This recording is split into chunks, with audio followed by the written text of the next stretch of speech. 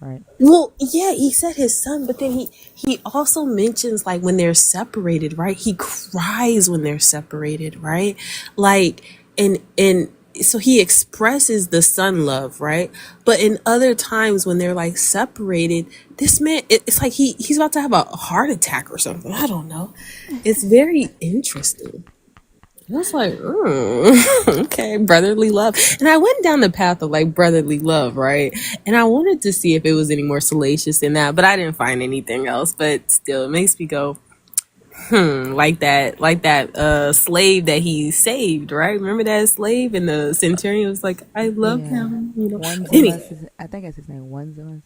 yes, yeah. Look, I'm saying yes, like I know. Oh no! Oh, you talking about who Jesus say? No, not the one Jesus saved. The one Paul, not Paul. the one who the slave where the man was like he wrote the letter. Paul had to write a Oh, letter. Onesimus. Yeah, Yeah, Onesimus. he had to write a letter for him. But I was Give reading, me just right? 1 second. What's up to the YouTubers? What's up, Boss Domo? Rodney. What's up, y'all? Go ahead. What's up, y'all? Okay, so I was reading and I was I was reading about how God was he had a restrainer on the antichrist, and I like it stopped me mid sentence because I was like, "What the double hockey stick do you mean that God has a restrainer on the antichrist?" As if Wait, what insinuating. scripture says Oh, that? hold on, let me find it. Hold on.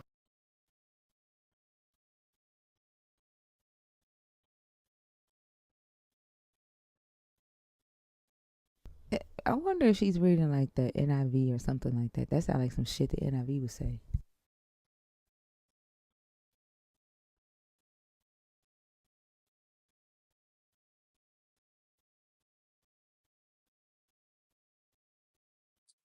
Hey, y'all, let's get these likes up to 25K, please. Don't forget Thinker's gift goal of hand hearts. Also, to keep us on the FYP, send out the heart knees, the team bracelets, as well as the new popular earring. Don't forget to subscribe, and also we have merch. So click that link in Thinker's bio. Y'all, I am not reading the Gen Z Bible. Don't do me like that. I'm No, reading I it. said the No, I'm NIV. reading. I'm reading Viva's comment down there talking about something. I'm reading the Gen Z Bible. Don't do me. No, No, it's the it's ESV. in Thessalonians, right? Mm-hmm. It, The ESV says that. yeah. It says the Antichrist. It says the lawless. It says the Oh, hold the on. lawless one, right? Yeah, Yeah, it and doesn't necessarily like Michael. there. So that's a for them saying that that's the Antichrist. That's a Christian theological interpretation. Mm. Yeah, like Christians believe or say that the lawless one is the Antichrist, but the Bible doesn't say that. Well, and that's okay. But that's okay. The scripture was uh Thess- Second Thessalonians 2:6 through 8. So you're saying that that's not how I should interpret that as it being the Antichrist. Like, was it more for like him being persecuted at that time? More of who being persecuted, like the law. Paul. No, Paul is saying that a figure is going to come right in the Mm-hmm. last days, and that figure is going to cause a lot of issues for the believers, like Mm-hmm. persecute the believers. But he's talking about like a like the devil, like it's the son of perdition, right? Like a devil figure, but not an anti. Like they call it the Christians interpret that to be like the main antichrist because he's gonna be against Jesus, like against Christ. But an And they thought antichrist that it in the was. Bible, Mm-hmm. an antichrist in the Bible is just a I was looking at Chacha's comment. An antichrist is just somebody who does not recognize Jesus as Christ. as a Christ. Like it's just there were a lot of people that John referred to as antichrist, and that's all that is. And so there, Christians say that there is a antichrist, and they're saying the lawless one, which is also known as the son of perdition, which is also the like a devil figure that's supposed to come forth and persecute the Christians.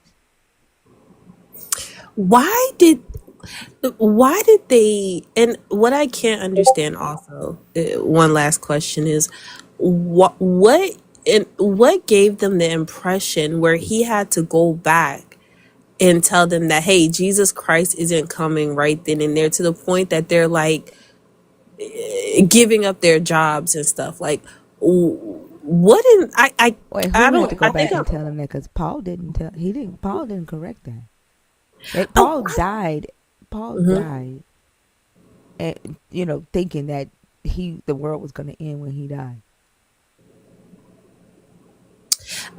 okay, I gotta research more, because I thought that the first Thessalonians was them thinking that, okay, Jesus is gonna come back right then and there. He is going to like, they thought it was happening, and then Second Thessalonians was him being like, hey, no, this is something that's gonna eventually happen, but not right then and there. Like, not right now. Don't, like. No, when Paul died, like he told them to keep themselves together, use each other's gifts, to keep each other encouraged, right? Like Paul thought that it was going to happen during his lifetime, and during their generation. So he's like, hey, use your gifts until it happened. Keep each other encouraged. After Paul died, that's when we start to get the Pauline epistles. People started writing in Paul's name. That's what I read too. Yes. Yeah. Sorry, I got excited. Go ahead. To keep the people together, because people started like doubting and was like, man, he had a kind of like a cult. Like, man, he had us scared. Like, he had us thinking that this was going to happen. So they had to like keep the people together. So they started like creating positions in the churches, like deacons and elders and rules. Women can't talk. Like, that's where we get this institutionalized teaching about the church. That's why a lot of scholars classify the Pauline letters as the institutionalized Jesus, because the teaching of Jesus starts to change after Paul's death. Thank you for answering. I'm gonna keep reading. Thank you. That's all I had for now. You're welcome. I appreciate you. You're welcome, love bug. And you want to stay up? You can if you want. Yes, I'm gonna be up for a little while. Okay. Okay. All right. Welcome in, everybody. What's up to the YouTubers that have slowly but surely coming in? Hi, Blessing. Oh, my son's name is Blessing. Oh my gosh. Why would you name yourself that, dude? Somebody named themselves IE ass.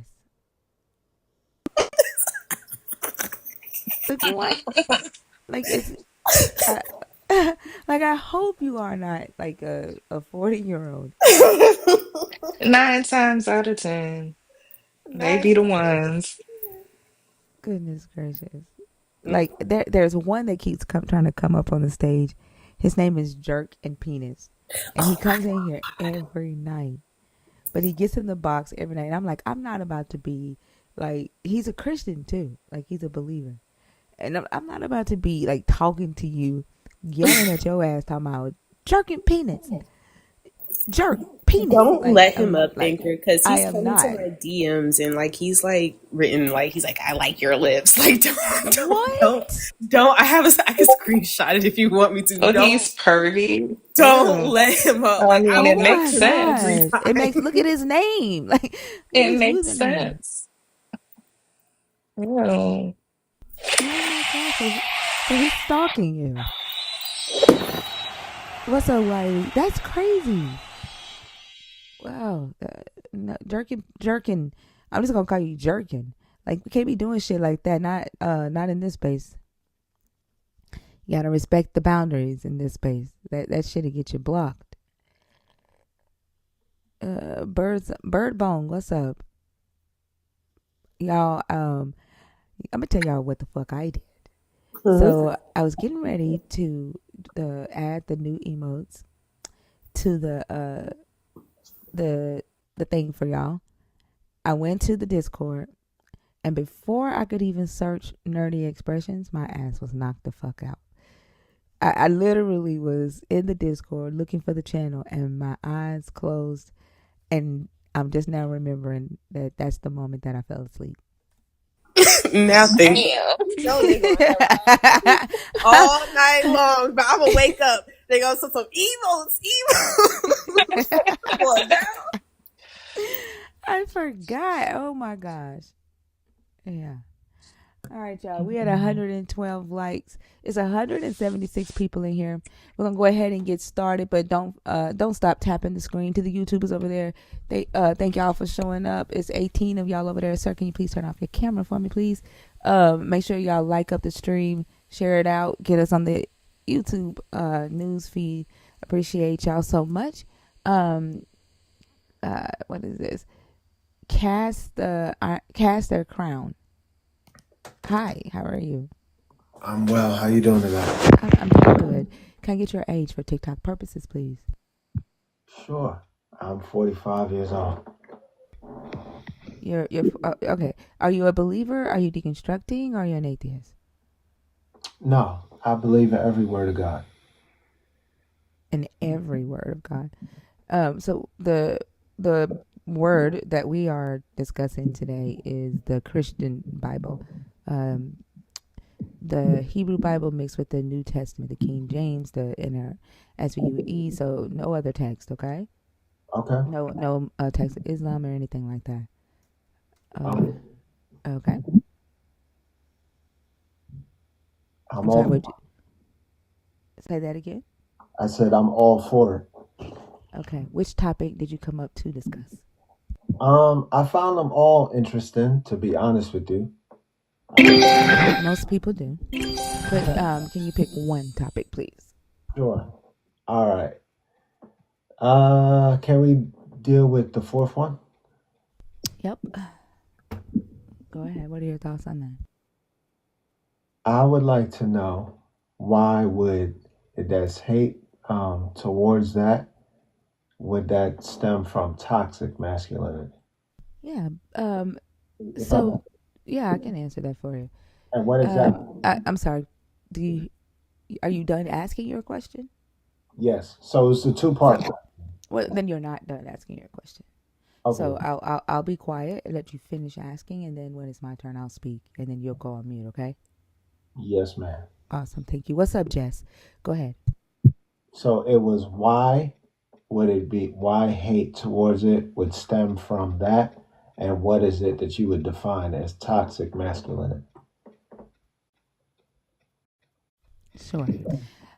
So the reason I say that the hate stems from that is because the verses in the Hebrew Bible that Christianity uses, right, to say that homosexuality is a sin, is centered around maleness, right? And reading the Hebrew scriptures, the text says that a man shall not lie with a male, right?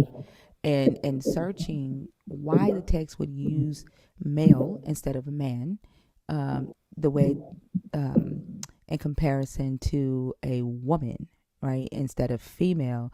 What I learned in studying the oral traditions in the Talmud is that it was about maleness, right? It had nothing to do with homosexuality as a whole, like same sex, because there was no concept of homosexuality in antiquity. There was not an issue with same sex relations in antiquity, as a woman could have sex with another woman and it not be considered ritualistically impure. She was still allowed to marry into the priesthood. And so it wasn't about same sex or gender relations. It was about maleness and masculinity. This was during a time where the Israelites were forming their nation. They were aiming for statehood.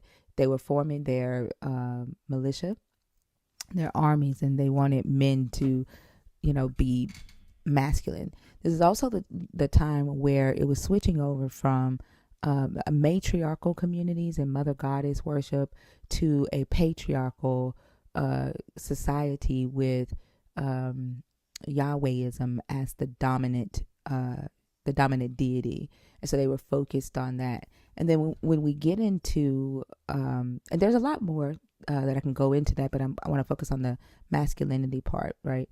When we get into the Greco-Roman era, Rome was very patriarchal in nature, and so in the New Testament time, in the Pauline era, should I say, Paul is living in a Roman province, right? He's moving about Roman province, and he's ruled by Roman emperors, and also continuing with Roman gods with this Jesus that he's teaching. And so during that time, the laws were in favor of men. Men could commit adultery with any woman that they wanted, just about, depending on the status of the man. And women were being stoned for committing adultery because the woman was considered the property of the man, because it was more so about male masculinity than it was about homosexuality. Sex became taboo, right? Like it became something to be ashamed of unless you were doing it as a like for masculine purposes, right? So the two societies that we're studying in this text were both at a point of birthing their identities as nations, and they were both patriarchal in nature, and that was the most important thing at the time, was male dominance. So that's why I say that. And toxic masculinity would be masculinity that focuses on the things that I just talked about: male dominance, subjugation of women, subjugation of anybody that is different than the status quo, right?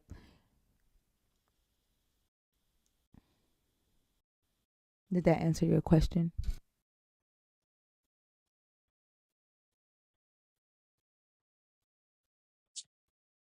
I sent you an invitation to unmute.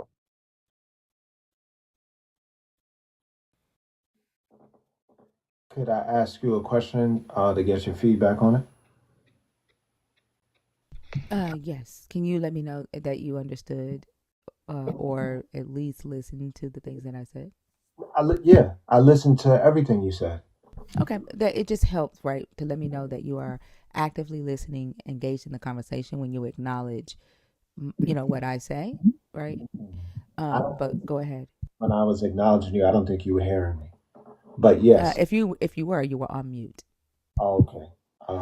Yeah. So with some of the things of what you said, I would ask, how would you factor particular text into some things of what you're saying? What particular One, text? one particular text was what you said about the difference between men being involved in their relationships and women being involved in their relationships, and those particular relationships was not necessarily frowned upon, when there is text that doesn't seem to support that. So I would want to know what would be your take on that. Which text are you speaking about? Because again, the Bible, the Hebrew Bible talks about same-sex relations, or so we believe it does, twice, right? In the Leviticus, right? Leviticus 18 and Leviticus 20. The Hebrew Bible doesn't necessarily talk about same-sex relations with women and pertaining to the law. And so, what particular text are you referring to? Romans 1 and 26. Right. When it are you referring to like the masculinity? Because I think I did address the Greco-Roman period, and over time how Rome became, how sex in Rome became taboo. That's why I asked if you listened and understood anything that I said, because I went through a timeline, right, of when sex became taboo, and when it became more about having sex with women, and women were considered property of men in Rome. Like I don't know if you remember me saying that. Women were being stoned for having sex, period, outside of having sex with men because they were property, and the men were allowed to have sex with just about anybody depending on their status. Just about any woman depending on their status, right? And so Rome was very focused on patriarchal dominance as well. So I guess I'm a little confused. Like, what are you asking me? Like, are you asking me if the Bible doesn't frown upon same sex marriage for women? Because I didn't say that it did not. So when you were saying that in the time of the Roman, let's say Roman occupation or Roman rulership, you were saying that that was more so a Roman societal thing, or were you saying that even the believers tended to draw towards what it was the Romans were doing? Um, so I can answer that, but I also think that it would help you and I both if you stuck to the topic that you chose, right? You asked me, why do I say that it's about toxic masculinity, right? And that's the answer that I gave you. I answered why I say that the hate that's perpetuated towards that community Mhm. is rooted in toxic masculinity. But it sounds like you're focused on whether it's a sin, on whether the Bible says it's a sin, on whether believers believe that it was a sin, which is not the same conversation. So um, that would help if we stuck to the topic that you chose. And then to answer your question, am I saying that the believers at that time were influenced by Roman culture? It would be hard pressed, right, for you to live in a society that is ruled by a specific empire and not be influenced by their culture and their laws, because you have to live under their laws, right? Mhm. Yeah, so it would be very difficult to live in uh, a city or a state that's ruled by Rome and not be influenced by Rome. Okay, I get that part. Now, so when you're saying it's rooted in toxic masculinity, that root comes from who? That's what I'm really trying to understand. Are you just saying that men just developed this idea, and then this idea is essentially against women or not in favor of women advancement? I'm basically just trying to comprehend what is the actual root, and the reason why I'm asking is because when I look at the Bible as something, like I said, every word of God, right? And then you said not other texts. We're sticking to predominantly Christian or Judeo-Christian texts, the Bible, Old Yeah, Testament, why would I bring in any other religion's Bible right? or text? Why would I do that when we're discussing Christianity in here? No, I'm with you. But when I'm looking at it, I look at it and I understand it as this is what was presented to both men and women. Yeah, So, show me a woman in the text that wrote uh regarding any of this. What woman in the text authored and wrote about patriarchal dominance? well, I'm not, I mean, that's your description as patriarchal dominance. I You can't, don't see this as patriarchal dominance. no, because reason why I Okay. can say I see it as patriarchal dominance is because Mhm. how would I have a book like Esther? And Esther is about a queen. And Esther That is, did what? What did Esther do? say that again? Yeah, that did what? She saved her entire people. And how did she do it? She did it because she was able to inform the king, who she was married to, about what it was that there was an agenda against her people. I look at Deborah. Wait, no, hold on, go back. So Esther saved her people by doing what though? Like she used her position as the queen to do what? To end the decree. the law that was passed that was going to annihilate her people. There was a law that was passed that was going to completely wipe out all of her people. She never identified who it was that she was. She never identified her nationality up until that point. So eventually the time came where it was advantageous for her to do so. And then she let the king know what it was that the second in command of that kingdom was going to do to her people. And by that being the case, and her able to have the king's ear because of how the king felt about her being his wife, of course, then that was able to change the tide.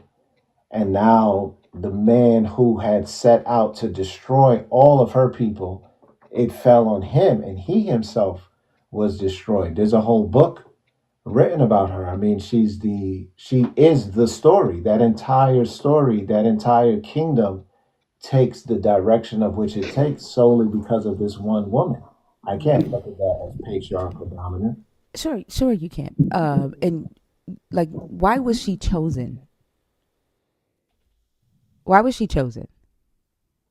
What was the selection process for Esther?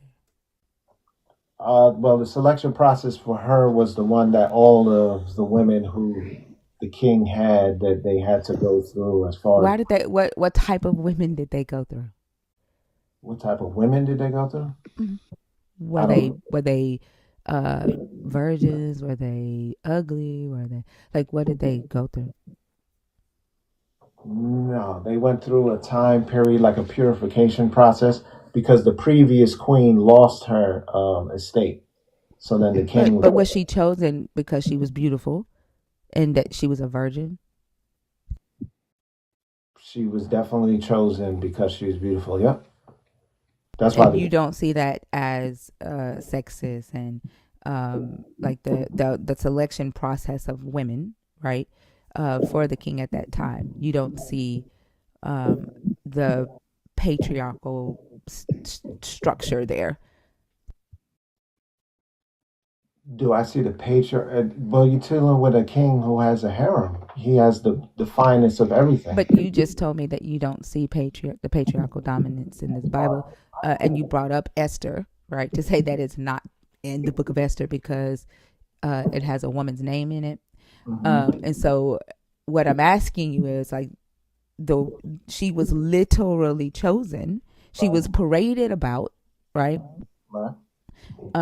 And chosen out of several women who literally, if you think about it, it's like the like a beauty contest, right? Like if we Yeah. think about like Miss America, right? She was paraded about. She was chosen simply because she was beautiful, because she was a virgin, and had the um, uh, most likely ability of being obedient.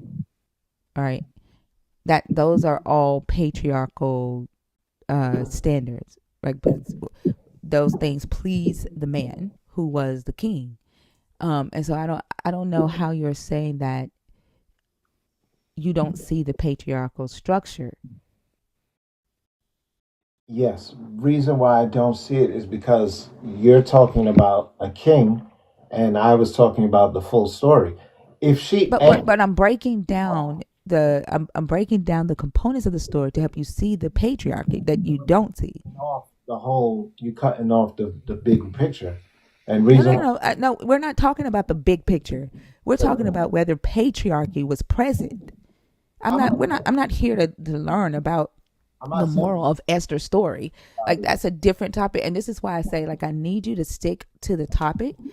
One thing that I noticed this morning when I was talking to Bishop Twain, um, believers want to big picture shit, right? But in here we get focused on specific topics, which is why I only let each guest choose one topic, right? The topic is toxic masculinity and how that perpetuates the hate towards the LGBTQI community. Now you're saying that you don't see patriarchy, right? The in this text or in this society. You brought up the book of Esther to say that patriarchy is not present in that story because it's about a woman. And now the only thing that I plan on doing right now with you regarding the book of Esther is pointing out the different patriarchal structures in the story. Like, I don't care what you interpret the big picture of Esther to be about. That's not the topic. So are you saying, excuse me, so you're saying that if the king looked at her for her beauty, then whatever she did doesn't matter? I'm saying that the patriarchal structure is present that you said was not. Was I she said selected for her intellect? no, but that's So, okay, is the king selected for his beauty? Is the king selected to be king for his beauty? I'm saying that's not the Can you essence. answer my question? Is the king selected to be king because he's beautiful and a virgin? A king is selected. King Saul was selected because he was handsome. That's not why he was selected. King Saul? Not because he was handsome. Why was he selected as king? Because he was a man and he was masculine, and because Samuel thought that he would be obedient to the prophets. David was selected because of his military, because of his strength, right, to kill Goliath. Not because of his beauty, although it says David was handsome, but he wasn't selected because he was handsome. But King Saul was, it does speak about the appearance of king. But that's not why he was selected, right? Okay. He was not selected because of his appearance. Esther was selected because of her appearance and because she was a virgin. When does it even inquire about the virginity of a man? Oh, a man wouldn't be considered that in biblical text because So then patriarchal dominance, right? That's the patriarchy. a man doesn't have tokens of his virginity. So Are you like not okay? Like, do you hear what you're saying? yes, I'm saying a man. So that is the patriarchy. That is patriarchal dominance. That is masculine dominance. It's biology. What is biology? The tokens of someone's virginity. If a woman, Do you know what the term biology means? I'm trying to answer your question. No, wait, because like, hold on. No. No, wait. Because I have a feeling that this is going to be one of those stupid ass conversations. I don't get why. Because listen, do you know what the term biology means? You consider that toxic? That if you ask me a question, I listen to you speak, I go to answer you. The only one who's Because you keep saying stupid stuff that I have to address. now you're being insulting to me. Why Well, would you? I apologize if you feel like that is insulting, but you literally just said the tokenizing of a woman's virginity is biological. A woman can have an actual process in the body when you see she's no longer a virgin. Does a man have that? What process is that a woman has? What's the process? Please tell me, because I didn't have a process in my body when I lost my virginity. So please enlighten me. What process is that? That a woman goes through, and then, Which is what? Tell me, because I didn't have it. I must still be a virgin. that's okay. But all I'm just trying to do is finish. Okay, so answer my question. What is the process that a woman's body goes through when she loses her virginity? Have you noticed that every time I go to speak, you ask me another question and This is the same question I've asked 3 times. What is the process that a woman goes through when she loses her virginity? I'm trying to see if I'm still a virgin. I'm not talking about you being a virgin or not. You said I am a woman. You said there is a process that the woman's body goes through and it's biological. Please answer that question for me. Virgin of a man. And I What? just said that according to, you don't even remember. You're asking me so many questions you don't even remember. What is the process that we're talking about? Tokenizing a woman's virginity being biological. Now you have said something else idiotic. And what I am trying to find out is, am I still a virgin or not? Because I don't know about this process that the woman's body goes through. What does her body go through when she's no longer a virgin? So when she goes through, like, it's called flowering, or some people may also refer to it as a hymen. There was a point in time, if you're talking with actual text, when you're dealing with the virgin, A virgin would refer to a female. In biblical text, a virgin does not refer to a male. So back to your original question No. is, Wait. You said flowering, and what does flowering do? What is that? I'll just simply make a clear thought. What So does no? You're getting ready to try to skip to something else. What does flowering do? What is flowering? when you had said, hey, if I acknowledge what it is that you said, that's how we would control. What? Oh my God! Please stop. How Like, you what is flowering? What is flowering? so like I was saying, back to the No, text. not back to. Like, That's if you're not gonna listen, if you are not okay, going to engage in this conversation, what I meant. and then I'm gonna take you down because this is some crazy shit. Like, you can't just drop dumb shit and then just try to go on to the next thing. That's what Bishop Train, whatever his name was, kept trying to do this morning.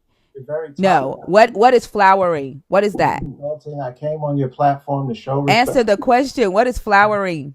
Why are you being so What? demanding? Because I'm patriarchal, I guess. What is flowering? Whatever you are, I only see it as being abrasive, rude, ignorant, and Okay. What's flowering? trying to engage in a civil. Can you answer the damn question? What's flowering?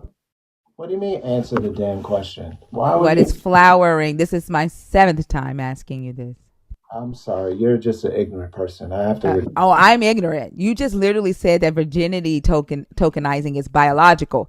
Like, that is the most ignorant shit that anybody could say. And honestly, a masculine mind that is toxic as fuck would think some shit like that. And then the fact that you can't even articulate that shit. Right? Like, and you want to just skip on to the next thing because you know you said some dumb shit. And then the fact that you try to say that this Bible doesn't present patriarchal structures or patriarchal characteristics or toxic masculinity. Yeah, run, motherfucker. Like, you came up here and said some dumb ass shit. That was crazy. Flowering as a process? I Knew his ass wasn't gonna last. no, not at all. Not everybody is born with the that was crazy. That was insane. All the horse girlies are Flowering gonna is be, biological. yeah. Like, if anybody I does didn't any know that. gymnastics, if you do any sports, anything, you're fucked. I'm The fact that sorry. he said a virgin means female. Like, what, motherfucker? Like, you That's literally the just said dumbest a shit. virgin means female and Mhm. male can't be a virgin. You sound dumb as fuck. Right?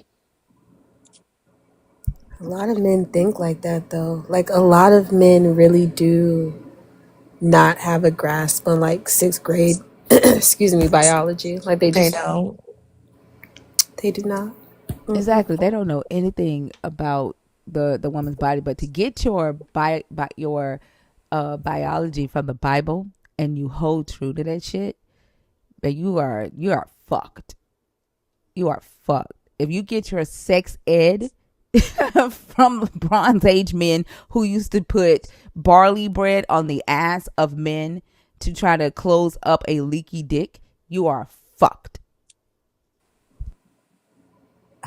Can I tell you that I tried to tell somebody about that and they walked away from me?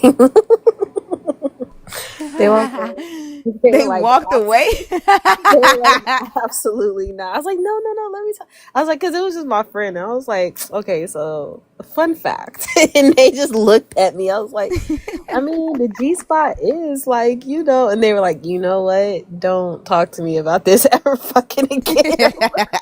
I was like, that goes in my file of random things to bring up at dinner conversations. I love it. Mm-hmm.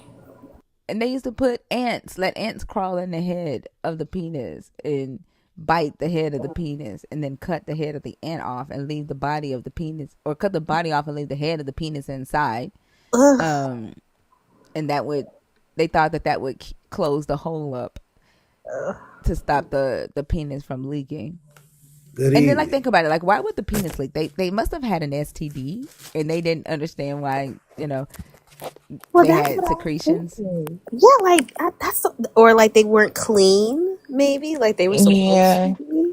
Yeah. You know, Which I can imagine during that time, they probably were just all kinds of dirty, leaking penises and it's nasty.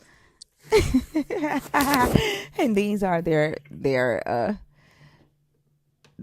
gods. Good evening. JB, how are you? I'm blessed. God bless you all in the name of Jesus. What topic did you come up to discuss, and what's your age, Oh, please? well, my age is 55, and I wanted to hit number 2. All right, go ahead. Now, in reference to hitting number 2, I'm not asking myself the question. You asking me the question. So, therefore, as a host, can you pose that question to me? No, you know how to read. Well, yeah, I definitely do, but I'm trying to build some type of interaction. You know Yeah, what I that means mean? Like the start back and answering the forth type thing. question, and we'll answer the question, and then we will interact with you. Okay, so we see here in this second question is that we're trying to make a distinction between the soul and can it be judged after death, right? That's my opinion of this question in particular. Now, is there anything outside of this question you would like me to know? Any Can information? you please Because I just want to. start answering the question, please? Just start. Like, what are your thoughts on the question? Good grief! Oh, what ain't my thoughts? It's the scriptures. I can give it to you in the scriptures. Just start talking, please. Please just start Okay, answering not the a problem. question, please. Okay, so we're looking at this soul and how can it be judged after death. So I can take you to the book of Genesis chapter 2, and I'm going to go to verse 7. And the Lord God formed man out of the dust of the ground and breathed into his nostrils the breath of life, and man became a living soul. So we know that man became a living soul. So now we're going to go to Isaiah chapter 10. I'm sorry. What is the soul? What The is soul, it? the soul belongs to man. Did I God ask breathed. who? Hold on. Listen for a second, okay? I didn't ask who does it belong to, right? My question started with a what, right? Well, the thing, There are several types of questions, okay? why only can do, Hello. I'm talking now. There are several types of questions. There are who, what, when, where, and how. Okay? I didn't ask a who. I didn't ask a why. I didn't ask a where. I didn't ask a how. Okay? So any of those that you want to try to answer right now, you can throw those to the side. Right now, I want to know what. What is a soul? well, in reference, you're posing one question. Answer that, please. Well, I'm going to answer just the question because I can't isolate the question. It's only one Answer question. the This is question. simple. What is the soul? Well, first off, I want to commend you on your knowledge. Answer the question. God damn. What is wrong with y'all tonight? What y'all don't know how to have conversations.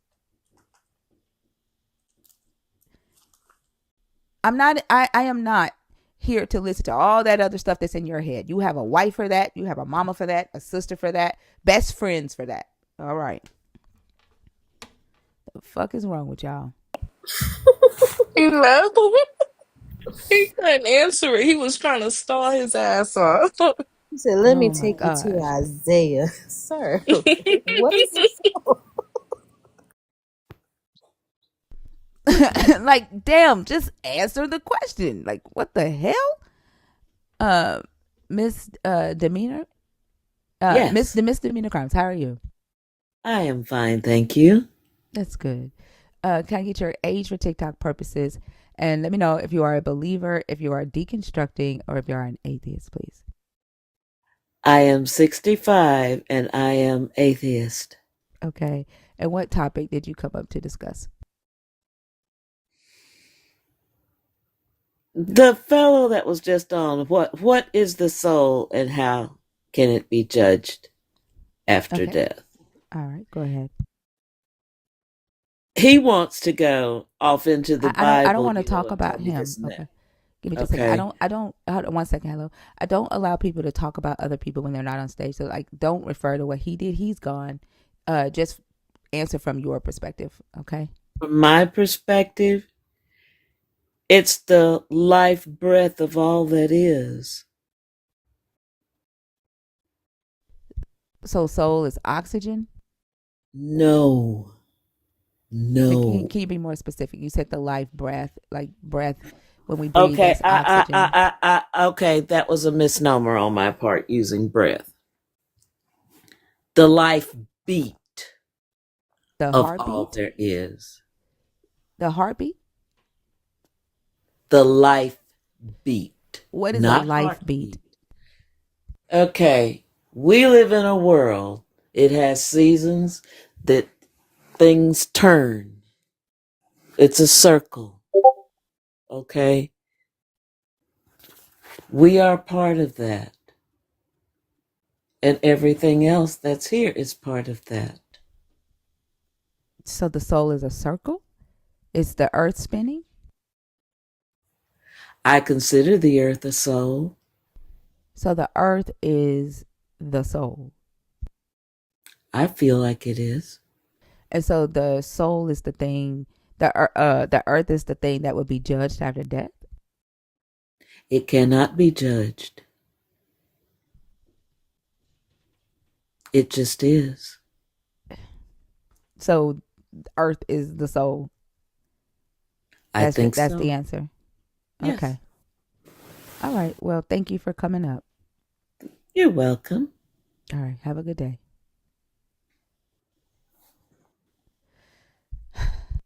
No, I wasn't going to engage in that. Mm-mm. That was a weird answer from an atheist. It doesn't seem. It's gonna be a long night. What did you say, Zena? It doesn't seem introspective at all, but I'm gonna talk out the other side of my neck where I feel like I felt that way at one point in time when I was like fresh out of Christianity a bit. I was like, I'm connected to everything and everything is me. And that's definitely an ego death I think a lot of people are not prepared to have. Yeah. I get people thinking that they are connected to everything because Earth, right? It's like Earth births, the trees. Earth births, um, the water, like the things, the elements of the earth come from the earth. We are made up of those elements, so we would be children of the earth, right? The earth birthed everything on it.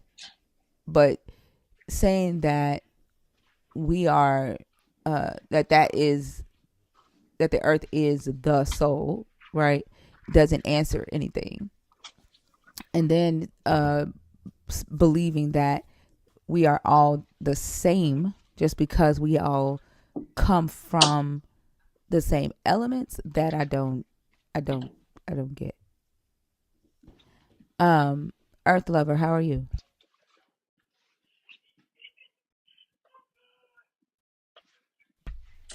Earth lover. Okay.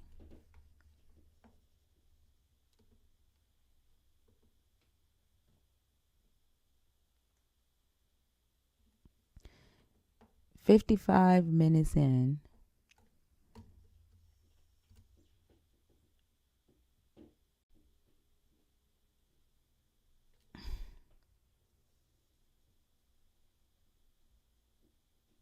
Y'all know what I'm noticing. So from yesterday and tonight with the two very toxic masculine men that have come up here, and then with Bishop Twain, I think was his name, and how he was.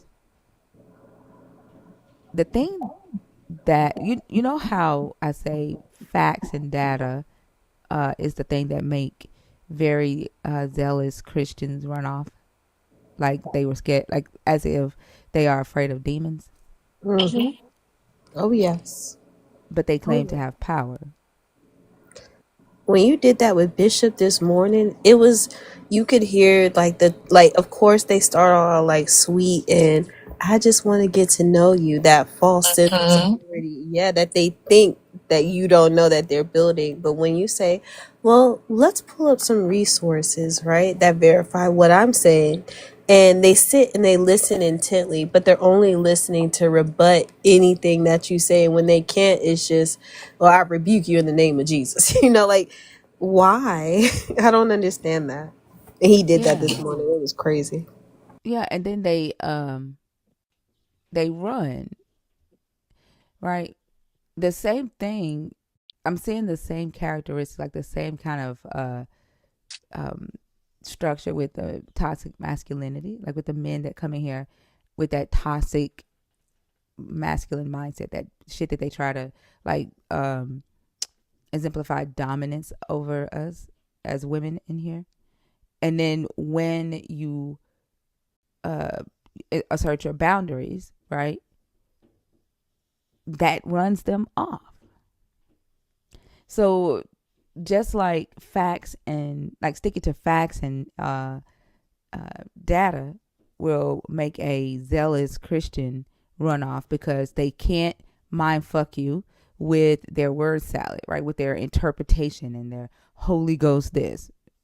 Because usually their imaginations in their mind doesn't stand up to facts and data. That's why they don't like sticking straight to the Bible. Zena, you can come off mute and talk to me, love. you on stage and commenting. I be used to being down there.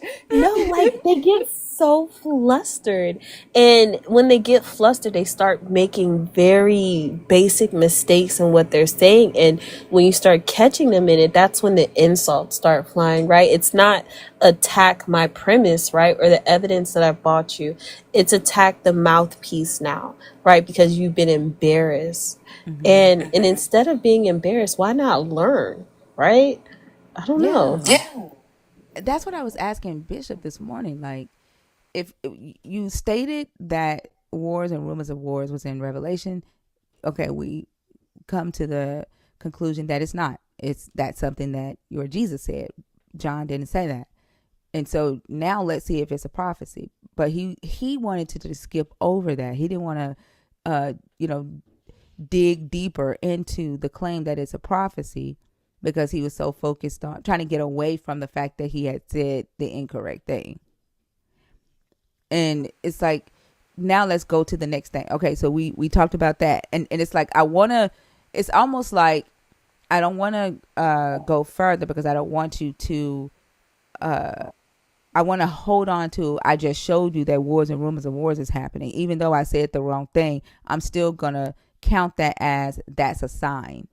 And I don't want you to go deeper into that because I don't want you to take that away. Does that make sense? Oh yes, because how dare you know something that something different than what I've been preaching this whole time, and I didn't stumble upon it myself, right? How dare you correct me into what I base this prophecy on? And I think that's it. I agree with you. It's just learn it and move on. But we have to. It's a pattern of them not just running away from the point. Like, I would be okay with somebody just dropping, right? But it's the fact that you want to challenge me, say I'm wrong, and then drop instead of like you. Let's dig in. Like, I want this is fun. I mean, not fun, but this is engaging. I'm glad we have a point of contention here, right? Let's dig in it together and see what we find. What are you going to bring to this argument? But they can't, besides another scripture or two that does nothing, right, for the argument. I don't think they can speak outside of scripture, right? And that's why the last guy dropped, because I wanted to have a real conversation with him, and he didn't want to do that. He wanted to talk scripture, and that's what Bishop Twain wanted to do. Bishop Twain wanted to talk scripture, but he wanted to talk at us and not with us. And so when I was trying to like dig into, okay, let's understand it so that we can see if this is actually a prophecy, if Jesus is saying that this is a prophecy and a sign of the last days, which is what your claim is that the wars that that are happening today is a sign that the end of the world is coming. And he didn't want to do that. But having these types of conversations and digging into it is not their goal. And I'm looking at you, and I actually, excuse me, when you were up earlier and you've had this for a while, this post, I still can't really answer number two. Like myself, so I can't imagine how they're even trying, the struggle that they're having. Like he brought up, Genesis, right? 1 and 7. I can understand the struggle, but I don't understand the lie, right? Because I'm still, I don't even know, like, I can't define my soul. Like, I know what my characteristics of my, like, human self is, but, like, I don't know if there's going to be something, that tethered me to this realm after I pass away. And can I identify that as a soul? And will it be judged because I stepped on an ant the other day? Right? Like, I don't I know think that. And why can't they be honest with that? I think the whole idea of a soul and it being judged is making people forget that they have a brain and that Mm. brain has functionality, and we ignore our brain and we don't um, show appreciation for our brain as much as we should. And today I was watching Sense8, and there is a Yes. I was like, yeah, there is a scene in season 2 where um what's his name, Caiaphas, is being interviewed, and she asked him who he is. Caiaphas and the actor, I forgot the actor's name. Cleve, Leto. oh, Leto, my Yeah. baby Leto. He was like, okay, go ahead. Yes, yes, yes, yes. Yeah, so Leto's being interviewed and Caiaphas is being interviewed at the same time. And both reporters ask, "Who are you?" Right? Mm, And they say, "Who am I?" They're like, "Are you asking who I am, or where have I been? What do I love? What do I hate? What did I experience?" Like asking those types of questions. And I'm watching that, and I'm like, that right. And in so many words, what they're saying is those things make me who I am. And that's what I think people are calling a soul. The thoughts that a person have, the beliefs that they hold, the experience that they've had, their personality, the things that they are afraid of, right? That is that person's soul. And that's what I think that they're calling a soul. And those things are there because of our brain. And mm, looking at when a brain gets sick, how those things go away, right? You forget the experiences that you've had. You forget the hopes and dreams that you've had. They change, right? People become, some people become completely different people when their brain is sick. And so, does that mean that their soul or their AKA spirit is different? And if that is the case, then how can that be something that gets judged after death? One, because the brain is dead. And then two, if the brain dies, then that means either the soul dies or the soul is different. Right? And then how could the soul, if all of those things be the soul, how could it experience anything without a brain? when you guys were talking about that the other day, I think my brain exploded. But you putting it in, this really does dig into mental health as well. Like Yeah. not feeding yourself properly, not taking care of your brain health properly so that you can get better, right? Like, but another thing you just said that kind of clicked for me: if my brain is sick, how can my soul be judged if my soul stems from my brain? Like, are you judging what I can't help, what I have no control with? That's interesting. And I think that makes me be easier on myself, right? Like, You see? hmm, And it, like, it's easier to get to know yourself. Like, when I first started deconstructing the negative beliefs that I held about myself, I had to like really get to know who I was. I didn't know the things that I liked. I didn't know what my favorite food was. I didn't know any of that shit about myself. When we recognize that our hopes, our dreams, our fears, and the things that we believe, that the experiences that we had is what makes us who we are and makes us different. Like even our chemical makeup of our brain, because no two people on this earth have the exact same brain, and that literally is what makes us who we are. And it's easier to get to know yourself and to have grace, right? To give yourself grace. No, I didn't even know my favorite food. No, I had neglected myself so bad. I had spent the majority of my life putting other people before me and saying, no, that's okay. No, that's okay. Accepting shit because I wanted the other person to be comfortable. That so much so that I didn't even know anything about myself. Like it took a minute for me to recognize that I walk on my tippy toes, and that was a part of my autism. Like I can't walk on hardwood floors, barefoot, and I didn't even realize that I walk on my tippy toes because I didn't pay attention to myself. Wow. It's so, and being neurodivergent and being autistic, late diagnosis, really hampers your development as you're growing.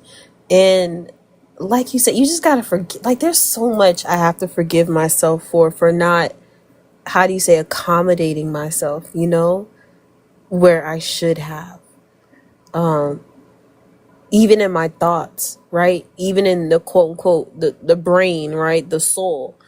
I have to give myself accommodations just like I do my outside self. And interesting. Yeah. What's up to the Joel Raiders?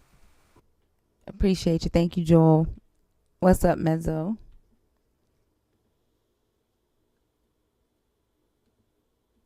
But I think that they are afraid of these types of conversations, so they run, and because when they do that whole Holy Ghost interpretation thing, it gives them, they feel more in control, because then they can manipulate the conversation. What power do you think they do get by invoking that, right? None. Like it's more it's mental. I would say that, like if it's someone whose mindset isn't strong, right, then it's easy to get a person wrapped up into the word salad and the circular reasoning, and it creates confusion to the point to where the person's mind wanders off, and they would rather just be agreeable than try to decipher between all of that shit, right? And it's one of the reasons why I say I think in a straight line. And so when I have a conversation with someone, I need that conversation to follow the straight line. And if we haven't resolved that A exists, there's no way in hell I'm letting you drag my ass all the way to W. And that's what they like to do. Oh my Todd.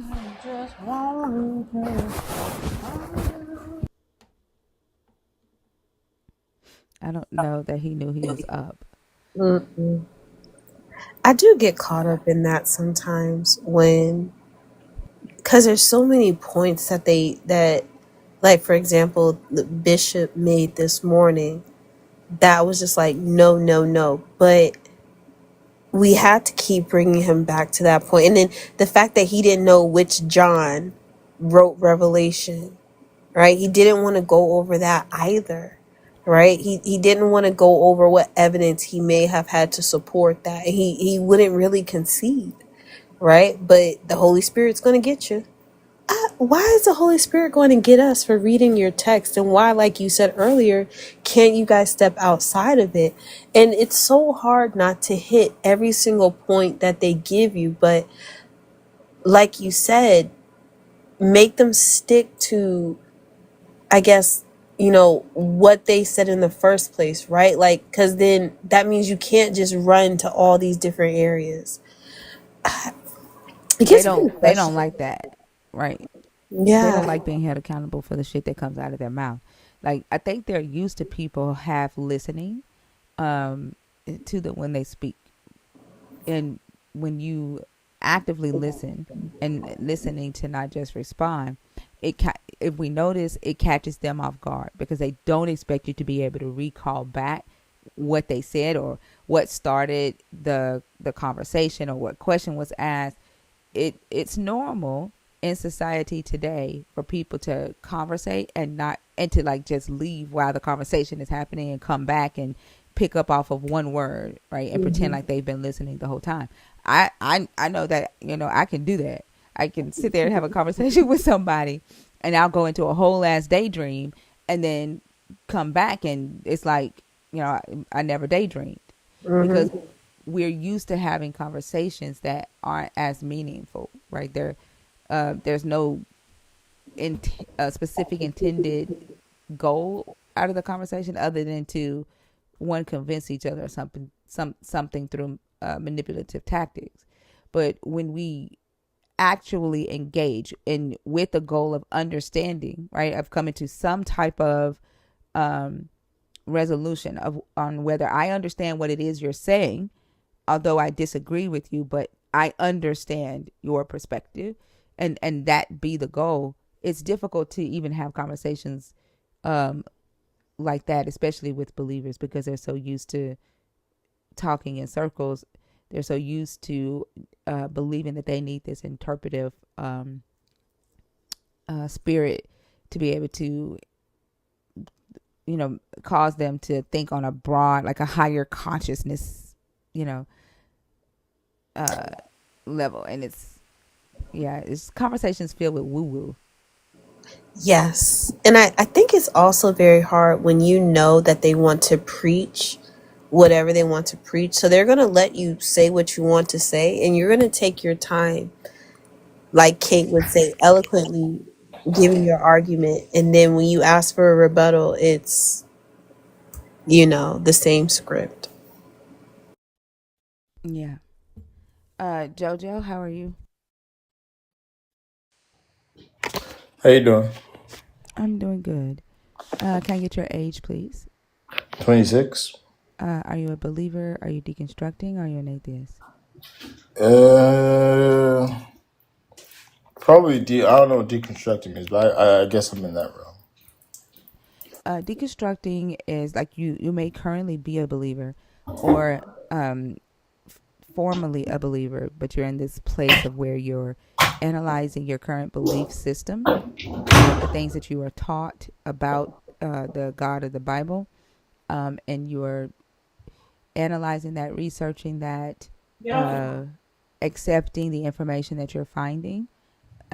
You're either doing away with the harmful beliefs or reconstructing them into a more healthier belief.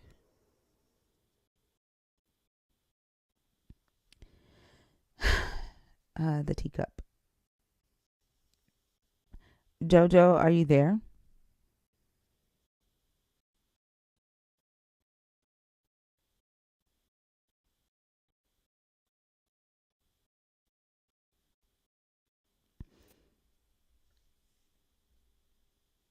You said he was told to get off the phone?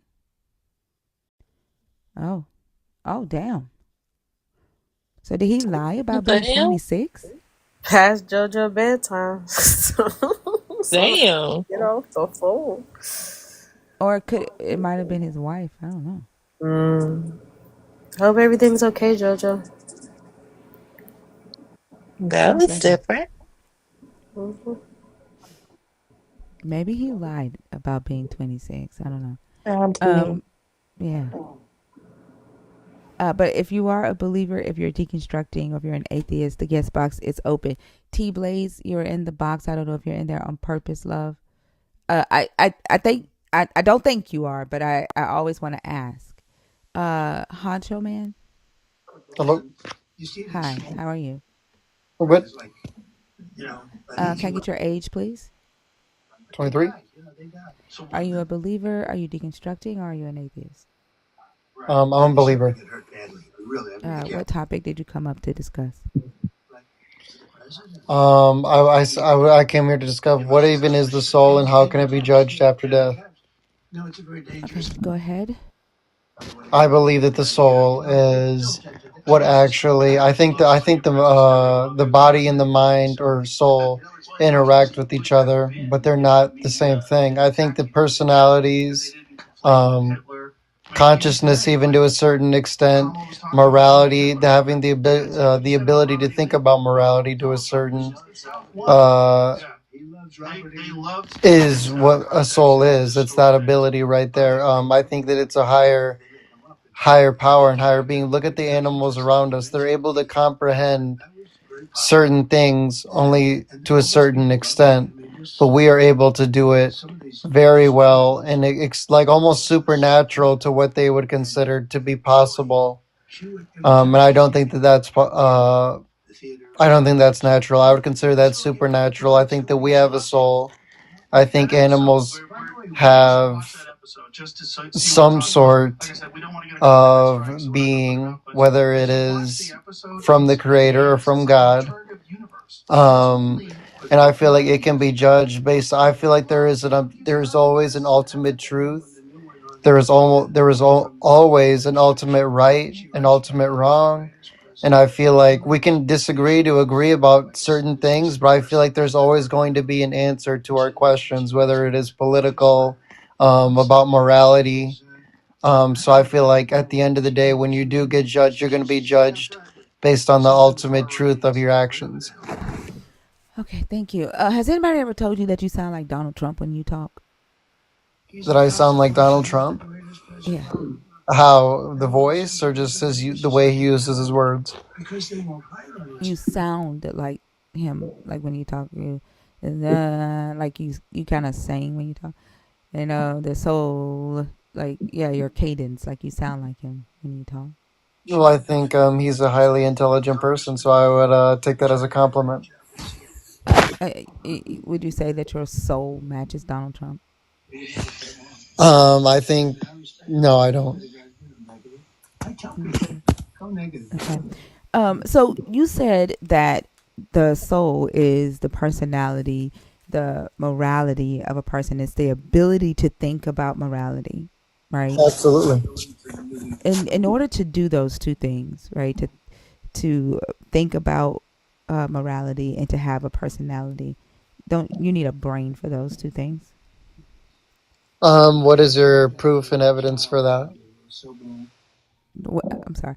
What is my proof and evidence that you need a brain to think about morality? Okay, so what parts of the brain enters consciousness or begins with consciousness? What? I mean, so people are born without a brain. I don't know the actual. I know it a little bit. I've researched it a little bit. People, you can be born without a brain. You can be born like there was a young boy who lived to be about 9 or 10 years old, I believe. He lived completely without a brain. He only had a brain stem, which is just like the stem where it would be connected to the whole brain. And he was able to think. He was able to have emotions. He was able to eat. If you want me to go on teacup and do a Yeah, little bit more research, yeah. Let's do that. Let's do that together. okay, give me less than 2 minutes.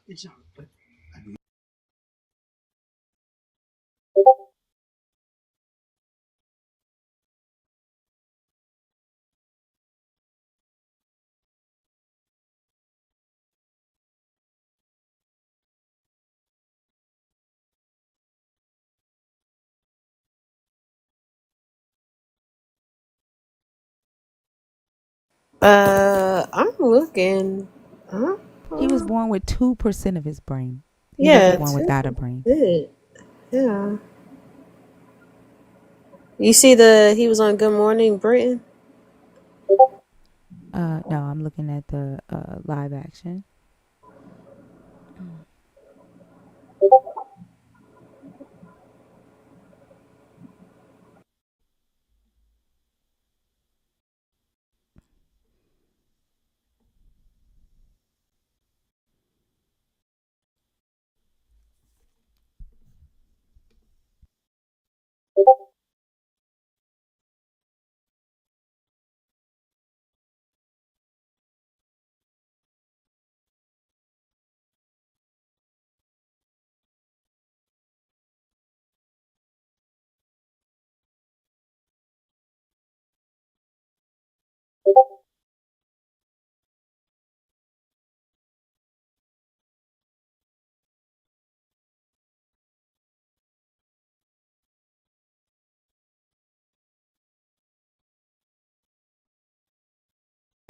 Okay, so I'm And only then, able to.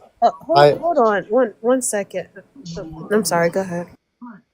I was able to find a Fox News. He lived to be 11 years old. If you want me to, I don't know how to show it on the I'm sorry, screen. but you say he was born without a brain. I can show you. I don't know if there's a way for me to I'm show sorry. you. Hello. You say he was born without a brain, right? But he was born with 2% of his brain, right? 2% would Being just be the present, brain stem. It would just which literally is be which is his brain, that. right? You know And what a that's the brain thing. stem I'm sorry. Hold is? on, 1 second. That is the thing that allowed him to think, right? That allowed him to read, right? Without Yeah. that, would he have been able to think, to read, to hope, to do any of that? Do you know what a brain stem is? A brain stem It's has no it's kind of it qualities of. it literally does. It allowed him to think, right? It allowed him to read, right? Like he had 2% of a brain. It wasn't it wasn't you said he had no brain. He had 2% of a brain. And it allowed him to read, it allowed him to think, it allowed him to hope, right? Would he have been able to do that without that 2%? Do you realize that that brain stem has nothing to do with any of the emotions you just said, right? Like your brain stem literally is what tells your body to breathe, Yeah, he was able right? to breathe on his So own. And that was. right, the brain stem, the 2% of his brain that he had, because I'm reading the article right now. It allowed him to think. It allowed him to read. It allowed him to hope, right? So without that 2% of his brain, would he have been able to do any of that? Is my question. I think he would have been able to do that without that 2%. And I think scientists, I But then mean, what I need you to do is show me someone who had no brain who was able to do that. the brain stem does not count as a brain. The brain What stem, he that's had like, 2% of a brain, 2% of a brain. What I that's, need you hold on. What I need you to do is show me someone who had no brain at all, nothing. I don't know where you're getting any of that kind of information, but from I'm seeing from a live video action of from aerial fluid. liveaction.com. I mean liveaction.org news slash miracle hyphen boy hyphen Noah hyphen brain hyphen 9 hyphen year hyphen old. That is the URL.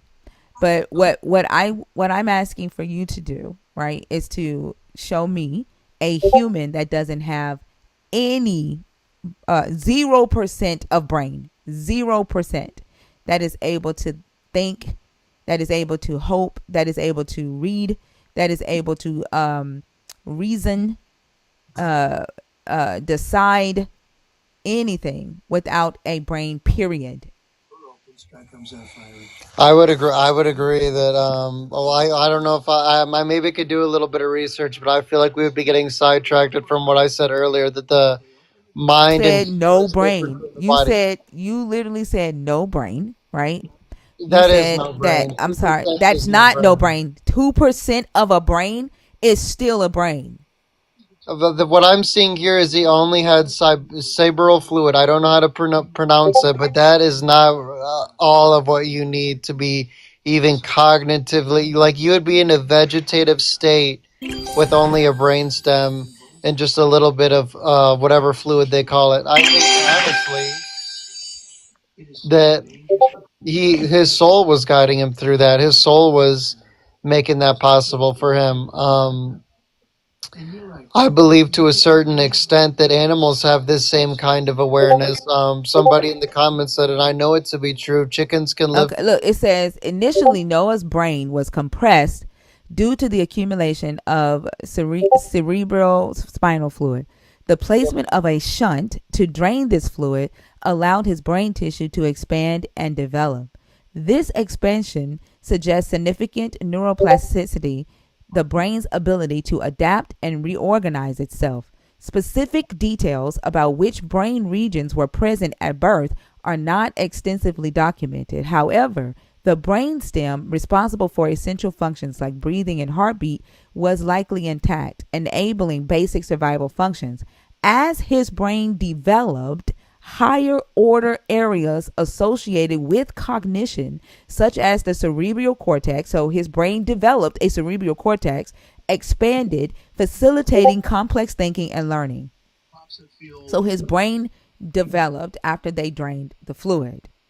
So without a brain, period, a person cannot think, cannot reason, cannot have a personality, right? And those are the things that you are saying is the soul. I think the soul, it would be those kinds of things that you just explained to me, but I just think, like, one, again, the mind and the body is the soul. So where do you think our energy goes from where we die? Where do you think that energy goes? Where do you think you go when you die, when you pass?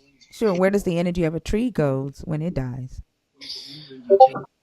I would say that it gets dispersed around the area around it, and that's how it's able to. The nutrients from a tree gets passed around, like in grass and other trees and stuff like that. So I just think the nourishment goes other places. So it's completely. Okay, so I think the same thing. I think the same thing about if we are all made of the same energy, right, from the earth, then that would be the same thing that would happen to a human. If you think that when a tree dies or a plant dies or an animal dies, that energy just sticks around and goes back to the earth or whatever you just said it does, then I would say that would be the same thing that happens to a human. The $9.99 super chat from hipster doofus on YouTube says he wasn't born with 2% of a brain. His brain was there, just crushed by fluid. Docs only saw 2% on early scans. With surgery, it expanded and developed over time. Amazing neuroplasticity, not a miracle. Thank you, hipster doofus.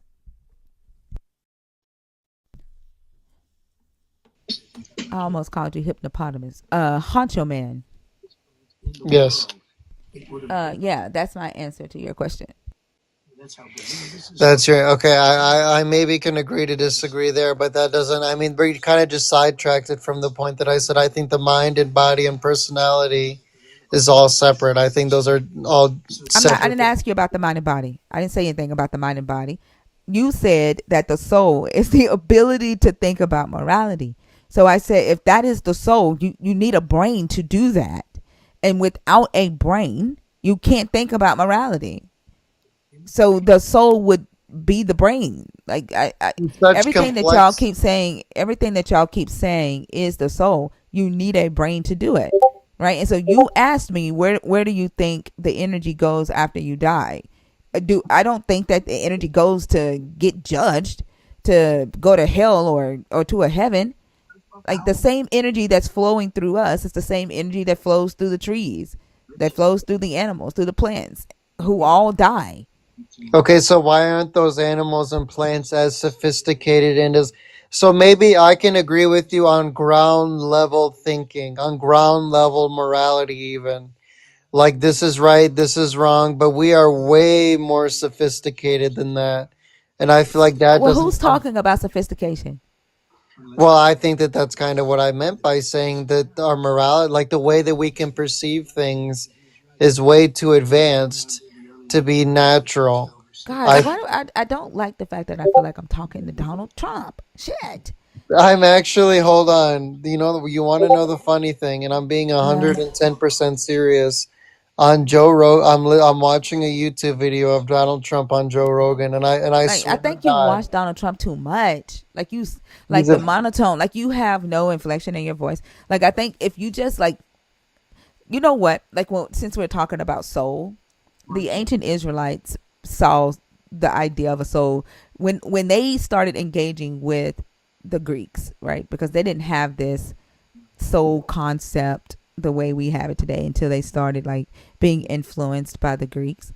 And when they did, they talked about it as like being animated, right? It's the thing that animates the body, the human body, right? And so like if you could like use your soul to animate your voice, right? And like Add some inflection in your voice when you talk, some emotion in your voice when you talk. But I think you like Donald Trump so much that your soul is like mimicking his. I think he has a lot. I think he's hilarious, honestly, and I think he has a lot of different tones. And I think he's a very personality person. He loves to use his hands while he speaks. He loves to speak very sophisticatedly. He loves to use big words. And I think he has multiple tones in his voice. I think when he's talking about very serious subjects, I think it would be a little immature to fluctuate your voice or get a little higher or lower. But have you seen him during rallies? Like, he definitely has a lot of Like, dude, you personality. sound like if I talk to you like this, like the whole, like, do you hear the inflections in my voice when I talk? I Like, mean, yeah, but you're a you little would bit go more into like eccentric. a daydream, like you're like, if I say, you know, that you do, and you're done, and then that's how you sound. Like, that's how you sound right now, and I can't. Like, I'm trying my best to like listen to what you're saying, but all I hear is Donald Trump. Is I'm that a bad trying my thing though? best. Like, but what I'm Huh? telling you, is that a bad thing though? Like, do you have It's some? it's like, listen, you're like, the soul does this and where Okay, someone has to be and smart. like, it's like a broken record. Like, that's what it sounds like. Like, just add a little inflection in your voice, right? Forget Donald Trump for a second. Like, I know you like Donald Trump. Like, I know you Would you like rather Donald me Trump. be like an Obama? No, be yourself. Be yourself. Get Donald Trump out of your soul, out of your brain, and be yourself. That like, do that. I mean, I feel like I am being myself. I mean, I feel like you're dehumanizing me a little bit Right, by like, you're literally saying. watching Donald Trump at like 1 o'clock in the morning. I mean, because I think he's the. I know, because you want to be Donald Trump, and like, you don't even know who you are anymore. Like, be yourself. If I was a billionaire and a president of the United States, I think I do want to strive for that. I mean, who doesn't? Oh, you did it on purpose that time. You did it on purpose. That last little inflection was on purpose. I think, like, I heard a little bit of you in there, and then you Okay, went back so to there's Donald my Trump. soul. My soul came out. So now Yeah, you let it agree come with out. Be me? yourself. Stop trying to be Donald Trump. What do you mean? Stop trying to be. All right, let's move. I wanted to talk about one more thing, if you don't mind. No, we still haven't gotten past the point of you I saying won that that the, argument. I like, won it. no, You you just still admitted haven't. to me that Stop I it. had. Stop it. We still haven't got past the point that you are literally saying that the soul is the brain. That without a brain, you don't have a soul. I think there is a possibility to have these kinds of, like, concepts are always going to be there. I mean, the ability to think it is just one thing. I think we were gifted with a brain to maybe be able to comprehend some of these things, To but that's maybe? just the ability to comprehend these things. I mean, I feel like the personality doesn't come with that. I feel like the morality, the thinking doesn't come, like, you're very eccentric. I think that comes from a different place. I don't think that comes from a certain part and location of your brain. What part of my body does that come from? It comes from your soul. It comes from your heart, metaphorically. So my the things that I know, right? The things that I've experienced comes from my heart. Like, I'm pulling information. Metaphorically. Now, who the fuck is talking about metaphorically? Like, I'm asking, Because is the soul a metaphor? a soul, I mean, the whole from your heart. You know how people say, I'm talking to you from my heart, or I can feel it in my heart, or like that's a whole But metaphor I'm of not I'm talking. feeling it in my Am I soul. asking you a metaphorical question? I just brought up a metaphor But to, why? I literally, Why? When I'm because I'm asking talking. you, but I'm asking you, what is the soul? And you said the soul is basically the brain. And now you're going into a metaphor of the heart. Like, why? Oh, because I was telling you, because you probably said something like that in your life, like I'm talking to you from the heart, or I can feel What it does from that my have heart. to Or do with the soul? Because that's your soul. That's what I So now mean. the Like, it's soul is not the coming heart. from your brain. It's not coming from your brain. It's Even coming when you from your say soul. even when you say this is from my heart, it's coming from your brain. Like none of that. You wouldn't be able to do any of that without a brain. Like you process information through your brain. You process memories through your brain. You process feelings, emotions, your senses through your brain. Like So then, why all of wouldn't that. everybody Hello, be the same? Honcho, stop. All of that, even the things that make you who you are, like this desire that you have to mimic Donald Trump, that is in your brain. If you were to change your mind about Donald Trump, right? If you were to receive some information that made you say, "Oh no, I don't agree with that. I don't like him anymore." It would your personality would change. Like you would no longer want to mimic or sound like Donald Trump. And Okay, that so is the process of you processing information, right? And through your brain. no, I think if okay, so everybody, so you're saying that 10 people who were born in the same living situation, same, they were introduced to the same kind of entertainment. You think those people are all going to think the same way? So you're I telling me didn't that say just be, that. I okay, did not because say it's that. different because of your personality. There I is a no, soul yeah, there. yeah, There is a different. it's because of your brain. The same 10 people that live in the same house don't have the same brain makeup. No two people have the same exact brain. I mean, but we all have the same brain parts and That same doesn't mean you body have the same parts. brain. I Doesn't mean you mean, have the same brain. so 10 people who have the same size Everybody's brain brain. doesn't. Who is talking about size? Because what do you mean different brain? I mean, we all have a You human don't have brain. everybody. That's what do you think the term neurodivergent means? What do you think that means?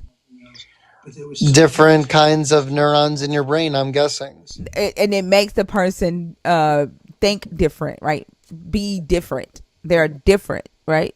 But Because they're everybody is neurodivergent. different. And they're all, so you're saying Duh, everybody that's is the point. neurodivergent? No two people. I think everybody should be classified as neurodivergent. I think neurotypicalness is a trope, a white supremacy trope, where it tries to force everybody into this box, into this cookie cutter idea of what a human is, of what a typical human is. And then if you are different from that, then you are divergent. You are neurodivergent. But there are no two people on this planet that are the same. Everybody should be classified as neurodivergent, honestly.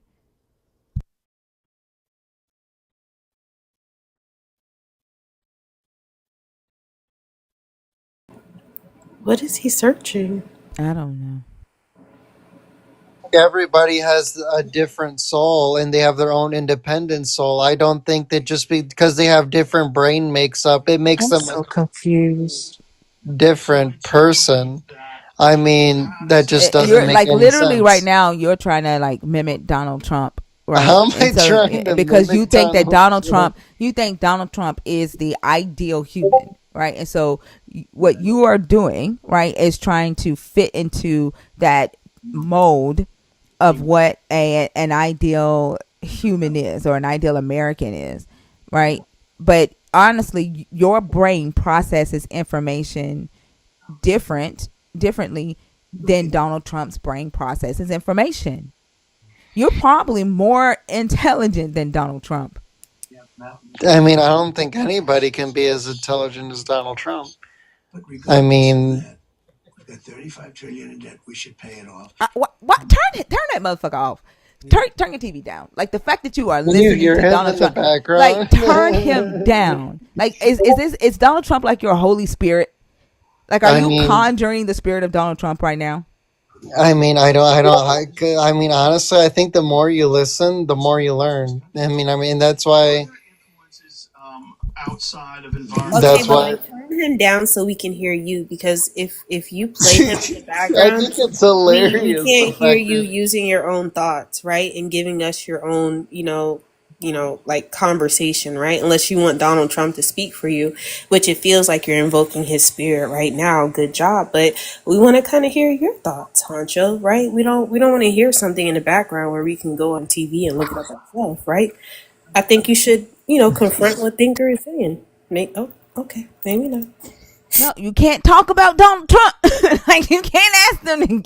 Like that is Damn. Maybe crazy. not. That's wild. He left the way a Christian would leave and the way a misogynist would leave. You know Y'all what's recognizing a pattern? yes. Yes. Yes.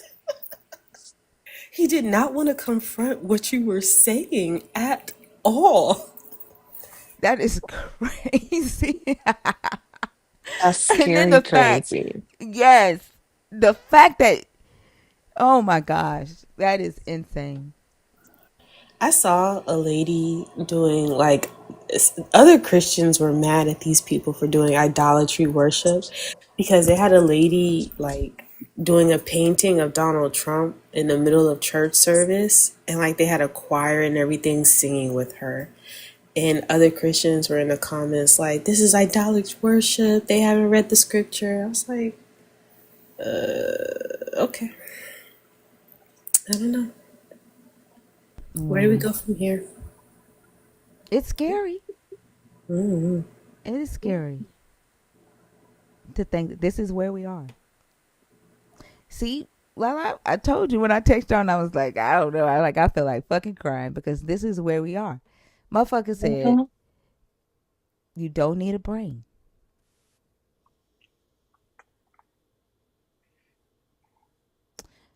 Robin, how are you? Hi, how are you? I'm Sorry, I good. don't know if I can, if I'm here. Great. Yes. Can I get your age, please? I am 42 or Oh, 3. I don't uh, know. I don't keep track at this time. okay. Are you a believer? Are you deconstructing? Or are you an atheist? I am, I don't know. So I was raised Catholic, and I disagreed with a lot of the things that were happening. Um, At this moment in time today, do you believe in the God of the Bible? Not in the God of the Bible. So you deconstructing from God and Jesus? I guess I just believe that there is a higher power, but I What I'm believe trying to find that out is, do you believe in every Jesus? religion is probably I'm sorry, working towards the Robin. same higher power. Uh, what I'm trying to find out, I'm trying to qualify you for the conversation because this conversation is Okay, about Jesus and the God of the Bible. Okay, it's not about okay. source or spirit or some other God that And so I'm trying to see if you currently believe in that God, if you are deconstructing from that God, or if you are an atheist. Can you answer one of? Let me know which one of those I categories would you say I'm fall in. I would say I'm deconstructing. Okay. Go ahead and pick a topic from the board. And Zena, do you want to do this one? I'm gonna go make me some coffee. Absolutely. Okay, go ahead. What's going on, Robin? Go ahead and pick a topic and we can get a conversation started. I would just say like what even is the soul and how can we be judged after death? I think that's a great question. What do you think or perceive the soul to be? I was actually having trouble with answering that earlier, but I got some clarity. But I'm interested in what you think a soul is, right? So I think that a soul is the essence of you that you have learned from all of the people that have been a part of your life. Mm-hmm. All the people that you have Babe, been. I'm on a live. Just shut up. Oh, Robin, you okay over there, girl? Yeah, I'm fine. I just don't know why my husband is like acting out. Oh, you allowed to talk? Or? I'm just on a live. Alive with what? I'm just on a live on TikTok. What the fuck's going on? Alive with what? With other people in the world that live and have feelings. Talking about what? I'm talking about religion right now. Does that bother you? Oh my fucking god. Oh, I am so sorry. you okay, Robin, girl? I am, yeah, I'm fine. I just don't even know. Like, I think he's more annoyed at at the point that like he literally was just in bed, and I told him, "Hey, you forgot to take your contacts out. So he had to Mm. wake up and go and take his contacts out, and that's what he's doing right now. But I'm like, what the fuck? Sorry, am I allowed to curse on this live? I'm sorry. Yeah, you can continue. So you were telling me that you believe the soul is a collection of like experiences you've had with like family, friends, things of that nature, correct? Correct. And But now I'm feeling like my soul is like tainted because of this interaction. Like, what the fuck is going on with that? you know what, Robin? Sometimes things like that happen, and I can understand if you need to take a moment to kind of regroup because that was a little intense, and I hope everything's okay with you. You know what I'm saying? I don't want you to. Yeah, no, I believe me, I am the breadwinner. I am the one running this family. I think he. Okay. I know that's right, Robin. What did I miss? You have a good Uh, night, babe. Okay. you still here with us, Robin? Yeah, I'm still here. He came back in the room, You so came I back in the figured I room. would leave it. Oh, Okay, what happened? What did I miss? I'll let Robin tell you. Yeah. What happened? um, my husband just, had a moment. He wanted to. I don't even know. He does that sometimes. It's Did usually he not embarrass directed you? at me. It's usually directed at our daughter who has moved out or the woman that we have taken in to help her on with her life. Like, and so he Oh, normally doesn't direct this at me, but apparently tonight I was the one that it was directed to. I'm sorry. I'm sorry. And I'm sorry. Like from I am like I'm honestly embarrassed because I was getting ready it's to not say, normally something that happens and it was not something that I thought, and this is honestly the first time I've ever joined a live chat on TikTok, and so I'm kind of like, what the fuck is going on? let's move forward. Looking at the comments, Left I in the can tell room, that and it was now probably he's some real back out shit. here. So who is she talking to? What? Okay. Huh? The comments, y'all. Yeah. Let's chill out. And then I'm gonna have to. I don't know what happened while I was gone, but I don't want that on YouTube. I think we should maybe let her down.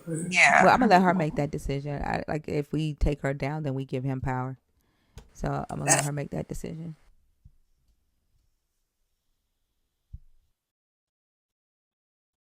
Robin, I don't know if you can hear us. Just want you to know that we're still here. And if you need to drop, you can drop. But we're still here. When you're ready to come back, just come back.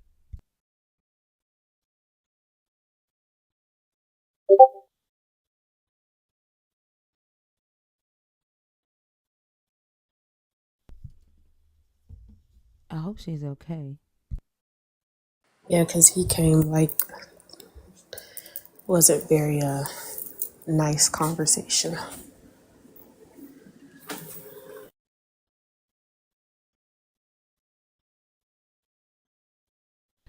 If you don't know how to unmute just touch your profile picture and hit the microphone, or comment in the comments and let us know when you're back or that you're safe.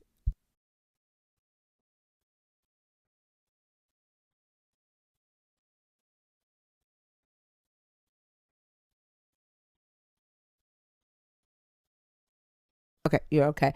All right. Do you know how to come off mute? Or if you need to drop, let me know and I can take you down. She commented and said she's safe, so that's a good thing. Um, okay, you need to still be on mute. All right, we'll hold on for you. What kind of coffee did you make, Thinker? Just black coffee with 3 sugars. Ooh, I can't drink perfect. coffee with cream. Like my coffee black too. Yeah, Not like Like I like my y'all don't get milk coconut flavor or nothing. I don't like any flavor in my coffee. I don't No. see. every once in a while. Ew, I can't. Mm. Straight up black coffee though. No cream. No cream. I can only do like lactose free, like powdered cream or oat milk. I can't even tempt myself and doing something else. I tried to drink vanilla flavored coffee. Ew. Ooh. Have you ever tried? Do you know what a Wegmans is, y'all? Mm-mm. I know Lala, you know. Yes, of course. I miss Wegmans so much. Look, thank you. Lexo, that is too much coffee. What's that? 18 cups Oh my today god. alone. Uh-uh. Oh, Chill out. Lexo, You that is drinking any way too water? much coffee. Huh? I say you drinking any water with all that coffee? Mezzo, somebody block Mezzo, please. Yeah. But I can see Mezzo singing this song. They have blueberry, like a blueberry vanilla roast, and I thought I would hate it. I promise I did, but oh my god, so good, so good. I was like, A why? blueberry coffee? What? Or when I say it's so good, it's good No. though. It's good. It's good. It's good. It's like a Mm-mm. blueberry muffin. Like that's Ew. what it is. No. Mm. What about a rum? Would you have a rum? Like a rum coffee? I I would put rum in my coffee every now and then. Yeah. Mm-hmm. But it still gives that strong bitter taste. Like I don't think coffee should taste like anything. I don't know. Like I it mm-mm. It just it's no Just longer fuel. That's coffee. it. You said just what? Fuel. Yeah. Yeah. Mm. Like that's what Okay. it's supposed to be. And then like the smell of the coffee, the cocoa Mm. release, like it has to be strong and it has to smell like coffee. Anything else it's not coffee for me. I don't know. Robert, I'm gonna leave you on stage, just to let you know that we're still here with you. Okay, I'm gonna bring up another guest, but stay right here and then comment and let us know when you're ready to come off of mute. Okay. Okay, we're still here with you. Ocean is love. How are you? Yeah, she's okay. She just commented. Oh, Ocean is love. I didn't even know I was up. Okay. Um, wow. Okay. So I did want to comment on the gentleman who was talking about um Well, you what know I is don't this? let people comment on other people Oh, well, I conversations. just wanted, well, not commented on him, but just the soul. I think the question or the topic, what is the soul? Where is that Okay. All right. Go ahead. one? Just from what I understood from my years, and I'm deconstructing, I'm 47 years old. I've been deconstructing and I've been on your life before. But what I learned when I was in church was the soul is the mind, the will, and the emotions. That is what I was taught that the soul is. So I don't Which makes know. sense. So That with makes sense. I don't know what all this other word salad is that everybody else is talking about, trying to like make the soul something else. But it is just the mind, the will, and the emotions. And but how would any of that be judged after death? That's the And I know you're deconstructing, um, and I think that that's what people are meaning when they say soul, right? Like, and when they say mind, sometimes what I'm learning is that they think the mind is different from the brain. And that's ignorance. Yeah, And that's why people like Trump supporters, they're anti-intellectuals. They really don't understand what words mean. Like, and that's even just listening to what he was saying. It was so circular that he couldn't even keep up with his own train of thought. It was just weird.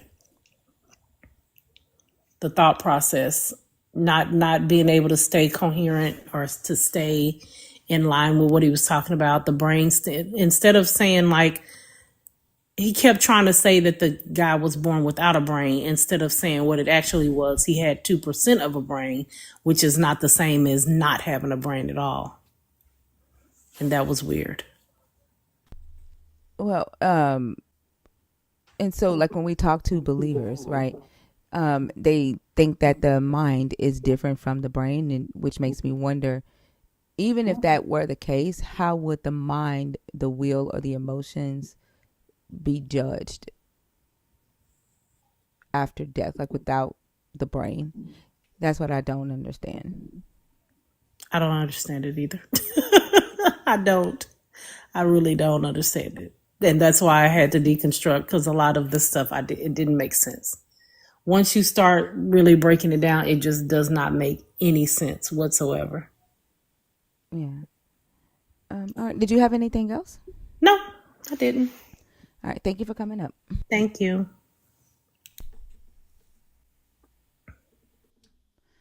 Yeah. Y'all remember the rules of the space. Like, I don't like for people to bring up other guests when they're not here, because they're not here to defend anything that you say that they said, or if you say anything about them. So please keep the conversations to yourself and then the people that you're talking to on stage. Let's see. It's hard to have a conversation about somebody else's thoughts when they're not a part of the conversation. This person is not connecting.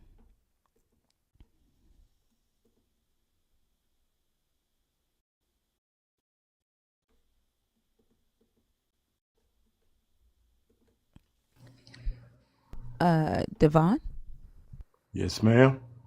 how are you? I'm fine. But and yourself? I'm doing good, thank you. Are you a believer? Are you deconstructing? Or are you an atheist? I am a definite believer. Okay, and what topic did you come up to discuss? Um, I listen to y'all quite often because I kind of enjoy y'all's commentary a lot of times, and that last topic that you have on there, hate. I'm an older guy. I'm 54 years old, and I got my reading glasses on, and I still can't really see it that clear. So I'll it read it says for you. hate towards the rainbow community is about toxic masculinity and ignorant bigotry, Not not seeing sin all or the. reproduction. I said, yeah. I believe it or not, that's the first thing that I honestly agree with from y'all because uh, toxic masculinity is part of the reason that a lot of people they they ascribe to the Bible in a different way. They use most people use God's word as a weapon. And I'm recently studying the Bible, and I study it really really hard. And the book is honestly about Jesus and where our eternal soul is going to be after this life. And I hear a lot of people talking about different things about how such and such is wrong and this and that. And the thing about it is the Bible clearly expresses who are we to judge. We can't judge anybody. So as far as like the things that y'all talk about going along with the Bible, I'm not going to judge you for that. I'm not going to judge nobody for that about the way they feel about anything. But in my opinion, the Bible preaches love, and that's it. Love for your fellow human being, love for all of mankind, and that's it. All of those little words and technical words that people from different sects of Christianity like to throw out there to do this and do that with makes no sense to me. Like, you kind of went all around the world. I did, but On this I'm sorry. Hello, I didn't talk when you were talking. Thank you. that was rude, but because I was honestly trying to be polite, but But that's not polite, right? Like, I didn't interrupt you, even though you didn't stay on topic, right? I didn't interrupt you. I let you say what you needed to say, and and now it's my and, turn to speak. and you were going to put me back on topic, and I know that's exactly what you were going to do. So I was going to get back on topic because I realized And that you I. think that that's okay, right? And when I say, hey, I didn't interrupt you, you just continue talking. Just continue to, press forward, right? And say what you want to say. That's the polite thing to do. I didn't do it in a rude way. I It did doesn't this. matter what the way you did it Oh, okay, doesn't okay. matter. It's still rude. We're past that. No, Okay, you're past that. I'm not. This is that what, toxic masculinity shit. no, And then I'm you not. say, There, that this there's no Bible is about toxic love, but masculinity. like Why are literally, you talking while she's you're talking? not exemplifying that love. Like you're not. You're exemplifying exactly what this Bible is about. No, I'm not. Yes, you are. Yes, you are. There, Like there. you do not respect boundaries. You don't expect to give to people what you expect people to give to you.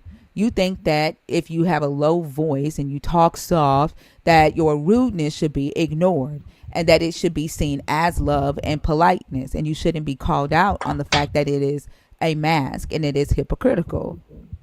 Now, for that same level, you were scolding me just then about what I did wrong, and you had another one of your participants in this conversation jump in to that That's her conversation. job. That's what she's here for. But she wasn't being rude, though, was she? No, she wasn't. That To is her interrupt. job. She is the moderator. That's what to a interrupt. moderator does. But there are times that I hear y'all's conversation and everybody constantly jumps into other people's conversation. That's not true. Like, especially on this stage. My neurodivergence can't even allow that. Unless someone is up here being rude and saying a bunch of rude shit, then yes, we do go in on that person. And I warned the person beforehand, if this is what you want, then this is what we'll give you. But other than that, it's usually one person talking at a time, and that's for my fucking mind. So that's not true. Now, are you going to move on and have a discussion? If not, you can drop.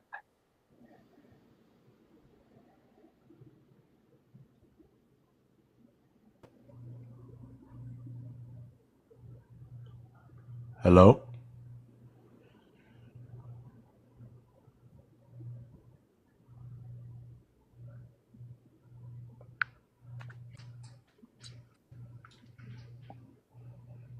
Robin, are you okay? Yeah, I'm great. Are you ready to get back to your conversation? Absolutely. Devon, thank you for coming up.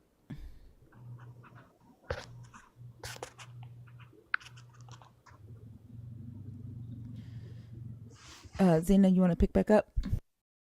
Yes. So, Robin, you were telling me and just kind of describing like what your mindset of a soul is, right? And just kind of going back to the topic. Can you tell me with that description of, like you said, you felt like the soul was experiences with other people and things of that nature, right? How do you think that's going to be judged when you die? And can it be judged when you die?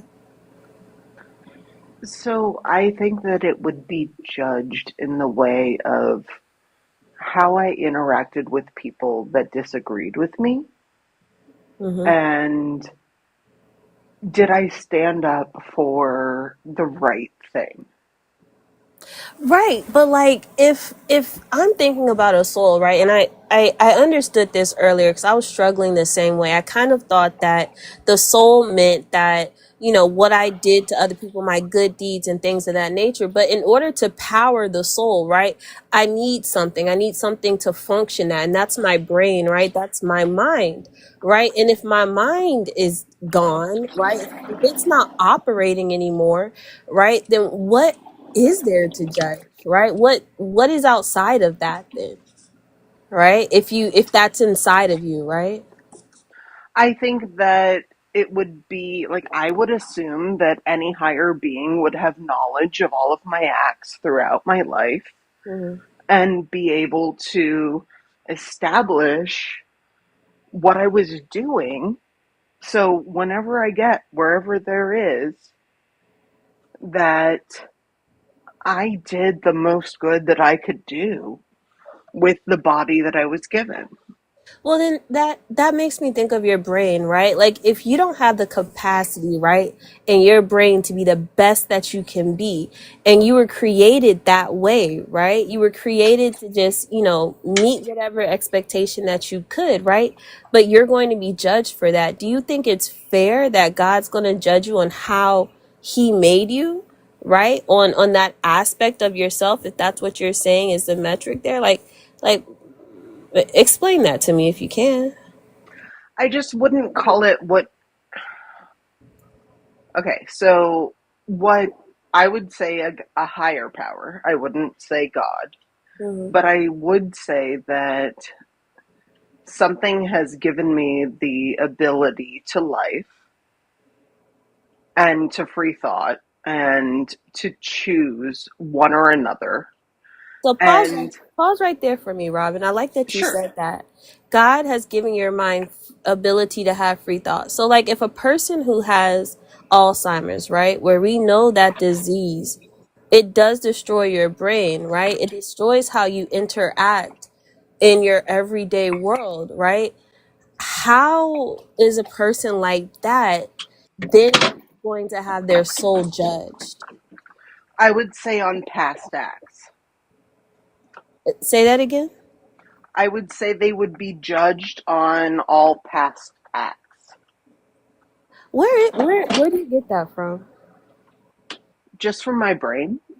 Just from, so like that's just a feeling. You don't really have any kind of evidence to back that up.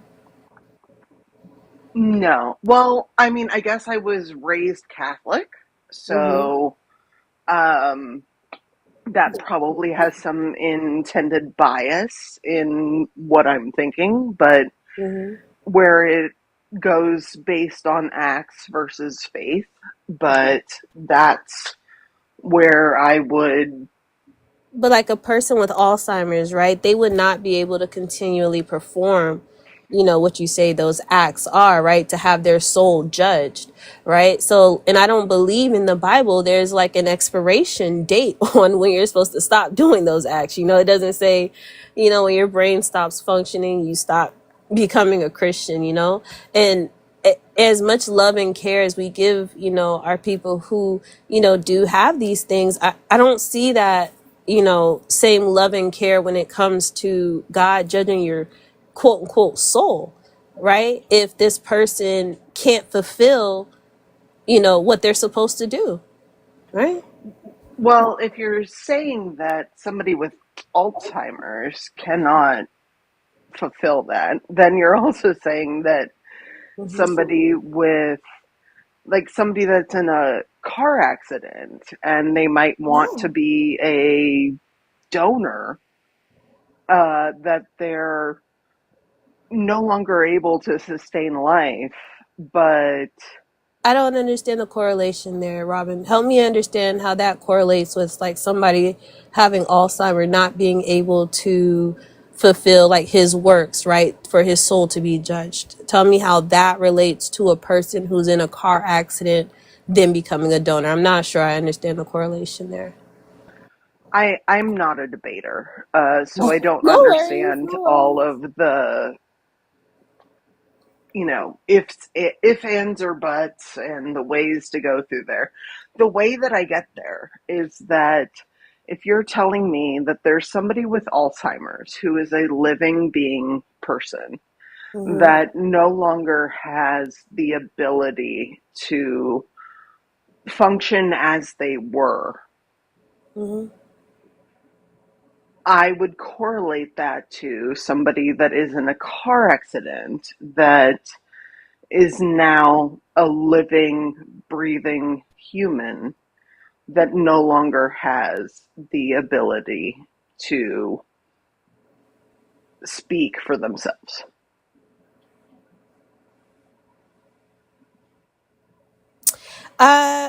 I'm still lost there, Robin. I'm not gonna hold you, but share with me, how would that person's soul be judged then, right? If they're in an accident, right, they can't operate how they used to. Again, my question was, right, is there a time frame or when you're supposed to stop doing these deeds for your soul to be judged? And I know it's a little circular, but I guess I'm trying to establish that as well, right? Like what comes the point where like if my brain on this human level, this realm where I'm supposed to be collecting all of these works, doing all these things, right, to show myself approved for this God, right? And you told me, right, that you established the soul, right, via the things that you do in this life. So how is that soul, right, that me, frankly, I believe it, I'm going to have like a thought process about it, how I think it might actually just cease to exist, after our brain function, right? But you don't hold on to that belief. You believe that it's going to ascend somewhere and it's going to be judged. But I feel like there's a linchpin in this thought process. If, hey, I can no longer perform what my God tells me to perform, right? I'm stunted now, right? So how is my soul going to then, carry on, right? How am I going to be judged for things that I quote unquote should have been doing, right? Or maybe I didn't get the opportunity to do, right? How is there proof that this is going to happen? And that's where I would say it goes on past acts. Hmm. Past acts. So what if I didn't fulfill all of the things that I was supposed to do? Do you think I'm still going to be judged? Like, is my soul still going to like go to heaven and he's going to say, hey, because you, I don't know, took some wrong medication and now your brain is no longer functioning and you no longer can do these things, right? Do you think that's a possibility? I would hope that any favorable God would not put that limitation on it. I can understand that. And you said something earlier, Robin, that kind of got me, where it talked about the nature of the God being loving, right? Do Yes. you think a loving God, with all the constraints we talked about, like, brain disease happening or even a car accident happening, right? Knowing that, hey, I'm going to be judged on my past acts, but say for instance, if that person didn't get it right, Robin, like say for instance, they, maybe 2.5 seconds earlier were supposed to receive salvation, but they just didn't get it, right? So if they're going to be judged on these past acts, right, that make up their soul and your thought process, right? I want to understand how a loving God sets the stage up for this to happen. Well, that's why I believe in a loving God for all people, and in which whatever their loving God is. That that doesn't seem to be biblically based, Robin. I don't understand. You said no matter what their gods are, because he says there should be no gods before me, right? He Right. makes that very, very clear. In fact, he was gifted, right, the children of Israel, excuse me, from his father, right? So he's very, very jealous, very, very possessive, right? He's very strict too, right? For all the things that you're going to be judged on, right? He's pretty blatant about what he does and does not want you to do, right? So, and one of those things are to not worship other gods, to not have other idols, right? Idolatry was a huge thing in the Old and New Testament. So I'm Hmm. not sure if that is something that's biblically based. Well, I would agree that it's not biblically based, and that is why I believe in essentially all gods. I believe that all people that follow any religion are moving towards what they believe is their faith. Then you don't believe in the Christian God. Then you do not believe in like God, Jesus' father. Like that's not what you. It can't be, right? Because what you're telling me is, are you okay, hon? Yeah, I'm fine. Okay. What you're telling me is just gonna straight up lead somebody to It's the hell. pollen. I'm so sorry. Oh yeah, yeah, yeah. I've definitely had my share of pollen, for real, for real. But it seems like what you're sharing with me is definitely just going to send somebody to hell. And I know that sounds really harsh, but it really is, to tell somebody that, hey, you can be a Hindu and a Hinduist, but God is still going to love you no matter what. He doesn't say that, Robin. He purposefully destroys other nations because they reject him, right? He invites his children to violence, right? If they reject his offer, right? So I'm not sure, and I agree with you, right? It's not biblically based, but I still don't understand your premise here, right? Inviting other gods into your religion, I don't. Share that with me. I don't understand. And how it relates to your soul being judged, because again, it doesn't matter what God that you choose, right? It could be Allah. If Allah is, sending you down here, right, to be judged on your past quote unquote acts, right? And again, you didn't have time to like fulfill those acts or understand your purpose, and you go to heaven, right, with your concept of hell, excuse me, of a soul, right? I'm not sure that's a good thing either, right? I don't think I would want to adhere to that religion, and I definitely wouldn't adhere to Christianity either. What do you think, Robin? I just believe that there is a really, like, so many things are going bad in this world, right? Mm-hmm. So many things are happening. I do not agree with so many of the things that are happening in the United States right now. Well, And mm-hmm. I just think that people should believe in what they believe in, but Mm-hmm. also have a clear conscience and understand the information that's going around them. But that doesn't lead me to the question at hand, though, Robin. Right? That Okay, doesn't. I'm sorry. No, you're okay. I appreciate you engaging me, right? And I know we're kind of going down a little bit of a path here, but that doesn't really help me understand the question of, God accepting other people's gods, right?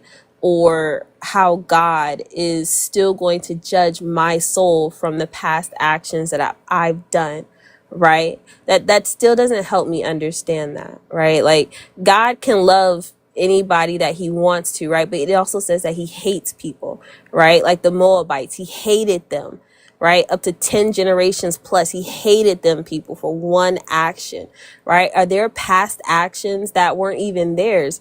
It was their ancestors. Are they going to be judged by that? Is that the definition of their soul? Is that a defining moment that carries over to them, right? Because that's what it says, right? They can't get into, what is it? Heaven, right? Like the Jewish version of heaven, right? They can't get into it, right? They never will be able to, right? So Yeah, I again, am I I'm not fuss with like your very version of the Bible and what you're kind of taught. I'm sorry, go ahead. I was just going to say that I'm not, like, I was born and raised Catholic. Mm-hmm. I have gone to college. I have learned about Eastern religions. I have a dabble in a lot of what's going on in the world. I Mm-hmm. do not know the like the like little itty bitty bits of all of them. Oh, and I I can understand that. Yeah. I would say that I would not exclude someone, like, essentially this is my issue is like, um with my mother, who is now a born again Christian Baptist, even though she was raised Catholic her whole life.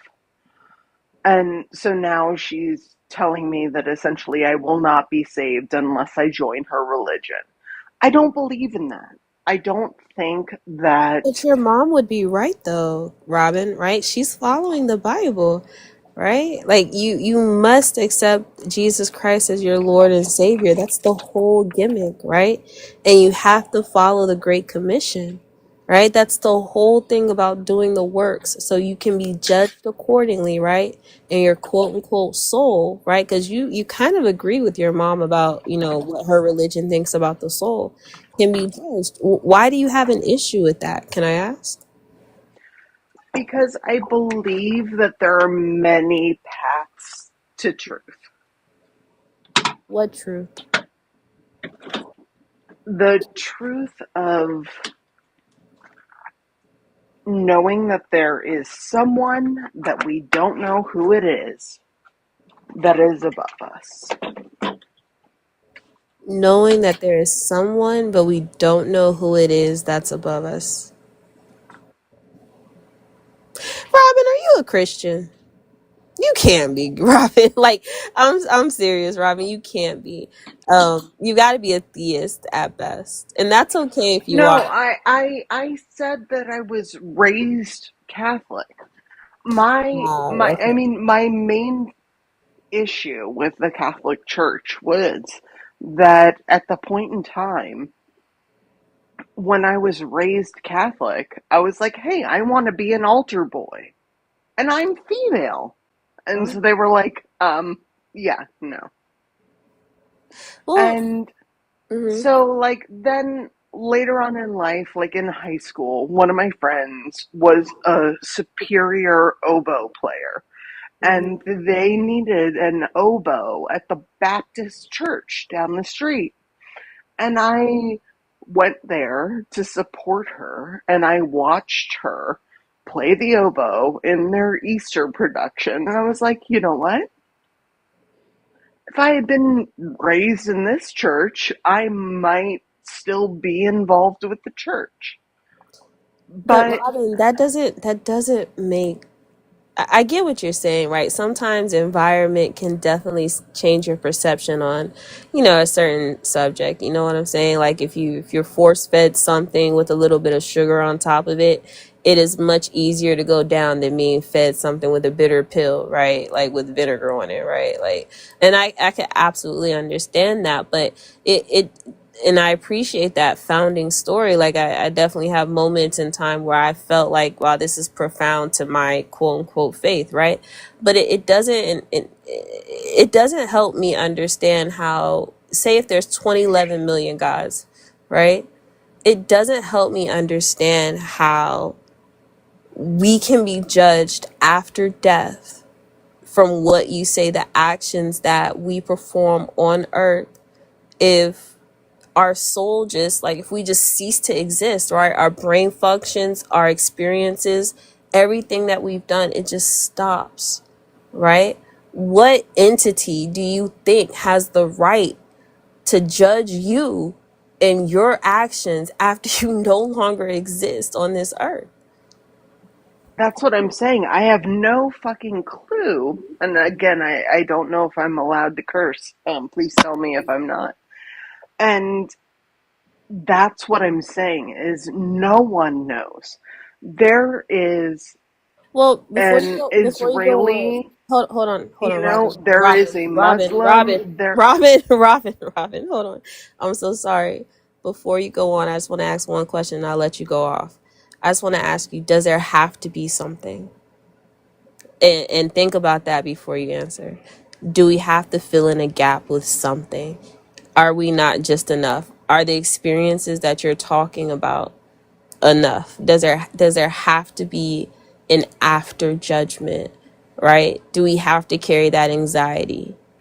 But go ahead. I just wanted to put that out there. Well, if I spoke from what my father told me, or what I know about my father who has passed, is that there is nothing after. And I feel that pain about my father passing. I'm sorry, I don't mean to cry. No, it's okay. My dad died in 2018, so I can definitely Yeah, empathize. Please feel free to take whatever time you need, a moment there. Yeah. my father passed in 2007, and Oh, he was my.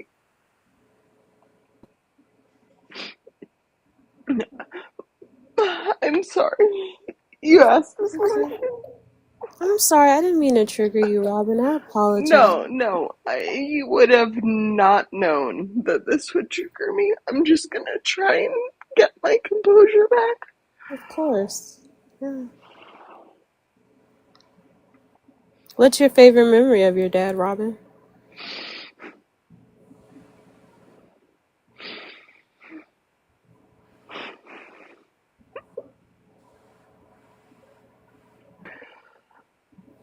I just think back to when he was watching Star Trek.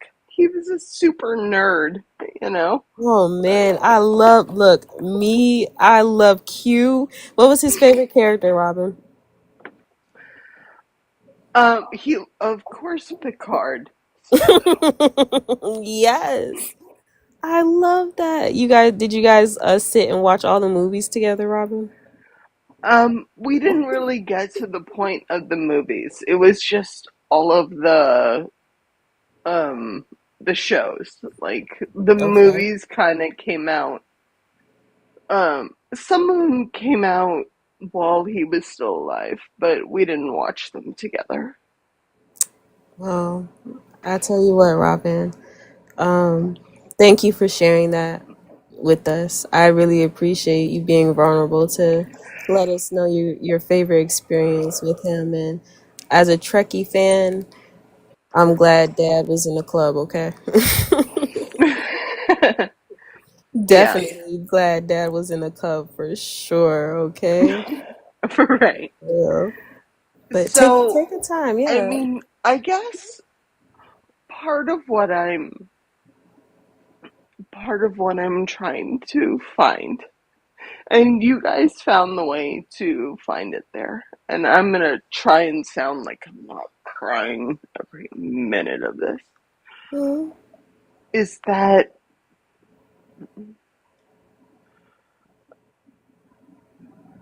my dad was very adamant about not letting me know his religious beliefs Mhm. and very adamant about not knowing his political beliefs. He wanted me to observe the world and determine for myself.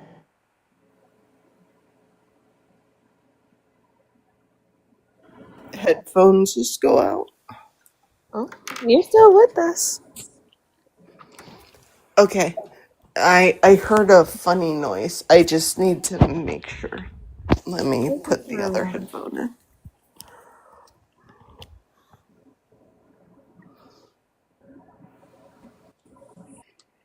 Am I still here? Yes, you are. Okay, sorry. I just wasn't sure. I heard the like inevitable Apple da da da da da, and you're Yep. not connected. So I just like I he was so adamant about not letting me know what his beliefs were, and he wanted me to find my own for my own being. I He passed away in 2008, and I still don't know if he was a Democrat or a Republican or if he believed in God or not. And I think that's a gift Mm. because it allows me to decide for myself.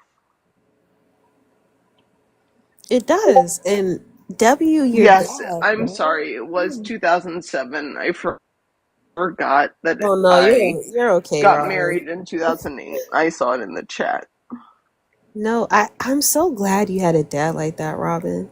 Like, and I I hope, my hope is that, you know, after this conversation, and I don't know if anybody else wants to jump in, but I really hope that you do take his advice to heart and expand your brain a little bit more and let this question really tease your mind, right? Like, after you cease to exist, why would you give some entity power to judge you when it was your first time being a human, Robin? It's our first time. Like, I know people think about past lives and things like that, but imagine being judged, right, on a test that, you didn't have time to prepare for, and it's your first time. That doesn't seem fair, does it?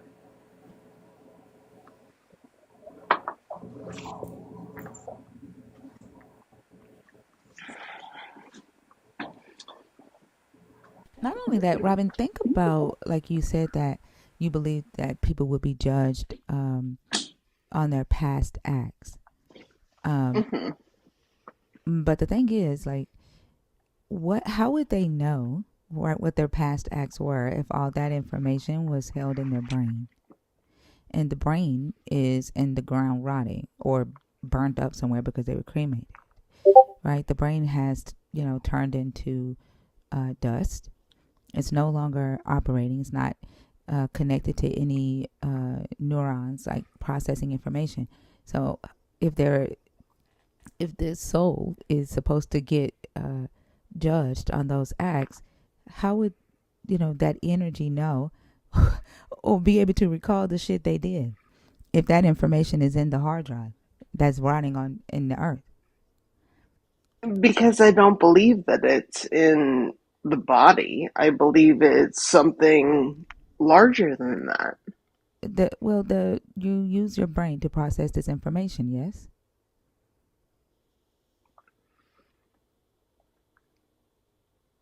Yes, but there is also what I believe is that there is a being that is processing and receiving the information that Yeah, you are but how would processing. yeah, but how would you know? How would you, like, as this, you would be just energy at that point. How would you be able to recall? Like, let's say that being does exist, and that being, says you did such and such when you were 12 years old. You, as the energy source, who is no longer attached to this brain, you can't go back in your hard drive and recall whether you did that. No, you would need to rely on the higher source. Right. And that makes sense to you. That the higher source would be able to just tell you what you did, and you don't have any mechanism to be able to process what the higher source is saying to you. Like, you're just an energy source.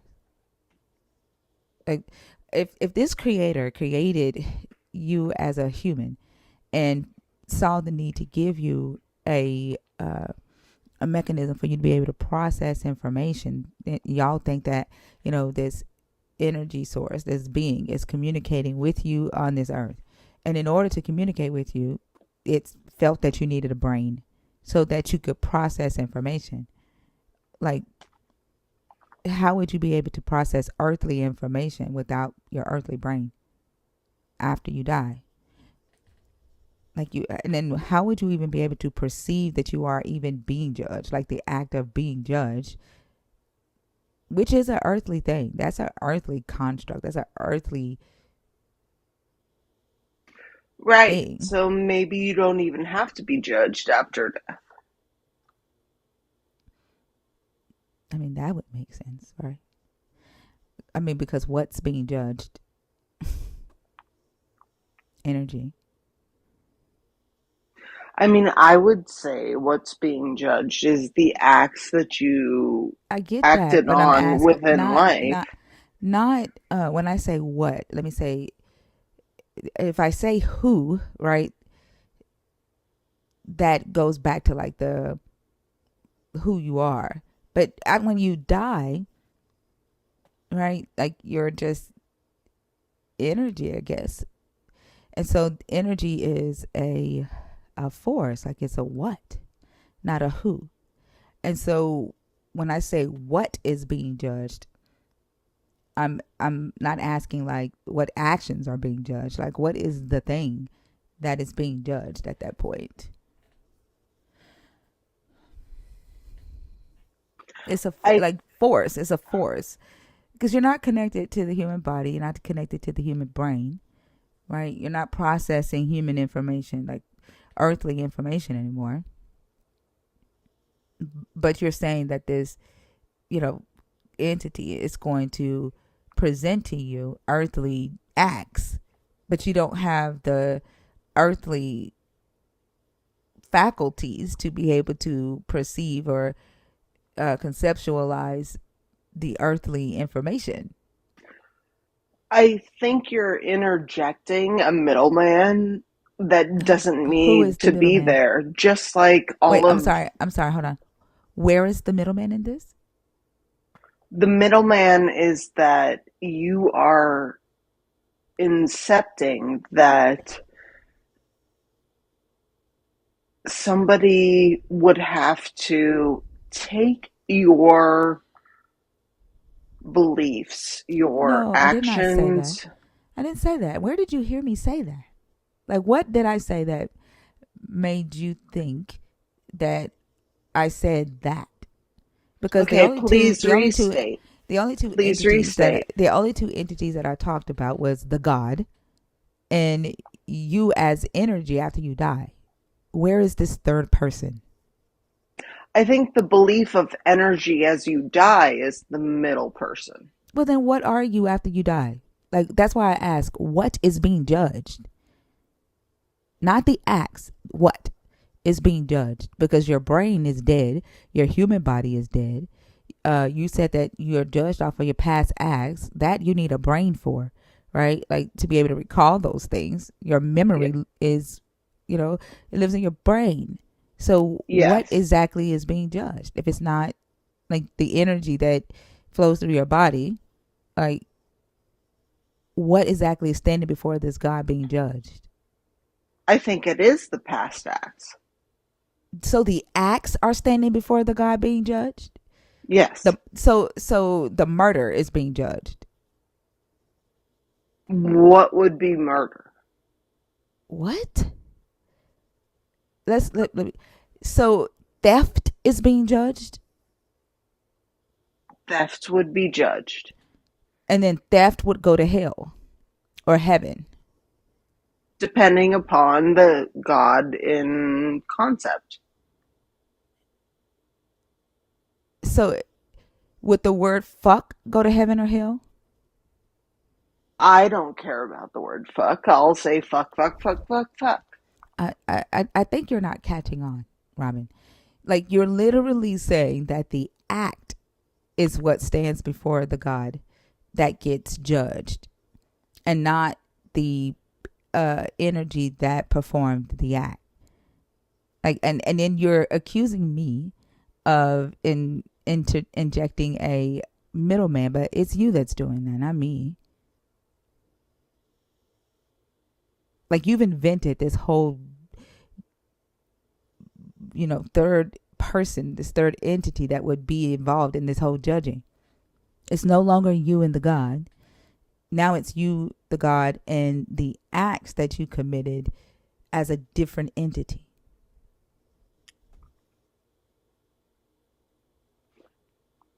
Okay, I concede. Please tell me how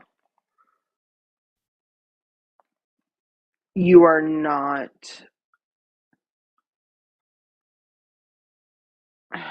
Sorry. I can't compose a complete sentence. I just feel that everyone should be able to believe in their own God. It should not But be who's talking about that? prescribed to Who's talking one about God. that? Robin, I'm not talking about that. Like, I don't care about that. I didn't say anything about what God you believe in. I don't know why you're taking me down that road. I'm sorry. Please continue. Are you okay? Like, it I'm seemed like you were tracking the conversation very well when you were talking to Zena. But for some reason now it seems like something has happened. I I just don't understand your logic. You don't understand the logic of the fact that you are saying that past acts are what will be judged after death. And those past acts are the things that you did while you were alive with a Yes. brain. And in order to recall your past, do you not need a brain to do so? No, I believe that any God would be able to see into my past But I acts. didn't ask if a God can. I asked, would you be able to? Why is that relevant to the discussion of Because you're religion? like, if you went to your child, Robin, and you told your child, I'm going to punish you for what you did last week, and your child has amnesia, and your child cannot recall what they did last week? Is it fair for you to punish them for what they did last week that they cannot recall? Well, who's determining who they have amnesia? Robin, I hope you have a good night, okay? Oh, don't kick me. No, you got to go. I don't know what this is, and I'm not interested in entertaining it. Okay. Good All right. luck. I love Have a you. good night. Good night. Hmm. The fuck? Did y'all see that flip? Yeah. Did y'all see the flip? Yeah.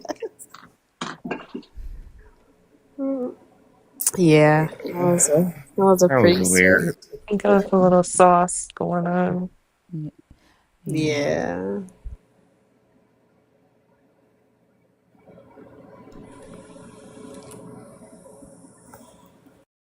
Also, hello everybody. How you doing? What's up, Oso? Oh, hey. Show the dog.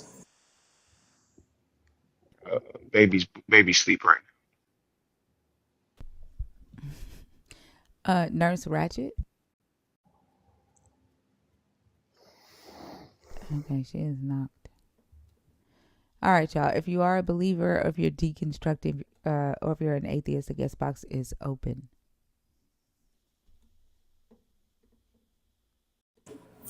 I don't think she liked the fact that you made it very real world, like very logical. Like, if how, and I like how you put that. How in the hell, if I don't have a functioning brain, what is used to actually make the decision, right? How can I look back on those past actions if I don't have the tool needed to commit those actions in the first place, which is a brain? I think that's what really got her, like, plus probably other things. But And she didn't want to engage with the amnesia question. Like it nope. her response was the most illogical response and gaslighting response ever. Like her asking, "Who's to say that he has amnesia?" Like literally, I just gave you a hypothetical, and you like, what the fuck kind of question was that? Yeah, she started misfiring, but I don't think she was misfiring because she was drinking or anything. Like it was the cognitive dissonance, because she literally said, like, I don't understand your logic. Like she tracked Xena, like the whole conversation. I sat here and I listened. I even took notes. Like she tracked Xena the whole conversation. And the moment that I asked her that, all of it, like she just, it, like the flip, like the switch just turned on. She just switched. She didn't want to engage with logic. Mm-mm. That's something that if like you keep it light, like you keep it light and fluffy in the mystical realm, right? It's, oh, I can talk about those possibilities whatsoever. I can pick whatever God I want, right? I've never ever heard in my life somebody say that the one deity is just going to make an umbrella of all. I've never heard that one before, but um, I don't know. That was a very big jump from what she did. That was interesting. Do you And the see fact what that the it was fuck a she's saying woman. in the comments right now? Ah, shit, Robin. Make it out. Do Robin. you see this shit? Robin, why the hell would Mm-mm. you say that?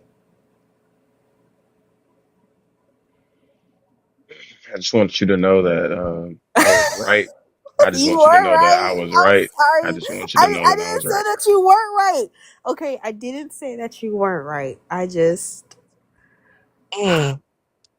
I had hope, okay? The crazy thing is that, like, I don't even give a fuck what she's saying right now. All that matters is that in that moment, somebody was presenting signs of that they may have been in danger, and fuck what she's saying right now. But like that, it's crazy as hell, and that's her not wanting to deal with the logic. And somebody said, "Well, I think she's hanging on to the grief of her father."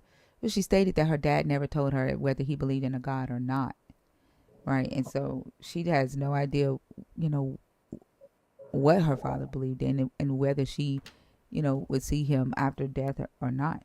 She don't know what he believed in, and that's why she kept trying to talk about different gods, that the God is acceptable of different gods.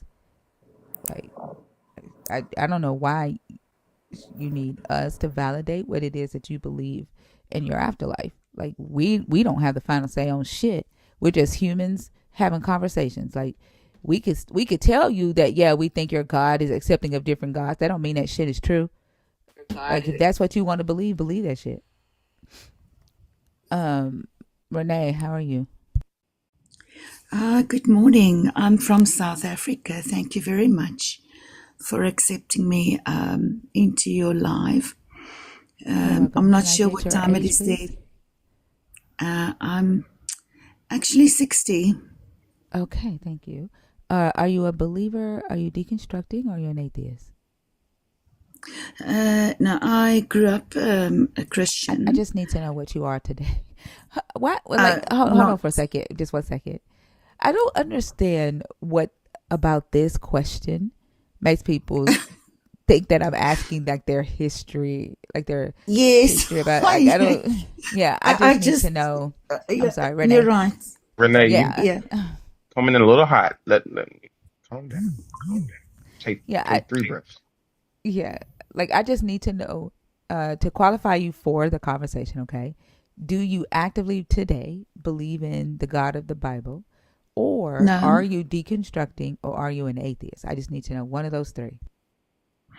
No. I'm agnostic. Okay.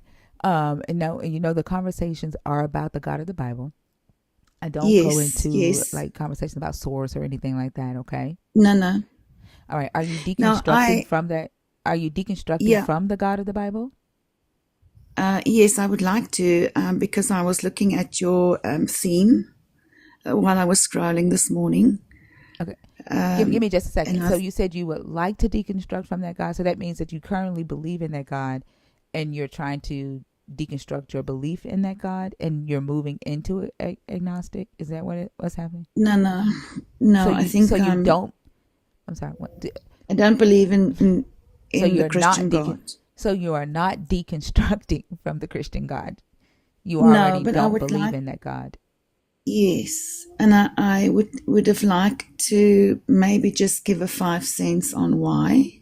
No, that's okay. I'm just trying to figure out if you fit the conversation, and it sounds like you don't. Right? 1 second. It sounds like you don't fit the conversation. Right? Like, you are not a current believer of this God. You are not currently deconstructing away from that God, and you're not an atheist. So you wouldn't fit the target discussions that we're looking for. Okay, all right. Okay. Thank you for coming up, though. Okay, have a lovely evening. Thank you. You're You still too. evening there? Yeah. Bye Well, bye. it's like 2:00 in the morning here. So Oh my goodness. yeah. Okay, guys. Bye. Thank you so much. You have a good one. Okay. Bye. Mm-hmm.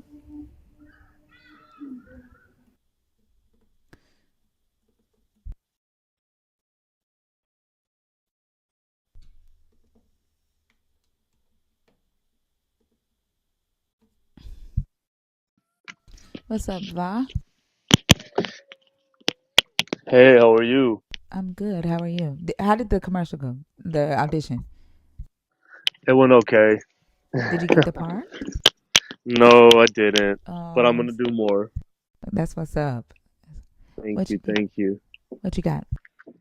Oh, nothing. Just wanted to stop in and say hi. My condolences, for your cousin passing away. That's a terrible situation. Thank you. I appreciate that. Yeah, of course, of course. Um, yeah, no, I just like been listening to you. You had me up till like 3 last night. I was like, ah. Sometimes it just gets so good. I'm like trying to get off, but I can't. But yeah, just wanted to stop in and say hey and um, just check in on you, make sure you're doing okay, and let you know I'm loving the lives and everyone's so smart and Um, just so nice to just have some adult conversations and make sense of some, confusing stuff. So I love that you do that. Well, thank you, Va. I appreciate that. Yeah, of course. I was listening last night and that one chick, she was What? cracking me up. Va, Huh. why you call that woman a chick? The yesterday night, Y- girl, female, The sorry, woman? woman, excuse me. Uh, well, you Yeah, talking about Brooke, was it Brooke? the one that came up and said she don't wash her hands? Mm, no, it was this girl. She was, you guys were like talking about, she was like, she sounded very like, oh my God, like, I'm just trying to make a point here. And you guys I were don't talking for remember. like an hour last night. That was Oh, cracking me oh up. my gosh, I know who you're talking about. Yeah. Man, what's her name? She defends the patriarchy. Um, Yeah, mm, yeah, I know who you're talking about. that was just comedy right there. I was like, uh, but yeah, I Yeah, was I trying to think he's see talking what. about Audrey, but that was the night before last, right? Audrey didn't come up yesterday, did she? I don't think. I forgot her name, but she just she was just like sounding so like California white girl, like totally. Oh my God, totally. Yeah, I don't know. it was I don't know who you're hilarious. talking about. I have no idea.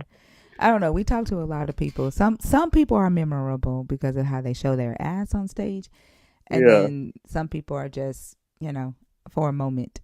But yeah.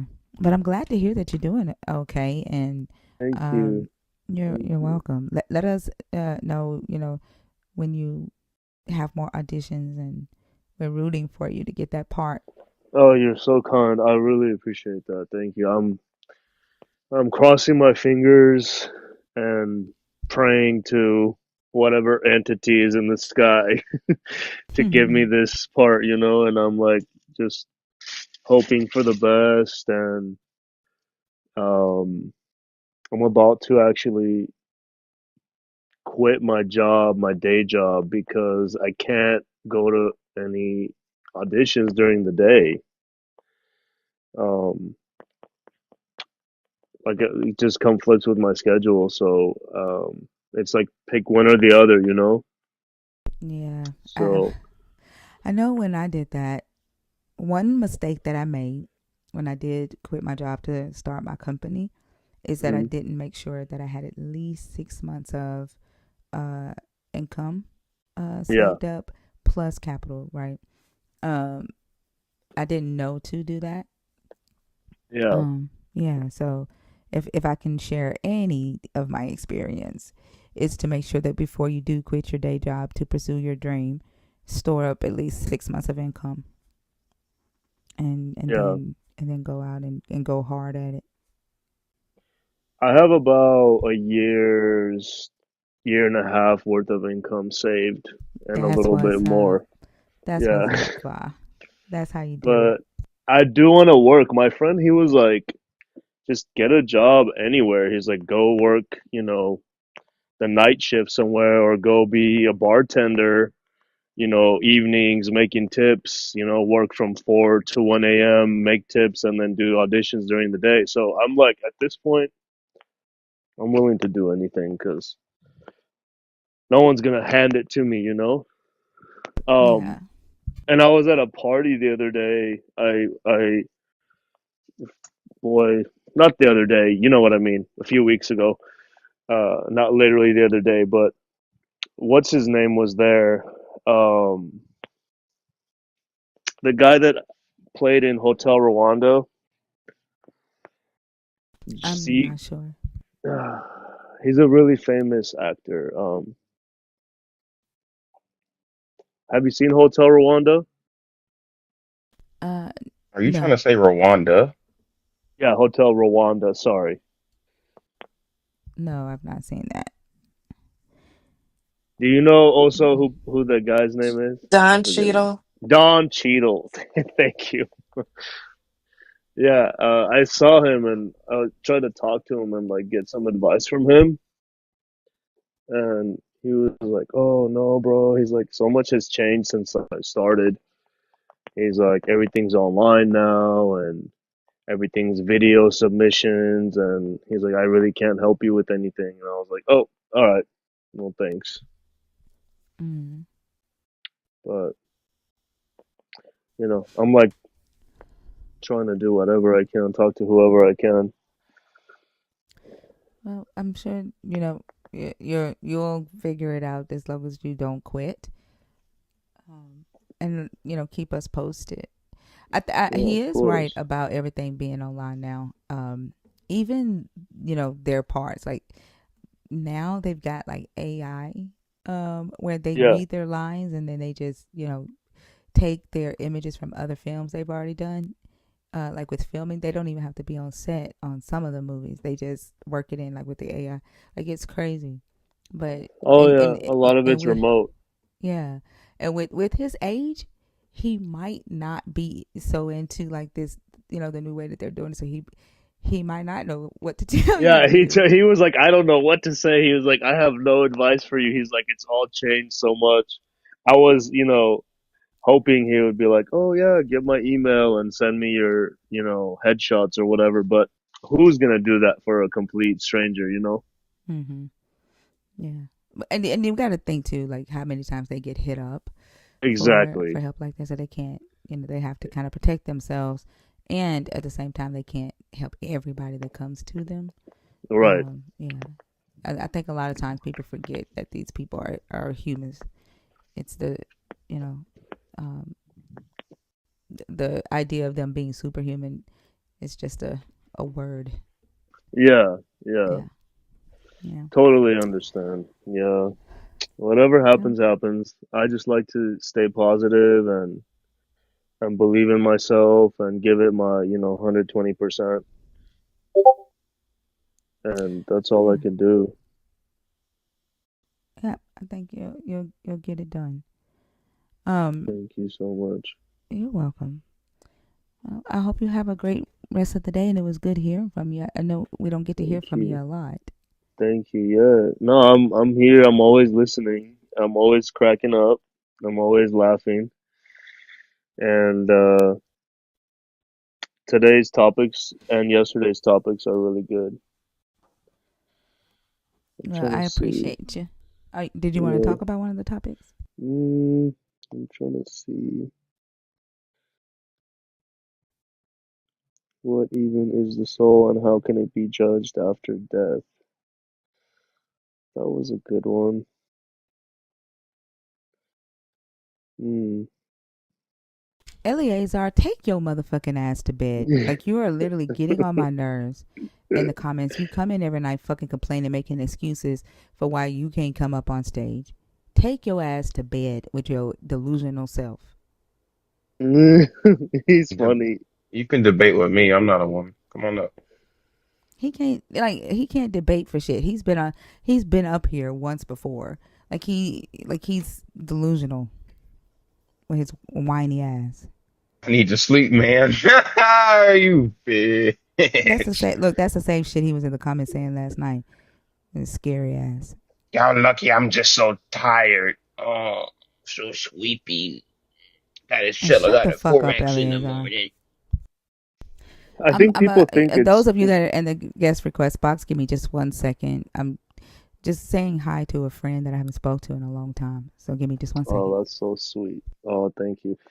Um, yeah, go talk to them and I'll come back up if I want to do that. I don't want to take up anybody's, space, but um I appreciate you pulling me up and I'm gonna be listening and have fun and do what you do and um Your voice is just so calming and soothing. You're well. I think these motherfuckers got some type of kink. It's like, you know how like you be at like a concert and you hope like your favorite artist like says your name, or you know do like the thing to them. Like if a person Yeah. is known for something, you want them to do that thing to you. This motherfucker in the comments like is trying to get my attention. He wants me to talk shit to him the way that I talk shit to Eleazar, and it's just so fucking weird. It's like, hey, look at me over here. Over here, look. Host. Like, it's fucking weird. So funny. Well, I love you, Va, and I Love you hope you too. have a good rest of the day, and keep me posted Thank on your you. auditions, okay? I will. I will. I really appreciate you so much. And yeah, I'll try to come back up in a little bit if I want to talk about one of the topics. Okay, sounds good. All right. You have a wonderful night and all the best. Thank you. You too. Thanks. All Bye right. bye.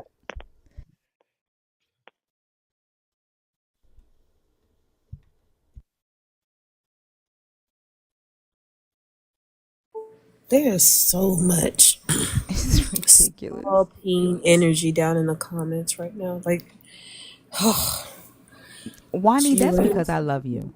That's why I'm I up here. whatever. Also, I told you Lacos. about the skin in your fucking teeth, also. You almost didn't make it, friend. No, I'm joking. I loved Oso from the moment he came into space, like fucking cowboy hat, PFP that he had. But no, yeah. Is it Christine?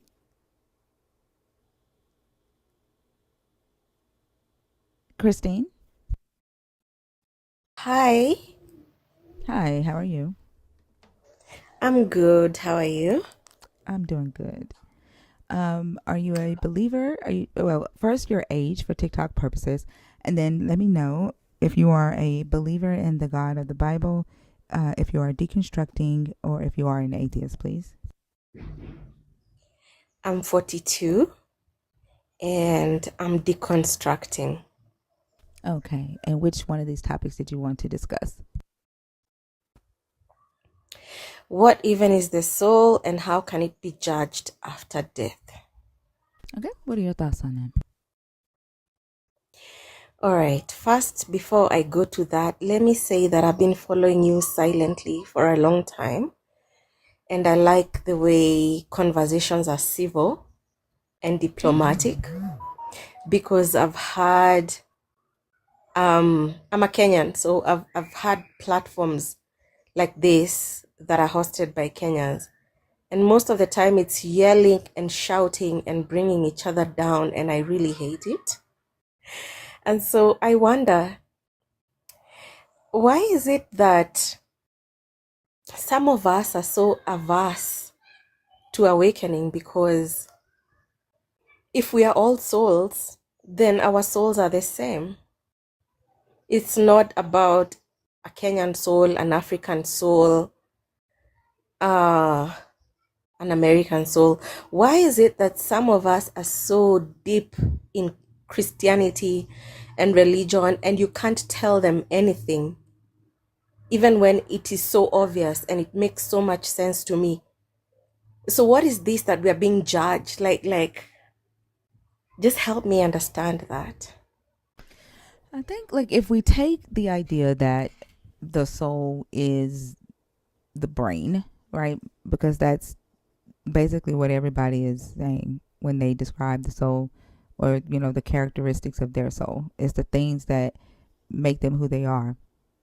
Then what's being judged is the Americanness, the Kenyanness, the culture that the person holds, and whether there is, uh, you know, uh, conflict between those cultures, discrimination, bigotry, like the fact that you know, whether you are a female or male or non-binary or trans, the judging comes from other. If we are calling the brain a soul, the judging is coming from other souls, other brains. because of the information that makes the soul what it is.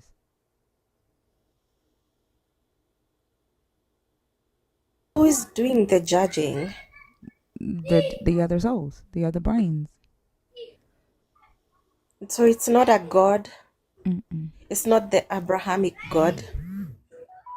If that brain holds the Abrahamic God in it, right? If somebody believes in the Abrahamic God and they believe that that God is in them, right? Like the information of that God, what they believe that God's will is, what they believe, you know, that God's desires are, then it would be to them the Abrahamic God judging. But it's literally just us judging each other. All right. So that If the means, definition of what they are calling the soul is that, right? Like, because when I ask the question, "What is a soul?" the only answer I keep getting is the thing that the brain does.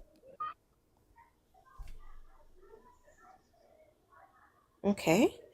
So that means that if I, as an individual, don't judge myself that way, then I will not be judged at any one point because it's just other souls and my souls judging me eventually.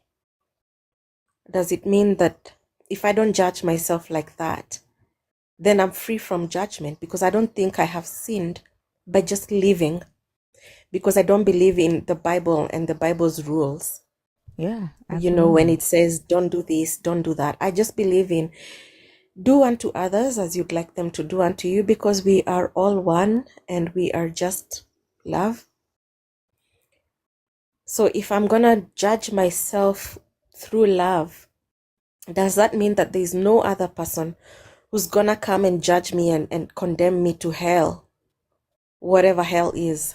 I think I think at that point in time where do unto others, do to people what you want people to do to you, it's a good uh concept or a good moral standard to have back then, because back then it's like, oh, don't starve a person out because you don't want to be starved. Don't harm a person because you don't want to be harmed. But today, because we have all of these different religious concepts,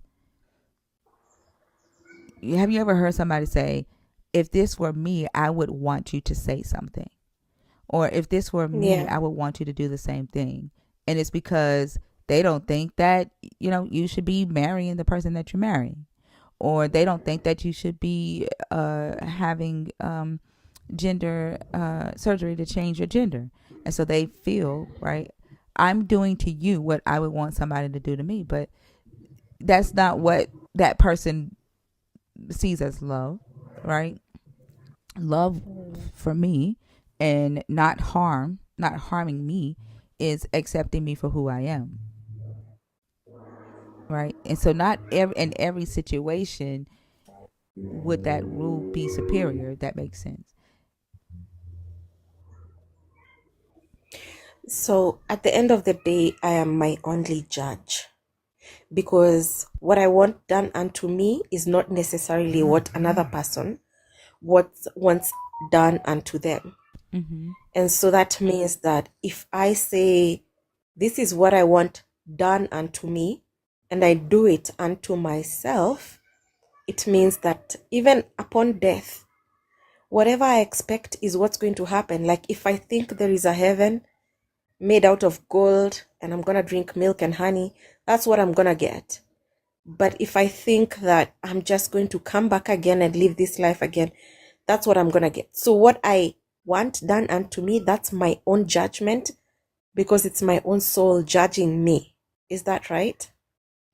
I don't know if it's that simple though, right? Because there are times where we are judged by other people and it could be warranted, right? So I don't know if it's just that straight line simple. I think it's very nuanced. Um, but when we're talking about judgment after, like when we're talking about judging who I am, then yes, it's you. And what other people think about who you are, it shouldn't matter. But to some people, it does, right? And are they wrong because it matters? No. When it comes to judging the actions of other humans, um, towards other humans, do we have a right to judge that and say, hey, you shouldn't, do that to that other human? Like, that's wrong. If we didn't have the right to do that, then we wouldn't have laws and we wouldn't have the right to enforce those laws, right? And then when we talk about judging after death, that's just a philosophical concept that no one can, definitively say what's going to happen after death. So I don't think it's as simple as we're trying to put it right now. Mm. Okay. And what's your opinion? What do you think happens when we die? What happens to our soul? Well, again, I don't necessarily think that there is a soul that is separate from the brain. So when the brain dies, when the rest of the body dies, then that's just death for me. Like, I don't think that there is life after death. But also, I've never died before, right? And let's say that I don't fucking know what happened, right? Like, I have no idea if I have died before, what happened after I died. Yeah, I get that. So the only thing that we have to go by is other people's accounts and maybe the Bible. And I can see some people Whose commenting account? and they're talking about, yeah. Hold on, don't engage with the comments while you're on stage. Whose account do we Oh, have to all go by? right. Like, who's died and come back? And I'm talking about Oh, died, not near death experiences. Who has died and come back? okay. I don't know of anyone who has died and come back. I just know about near-death experiences. The ones who are all over YouTube talking about what they experienced. So I Yeah, don't and know. those I don't are know if. like near death experiences are no different than dreams, right? Which is why Mm, no one's experience is exactly the same. They're dreams that that person had based off of the information that was in their brain, right? mm-hmm. And that's like, have you, when you are looking at these near death experiences on YouTube, have you noticed that none of them are the same? Yeah, they're all different. Yeah, because each brain, each soul has different information and different experiences. That's true. Okay, so this helps me a lot in my deconstruction journey, and I'm grateful. Thank you. You're welcome, Christine. Thank you for coming up.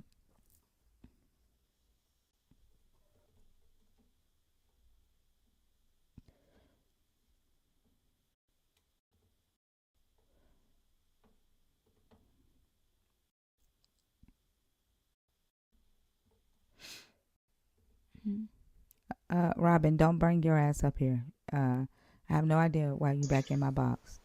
I'm not bringing you back up here, especially after what you said in the comments. Speak my mind. How are you? Oh, Thinker, I'm about to drop love, but I'm about to go to bed, y'all. Thank you Have a good so night, much for Zena. opening up. I really Good night, appreciate it. Zena. Good night, Lala. Good night, Oso. Good night, everybody. I'll be down. Amazing. Speak my mind. Sorry about that. That's okay. I'll take you down. Have a good night. You too.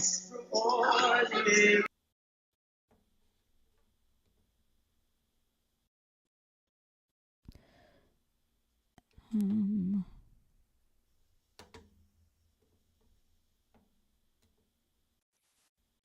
Cocoa bean? Becca, I'm so sorry. That's okay. I'll take you down. Have a good night.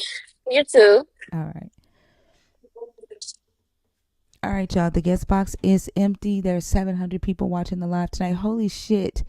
Wani with the $50 super chat. Gracias for what you do. Thank you so much, Wani. Whatever you wanted. Yes. That's my Wani. Our wanting. You keep trying to claim my My people. Wani. What?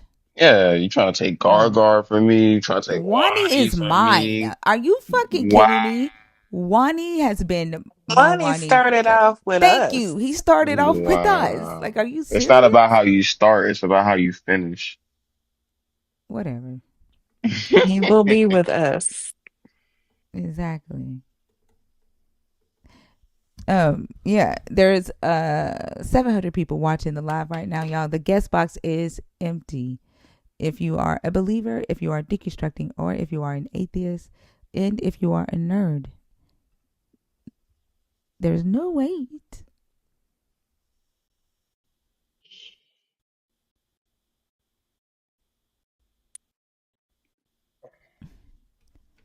And I don't know what Robin Hood is doing. I think they did go get drunk or some shit. Um she's acting a fool right now. Like it's crazy. Like, how do you try to protect someone, right? Or try to be there for someone, and then 5 minutes later they're a complete asshole.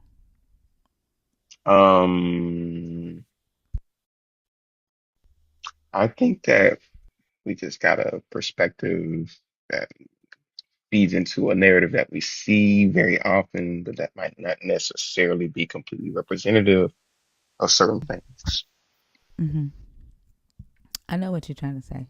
Hmm. I don't know what spiritual warfare is, Mia. I've been asking believers that. I don't know. We have to ask believers that question. Thabo?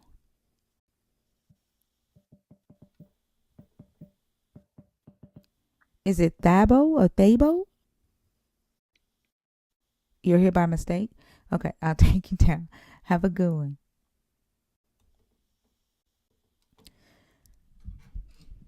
He said, "I'm not gonna say anything. I'm gonna type it in the. I heard the.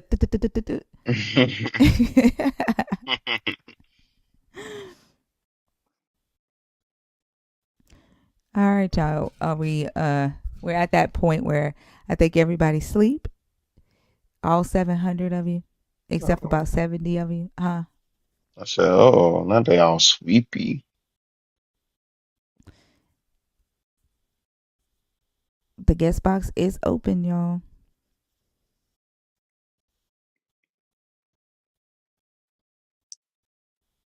we don't want to just sit here. Mm-mm. Look at Let's. Quan still up. Fine. Hey, Carl. All right, y'all. Let's tap the screen. In the meantime, let's get up to 175K. And let's finish helping Dinker with her gift goal of the hanging lights. I think yesterday we went 15 minutes without anybody coming up.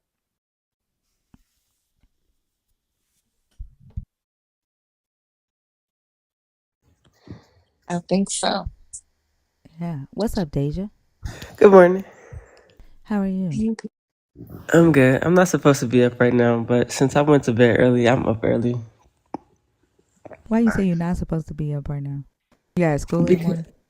well, technically, yeah, I do have school tomorrow or today. But like normally, I go to sleep around 9:45, wake up at 2, hop in your live, and then go back to sleep. But today, I went to bed at like 8:30, and I woke up at 1, and I've been up since trying to figure out if I should go back to sleep or if I should stay up because I also have one of my language classes this morning too before school starts. So I'm just like, I'll figure it out. Well, maybe we'll put you back to sleep when we have a conversation come up or something. In real life is insane behavior. Oh, did you? I don't know if you remember. We was this was a other live where Jess was on the panel. She was telling you that you was our leader.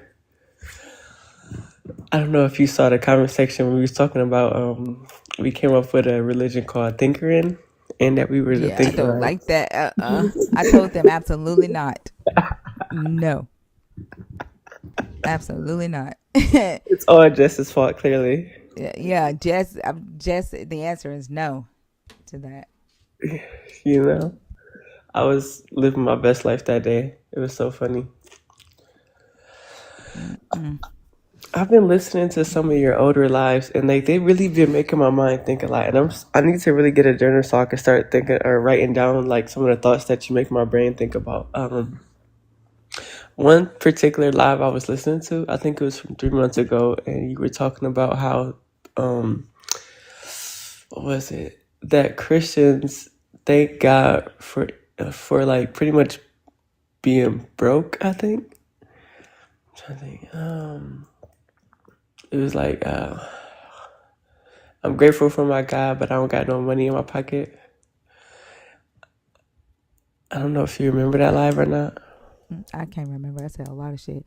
Depending on what, depending on what the Christian has said on stage. I don't know. No, actually, you Good and at. I want to say Lala or one of you, like y'all started the live. Y'all were like y'all were doing like a whole sermon, but y'all was pretty much saying like, oh, I'm broke, I don't have no money, but I'm thankful to my God. It was real crazy. I was like, oh my gosh.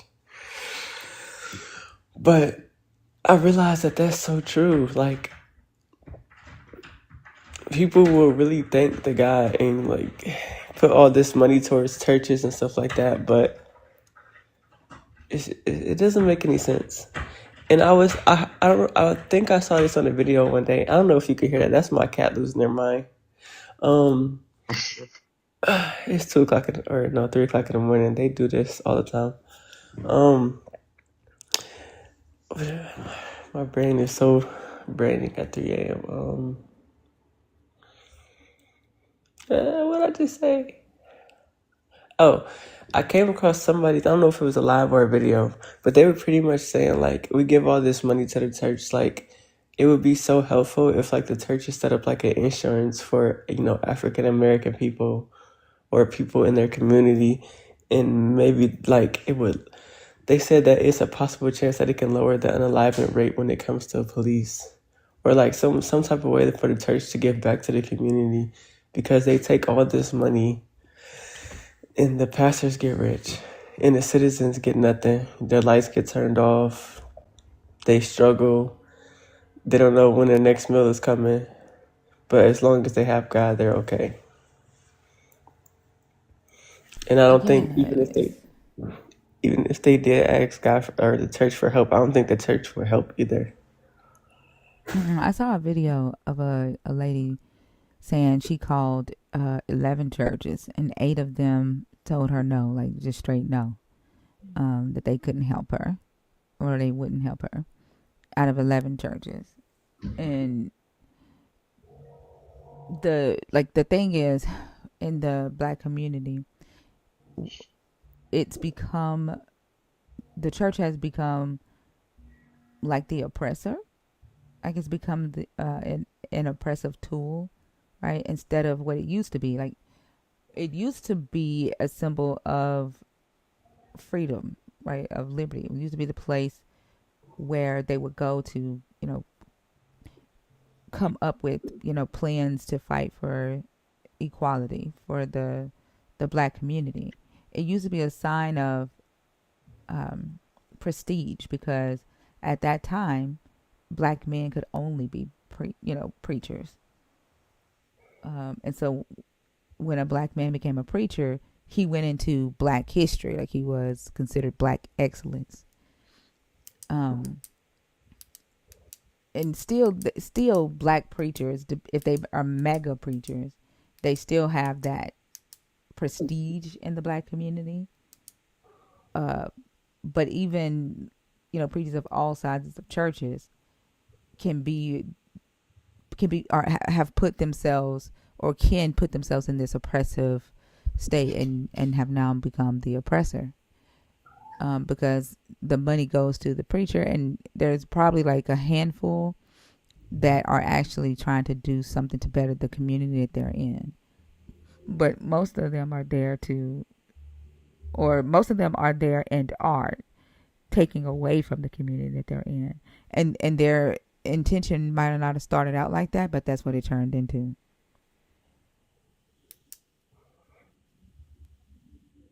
And we just have these churches on every corner in all these neighborhoods, and they don't do a damn thing to help when they can. That's the crazy thing is they can literally have no excuse whatsoever. And these are supposed to be Christians, God-fearing people. They supposed to be working in God's image, but they don't do a damn thing to help the community. And not only that, like I found this out in one of y'all lives, but I didn't even know that they had a whole like SA insurance for victims. And I'm just like, it's appalling. And it's like, I don't know, what is Christianity? Like, when is it just gonna end? I don't mean no disrespect towards Christians, but it's just the God's not doing anything. The churches aren't doing anything for the communities. What's the purpose of a religion that doesn't help anybody? Like, it gives you a good feeling, that's great, but then you have all these hateful people. Can y'all hear that? Yeah. Yeah, that cat going hard. Yeah, I can hear. Luna and Gray are fighting right now. This is their literally typical behavior. They wake me up out of my sleep. I'll be listening to Thinkers Live, and like they wake me up. Not the screaming or people that like the Christians that come up on panel or Thinker talking, but my cats, because this is what they do at 2 or 3 o'clock in the morning. They're fighting right now. I have a feeling that Robin came up here to get kicked by me. And that's why she was willing to talk to Zena. But the moment that she started talking to me, she changed. Like, this shit that you pull in the comments, Robin, is very telling. Yeah, Like, it's it's very weird. telling.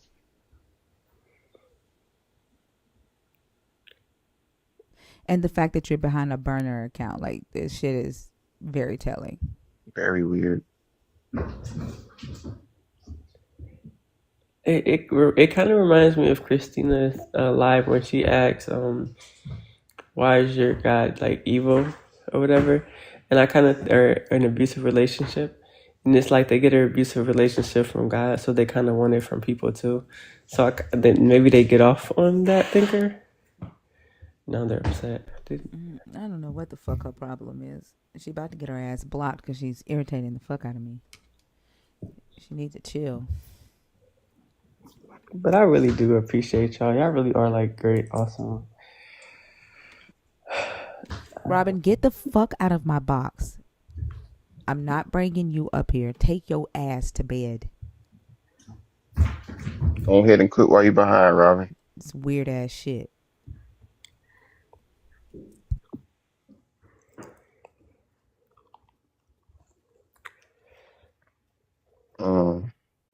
Yeah.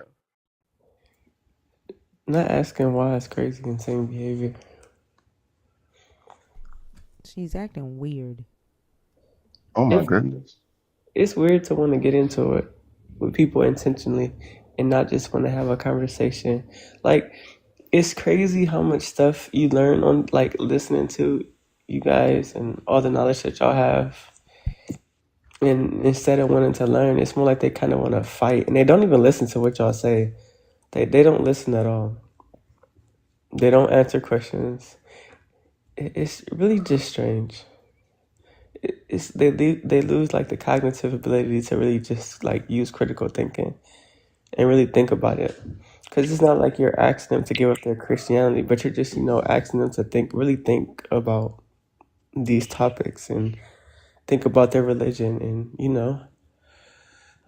because deconstruction doesn't mean that you're leaving the God, but maybe you can really think about the religion that you're following, the things that it says in your book. I don't know. But before I get down, one thing I really have learned from you, Thinker, is like boundaries. And you stand 10 toes down on your boundaries. And it's It's for kind of, my own sanity. These motherfuckers ain't finna drive me crazy. they be trying to slide into the boundary, or they get so angry when you set your boundaries. And it's really teaching me boundaries. Like I'm learning boundaries by watching you with your boundaries. That's good. So, I love that. which I is love helping me. that. Huh? I said it's helping me a lot, especially with my family members. Like I love it for myself, and I love the boundaries. I'm so here for it. But yeah. Oh, so I haven't sent you the picture thingy yet, but I will. I promise. I mean, I'm just waiting on you. You know what I'm saying? I'm about to be creating forgeries out here. Not forgeries is insane behavior. Good night, Lala. Good night, Thinker. Good night. Oh, so I'm probably not gonna go to sleep because I feel like Nine. it's my body is not ready. Damn, it's fuck Debo Pigeon though, huh? Oh, so I swear, I'm sorry, but that that emo does not need to say "go home, Oso," because I don't I think I say "shut up, Oso" more times in the live than anything. Like it needs to just say "shut up, Oso." Cause Yeah, I'm literally. but that's a term of endearment for me, for you, Oso. Like I still love you, but goddamn, sometimes just shut up, Oso. I was like, "Cause who is that?" And I looked down at the face. I'm like, "Oh wow." Okay. Goodness gracious. All right, let me get down to the comments because also is insane. All right, See you David. later, Good friend. night. See you later. Speaking of friends, Thinker Wani did send me a cash app for $6,666. It says, thanks for being You the mean best six on I thousand six don't TikTok. hundred believe sixty-six you. pennies? I love you more than Thinker. That's just what it says. Six Whatever, You thousand see the six whatever. W hundred. Six also. thousand six hundred pennies. That's what you Mm, mean. mm, nah. Mia, what's up? What's up, guys? How are you? Can you hear me? Yeah. Yes. So, I'm not going to stay up here long, but the reason I commented about the spiritual warfare is because I was in a deconstruction line earlier, and I don't remember whose it was, but that doesn't matter. But the guy, they were having a discussion, and he commented, and he was like shaking my head, "This is spiritual warfare." And so I replied to the comment, and I said, "What is spiritual warfare like? Define that." And he said, "Well, for lamer terms, I think he said that it was basically a battle between the mind and the heart." And I said, "Explain that." And he said, "The heart knows that we want God, or we want the spirituality that comes along with him, but the mind knows that it's not real." And so I commented back and What? I said, "Yeah, it confused me." And so I commented back and I said, "Well, I mean, spirit, like a spirit is not something that you can obtain. It's not tangible. You can't grasp a spirit. So, like, I didn't understand." And so he commented back and he was like Jezebel or something. I'm like, "But what He good called you Jasmine. if that?" But my Oh thing my is, god. if the premise that we're going on is it's a battle between the heart and the mind, like what good is that if it's not holding up to basic human knowledge? Like, it's not logical. And if you know it's not logical, what good is it to believe in it? Like, that's kind of insane. Why would I believe in something that my mind knows is not true, but my heart wants it? Like, I don't think that's I don't think that's a good enough reason. I mean, maybe I'm tripping, or maybe it makes sense for them, but it doesn't make it doesn't make logical sense to hold on to a belief that I don't completely understand. The crazy thing is like when he's saying that the heart wants a thing and the brain is fighting against the heart. Mhm. It, it, at the end of the day, the brain is the one that's processing the feelings that a person believes that they're feeling in the heart, right? But those feelings aren't really in the heart; they're still in the brain. Right. That's what Yeah. that's my whole point. Like, is the brain and the heart not connected? I mean, when I feel things with my heart, my brain is telling me that I feel that. So like if I love someone, my brain is telling me like I know that I love you.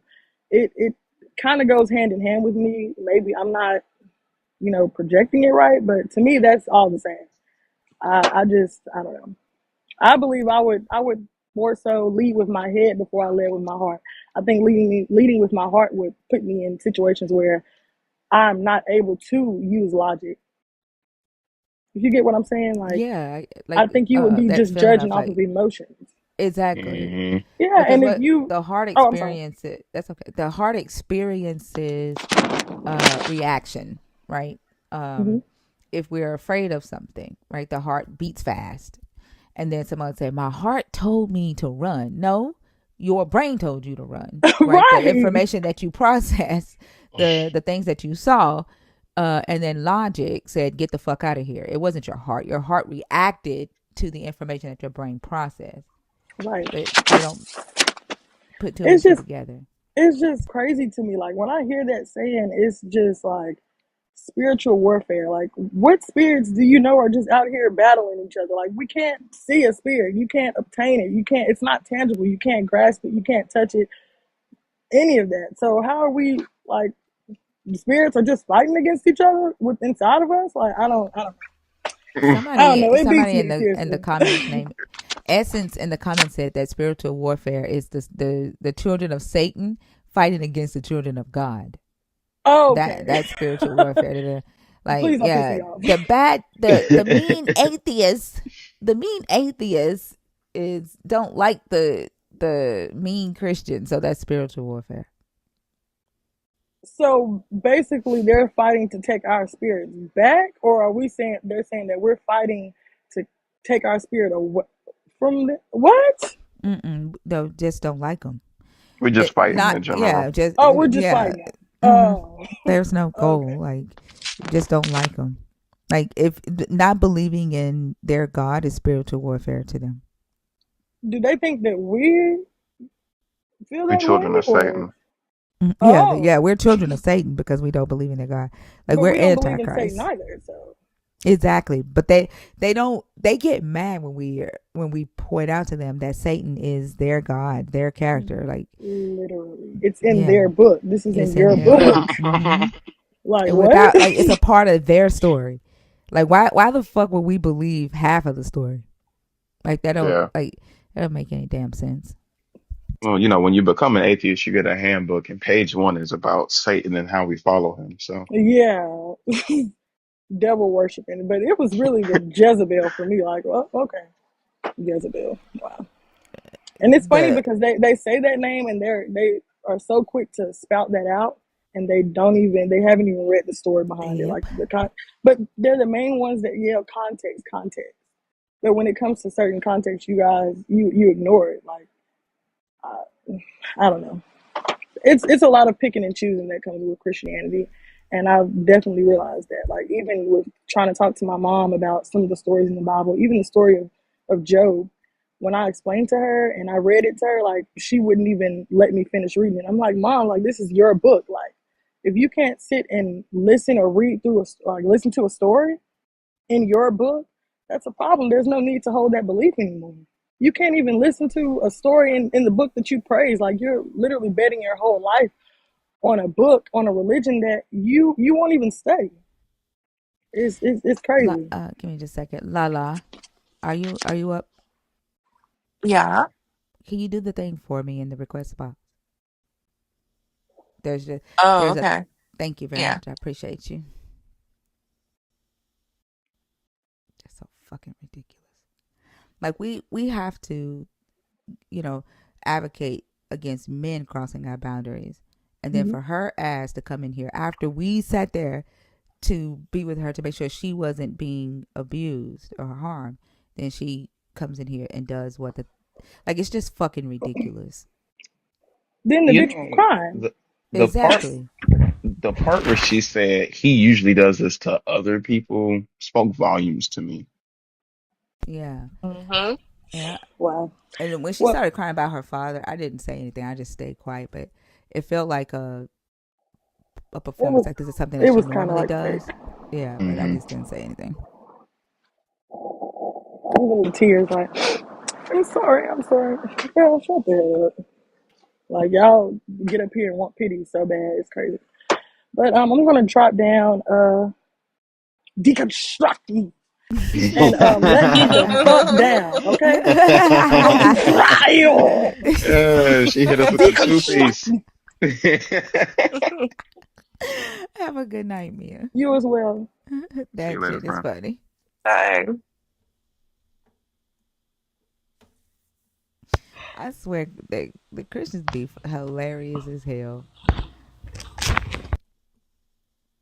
Terry, how are you? I'm doing good. How are y'all? I'm good. I'm gonna pass you to Oso. All right. What's up, Osa? Hola. You're a Christian, right? Yes, sir. Cool Assuming you beans. Oh, guys hey, are. Selena.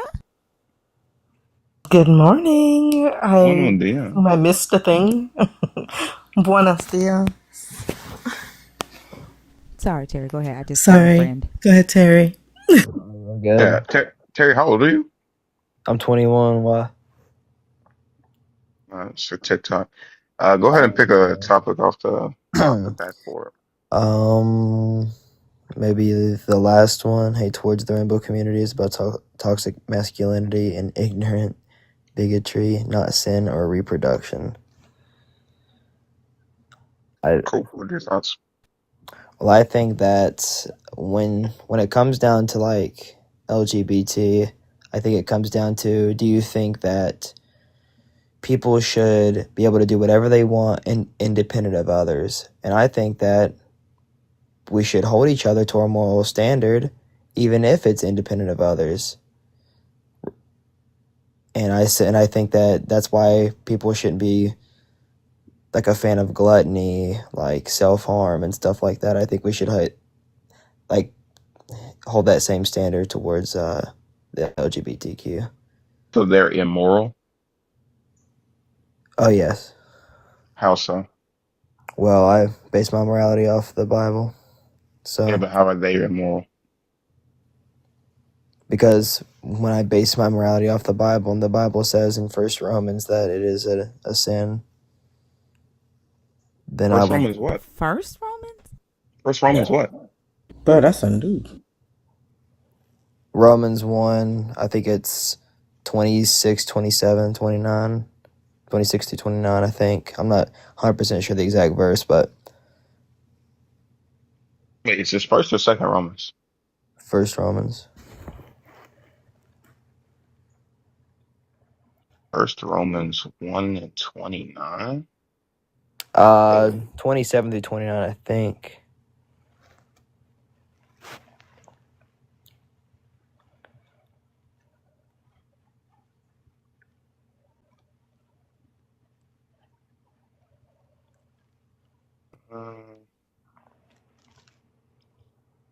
I'm trying to find the immorality in this.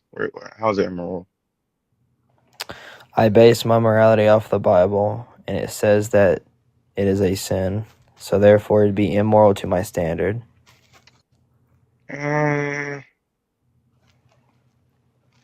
This doesn't say it's a sin. It does. Can you read it? Yeah, I'm reading it right now. What does it say? Make sure I'm getting the right one. Can you like read a little bit of it? Yeah, it says intercourse. But I don't see anything about It says sin. the scripture is one word. Yeah. It's just one word. It says intercourse on it. That's what it says. But also that's not the original word there, right? The original Yeah, word there we there go. is use, right? And it's talking about a utility, like a function of the woman. Yeah. That you think women have a function. I'm saying based on my morality. Answer the question that I asked. Do women have a function? Yes. Are we a facility? And what's our function? Women have the function or the ability to reproduce. No, do we have so women, right, have a function. So every woman that's born has the ability to reproduce. Not true, not every woman. Exactly. So this says that they exchange their natural function, their natural use, as if that's the only thing that the only use that women have. It's about women not having sex for procreation. That's what that's about. That is not true at all. Literally, The original text says they exchanged their natural use, not intercourse. That word intercourse was put there by the translator. Yeah, they're exchanging their natural use which for is a unnatural use. function, which is a Males, utility. Use females is with females, utility. males to Hold males. on. Use You're not here is a talking? utility, right? And that's saying that women's utility is procreation, and that Yes, they exchange their natural utility for unnatural, yes, which would right? and And it that says doesn't mean 27. that just female on female sex. That's prostitution. That's sex with outside of marriage. They're saying that women should only fuck for the purposes of procreation. That's what that's talking about. Yeah, and it's saying giving up their unnatural use with males and females with females. If you That read yeah. verse Now 27, males on males, they did have an issue with males on males because it was about masculinity. it says females with females as well. If you look down on verse Their 27. their females exchange natural intercourse for natural use for unnatural, and the same way also males giving up natural use, right? The utility with females were consumed with their passionate desires for one another. Males committed shameless acts with males and received their own persons the due penalty for their error. That's what it says. Exactly. It doesn't say female on female. It says that they gave up their natural use, which is talking about procreation, sex for the purposes of procreation. And then And in the LGBTQ. and then I'm talking right now, hold on. And then in the Greco-Roman period, yes, and in ancient Israel, there was it was about maleness and masculinity. But I just wanted to make sure that you didn't lie about what the scripture says. And Go can ahead, Esau. LGBTQ like a So in the question relation? I asked earlier that still hasn't been addressed yet is what is immoral? What is immoral? A Hmm. lot of things immoral. If it contradicts the morality of the Bible, it'd be immoral. Okay, what's the definition of the word immoral? I'm not sure the exact definition. People get the But you know definitions from something books. is. What is it? I'm asking you. You keep saying this thing is immoral. Tell me, Yeah. what does that word mean? Well, it matters where you get your morality from, but I get my morality from the Bible, so it would be anything that contradicts the morality of the Bible. It would be anything that the Bible says is wrong. So what does the word mean, Terry? Well, it's subjective to the person. It matters where you get your morality from. If you get your morality from something different, then it would be different from my morality, obviously. So you don't know what the word means? I don't know the exact definition, no. I don't know why I would need to. You don't know why you would need to know the definition of a word that you're using? Because I know what the word means in the context that I'm using it. It's subjective. So that means you don't know what the word means. You just want to say what you want to say about it. That's dumb. No, I'm telling you, my morality is based off the Bible. Where's your moral? What is the definition of morality then? Why would you ask me what the definition of morality is when you Well, can't answer what immoral means? because it would just be the opposite of moral. So what's the definition of moral? And then it would be the opposite. I'm going to encourage you to go to Google real quick and look up what the definition of immoral is. All right. I don't know why I need the exact definition if I know where my morality's from. Because you don't know what the fucking word means, you dipshit. Like what? What?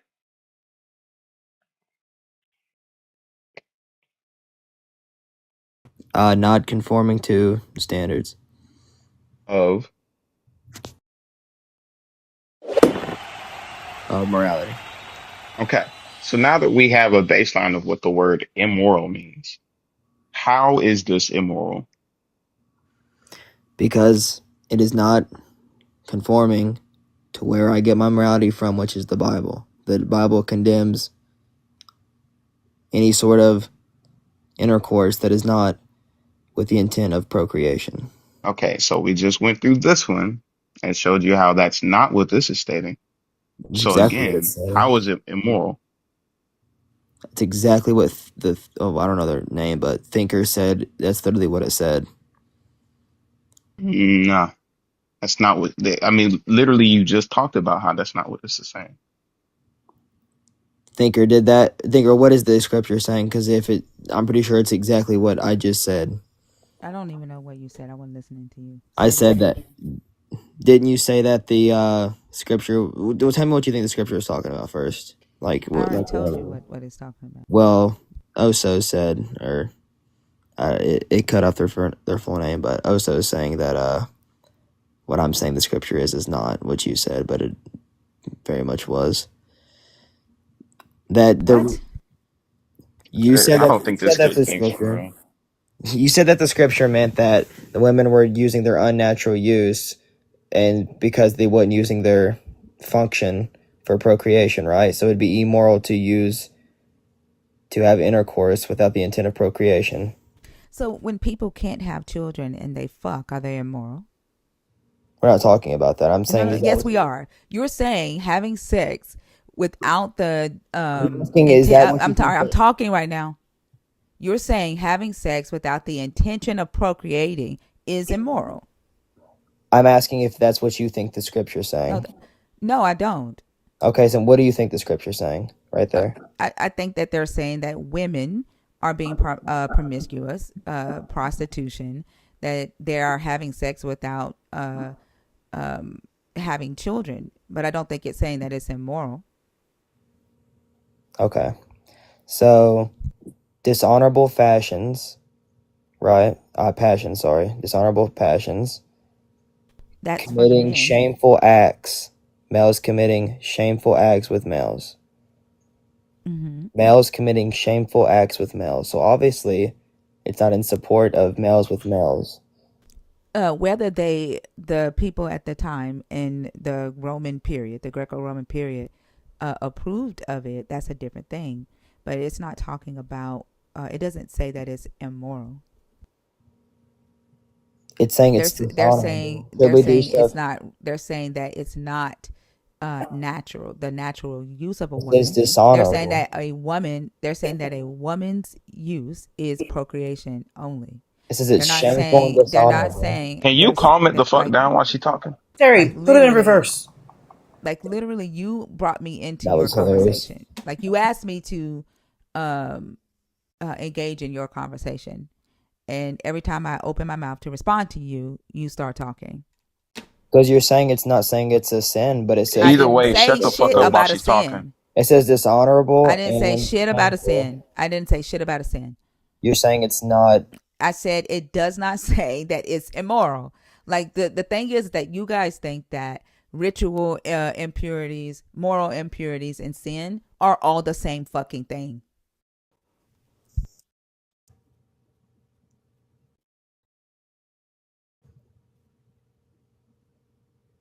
Also, this was Paul, not God. I'm asking you for the morals and you're taking me to Paul. I don't understand.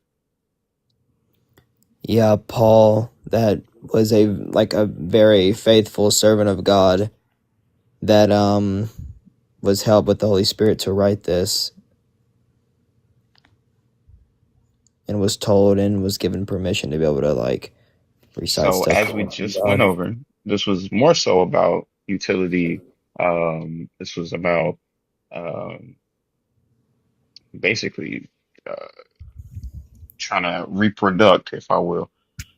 Something I'm that's asking you dishonorable and about shameful and morality. I don't fucking get it, dude. Are you good? You need to well, clean your ears out? You need a Q-tip or something? Like, why the fuck every time someone else talks, you gotta pipe up? Okay. So we have established that this is not pointing to an immorality. Do you have anything else that would say that this is immoral? You uh, need some self-control because apparently your God hasn't taught you that. yeah, that was good, but I I keep getting muted. Yeah, because you're a passive aggressive little bitch. Like, You guys are not even letting me talk. Can I You've talk? said plenty. Now answer what I asked. So I think that. Do you think in this context, when it says dishonorable and shameful, is that a good context clue that it means it's immoral or not moral? Is something dishonorable and shameful moral in this context? Good answer. Great answer. I'm waiting on you to answer my fucking question. I'm answering it with another question. Oh, okay. So you're not answering it. You're just asking another question. You're saying how is this immoral, and I'm saying Yes. it is How is it immoral immoral? because it's dishonorable and shameful in my What Bible. is immoral about it? The fact that it's dishonorable and shameful in my Bible that I get my morality from. Is it really that hard to comprehend? Are He's you just a okay? fucking robot. Like he has no idea what what critical thought means. How Like, is the act immoral? What is so this immoral about the act, Terry? okay. I get my morality from where? The Bible. The Bible says this is Holy fuck. dishonorable and shameful. I get my morality from the Bible. So In the as Bible, we have already established with this verse in particular, that this yeah. is talking about utility of childbearing. This is strictly about utility of childbearing. They wanted more fucking believer kids.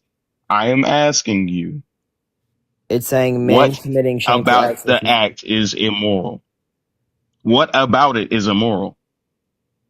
the fact that it's condemned in the Bible. It says males committing shameful God acts with other damn, males. bro. I'm convinced he's not 21. Good one, bro. It says Wasn't a joke. See, like you're a where fucking do you get idiot. your where do That you get your wasn't a morality joke. from? Where do you get your morality from? I can't. I'm not finna play this game Oh, with so your where do you dumb get your ass, morality bro. from? I'm not gonna play this game with your dumb ass, bro. Like you Did he quite leave? literally have no Did, idea what the fuck Yeah, you're I put talking about. I did he took him leave? down. Oh.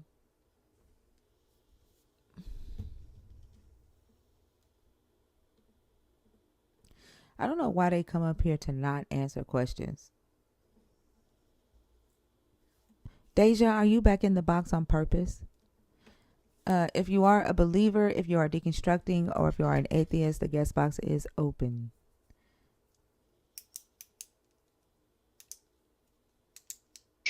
I should have told his ass to Google what morality meant while he was at it, because I don't think he knew what that one was.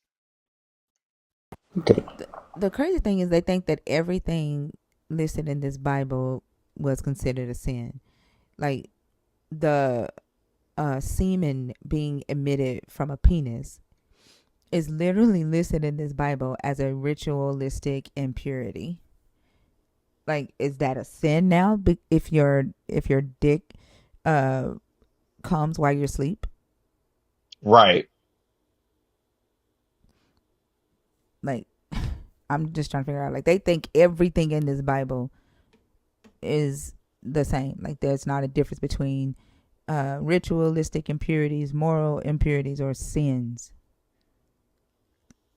Shit is crazy. Yeah. And the God's morality flip flops out throughout the fucking book. Y'all would be like, oh, he's justified for killing babies because the people who were killing the babies, like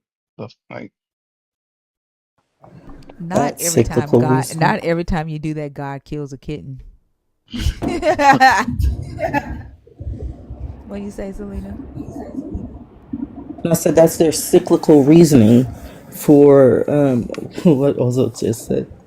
God killed them because they killed the babies because they were killing the babies. Like what? Yeah. Somebody in the ocean? Oh, I didn't even see somebody else. Hello, family. W.R. This Uncle. Johnson. Hey, Uncle, how are you? Hey, Hey, Thinker. This Al. Unc. How you doing? I'm good. How are you? I'm doing great. I'm doing great. I just got to give you another one of these old crazy Christian stories that I done went through lately. Oh, I what told you how happened? they, I told you how they come to my job and they be harassing me about calling on Jesus and everything. So I found out Christians hate that when you cuss and you use God's name in the same sentence, it pisses them off. So they come tell me Jesus Christ done went through everything I done went through, and anybody in the world done went through. Jesus Christ done went through it. I said, well, tell him to bring his ass down here so I could bend him over and F him, and then turn around and beat him and make him a slave. I wanted him how old way. Oh my God, what they say? Oh man, they got mad. Then the next day they had somebody to come up there to my job and try to tell me to talk to me, and I ignored them. And so as I'm ignoring the guy, he tapped me on my shoulders and I kept walking. But he turned me around and he slapped me like I was a little child. Oh wow, he So actually hit you? yeah, yeah, he hit me. So then I had a cart that I was working on, and I grabbed his arm between the cart and I tried to break his arm. So when the police got there, they kept trying to tell me to let him go. I wouldn't Damn, let him go. Unc. I didn't let him After go. when They the told me police what you got their gonna do. story. So I had to laugh behind that because y'all really wanted to believe about this Jesus Christ. And I had to say, if he really do anything that you said, tell him to come down here and save your ass right now. And I say, right now, every time you call on Jesus, I'm putting on this arm a little bit harder. I'm going to see how well do you help your dumb ass. It's crazy. That's So fucked up. Did you file charges on him for assaulting him? yeah, I filed charges. They wanted to press charges on me because they tried to say when the police told me to let him go, I wouldn't let him go because I told them to fuck the police too. I was on a whole new 20. I had that zero understanding and zero tolerance. I didn't give a shit about nothing. I had a fuck everybody attitude. And the They officer gonna have tell no me, well, right putting their hands on you. That's fucked up. Like the fuck? Then you're gonna tell me why you shouldn't listen to the officer. I like fuck y'all officers. Y'all should have been here when he first started this old dumb shit I've been complaining about. Y'all keep coming to me talking about some Jesus. What Jesus done for you? I say he done lied to y'all already. He say he'd do anything that you ask. Tell him to come save your arm. Cause I dislocated his elbow from his arm. Damn. These I said motherfuckers I'm gonna gonna get fix enough you. putting their hands on people over a fucking belief system, over Yeah. some And, words. and, and they better be glad I didn't have my knife for a gun. They would really been in trouble. Understanding went to zero. That's crazy. I'm And I glad want to you're be on okay. y'all next family trip. I'm fine, but I want to be on y'all next family vacation. I listen to y'all all the time, and I love every last one of y'all. And Lawrence is my favorite. I don't care what nobody say, because I love to hear a custom Hey, motherfucker don't let out. Oso hear you I say that. love them. Huh? Don't let Oso hear you say that. He I, gonna start whining and I shit. no, also my boy too, but Lawrence, she is top of the line. Yeah, she's pretty awesome. But I love all y'all though. I really do. And I take heed to everything y'all say. And then I had to go through with these people. They talking about everything is at God's with free will stuff. They talking about free will. I said, now, Baba, you don't have free will. I had to stop arguing with them. I said, y'all just sound stupid. Oh, you go out there, you don't know whether it's a heaven or hell. Have you died and went there yet? And came back and said, oh, it was nice up there. Look how stupid you sound. But I Yeah. give y'all all the love. Now listen to some of these little stupid people come up here, especially the young lady that y'all feeling sorry for. But I had this thing to her too. Fuck her too. So guess what? You got her just to be a clown. And she did I make a wish. clown out of us. Trying Yes, I to, wish also would show have cussed her love. ass out too. Y'all showing her love, and she around here acting like, and I don't used to call women that she being a bitch. That's what she is. You can't do that. Unc going off. Unc is Oso in about 10 more years. Now, what did I miss? The heck did There I was miss? a believer that came on stage. Her husband appeared to be. I didn't hear what he did, but looking at the comments, he appeared to be very abusive. Yeah. Mm. Who you talking to? What you doing?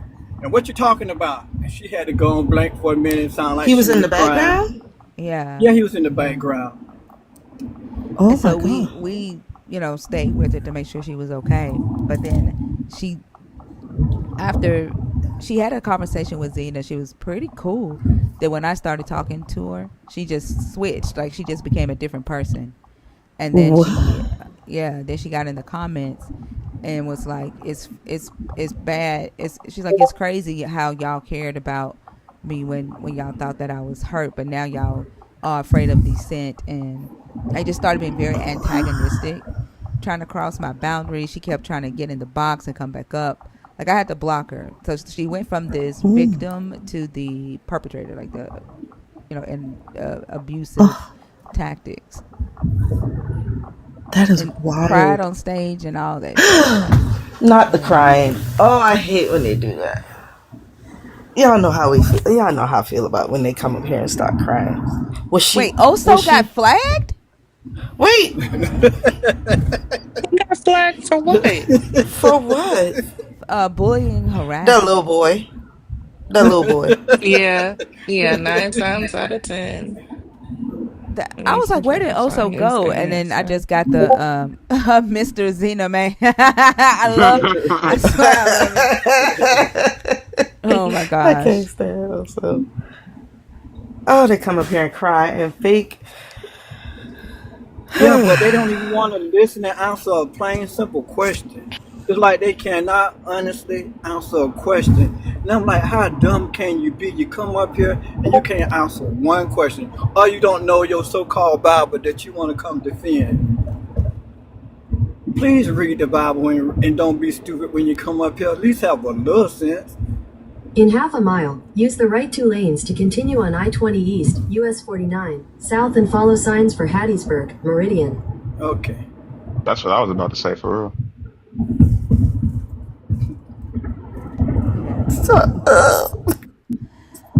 Oh my gosh. Did you have anything else, Unc? No, I just use the right 2 lanes to continue on I-20 East. How Then use these the right crazy 2 lanes Christians to be take exit acting. 47A. So y'all just be careful. Because y'all might see use me on the right 2 lanes to take exit 47A. Unc, we can't hear you because of your GPS. Oh, yeah, I'm sorry. Yeah.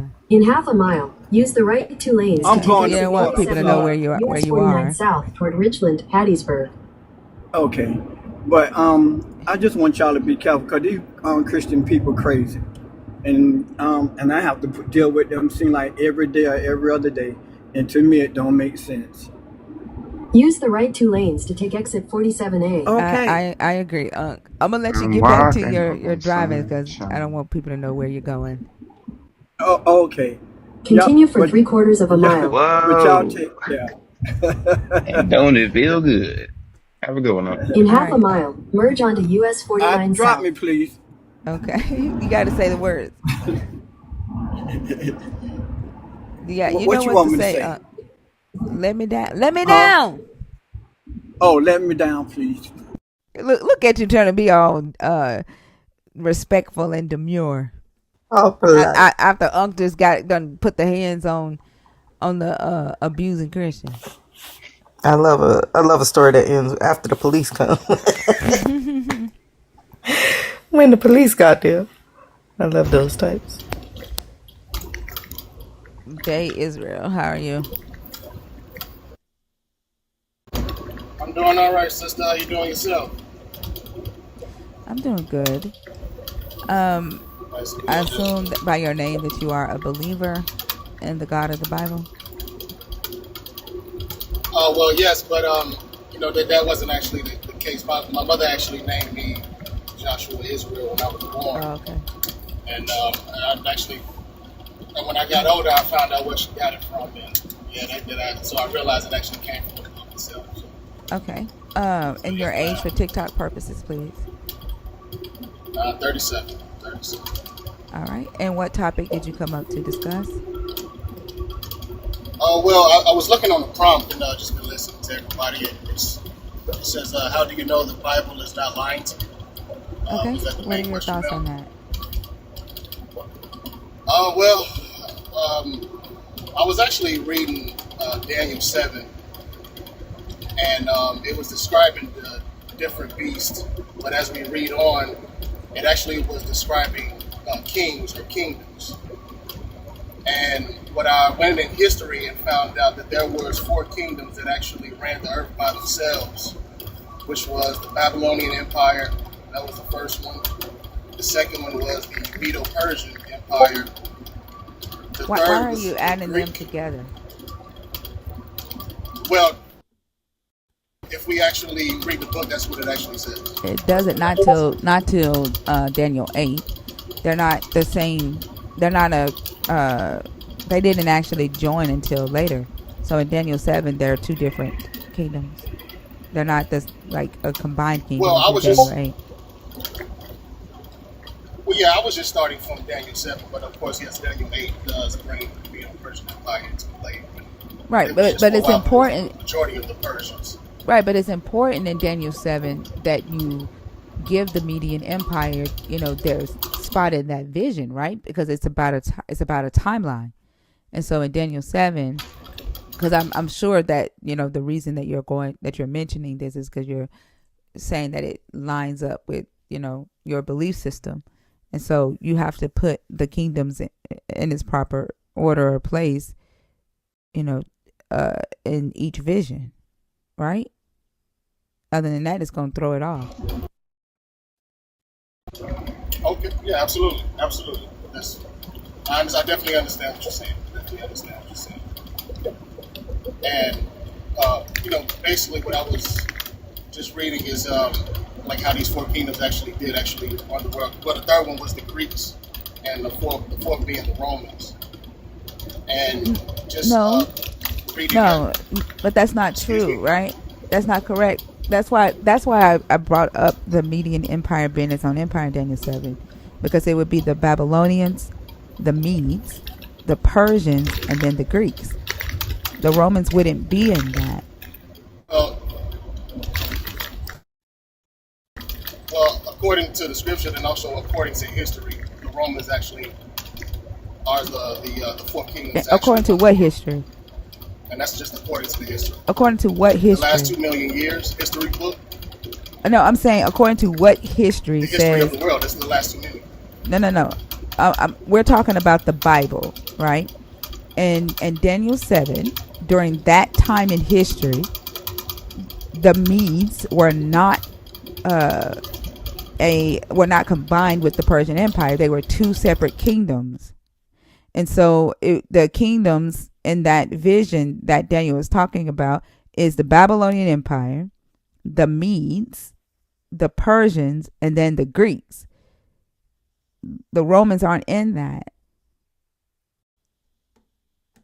Guys in the comments, if you look in his bio, he owns a store that does like wind chimes, but they're all made out of metal and plastics. So that's what y'all are hearing.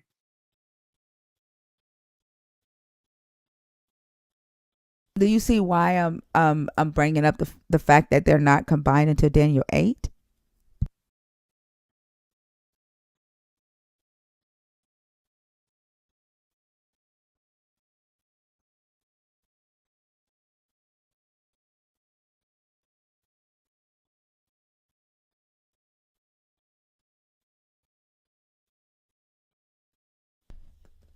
Why did he leave? He might have lost like connection. I don't know. I was definitely gonna come off mute and start slapping my thighs to add more noise to it, but I was like, that seems childish.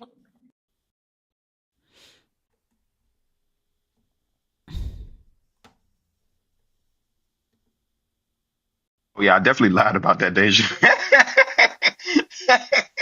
I had to be a little childish. I was like, why is also lying right now? That's Definitely why.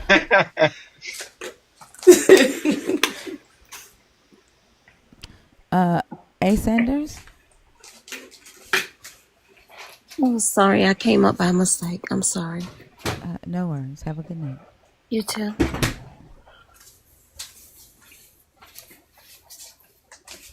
They never stick around for these fucking claims that they make. Like, you literally made a claim, and then, like, instead of sticking around to ration it out, like, prove to me that that's what that's saying. Like, and then he's like, oh, in history, 2 million. What did he say? Did he say 2 million years of history? He said 2 million years of history. Told him that.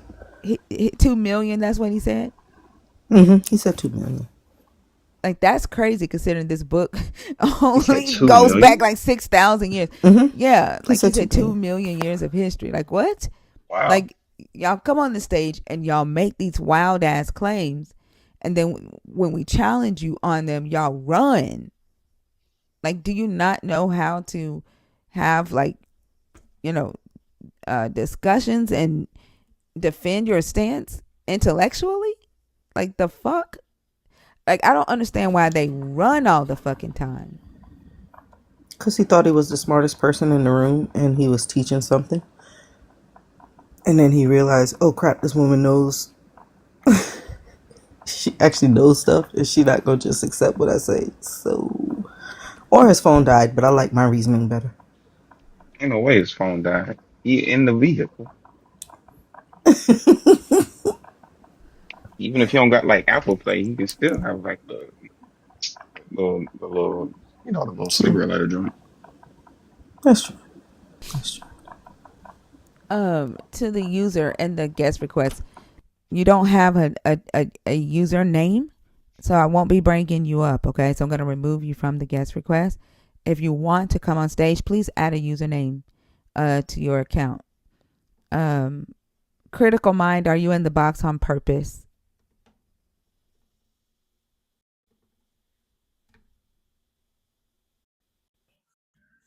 Hindi? Injury? Yeah. And I Hi, started to say Henri. how are you? Hello. Hi, are you up here on purpose or on accident? You sound like you're surprised that you're on stage. Oh no, I've been waiting to this. Quite surprised it's already up.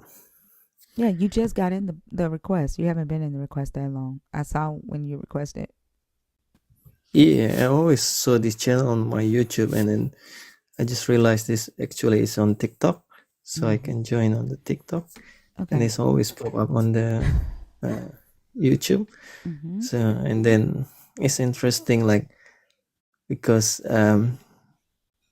seeing this talking about Bible is just it's like interesting me because I used to like very hate Christian, but I'm not Christian. I become a Christian now. Henry, I don't want to go through your life story, okay? I know you want to tell it, but unfortunately, that's just not what I'm interested in. So you are a Christian. I do need to know your age to make sure that for TikTok purposes, you can be on stage for this conversation. And then if you could pick a topic from the board. Okay. Oh, I'm around 39 years old now. So, yeah, I'm 21 and which plus. Topic did you come up to discuss? What do you think?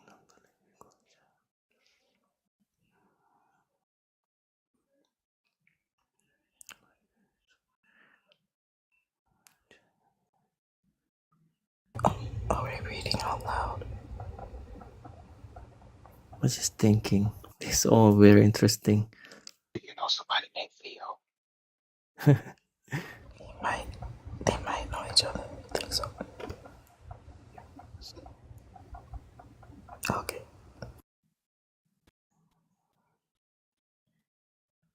Do you know what topic you want to discuss yet, Henry? Yes. How about what topic number do you want 3? to discuss? Okay. The free will. What are your thoughts? Yes, this is very interesting. Hold on, Henry. Do me a favor. Read that entire question, and because that topic is not just about free will. Okay. Read the entire question. So it's like, why should I continue to have faith in fluffy God that bows to human free will and does absolutely nothing superhuman? Now tell me what you think I'm asking. So, from my understanding from these questions, that's is very interesting because, like, why we need to worship God? What do you think I'm asking? Yeah, what you're asking is why we need to worship God that give a free will to human. That's nope. Is it? Nope. Nope. Nope.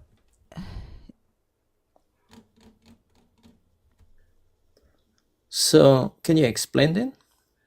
I'm asking, why should I continue to have faith in a God that does nothing, right? That humans have, right? All the power. The God does absolutely nothing. And then you guys always say that the reason why the God does nothing is because humans have free will, right? A superhuman God doesn't do superhuman shit. So why should I continue to have faith in that God? Okay, I see. So I believe it's like well, you are a believer before, so you must be know that First Corinthians 13 talking about love,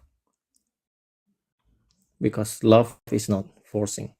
He's never forced people to worship him, or he never forced people to believe in him. Like we know now, everyone's have their own free will, because he's a love.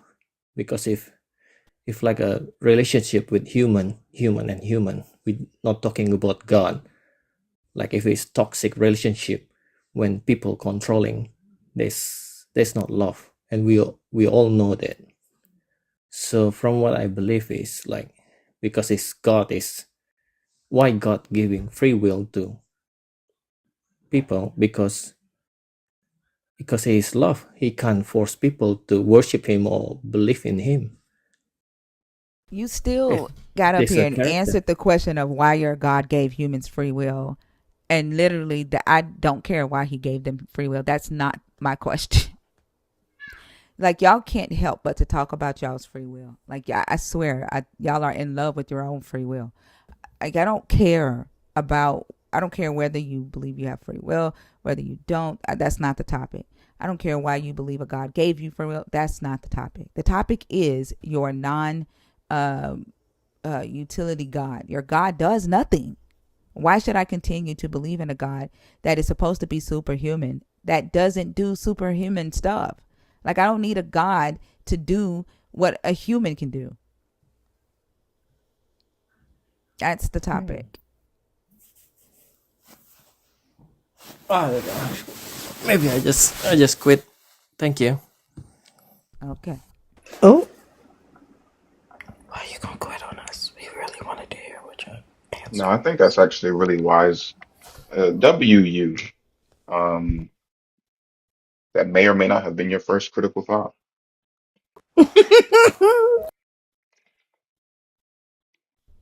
They only want to talk about free will. They only want to, like, literally, I think they don't know how to engage with these topics. Like, in a, like, the top, I think the topics are just straight too logical for them. Hmm. I think they're so used to operating in the imaginary and the fantasy of everything that they don't necessarily know how to deal with reality. And they run, like, literally, they have been running like a motherfucker since I put these topics up. Moonlight, how are you? Okay.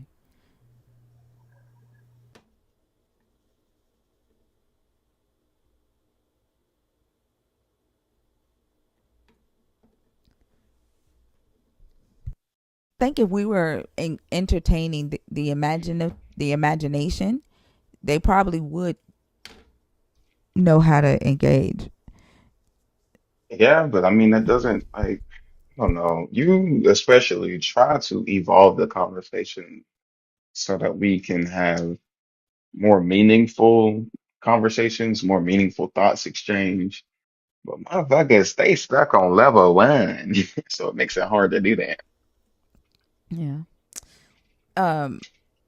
Running, hiding behind numbers, but your ass is in the comments. Bring your ass on stage, Starscream. There's no, as a matter of fact, here's a number for you: 0. There are 0 people in the chat, in the request waiting to come up. That means that you can bring your ass up on stage, and I don't have to hide. I don't have anybody to hide from.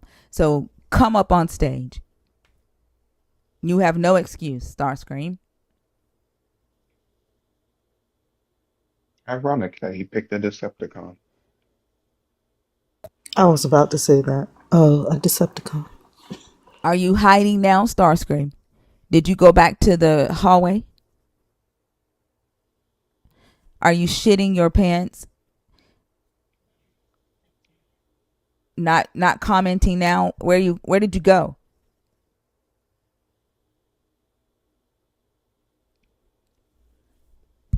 Are you waiting for me to bring somebody up on stage so you can comment and then pretend that you're not hiding? I mean, I can wait.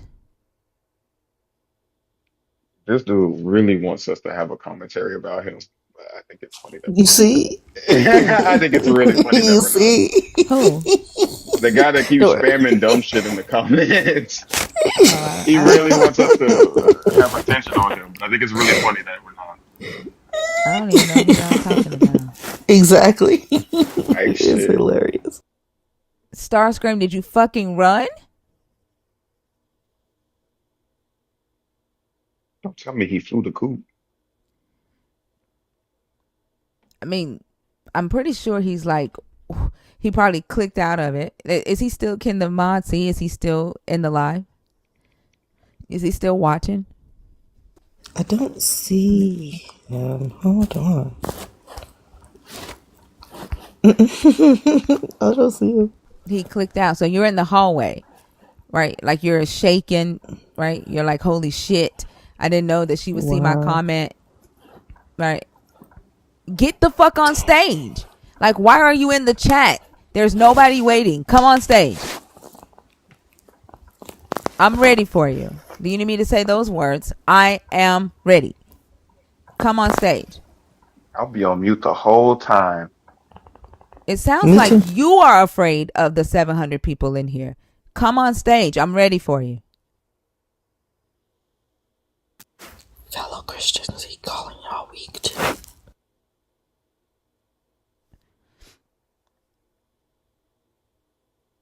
Are you scared? Just say you scared if you are. Oh, now I'm not on your level? Well, then come mop the floor with me. Like, why? Like, you're in the chat saying this shit. Come mop the floor. Oh, Coach, now you? you're it's to protect me? You a little weak little bitch.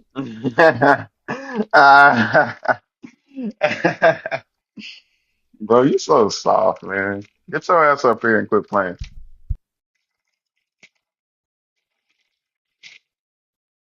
Y'all be so fucking weird from the comments. And then, well, I'm gonna be honest with you, I'll get on stage and be weird as fuck too. But I don't understand why God empowers y'all to be fucking weirdos, man. I don't get That's that. exactly that scary ass shit. Like you in the comments talking much shit, and like literally, there's two people waiting, and I'm gonna let you skip the fucking line. Bring your scary ass up here.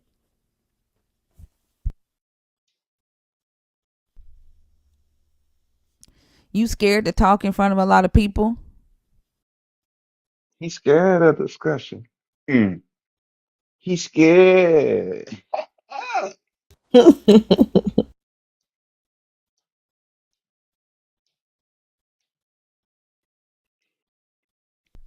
That's fucking ridiculous.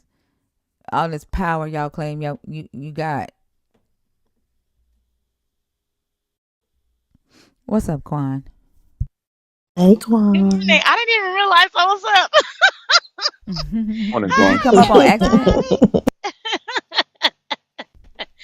Uh, you know what? I would like to do. Can I do a commercial for Starscream? Yeah. Yeah. Okay. My commercial's been lit. In case y'all missed it. They have been. They have been. It all got started because I was trolling one day, and it was like, "Oh, you should do it." And so I've been doing commercials. I got two new ones. I'm gonna drop one a day before my live. Okay. Are you in the comment section shaking like a leaf? Have you challenged someone that you don't have the depth to challenge? Well, consult your Christ and get your ass on stage anyway. Starscream, this is for you. Get your ass up here and stop shaking like a leaf. Okay, so I wanted to say really quick, about the questions and them running.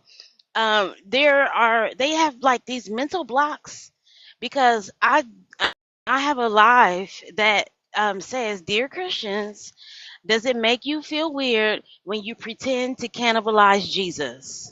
Okay. Ooh. Saw that one. Oh, the picture is lit. Thinker. It is. It is. It's Jesus on the cross and everybody sitting at a table with like On the fruit and table. stuff in it, and they're like cheering, like toasting like glasses of wine and shit. Oh my gosh. But they come up and they say, "Well, it's not literal; it's symbolic." And I'm going, "Do you see the third line? What is the second word there? Pretend. I understand it's symbolic. However, however you think." So you are. If it's a thought crime to look at somebody in lust, you've committed adultery. Then hey, let it be a thought crime to look at that dry ass cracker and stale wine and be like, I'm about to eat Jesus. That's a Like great you're point. practicing cannibalism Yeah. and making a direct affront to the law where God says, do not consume blood. Why is Jesus saying the opposite? Hmm. So, but they literally just come up and say, "Well, it's not literal," and I'm like, "Yeah, duh, it's on the screen." I It's don't. I think that spiritual they can blood. only spiritual. I But Also, it's somebody still said that to me too. don't like, doubt it. ask them if their child pretended that they were eating powder. Would they get mad at their child for pretending to be doing drugs? Right? Like, it's still, they are pretending to do the thing that their God said he hates. Thinker, you remember those little candy cigarettes? Yeah. Hmm. Yeah, we couldn't pretend to smoke them. We could only eat them. Like, you got that? Yep. Yeah. Same. Yeah. They were nasty as hell.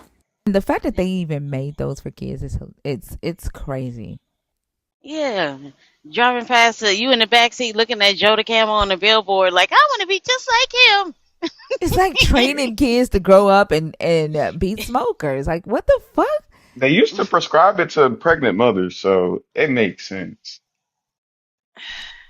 What? Good grief. They used to, Definitely Yep, yeah, those they trash. used to kids and prescribe, infants Yes. too. yeah, they prescribed cigarettes to pregnant moms. Yeah, because it Why? calmed them down and all. Yeah, for their It's nerves and supposed to be shit. calming. Yeah. What?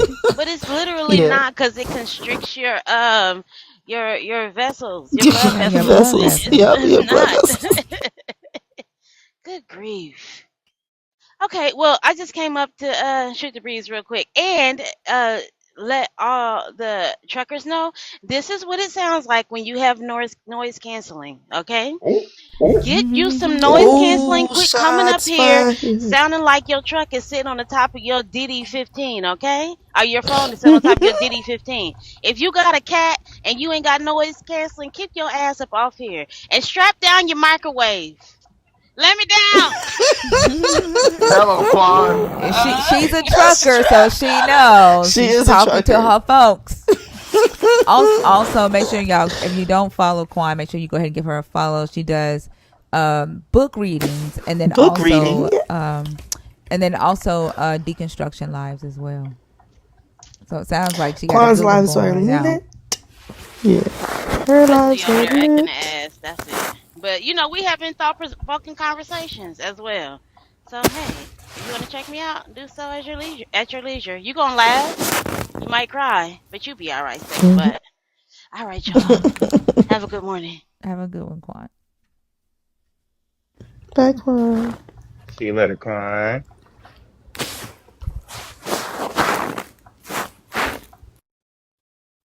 Thinker, I accidentally asked Debo Pigeon to come off mute. We would like to hear her sometimes. I saw that and I declined. Critical Mind, how are you? Hey, Tinker, how you doing? I'm doing good. That's Hey. good. Yeah, What's up? I joined. I was trying to have conversation about the second topic. Okay, go ahead. About what the soul is, and this is something that I've been thinking about. I don't think the picture of soul that people have, they refuse to accept that they have it in the first place, because every time when you hear them talk, they talked about they want to see their loved one go to heaven. They want to see their children go to heaven. That means that they are having in their mind that they will be able to see people and identify people during this time. And I don't know how they will be planning to do that when they're not going to have any physical feature to identify these people. Yeah, that's true. Like, how would that? Well, I think I asked somebody that one time, and they said that you'll just know, right? Like their personality or their essence, you'll just know that it's them. So that's what I was thinking of, right? How, okay, you have, let's say you are a mother and you have all of your children, you have like four kids, and you love all your kids equally. How will you differentiate this is John, this is Peter, this is Paul, when you cannot physically identify them? Because identifying these people are the only reason that you're even able to associate them with the love you have for them. Yeah, I'm gonna play devil's advocate here. So like with my children, I know who's walking down the stairs because I can tell who drags their feet, who walks fast, right? I can tell the pattern of their feet, who's approaching my door, if that makes sense. Yeah. And so like if I were a believer that believed in this, Mm-hmm. I would say like it's not their features that helps me identify my child. Like if somebody comes to me and tells me that my child did something, if it doesn't sound like them, their personality, right, and like who I know them to be, I would question it, right? If I like hear their voice, like something that they say, I can almost tell like right away. So like getting to know a person beyond their physical features would be what like if they're saying that a soul is the personality of a person, the dreams of a person, the beliefs of a person, then the physical doesn't have anything to do with that, right? It should go beyond that. That's why I don't understand why they put so much weight on the gender, like the physical body, the gender of the physical body, because if they're saying that the soul is who the person is, then it shouldn't matter whether that person is male or female, or when they're born, and male or female, and a different gender when they die. Like that shouldn't matter if the soul is all those things that they say. And so for me, it would, if I was a believer in this, I would say that it wouldn't be their physical features that I would be able to that I would use to know who they were. Yeah. You are right, and this is the thing, right? Holding on to that would be saying like because the only reason you are even able to understand these patterns of your kids, to understand them in this deep manner, is because of their physical feature. It's because of their physical, like for example, you were saying you can tell which child is walking to your door without even looking at them. The reason you know that is because that child step on the floor a certain way with their physical leg that make you to understand that, yes, this is the person that used this particular pattern of walking, right? You learn that over time. But if you get to heaven, you lose all of their senses. If you don't have the physical body, you won't be able to speak. no, you won't be, because you don't have a mouth to speak. You won't be able to talk because you, sorry, I'm saying the same thing. You won't be able to speak because you don't have a mouth to speak. You won't be able to walk because you don't have a leg to walk, basically. So therefore, it will be like you standing in a completely dark pit room, and somebody is telling you, all of your kids are standing still, and somebody is telling you, walk up to one of your kids and pick them up. Well, like nobody would be able to walk if nobody had legs, though, right? Yeah, But yeah. and I get what you're saying. What I'm saying is like beyond the physical, right, of a person.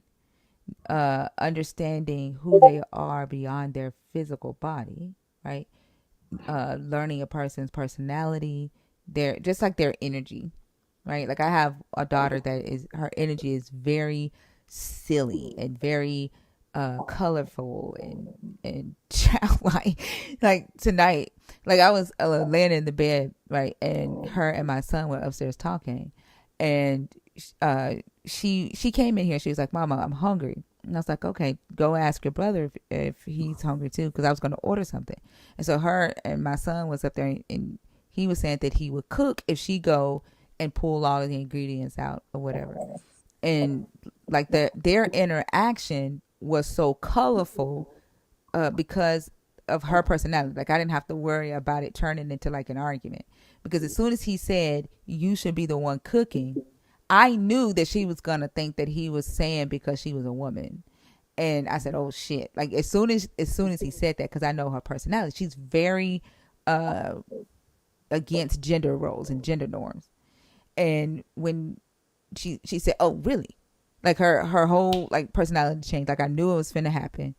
And he hurried up and was like, "I'm not saying because you're a woman, it's because you're the one that's hungry." Like because we know her, you know what I'm saying? Like Yeah. we know what she's about. So it's like just knowing their personality, their energy,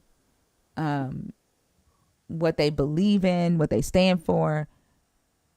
I think like that, like learning a person beyond the physical flesh, I think is, you know, what a person is talking about when they say soul.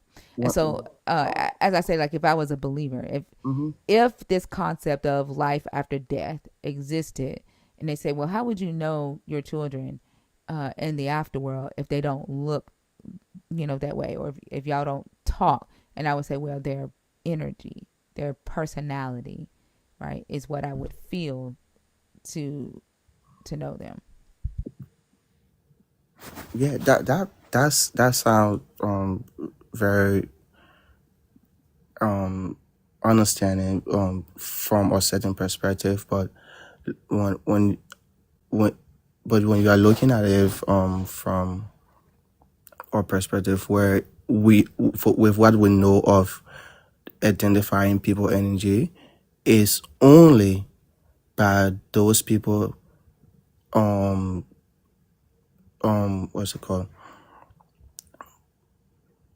it's only by those people giving out the energy. Like those people have to add the, what is the word I'm trying to use, they have to exhibit the energy in order for you to identify it, right? Like your daughter, like you were saying, she responds to these things in this way because of how dearly she hold onto certain norms that she don't think is right. And these are the things that make up her energy. And you can only read that because she responds to these things in this manner.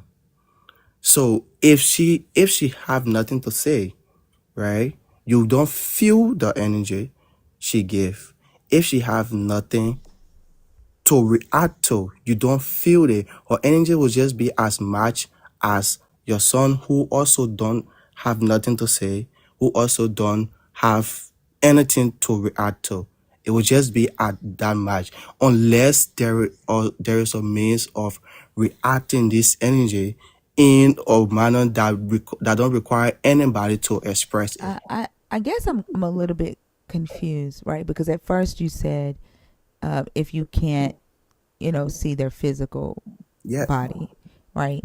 And then now you're saying that you can't even feel their energy because they don't talk, which to me doesn't make sense. Like you can feel the energy of a person, right? You can tell, like when a person is upset, right? Like if you're just sitting there watching TV with someone, right? You can feel that the energy in the room has shifted because that person is angry, right?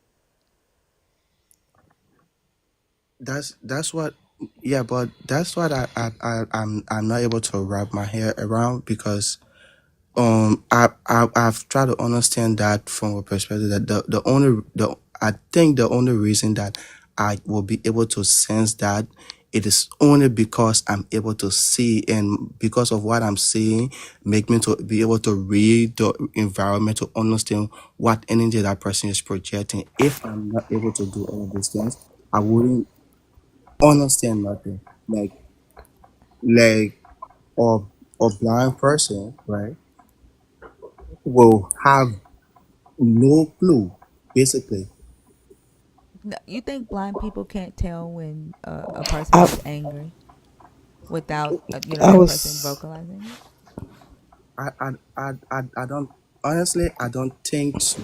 Because if my I, my mhm. grandmother was blind. I came off of mute to say that.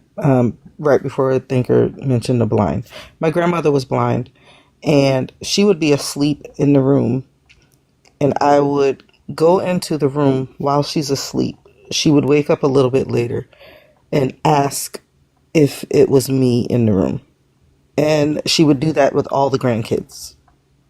It was because, like Thinker said, she felt our energy. She knew who it was. Or if one of us came into the room and we were upset without saying anything, what's wrong with you? So it's definitely an energy thing, and blind people can feel it. Okay, I'm going back on. Yeah, I can feel it when my kids come in my room. Like if Mhm. I'm asleep, if I'm knocked out, like I'm going to wake up. Like I won't hear the door open, but I'll feel something in the room, right? And I'll wake up. Like if they're like looking for something, right? And I, not that they're making noise, I'll just feel them in the room. Like I told y'all about the guy that I let live with us, my son's friend, who came in my room with a pair of scissors, he was gonna kill me, and I felt his energy over my bed. Like he was standing next to my bed with the scissors in his hand, and I knocked out sleep, like 4 o'clock in the morning, and I felt the energy shift in the room, and I opened my eyes, and he's standing over me with a pair of scissors. And when I opened my eyes, I said, "What the fuck are you doing in my room?" And he lied and said my daughter sent him in there to wake me up to take her to work. And I was like, "No, she did not," because my kids know not to send their friends in my room. So I said, "Come on." I said, "We finna go sleep," because I said, "No, she didn't." So I go upstairs and I knock on my daughter's door, and she's asleep. Both of them asleep. And I said, "You sent him in there to wake me up?" And she was like, "No." And I said, "He said you told him to come in there and wake me up to take you to work." And she was like, "I don't even have to work today." And he was like, "Yes, you did, Nani. You told me to go wake your mama." She was like, "Dusky, no, I didn't." She's like, "I don't even have to work today." And so, like, I went in there and I woke my son up, and I told him, I said, he got to go. But I felt like, had I not felt something change in the room, I ain't no telling what would have happened. It's crazy. Mm. Yes. Whew. I think, yeah, that sound real terrifying. And the reason I'm Yeah, I holding saw on, the scissors. yeah, the reason I'm taking this stance is because me personally, I haven't actually been able to sense that without noticing, like, physical movement and stuff. So I cannot tell if a person is angry without seeing their facial expression, without how you call it, without reading their body language. I cannot tell any of that. I cannot tell if a person is angry without doing those things. So if I am in this scenario where I'm literally asleep and somebody walk into my room, I'll have no clue that somebody is in that room and is angry and want to harm me. So therefore, I Yeah, will and be. I think that's you, right? That does just because you can't feel that.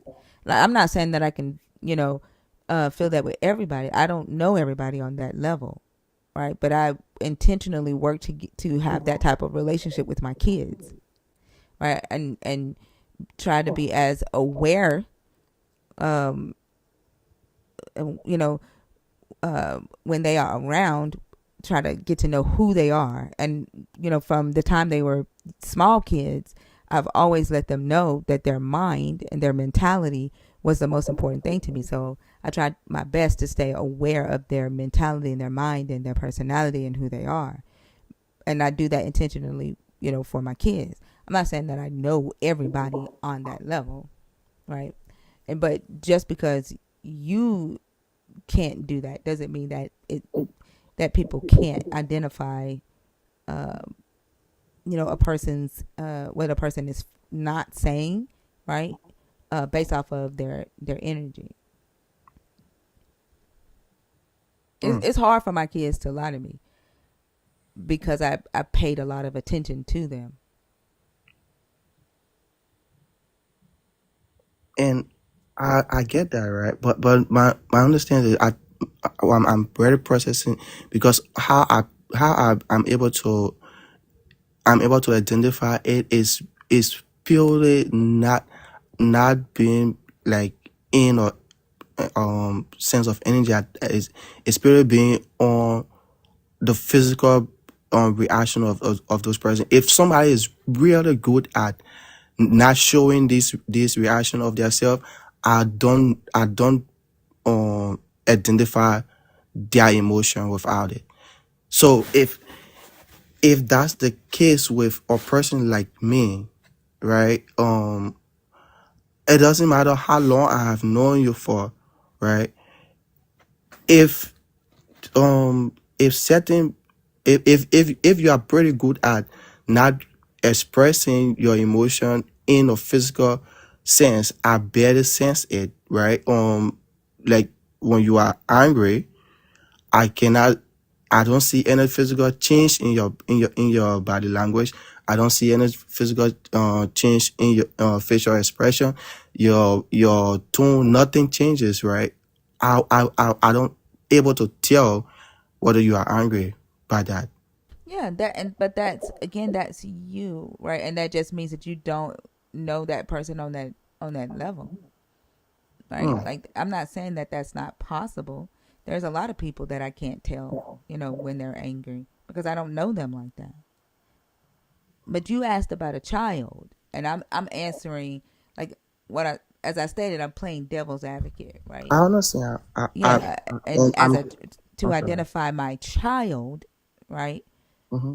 If I believed in life after death, right, and if the soul is the thing that Christians are characterizing it as, personality, energy, right, then I would say that I would be able to identify my child by that. I don't need to see them physically to say, oh, that's Bria. That's what I'm saying. Mm. Yeah, that's pretty much I think it's something I have to really look into to try to understand so I try to understand people on this level because I don't think I've actually get to understand people on this level before to truly understand them without them showing that they feel this way. And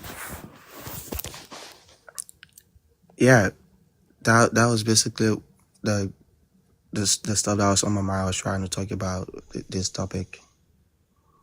I get what you're saying, but I think because at first you were saying that you have to be able to see them, right? And I get that. Believers, when they talk about life after death, it's almost as if they believe that they're going to have a human body. But if it's life after death and it's this soul that they're talking about, which is personality, uh, and the energy is that personality, then that's how would you identify them? That would be the way, like energy matches energy, right?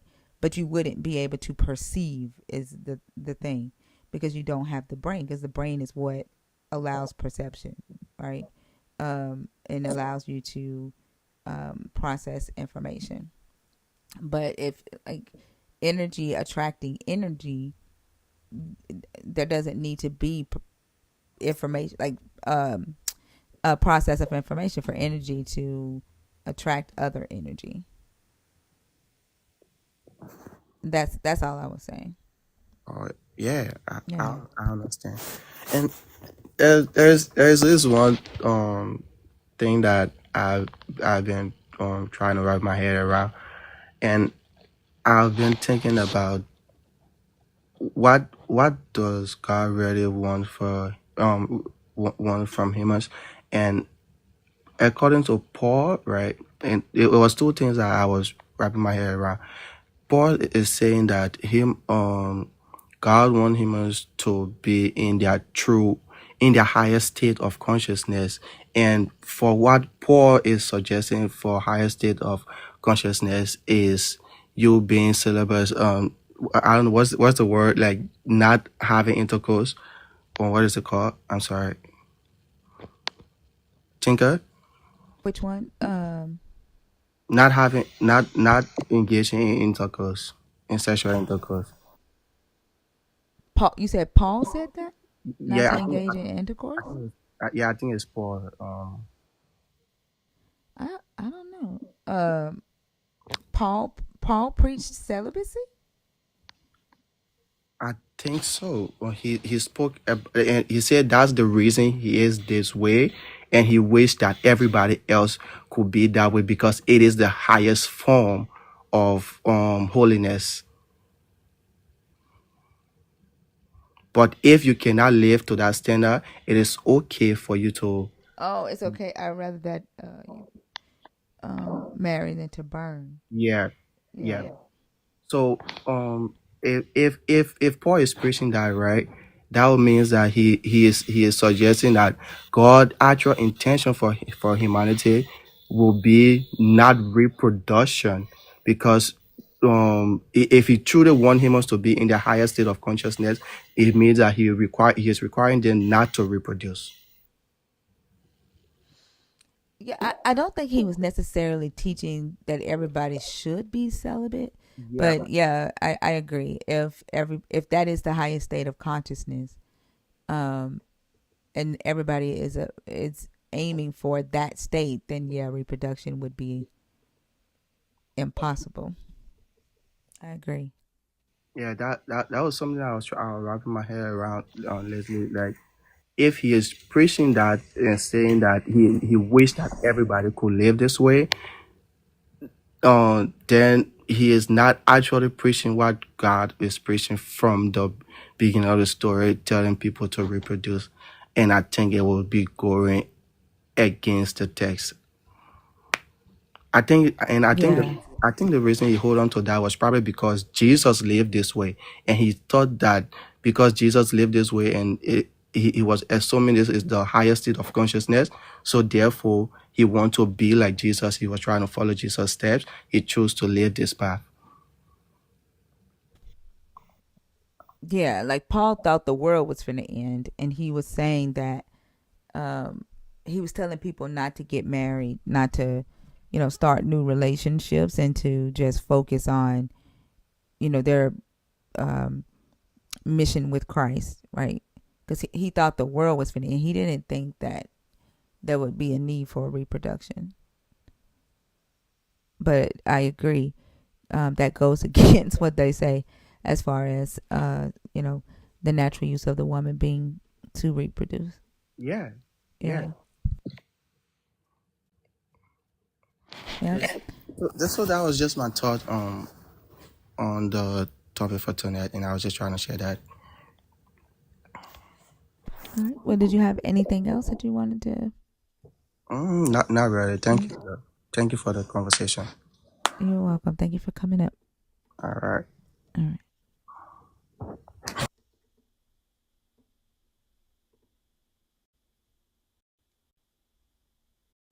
I think playing devil's advocate confuses people. Somebody in the comments was like, "Thinking you believe the Bible now?" Yeah, I had a feeling Oh you my doing that was gosh. gonna. Huh? So I had a feeling you doing that, even though you prefaced it by saying I'm gonna be playing the devil's advocate here. Gregory, are you in the guest box on purpose? If you are a believer, if you are deconstructing, or if you're an atheist, there is no wait. Starscream, are you back? I be wanting the shit talkers, like the shit talkers that can hold a conversation and like literally hold a conversation and be okay with dissent to come up, but they act like they're afraid. Because they're all on this side. Yeah, that might be true. That might be true. Because you have to have like critical thinking to be able to do that, and most people who think critically about this text don't agree with it. Mm-hmm. I don't think Gregory is in there on purpose. All right, y'all. It's 786 people watching the live. 686 here and another 100 on YouTube. And it's 4 a.m. in the morning.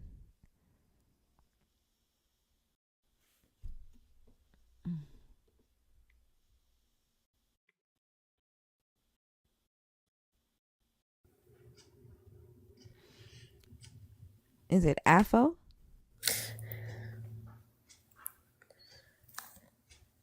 AFO? Did you come up on accident? You hear the panic in there? Yeah. Over it.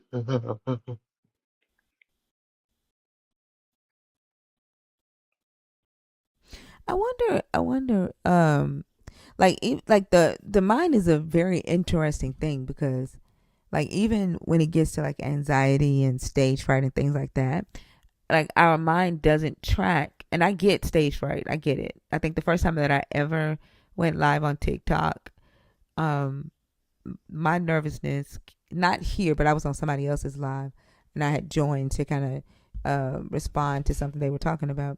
But my nervousness was, are they going to think I'm crazy because of what the fuck I'm finna say? But I think, you know what I'm saying? It was more so like, how are they going to respond to what I'm about to say? But I think too, like when it's anxiety and it's just stage fright of talking to, a lot of people, that because there's a lot of people watching the live, our mind doesn't say automatically, you're not there with them. Right. And they can't see you. Right. It just, the anxiety kind of like takes over. Our minds are just interesting. Yeah. I mean, 9 times out of 10, you're in a room by yourself. Yeah. With us, like, a screen in front of us, right? Right. With and then I'm sorry, I muted you for a reason.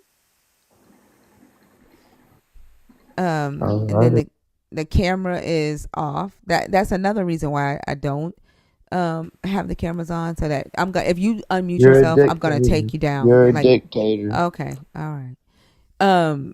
So that's one of the reasons why I don't, allow cameras on stage, so that people can feel comfortable being themselves and not have to, feel like they gotta be something else because 1,000 people are looking at how their hair is done, or whether they have a beard, or whether they're fine, or it's just your voice, right? That people are listening to, so they can focus on what you're saying, not necessarily on how you look or how you present, or so just Right. be yourself and remind yourself that you're safe.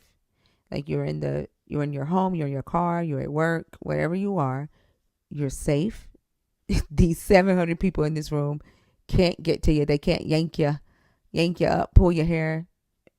None of that. Well, you safe unless your name is Robin. That was Yeah. Well, Robin wasn't safe because she was there with her husband, but she was safe from us.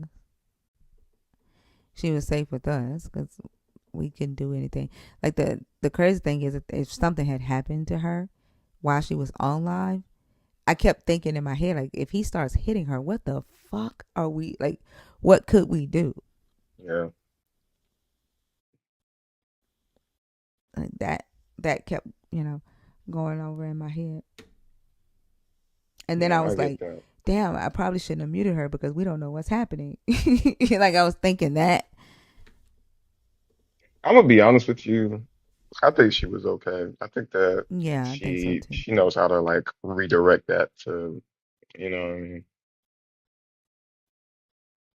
He sounded like he was inebriated too. He sounded like he was drunk. or or groggy or something. But whatever I don't know. She was talking about him in a way that like I was like, you don't think that's gonna cause conflict in your house? And sure enough,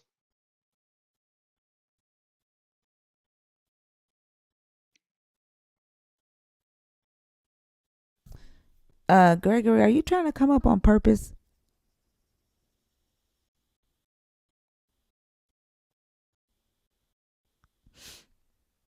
Okay, I don't know. It keeps throwing you in the box. What? what's Why that? did it do that? What the actual? This your Uh, live now, buddy. Gregory, were you trying to come up on purpose?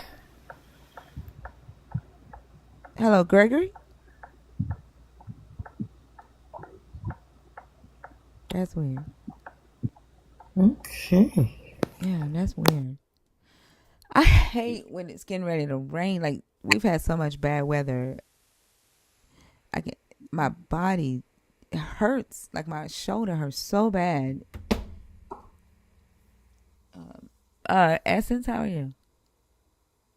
I am well, and how are you and everyone on the panel? Hello to you all. Good I'm morning. doing good. Hello, Essence. I can tell by your comments that you are a believer. Just because I said hello? No, I That's said interesting. I said your comments. Oh, my comments that I wrote. Okay, yes, I'm definitely a believer. Mm-hmm. What topic did you want to discuss? Probably what even is the soul and how can it be judged after death? Okay. Go ahead and begin with Selena. Okay.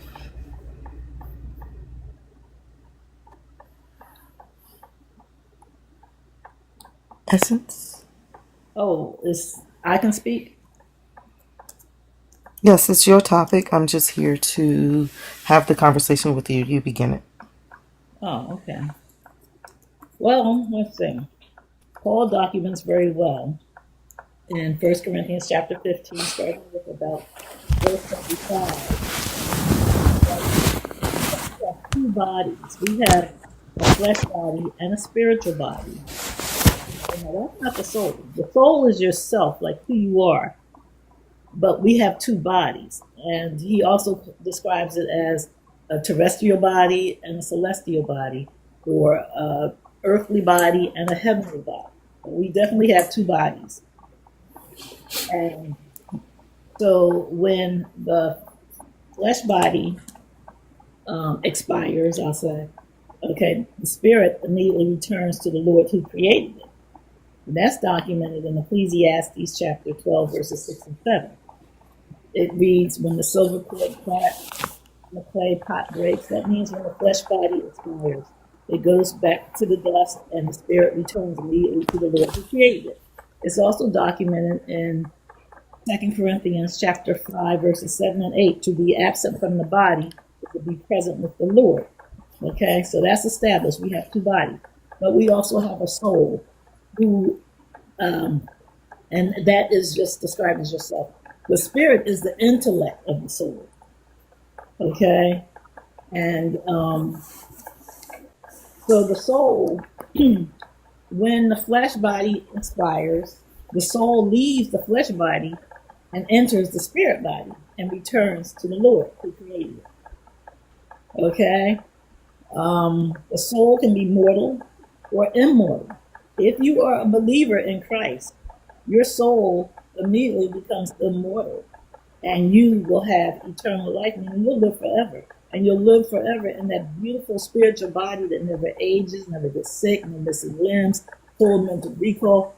Okay, so So part of that was muffled. You said you'll live forever, and then it just got muffled for me. Can you repeat that you'll part? live forever in a beautiful spiritual body that never ages, that never gets sick, no missing limbs. Your spiritual body is made to last for eternity, but your flesh body is perishable and it will decompose. It was only created, God only created our flesh bodies to live temporarily, just. So where, at this point right now, where is the soul? The soul is in you, okay, is in your flesh body right now. If you were to pass away, your soul would leave your flesh body and enter your spiritual body and return back to God. We come from God, we return to God. All the souls. So where is our spiritual body? Pardon me? Where is our spiritual body? It's within your flesh body right now. God. Ooh. So all the souls that have not been born are still with God in heaven. And so when a woman conceives, go ahead. You have a question? No, okay, go ahead. Because you just go ahead. God takes that soul and implants it in the embryo of the woman who has just conceived, and that soul becomes a living being after 9 months or so.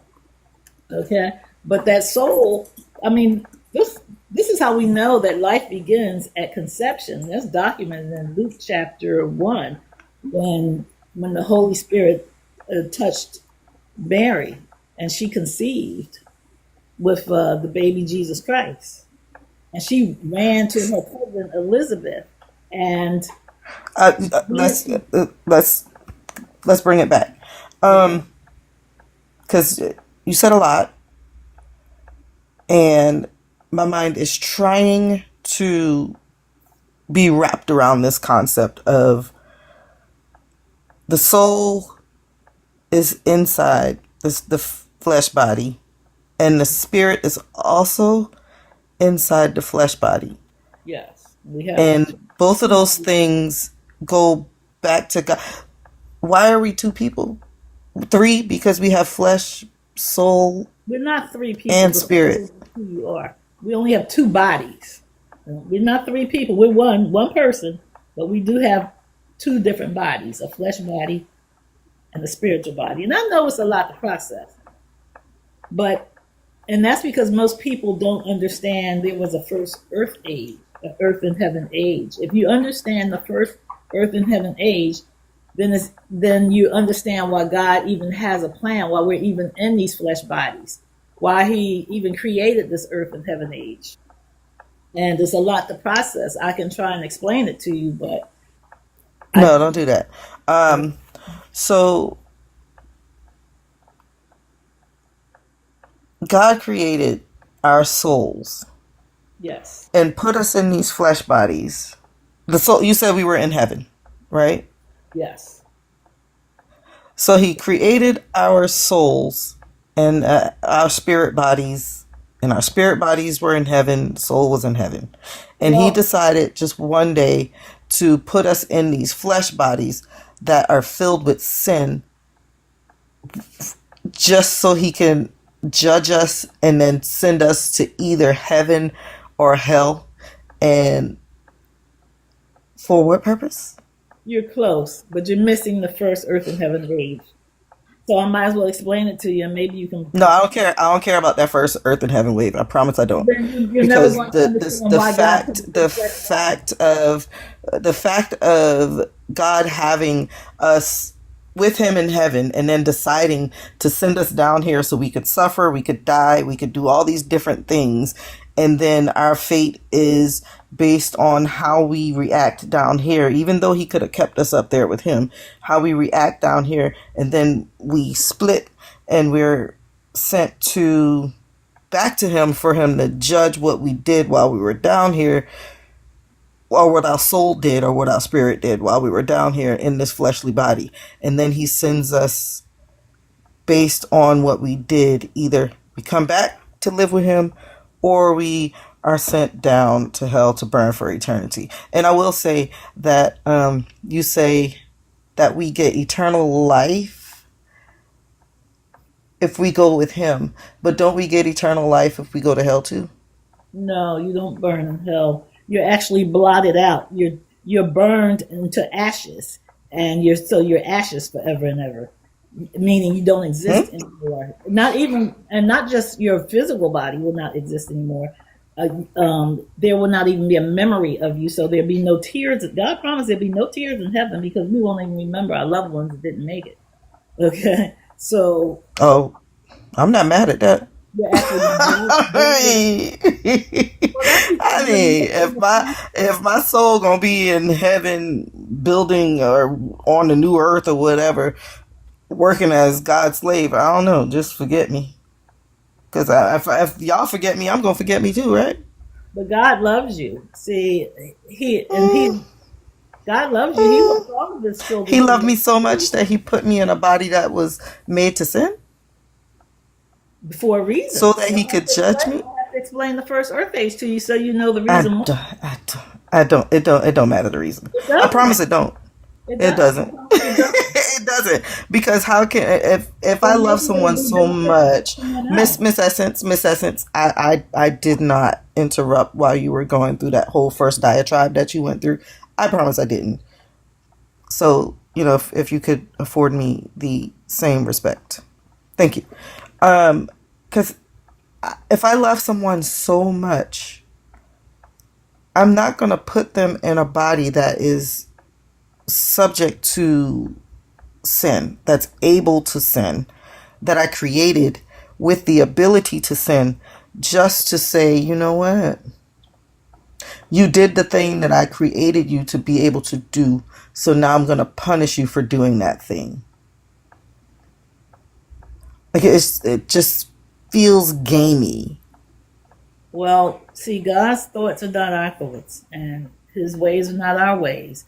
And you can never... Because his ways are lower than our ways. I get it. Because, no, his ways are lower because would you own slaves, or would you tell your children that they could own each other as property? Okay, let's get back to topic, okay? That is, you brought up his ways. You brought up and said his ways were higher than ours. So can I get an answer to that? Would you do that? Well, that's actually a man's ways. You're blaming God for what man has done, but I want to. No, I'm blaming God for what God did. God ordained it. God put it in His word. If you believe that His word is, He wrote laws about slavery. Yes, the laws allowed for slaves to be a thing. He said, "Hey, y'all want slaves? Y'all can go over there and y'all can get slaves from these foreign lands and y'all can treat them as slaves. But as for the people, as for y'all, the Israelites, y'all can't do that to each other. Y'all can own each other for 6 years, I'm sorry. And then in the seventh year, y'all can let them go. But for all the rest of them, y'all can keep them for life. They can be your property for life. You can treat them as slaves. You can do the things that you need to do to make sure they belong to you. They belong to your children. They belong to your children's children." This is God talking, if you believe what the Bible says. Well, sometimes because all the whole world was worshiping idols, things that they created with their own hands, out of stone, or gold or silver The or whole world was doing that? the whole world except for the children of Israel, because God revealed himself to him as the only true God, and he made them a holy nation to help spread the truth. Okay, so yes, the whole world was worshiping idols, and basically, okay, when all of this first began, okay, when You do realize that other these other nations had their own god and gods, and God decided that, they were you know what, idols. I want to be no, they were actual gods. They were a part of a pantheon. Thinker, are you there? No, they weren't. This is more your wheelhouse that I'm about to dip into. I just So want to know, like, what she thinks that the God was doing when all of these people were like worshiping the other gods before he introduced himself to the Israelites. Like, was he like right. in heaven pissed and was like, I gotta find a people to, convince these other people that these gods they're worshiping aren't the God, because I can't go to these people and introduce myself to them. Like, what did he do? You want to know how he chose the Israelites? No, I didn't Is that ask you your that. No, that's not the question. what's Like, the question? all of these other nations, they're worshiping these other gods, right? And your God is just in heaven mad about it, and is like, oh, I can't go to the people that's worshiping other gods. I need a special people to take me to each land and introduce me to these people that are worshiping other gods. Like, why could, if he was pissed about these other nations worshiping other gods, why not just go to those nations and be like, hey, that's the wrong God? Because people are hard to convince. Yeah, and so Not he for a God. utilized. Like, if he's God, right? If he's God, and at this time he was like walking around on earth, I guess. I mean, if you walk up and you're like this big, powerful God, you just go to the people and be like, hey, this piece of mud that you're worshiping that you believe is a God isn't actually a God. I am. Do some tricks like he did to convince the Israelites, and bam, problem solved. But he decided to use humans to convince other humans that he exists, and he's been trying to do that for 6,000 years. That don't make no sense. Well, he did all kinds of wonders in Egypt. He's done. He is the creator of all things. I know. Okay, Listen, but the question that I asked is, That and you still yet no. don't But can you believe. engage with my question? Like, this is what y'all do. Y'all revert back to the fairy tale. I Can you engage with my question though? I'm trying to. It's very difficult unless you understand the first. I'm asking, why didn't the God just go to the humans and do the miracles that he had to do to convince the Israelites that he was God? He did. No, He did. what humans did he go to before he went to the Israelites? Oh, before he went to the Israelites. Yes, if he was pissed that these other nations were worshiping other gods, why But didn't he just go to the people of those chose the other nations? Israelites to bring forth peace. Hello. I'm trying to answer you. You can't answer the question because you don't know what I'm asking. You keep answering something I didn't ask, right? And so I'm in the middle of reiterating it. I'm in the middle of reiterating what I want to know, so that you don't continue to answer something I'm not asking. If you are saying that your God was mad that these other nations were worshiping other gods, so he had to introduce himself to the Israelites, and make them a holy nation so that they could convince other people that he's the one and only true God. Like, why didn't he just go to the people of those other nations, do the miracles that he did when he had to convince the Israelites, and just let them know, hey, you're worshiping the wrong God, I'm the true God? Why didn't he just go to those other nations himself? He chose the children of Israel to bring forth Jesus Christ, which was himself in the flesh. But what my question is, why didn't he just go to the people that were worshiping other gods and be like, hey, that's the wrong God, I'm the true God, do a couple of miracles, and bam, problem solved? But he chose to choose a group of humans to convince other humans that he is the one true God. And he's been trying to convince people of that Do for you think they would have 8,000 believed years. them? You think they would have believed them? If he did miracles like he The did for the Israelites? Israelites, Many of the people in Egypt didn't believe. They believed obviously they did. Like literally the Pharaoh. some of Like them why are you not telling the truth? Like in the story with Joseph, did the Pharaoh of Egypt acknowledge the Hebrew God just from Joseph interpreting a dream? Okay, he did for the dream interpretation. Yes. Did he acknowledge the Hebrew God? Yes, but Okay, so just from Joseph being able to interpret a dream, the Pharaoh of Egypt acknowledges the Hebrew God. The he may have Hebrews been get Hebrew. power. The Hebrews get power, right? They become royalty in Egypt because of their God, right? Like it doesn't make sense. If he is mad about all these other nations worshiping another God, if he's God, all he had to do was go to those people and be like, hey, I'm the true God. Here, look at my power. Bam, problem solved. Like, and then the fact you're saying who would believe the God? Who the hell believes the humans? Like the fact that y'all would believe humans before you would believe a God is ass backwards. That's the problem. People believe humans before they believe God. No, you believe a human before you believe God. That's the issue, right? That's why I'm a non-believer. No, I'm a non-believer because you humans are the representation of the God. Like, where is the God? Bring me the God.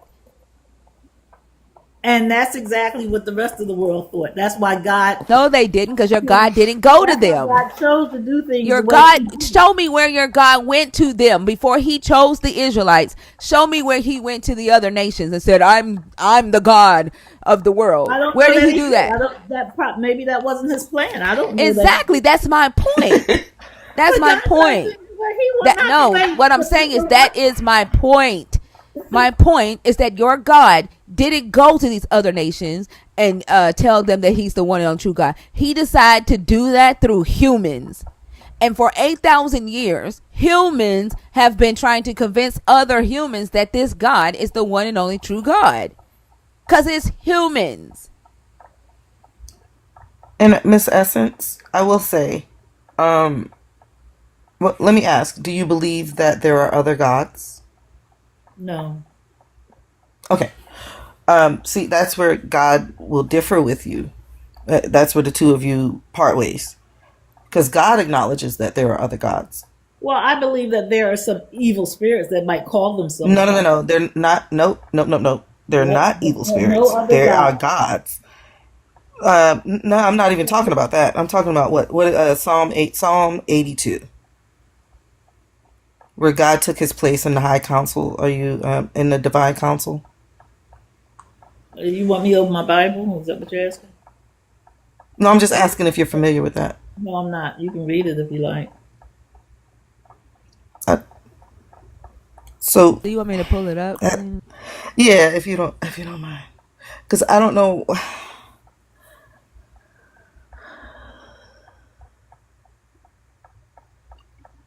This is where most of the gods people have created with their own hands. They make statues and pillars and things with eyes that couldn't see and ears that like the cross that Jesus is on, like the cross y'all have up in the churches, the crosses you wear on your necks. Like, I don't know how y'all don't think Jesus is not an idol. I don't understand. But this is a clear verse about how, God is a part of a pantheon of gods, and he just came in. I like use the thinker's words. He deboed his way into being the. Let me open my It's on the screen. This is Psalm what? 82, you said? Mm-hmm.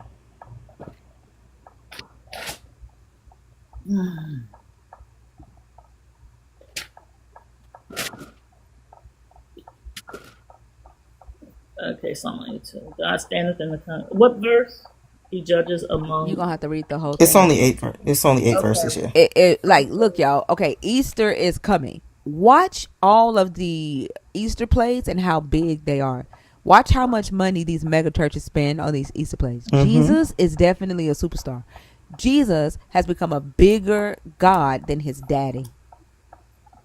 Watch Okay. the things that they demonized the Gentiles for, right?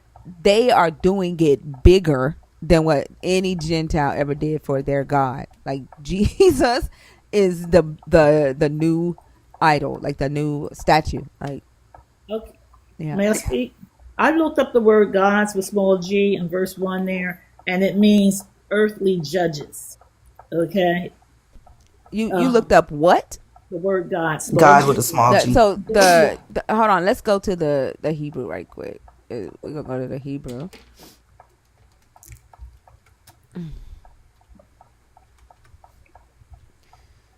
Make this a little bigger. But speaking of Easter. Hold on. This says Elohim here, right? You see that there? Which means God. This says, let's see, foundation. It means, but Elohim is plural. It usually means God and his children. This is singular. Yeah, this is singular. I have a companion Bible, and there is a scholar named Bullinger who gives you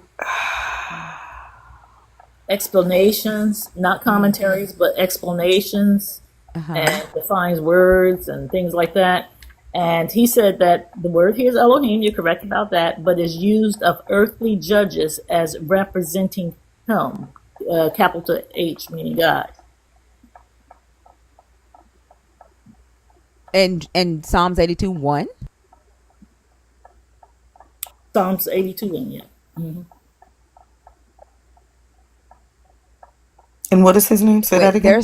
You're saying that scholar, that theologian, is saying that the Elohim in Psalms 82:1 is referring to an earthly judge?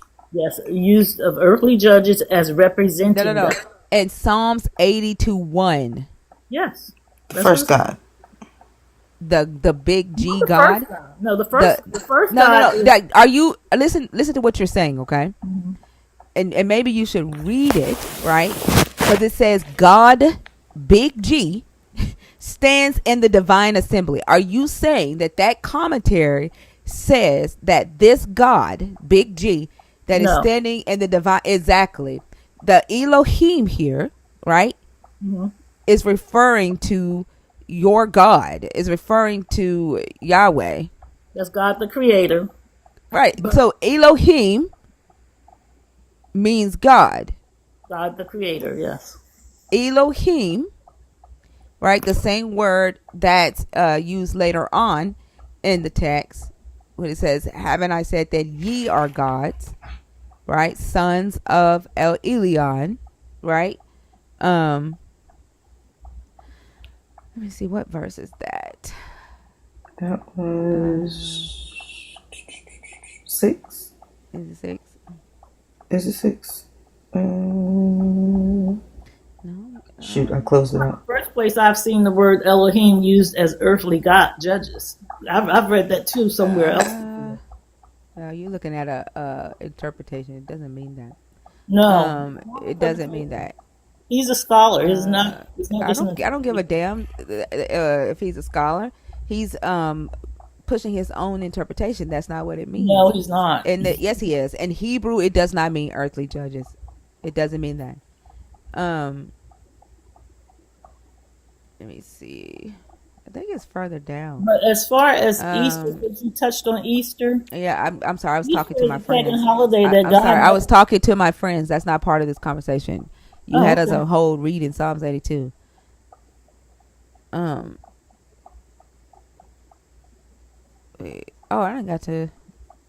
I done went to Psalms 83. Hold on. I was about to say that's. What the hell? Did I type 83 in or 82? No, it's 82.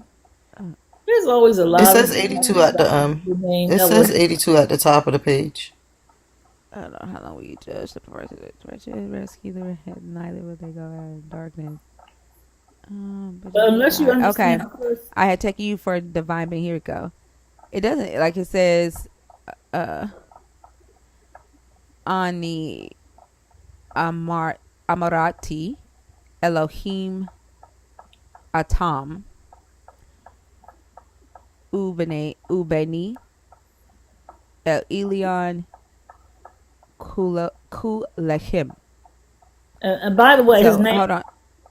This says sons of the Most High, divine. So where it says divine beings, it says Elohim Atam, right?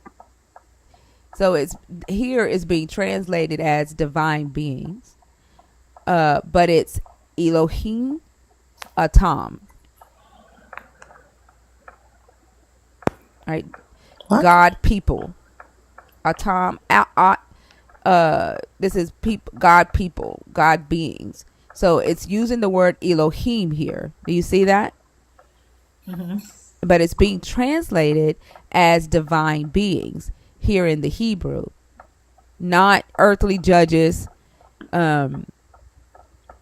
not humans.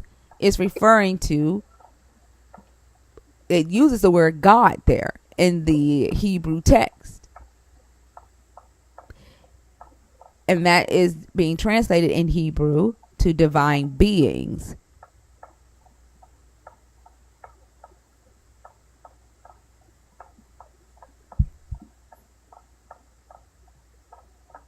With a small g.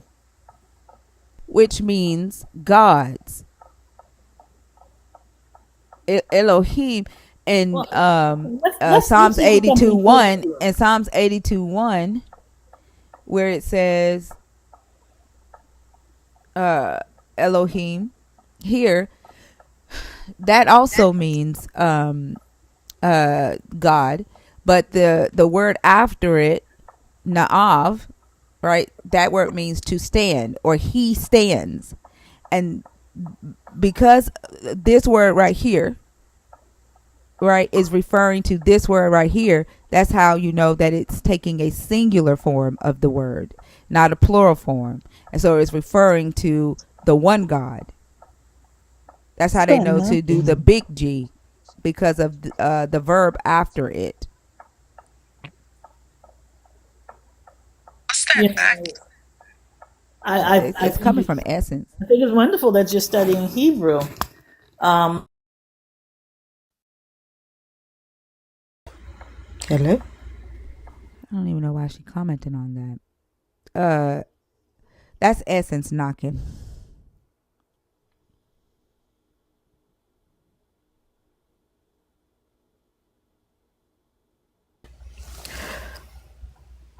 Since we can't hear you when you go off app, like when you're not seeing us, we Dr. cannot hear you. B. Hey, Dr. B. Look at how oh, he's Yay. crying. Thank you, Dr. B. Greg is back in the box.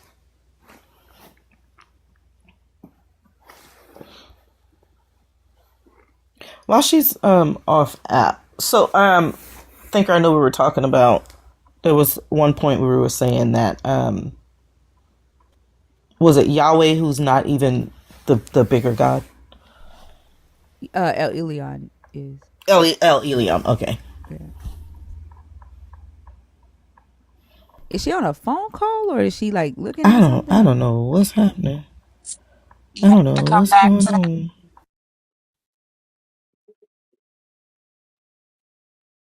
Essence, we can't hear you when you're away from the app. I don't know if you're talking to us.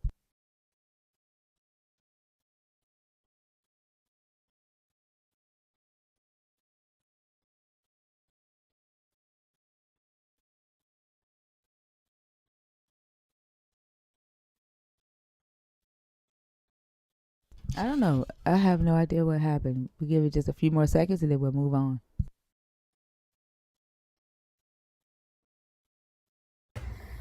She ready for this conversation? Huh? I said, was she not ready for this part of the conversation? I think she may have gotten a phone call because she was in the middle of saying something. Oh, okay. Yeah. Thank you, Dr. B. You're pretty amazing yourself. Isn't he though?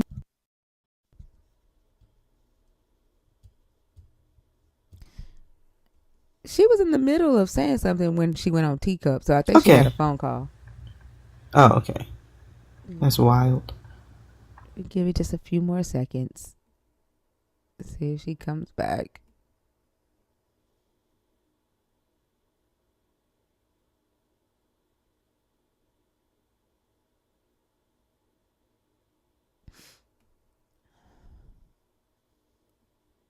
And y'all, please stop typing in caps in the comments.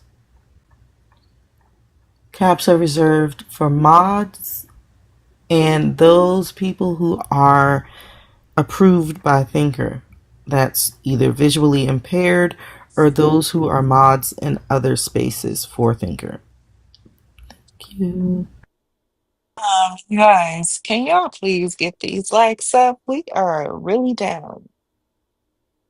And coming back and after being muted for 5 minutes, typing in all caps gets you muted for the rest of the live. Thank you, Lance, for doing that.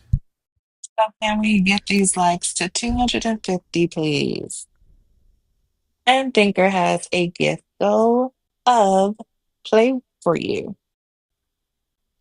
So please, let's help her out with that.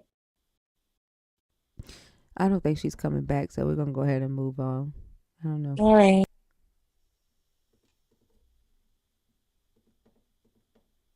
She wanted to get off that conversation about what she kept trying to talk about. The heaven and the earth, the age. Man, what do we know?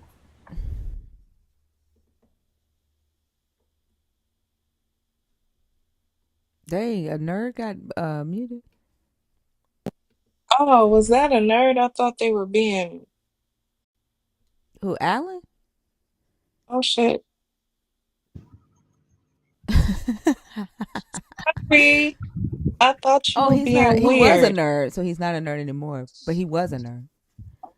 I'm sorry. I thought you were being weird. You only got 5 minutes. Oops. Gregory, are you coming up on purpose or on accident? Okay. Goodness gracious. I don't know if he was talking or like it looked like his picture was trying to move, but he keeps getting in the box. I don't know if it's on accident or what.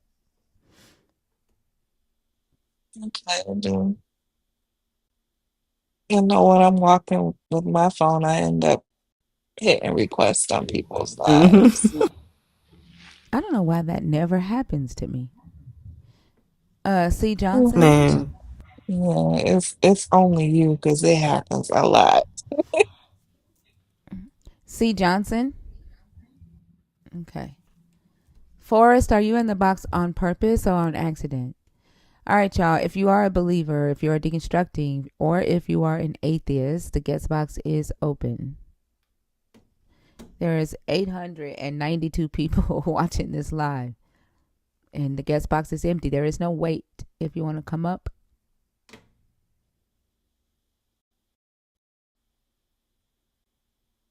What? Mia. Yeah, right. Mia. It was actually really funny. Yeah, Mia. right. No, it happened. There's no cap in that rap. Oh my God. That's worse than me thinking that I was on live while I was shooting. Oh, damn, girl. Oh, It was getting real grown and Mia. sexy. Oh my God. And how long did you keep it on there? Not too long. I wasn't crazy, but This I is was just not too like, long. Oh, nah, so because I was like, huh? kept talking. I was like, all right. Well, that was fun. No, Hell that's no. always my Yeah, fear. That's my fear. yeah. Mm. It wasn't That's too. my It wasn't like fear. it He wasn't taking it from crazy. the side. It wasn't crazy, but it was just like, oh shit, she definitely don't want to be up here right now. Oh my god. Oh my gosh. No, Oh, Elaine, I'm that's not finna do her hilarious. like that. That's crazy. That is hilarious. That is wild. Whew. Forrest, what's up? Hi, good morning. Good morning. Can you hear me? Good morning. Yes, I'm just enjoying my deconstruction journey. Um, just want to touch on a few things. Um, one is definitely the spiritual thing. As far as in my opinion, we've been conditioned to well, I'll say it like this: humans, as humans, some of us, uh, have always sought a spiritual aspect of ourselves. As far as that's uh, across cultures or anywhere on this planet, almost you can almost find that people are seeking that unknown spiritual aspect of ourselves. So and then here in America, of Mm. course, you got Christianity, but I mean, just from a young, young kid or whatever, I'm indoctrinated with the Christianity aspect of it. So, okay, of course, I latched on to that. But I mean, it's always it's like the yin and the yang, even in Chinese, the good, the evil, and I mean, the movie The Exorcist really scared the bejesus out of me. I was like, damn, this devil thing, like, it's real. I think it affected a lot of people that way, and it kind of scares you into saying, "Well, I better be act a certain way or whatever, because I don't want this exorcist type demon to, get in me." And so, yeah, it took, and then it gradually, just like the lady was saying the other night when she was a kid. I think she was from Africa, and they used to throw pebbles on the roof and scare the kids into not coming outside because, of course, the whatever the thing was out there kidnapping kids. So, like I said,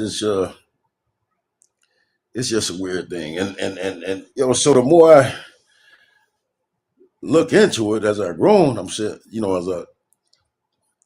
as I grow and get more information, I can see that it's just it's the Bible is a convenient way to explain all these things: the good, the evil, the good, the bad, and ugly, and it's used for that. And Easter, of course, like I said, that's kind of skipping subjects a little bit. That's coming up. A lot of these are pagan holidays. They was just roll into a Christian holiday, but they was originally pagan holidays. Easter, Christmas.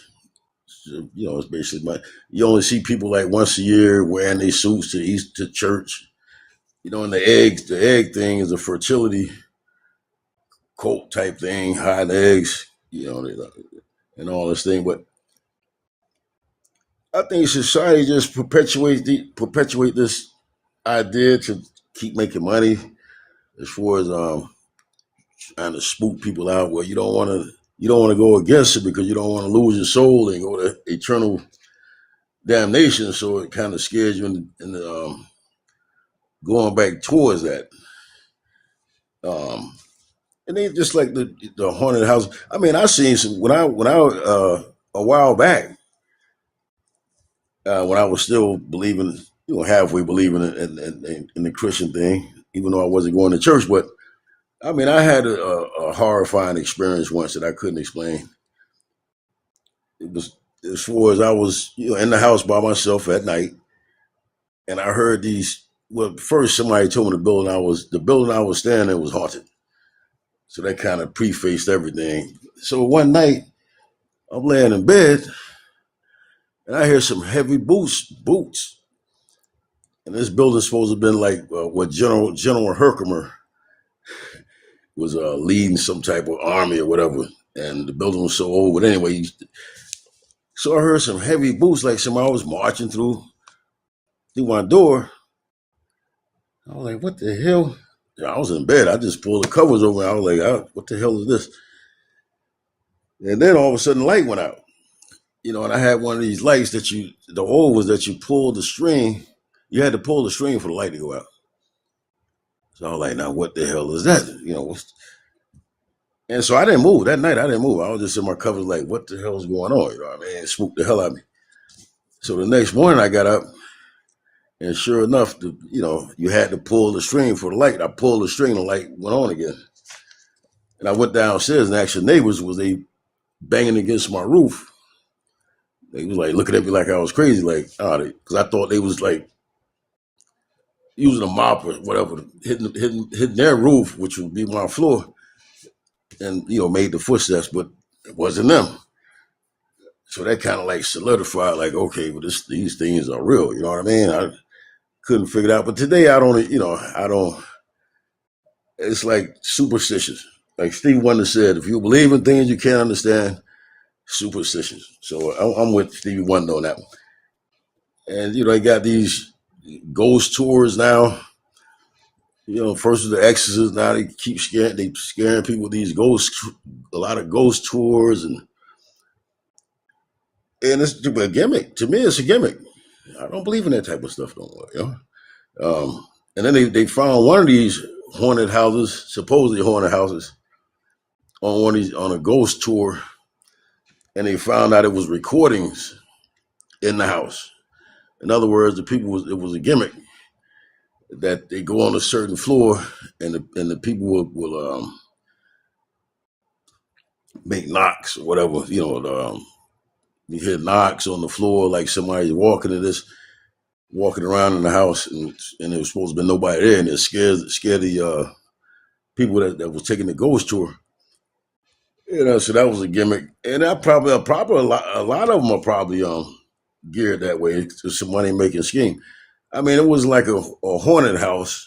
In other words, what I'm saying is, when you go to a haunted house, amusement park, haunted house, you expect them to have these gimmicks and all this. No, this was like a ghost tour, and the place is supposed to have been haunted, and then they found out that it was actually setting people up with all these noises and whatnot. So I can't explain what happened that night, but I'm not finna just fill in the gaps with, well, that was a spirit, and oh my God. So no, I don't believe in that stuff. No, even though, like I said, I had that experience, I still don't. I'm not going to just put it to that. You know what I mean? And I think, like I said, a lot of people just, and like I was afraid for years that, man, if I don't believe in this, well, man, I might get tormented in hell forever and ever. So, and nobody ever came back to validate that. So it's a good journey I'm on. I appreciate it. I feel freer now than I have, because I'm not constrained to that. I can think outside the box now, and I don't have to have those constraints. I mean, I still have a moral compass. Yeah, I know right from wrong. And, a lot of these religious, Christianity, whatever, one of the acronyms will be basic instruction before leaving Earth. Okay, whatever floats your boat. But, and I studied under a lot of different ones, Islam and Buddhism. And they try to teach you basic principles on how to live a righteous life. And like I said, I got a moral compass, and so as long as I stick to that, I think I'll be all right. So I'm happy with my deconstruction journey, and I appreciate you and the panels help me do so. And no regrets. So far, so good. I That's love what's it. up. I'm free. Finally free. That's what's up, Forrest. I'm happy Thank to you hear that. guys. Have a lovely night. I appreciate everything, guys. Thank you. I hope Love you Thank you. you, have a Forrest. lovely You night Well, as too. well. Okay. Bye bye. Bye bye. Let me down. I Or got you. deconstruct me. I don't know which one. He said whichever one. I got you.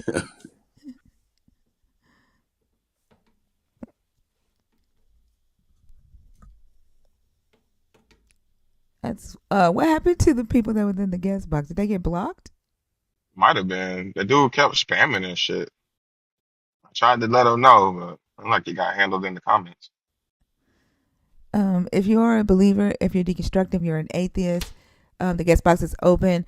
Y'all, please remember that we're only muting for spamming. We're not blocking anymore because I'm trying not to get to 10,000 blocks. But the guest box is open. If you've been waiting to come on stage, it is 5 a.m. y'all. Heretic, what's up with you, love? I'm good. How are you guys doing? I'm doing good. Hey Fred, how you doing? I'm great. It's lovely to hear your voices every day, even though I get a bit rowdy in the comments sometimes. But I wanted to ask Thinker a question, if that's okay. Yeah. What's up? Can you deconstruct me? No, actually, I had this thought about deconstruction in general, and it made me think of like a conversation I had with you and Fee like a while ago, and it's about like how deconstruction or indoctrination is kind of like a language, and unlearning the language is hard. And I know that there are various different reasons and avenues for people to deconstruct. And I thought, like, why is it easier for some, or why was it easier for me? It could be the age at which I started deconstructing. The other thing that I realized that might be a factor, and I don't know if, this is a valid thing to like explore, but the idea of I was indoctrinated into this religion in one language. And as I grew up, I started to gravitate to another language more and started thinking, which is English. And I started thinking more in English. And as a young adult, my life was just in English and no longer in Afrikaans. And I wonder, because of that switch, if it is easier to let go or to deconstruct, because I don't get the same feeling of, God, religion, Christianity in English than I did in Afrikaans. I wonder if that's something that is ever Is the been thought about. story translated differently when it's presented in Afrikaans? It means there are certain words or certain ways of denoting respect or reverence for the god in Afrikaans that is slightly different than in English. Like referring to the god always in like a third person as respect, and little details like that. I wonder if it makes a difference. That's an interesting thought because, I can see that the indoctrination level of Christianity on the continent is different than, here in America. But what I do notice is that, the African Americans here in America are the most religious, like the most indoctrinated to this God. Than all of America, according to the stats. And then Africans on the continent are more indoctrinated or more religious than the African Americans. And so Yes. it could be because of that reverence. But I guess I would also have to ask, like, the ability to critically think, and if you're presented with the same information, no matter the language, if it's the exact same information, if something is illogical in Afrikaans, then it's also illogical in English, Yeah. right? Yeah. And so I think the thing that would make it more difficult would be, like you said, that reverence. Mm-hmm. Yeah. So I mean, that's a interesting question. Yeah, I mean, it's just an idea. I haven't fleshed it out yet, but obviously there are very different variables and different experiences, and replicating it, like doing like an experiment on that kind of thing is I assume would be quite nuanced, quite hard. As experiments are, they're very detailed, or supposed to be very detailed. Yeah, I just was pondering that little nugget while I was listening to y'all, when you had all these different kinds of human beings from different what do you call it, emotional regulation capabilities on your show lately. Huh. That's another flavor. I think we Yeah. were looking at a graph of Christianity worldwide, and it was Lawrence and I. We were on. I forget whose live it was, but we were looking at the graph of Christianity, and Africa is quite literally the only place in the world where Christianity is on the rise. It's literally on the decline everywhere else. And I think Wow, that I can see that. That that's crazy, especially yeah, with all the influence that China's garnering in the continent. Like, it's crazy that for whatever reason this religion is slipping through the cracks, even when the people that are in the most power are not pushing it. it's serving a purpose. I also think perhaps, and I may be extremely wrong about this, perhaps it has to do with using the religion to uplift you out of I don't want to say poverty, but like less means, because religion is a Western thing, and Western thing is not necessarily Western, but outside of Africa thing. And in many African nations, people are more poor compared to Western nations, of course, as we know how things have been in history. So I wonder if the idea of wealth and prosperity is so deeply tied within Christianity, that it's easier to indoctrinate people on the continent. I mean, we've talked to a couple of different people from the continent that are staunch believers, and it's always interesting to hear, especially like the men that get up and how they talk about how they need this religion, they need this like strict authoritarianism to make the people, yeah, not really necessarily empathetic, but obedient, right? Like they feel like they need this religion to make people be able to follow the same set of rules, which, is insane to me because if you follow the rules in the book, then, you know what I mean? You might as well just go off and do whatever the fuck you want to do at that point. But yeah, like it was weird hearing, like a consistent amount of men from the continent say stuff like, they need authoritarianism to be able to live a life that's decent, and that's just crazy to me. But it speaks volumes to why they hold on to it so dearly. Yeah, Yeah, that you're guy right. that was on Christina's live that said that they use it as a way to numb people, Hmm. and Mhm. that it makes people on the continent become unproductive citizens, and so they push it to people that they think that are on a path of criminal, on a becoming a criminal. They push it to them because it makes them docile and unproductive. And he said that they would rather they become unproductive citizens than to be out and doing harmful stuff in society. And I think that's really interesting. Yeah, that's something else to ponder on, I guess.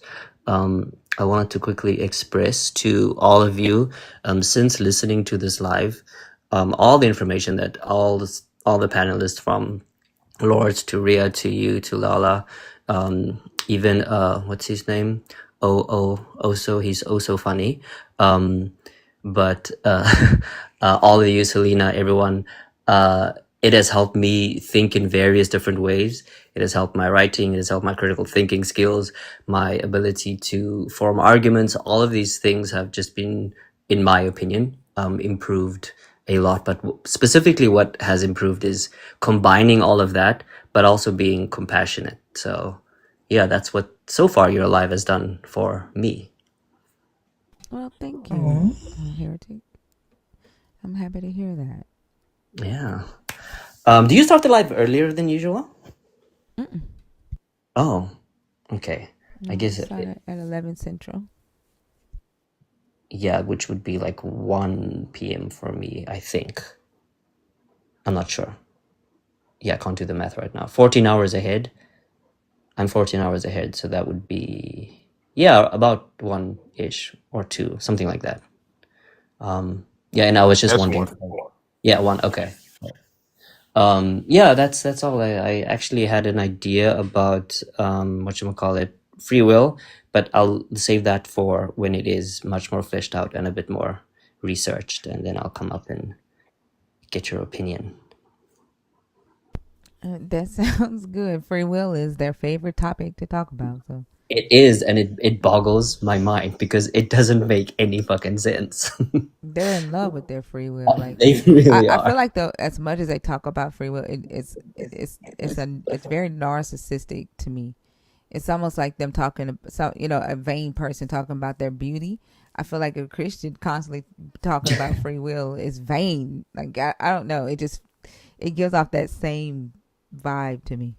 Yeah, it really does. It just allows them to, make things circular. That's all it does. It's just over and over again. It's just a cop out. It's just easy. It's just comfortable. I don't know where. Just for interest's sake, when did the idea of free will start? It wasn't initially in the religion, was it? No, I think it was either Augustine or Thomas Aquinas. Like in the 1700s or 1500s or something? I'm not sure. Hold on. I think it was Aquinas. Because as a human concept, it wasn't really part. It's not like old, but it's also not like new either. It's newer than the Bible. Actually, I might be wrong.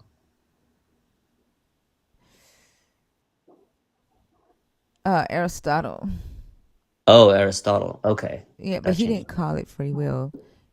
He said, let's see. Yeah, it was Augustine. Augustine Oh, developed the concept of free will. But Aristotle was the first to say that humans were responsible for their own actions. right. Yeah, but it was Augustine. But like if we look at the way the brain works and the body works and physiologically, there's so much of what we do that seems like free will, but it really is not. At least the way that I understand, some of the neuroscience, not textbook wise, but listening to professors and stuff. Anyway, yeah, I want to flesh that out a bit more and see what you guys think. But thank you also for being so funny. And Zeneme, Mr. Zeneme, ha! I didn't see you're married. She made me take her name, Yeah. yeah. Oh, okay. Also, I had a question. Do you know that the whole bear idea? It's very much a gay thing. You know that, right? I've been told.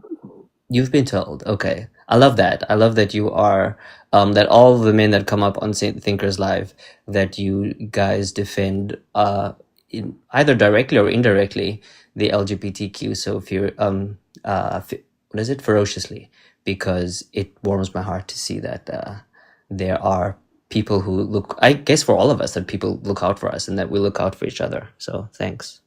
Yeah, man. I don't know. I used to be, bigoted because, that's just kind of one of the things you Just pick up life. being indoctrinated, right? But Yeah. as I grew up and started like hanging around people that were different and like working with people that were different, man, some of my favorite people in the world are gay people. Like, They just are. And like, I don't know. I have like fun with gay people, so I don't understand why people have all this like preliminary hate for people that they don't know. You know what I mean? Like, I haven't had any negative experiences with anybody, from the community. So I'm not gonna sit here and let people, spout off all this ridiculous bullshit about, people that they don't know. Exactly. And I've said this before, not maybe in the comments, but the only reason that most men are so afraid or so against gay people, specifically they're against gay men, not so much women, is because they think of the technicalities, or it's because they're thinking about sex. That's the only Hmm. reason. Right. Yeah. Anyway, I don't want to make this, change the topic. So thank you, Thinker. Thank you, Lala. And also Ms. Dr. Bowen and Selena and everyone, all the mods, Joshua, and the people I haven't mentioned. Thank you so much. You're welcome, Heretic. Thank you for coming up. Thank you. Lay me down. I gotcha. Much love, friend. It tripped me out. She came up yesterday. That was really Yeah, I was funny. like, hold on. Completely Hold ignored the on. thing too. That's the best part. I'm not up But here for all she that. What wanted you to. think? Yeah, so it makes me wonder, like, if she's listening, because she don't comment. Like, she came up, she wanted to know the source that I read, and then she left. Like, it makes me wonder if she's here listening, and has she been here I think listening she ever since is. that day? I think she had been. I'm convinced. Yep, that's very interesting. Very interesting. But yeah, y'all, the box is empty again with 800 and no, 875 people, and the box is empty again. And what up, Doc? No. Hi, Dr. It's, Bone. it's getting to be a Good lot. morning. I ain't never in my life seen believers this scared to come up. And then I guess the people that's deconstructing don't have questions, or I don't know. Gotta Special be I K, like got no. huh? There gotta be Frank Turek and Paul Copan like fans out there, they want to come up there and defend their mentors. For some reason, they don't in here. They just come.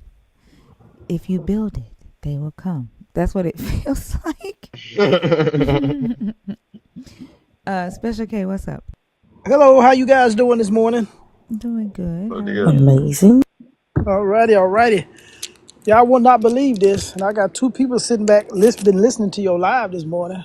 My daughter and my mother, she been sitting here listening, Oh wow. and she is a devout Jehovah's Witnesses. I'm talking about way back, and she has actually been listening and trying to figure out why is it her family turned their back on Jehovah. So I said, well, how about you sit down and just listen to a lie? Don't just don't come with an open mind. Don't judge. Just listen. And she have been 100% amazed about some of the topics they've been going over.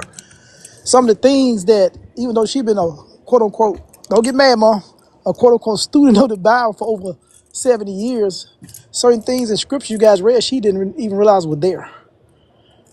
And she been completely 100% mesmerized. Oh wow.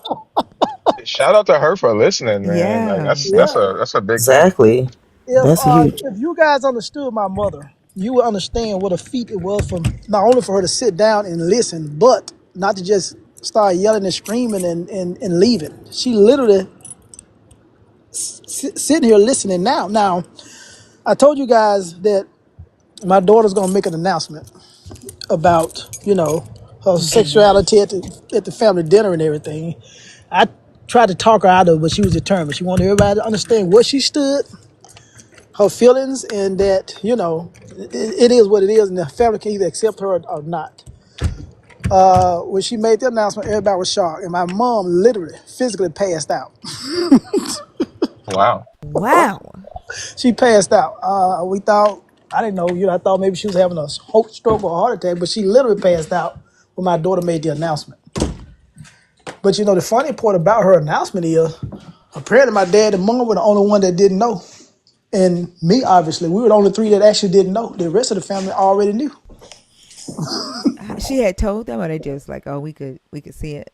We could see it. I'm kind of thick. If you met me, you'll realize I'm not fast on the uptick. I'm not.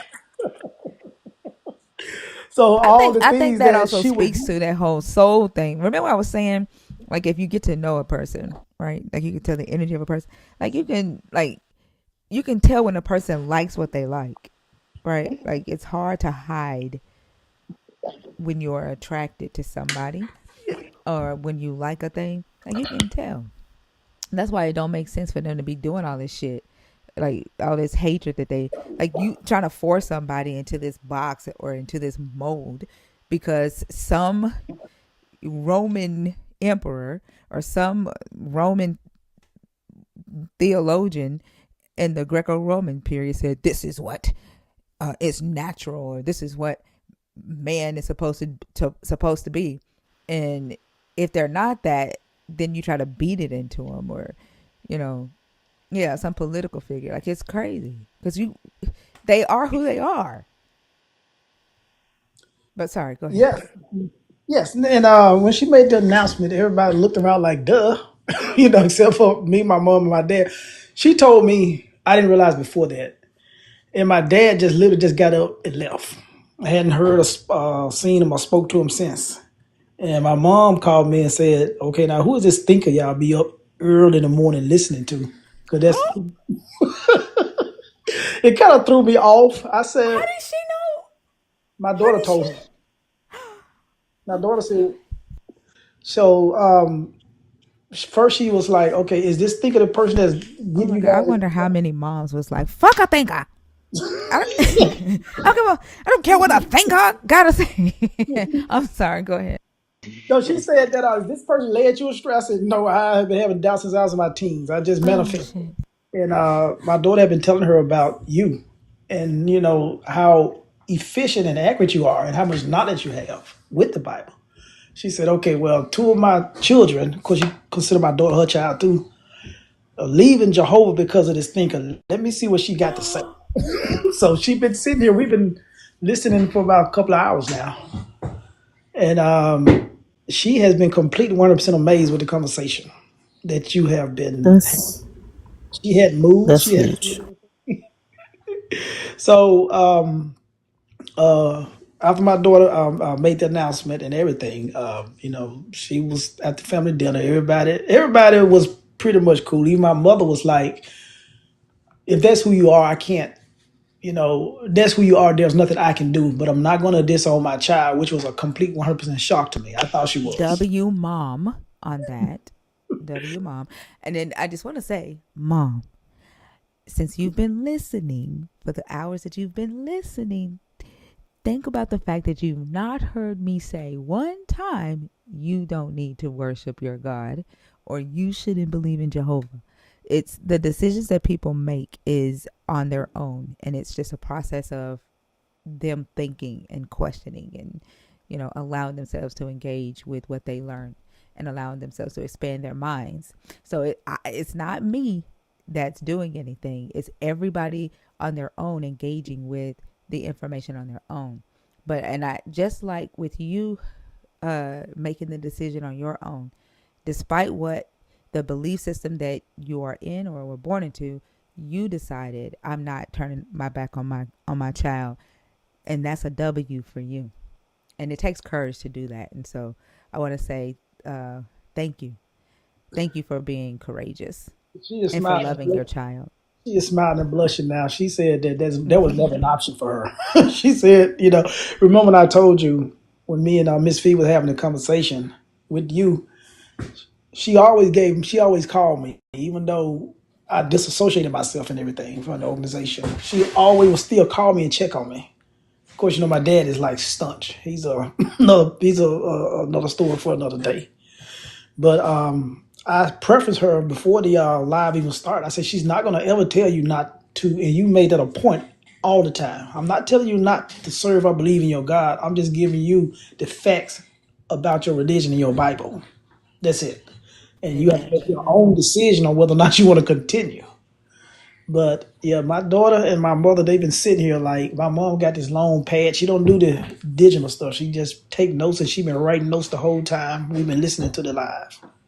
Can I just say, like this is heartwarming to me, because given what we do, what I do online, um, having people on both sides of an issue, a particularly contentious issue, just sit down and listen is huge. And I just want to say, like, thank you, frankly, because being able to, even if you go in, maybe especially if you go in saying, I'm not going to have my mind changed, but I want to understand the other side. My God, like that's a win, a huge win in and of itself for Absolutely. both sides. So thank you. Um, that's amazing. Good morning, everybody. This is Fee. I'll echo what Hey, Dr. B Fee. just said. Hey, y'all. I'll echo what Dr. B just said. Morning, Oso. I think that something Special K just said kind of, and this is the reason I hopped out because, Mom, the reason I'm ex-JW myself, and Not to cut my, you off, but I told her that. I'm sorry. I'm sorry. oh, I was okay. hoping you come up. Yeah, Sorry. and I wanted, Thinker already said it, but the fact that you are not willing to turn your back on your children and your grandchildren, that's the catalyst for my deconstruction, because my ex-husband my husband at the time, my son was a baby, and he asked me if Justin decided he didn't want to serve Jehovah anymore, what would you do? And I'm like, he would have to find somewhere else to live. He's not going to be able to stay in my house and not serve Jehovah. And he was in a rear facing car seat. He was a baby. And as soon as those words left my mouth, I'm thinking in my head, I'm not putting my baby out of my house. Like, this is my first child. It's the only child I have. And he just turned 21, by the way. But I'm like, I'm not putting my baby out of my house because he doesn't believe a thing. And so it started me asking myself, why would I so vehemently say something that I know in my heart I don't believe, and I know in my heart I won't do? And it started me to questioning how many other things were performative for me? How many other things did I just say because I had been told to say it, as opposed to holding a position because I truly believed it? And I said this quote yesterday that I can't remember where I read it, but it said, if you never investigate your beliefs, you might realize that they are not your own.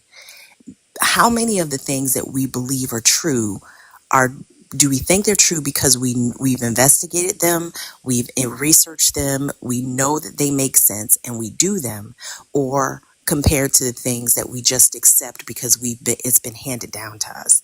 And giving myself permission to start doing the research, to actually investigate a thing. And we say this in here all the time. If a thing is true, it's going to be true after you investigate it in the same way it was true before you investigate it. And growing up in this religion, you are taught. I was born in the 70s. My father was an elder. We were taught from the beginning, you don't question Jehovah. You do not question the governing body. You don't question what comes out of Bethel. You don't question those things. And there's this fear in you that tells you you can't do it. But think about it from a child's perspective. You have children. If you tell your children, don't go in the room upstairs on the left, don't do it. You don't tell them why, you just tell them not to do it. That's going to invoke a whole lot of curiosity in them. That's going to make them want to know why they can't do it. Or you may have a child that's just like, Mama said don't do it, I'm not going to go, I'm not going to do it. But if you tell them, don't go up there because the foundation is rocky, if you step on it right here, you might go through the ceiling, this is why it was rocky, this is why it's weak, this is what happened. If you explain to them the reasons for giving them the directives that you've given them, then you equip them with the knowledge that they need. It's the same way with information. If we know why we believe what we believe, we're going to stand strongly or more firmly in that. So like Thinker was saying, we don't tell people in this live, and to Dr. B's credit, he said it beautifully. It's a beautiful thing when people who disagree on positions can have intellectual and honest and civil conversations about that thing. And we can walk away after the conversation still on our respective positions. It's not with the goal of changing each other's minds, but there are so many of us who are walking around with belief systems that we haven't even investigated. People had just told us what this Hebrew meant, and we just accepted it, when most of us don't even speak Hebrew. And if you don't know the source language of a translation, you don't know if they're telling you it's right or wrong, or what they're telling you is right or wrong. So I'll echo what everybody else said. Big ups to you for even being willing to listen in, and super big ups to you for still accepting your granddaughter and your children, because family is family. As far as we know, this is the only life that we get, and there's absolutely nothing a group of white men in Bethel are going to tell me that is going to have me turning my back on my children, full stop. It's just not going to happen. So thank you for being here and listening.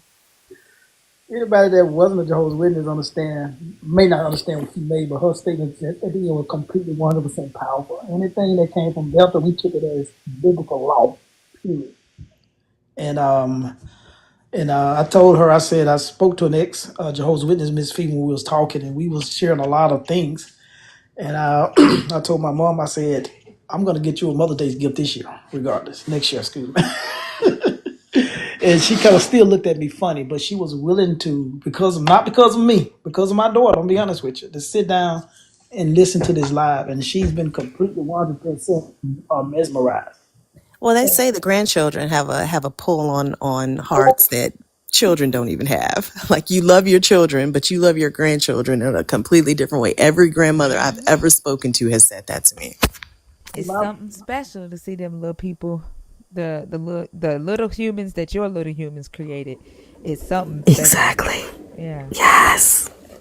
But I still want to come to everybody. My mother's not easily, impressed. She's not. And Miss Fee, you understand that how hard it was to get her to sit down. She's a third generation Jehovah's Witness. Her mother was a Jehovah's Witness. Yeah, that's pretty deep. And I mean, we are taught you don't listen to anything that is negative about this organization. You are told not to investigate this organization outside of the literature that it produces. There was this book, I can't even, what was the big green book, Special K, the one that was telling you, I can't even remember the name of it. Green eggs and ham. No, oh, so not great. Oh, okay. The truth book. No, not the truth book. It's the one that's supposed to be given the history of the organization. Insight on the scriptures. That's it. Yeah, the insight on the scriptures. Like, it gives you this history. Is supposed to be the history of the organization back to Abraham, y'all. Like, it literally tells you that this is where this is how the lineage, and it links it to modern day Jehovah's Witnesses. And when I started actually deconstructing, when I started doing my investigation, I took that book and then I got my computer and I started doing research, and I found like scholarly articles, and I found like biblical history outside of the organization, and it just wasn't lining up. And like Thinker was saying, like when you were talking about the other day about the anachronisms in the Bible, about when the Philistine people became a nation, how they are spoken about in the Bible at a time when they did not exist. That can be verified outside of the scriptures. So there's a reason people tell you not to look into things. There's a reason that religions that are high control tell you you cannot entertain any thoughts outside of this organization. I go back to the M. Night Shyamalan movie all the time, The Village. I don't know if y'all have seen that, but it's a perfect representation of what it's like to grow up in a religion like Jehovah's Witnesses, because you cannot step foot outside of that organization. It tells you and it demands of you that the only information you consume is what they give you. And that in and of itself should be a red flag. But for those of us who were born into it, it's not a red flag. Exactly. The first time I ever looked at any information outside of what the organization provided us, when I went to visit my cousins in Los Angeles, California. And they started coming up with these books. At first, I freaked me out because I'm like, it's like and I knew it was mental and because of my indoctrination, because it's like my eyes started kind of glowing. I'm getting like blind, but I'm probably having like some type of panic attack. He opened up this book and told me to just read something outside the organization. And I think I had a panic attack, literally, because the words started like blurting out. And I'm thinking, oh goodness, Jehovah, his Holy Spirit is blinding me so I can't see. That's what I'm thinking. But in actuality, I was having a panic attack because I had never seen any religious organization outside of what society had provided for us at the time. So when I got over my panic attack, and that's what it was, I went back and started reading. I cannot think of the name of the book, but it started telling me. My cousin was asking me questions. I was reading it. How did they come up with 66 books for the Bible? Why not 65? Why not 22? It started asking legitimate questions that I never even thought about asking because I was so indoctrinated. And as I began to read more, I began to realize that some of the scriptures not lining up. And Miss Fee, know exactly what I'm talking about. When they read scriptures, they only read a certain one or two and they cut it off. And you was not encouraged to read the entire Bible because I was well in my 30s when I realized about the baby bashing and the genocide.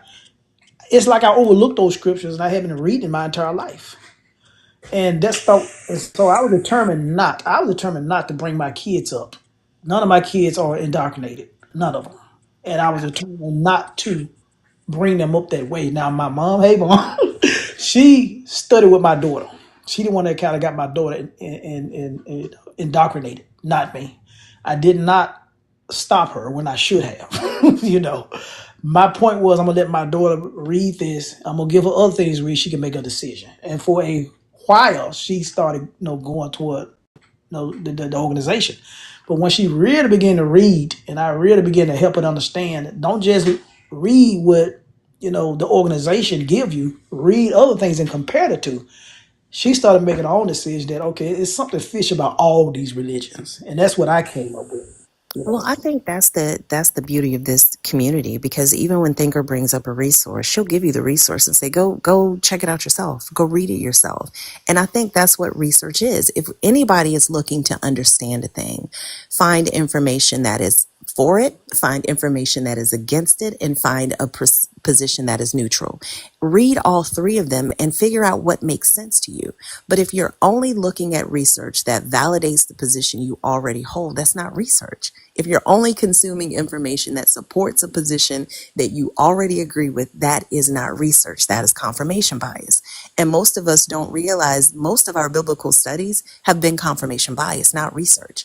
We haven't even, in some religions, you aren't even allowed to examine anything outside of what that religion teaches. So the framework for how you synthesize information is already skewed. That's why I always go back to the Critical Thinking for Dummies. I love that book because it gives you a framework of how to ensure that the information you consume, you are critically thinking about it.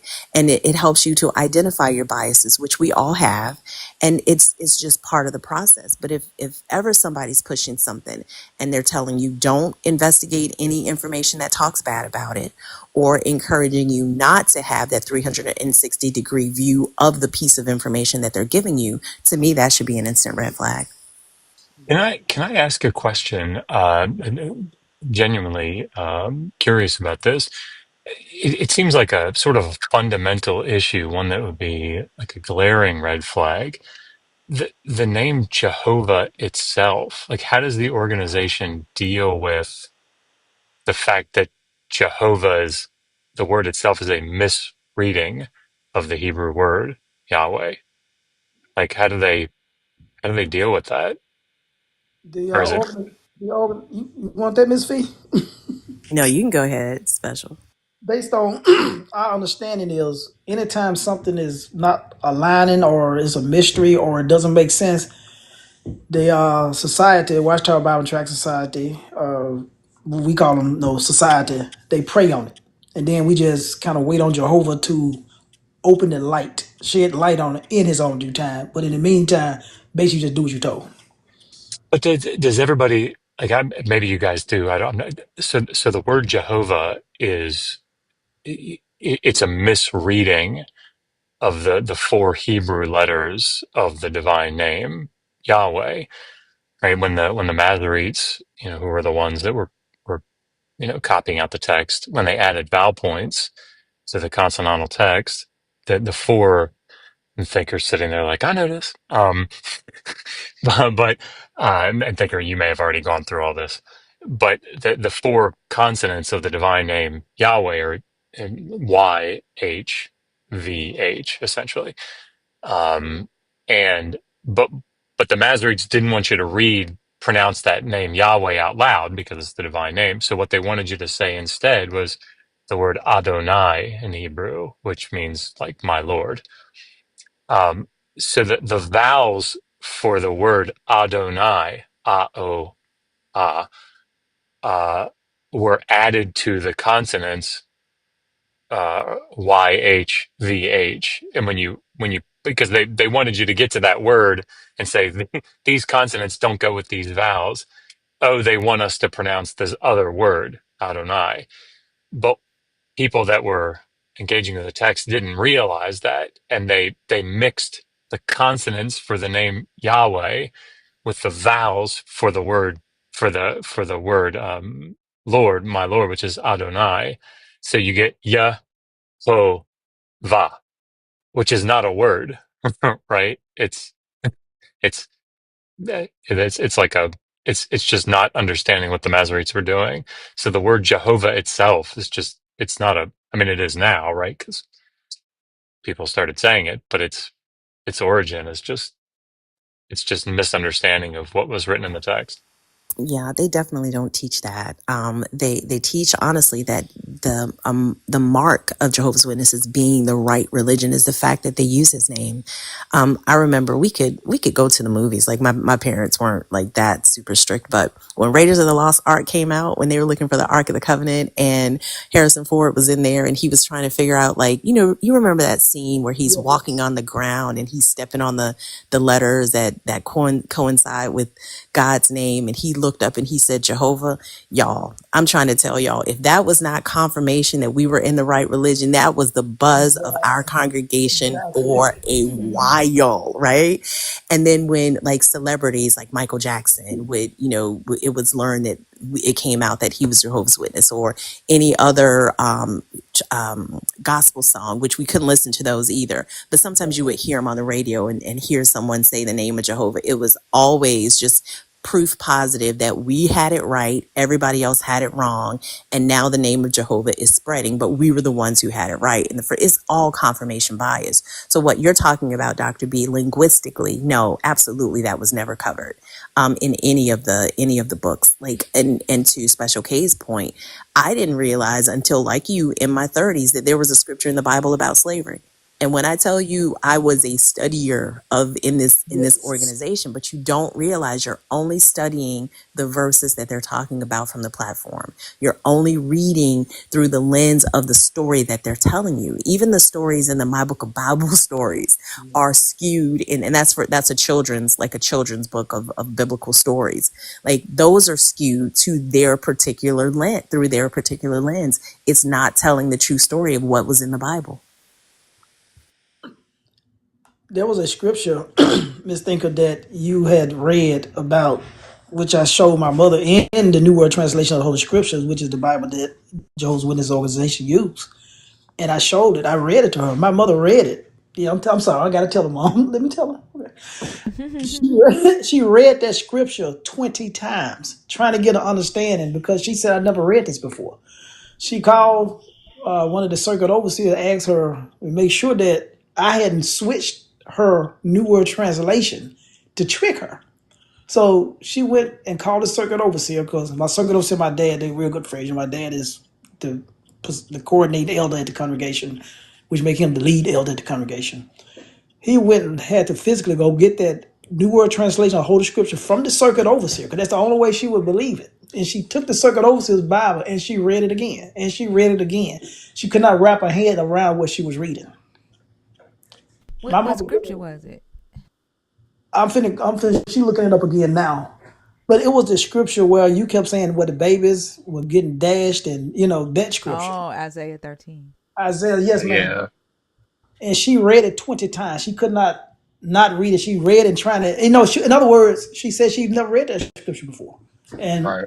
my mom been, and she was indoctrinated. She don't like to say that word, but she was indoctrinated at birth like I was. I've never been to, I never was ever part of another religious organization except Jehovah's Witnesses, and she was the same because her mother was one, and she never read that particular scripture.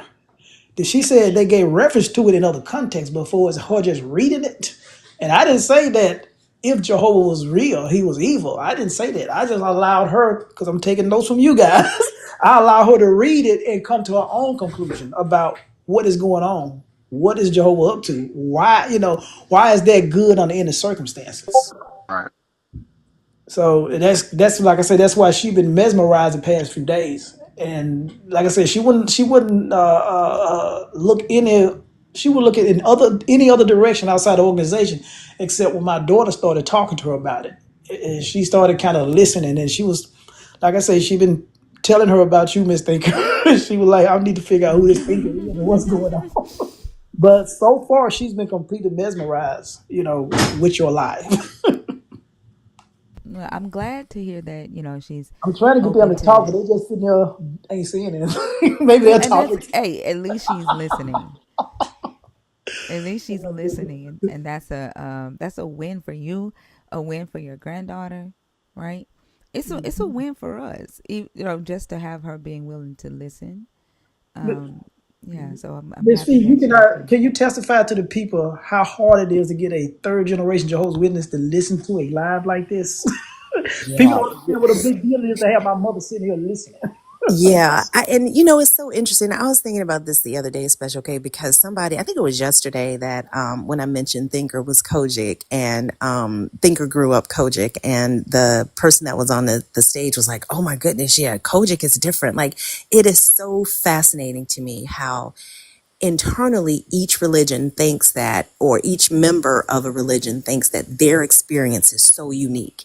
But and it is, right? I'm not taking that away from it. It is absolutely unique, but there are so many similarities to it. And I think it's because of, and I told y'all I'm reading this book about the psychology of religion and what it does to our brain and why it's effective, and why as a species it's been such a prevalent part of who and what we are, because it really does change the way you think. It really does change the way your brain functions, and we don't know it. And so, yeah, like third generation, y'all, I'm just, I guess I was second generation. My parents were baptized when I was a year old.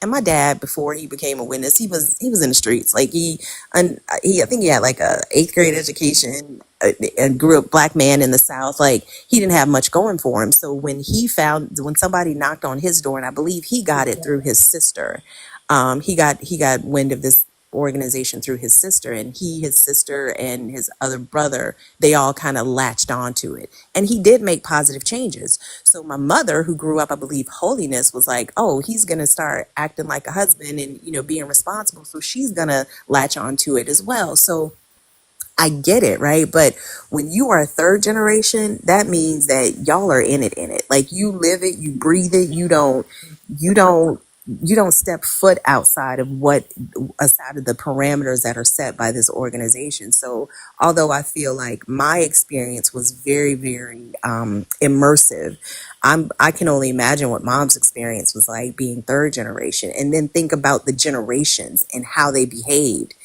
We're living in a time where information is accessible to us at the fingertips. We carry around like information in our pockets, right, in our cell phones. But going back three generations, there was such limited access to information and alternative ways of thinking, that when people learned a thing, they latched onto it as though it was the gospel, literally, no pun intended. So for mom to even be willing to hear this out, I think is a testament not only to her intellect, but to her heart, right? Because it's the fact that she realizes, okay, my two people that I love are looking at things in a different way. I'm not willing to lose them. Let me listen. I think that says so much more about her character as a person than it even Man, does like how smart she is, honestly. that part right there, that's love, right? Like, that's how you love, the people in your life, when you're like, let me check this out, right? Because, like, I'm not willing to lose, you know this person, and throwing them out. I always wonder, like, do the parents that turn their back on their kids, do they ever wonder, like, the harm that causes, like the further damage that causes, to the child, and then to say that you're doing that, out of love for, a God that you've not seen. Like, and the crazy part about it is this book literally says, how can you love a God that you've never seen and hate the brother who you see every day? Like, Mm-hmm. I don't get the logic behind that, but being able to make that decision and say, nope, I'm not willing to do that, that takes strength, right? It takes courage, and it takes mental strength It to be able does. to do that. Let's see what Yeah. you on the organization when they used to say the generation of 1914 won't pass until the end comes, and then they made the announcement. Well, we just gotta keep working until Jehovah decide, because we can't predict. My mom don't want to admit it, but I think she left that Kingdom Hall in a daze, because she was the one faithful, waiting. Okay, there's no way I'm gonna die before, Jesus come return to earth and get all this mess straightened up. We live forever in paradise. She was part of that generation, so she has been waiting since a child. And they put it into your head that if you were born in a certain year, you will not die from this earth until all these things happen.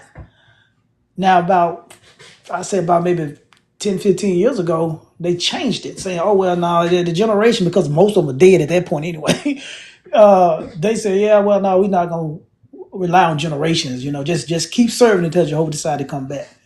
Most of the people in the early generations of Jehovah's Witness was basing everything on that. That's why a lot of them never went to college, never pursued success for as financial in life. They never did a whole lot of things, living a life around, okay, any day this earth could come to an end, Jesus come back and bring paradise to the earth. They put their whole being, everything they had into that. And then they made that announcement. That kind of, I would say, discouraged and broke a lot of people's faith. My mom wouldn't admit it, but I believe that's when her faith was sort of broken, because otherwise there was no way, and you know what, that she'll be sitting here listening to your live, Mr.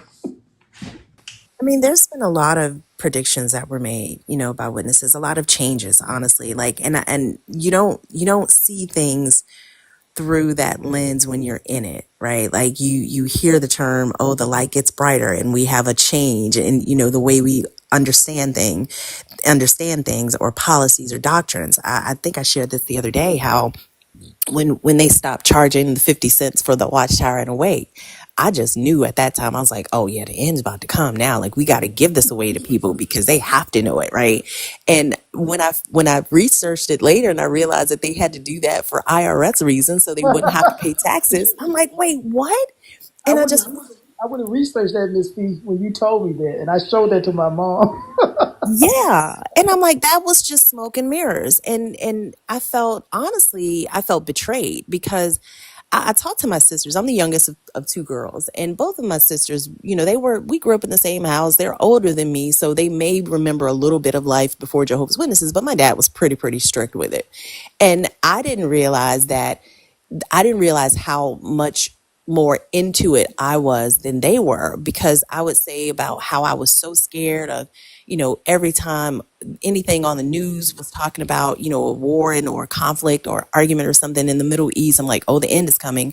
I would hear lightning and think, oh my goodness, it's Armageddon. Like, I lived with so much fear, and they just didn't. I don't know if they didn't buy into it as much as I did, but I was pretty studious. Like, I like to read, and my dad and I would have these conversations. We would study together. We would like make our notes and look up the scriptures and get our comments ready in our own words. And I know Special K knows exactly what I'm talking about. Like, we would do that. So I think I was into it a little bit more than they were. But part of that, you don't realize how much it blinds you to the questions that you should be asking, because the reality is they would tell you that Jehovah is perfect, but his organization isn't.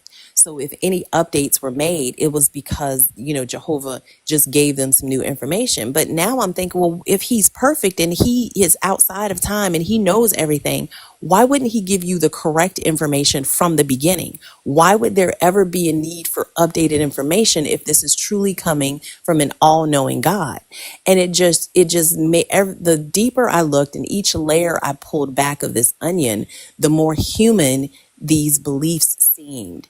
And the other thing I want to say, because this is really big, and I'm going to try to shut up after this is really big in the organization. You're told if you leave this organization, if you walk away from Jehovah, you're not going to experience anything but hurt, heartache, pain, and suffering.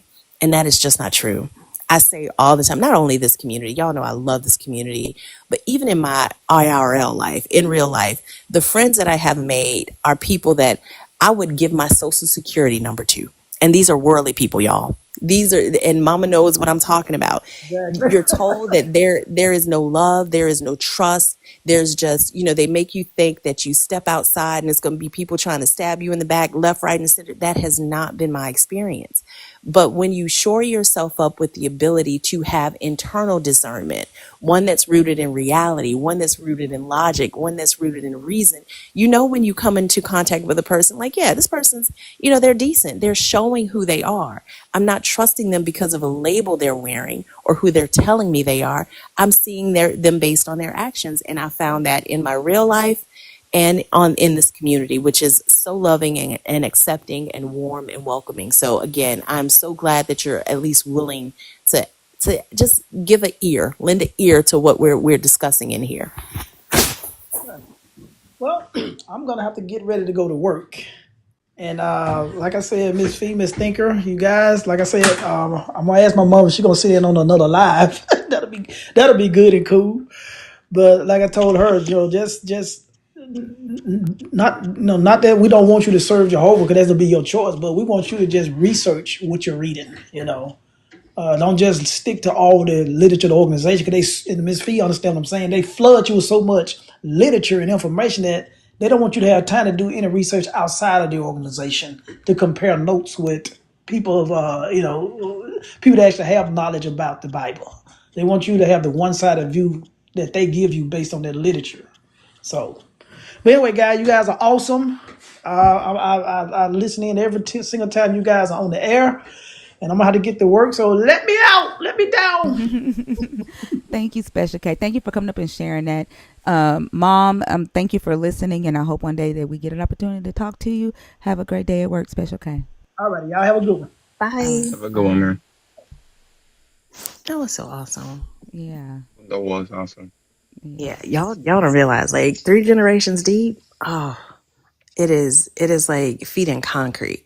Like it really is. And the fear that is instilled in you to ensure that you don't investigate anything outside of this. You can't even read a website. Like when the internet first came out, we were told not to get on that because there's going to be so many apostates in there posting lies about Jehovah's Witnesses that are not true. This and the third, they prime you preemptively to try to prevent you from even doing any sort of investigation. So it's really, really huge that she was even willing to listen and taking notes too. I love that.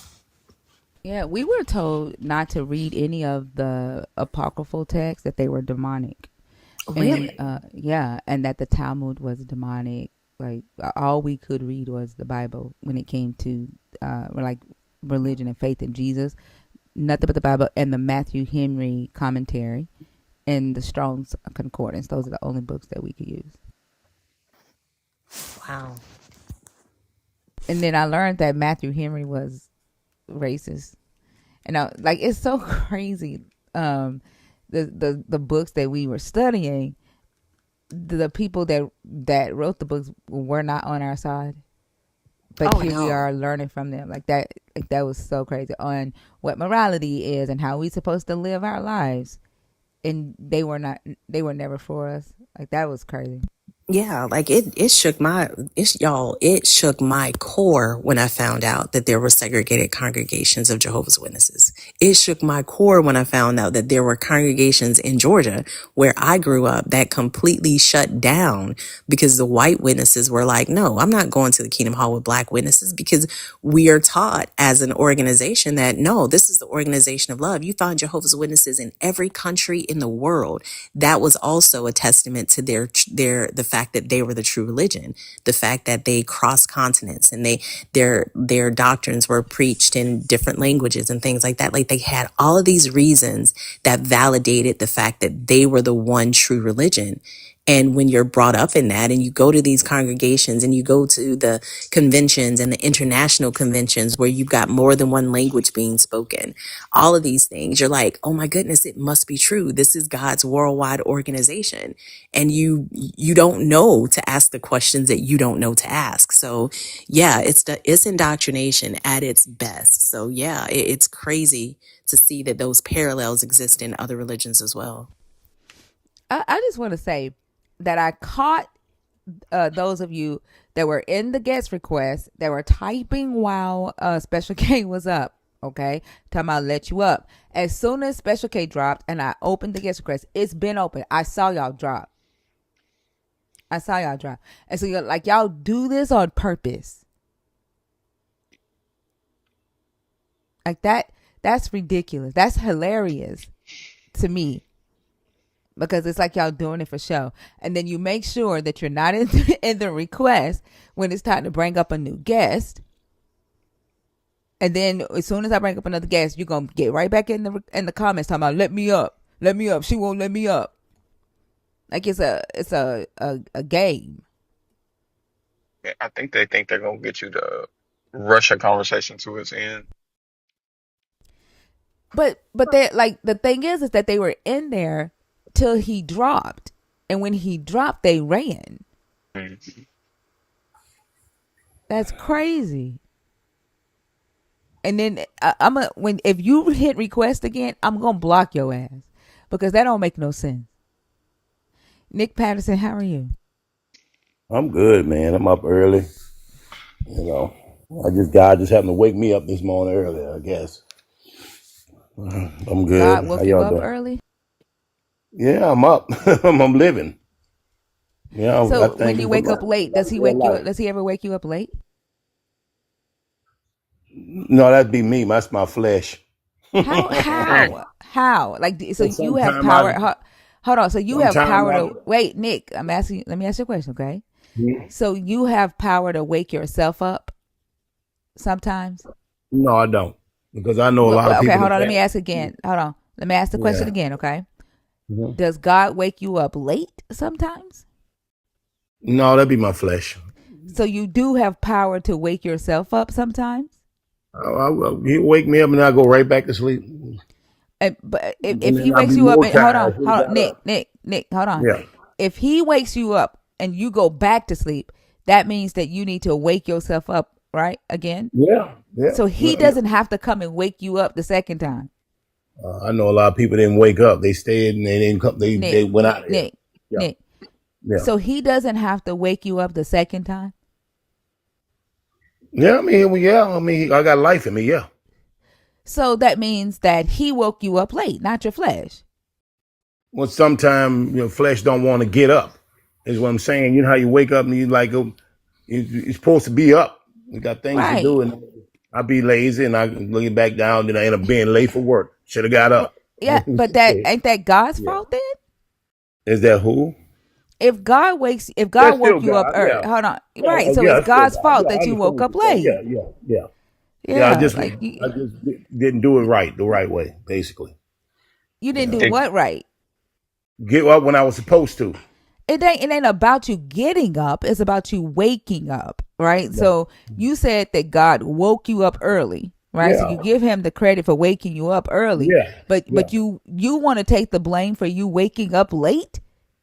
Yeah, because I was up and I went and laid my behind back down. Sometime I'll be late for work. I should have stayed up and got me up. But if you go back to sleep, right? Mm-hmm. It's still the God that has to wake you up and give you life again, right? Of course. Right. So That's why I say. that's the That's God why I waking say you up it was late. me. Yeah, that's why I say a lot of No, stuff was me because no. I If the had God stuff to knows do. that you have to, if He knows Okay. that you All have right. to get to work, right? Mm-hmm. God, He knows you have to get to work. So you lay back down, and He waits to come and wake you up again, knowing you got to get to work. Yeah, he gonna wake me back up, but I should have got up No, when I was supposed to. I was being but He disobedient. waits. But He Mm-hmm. waits to wake you back up. Like, let's say you go to sleep for another 30 minutes.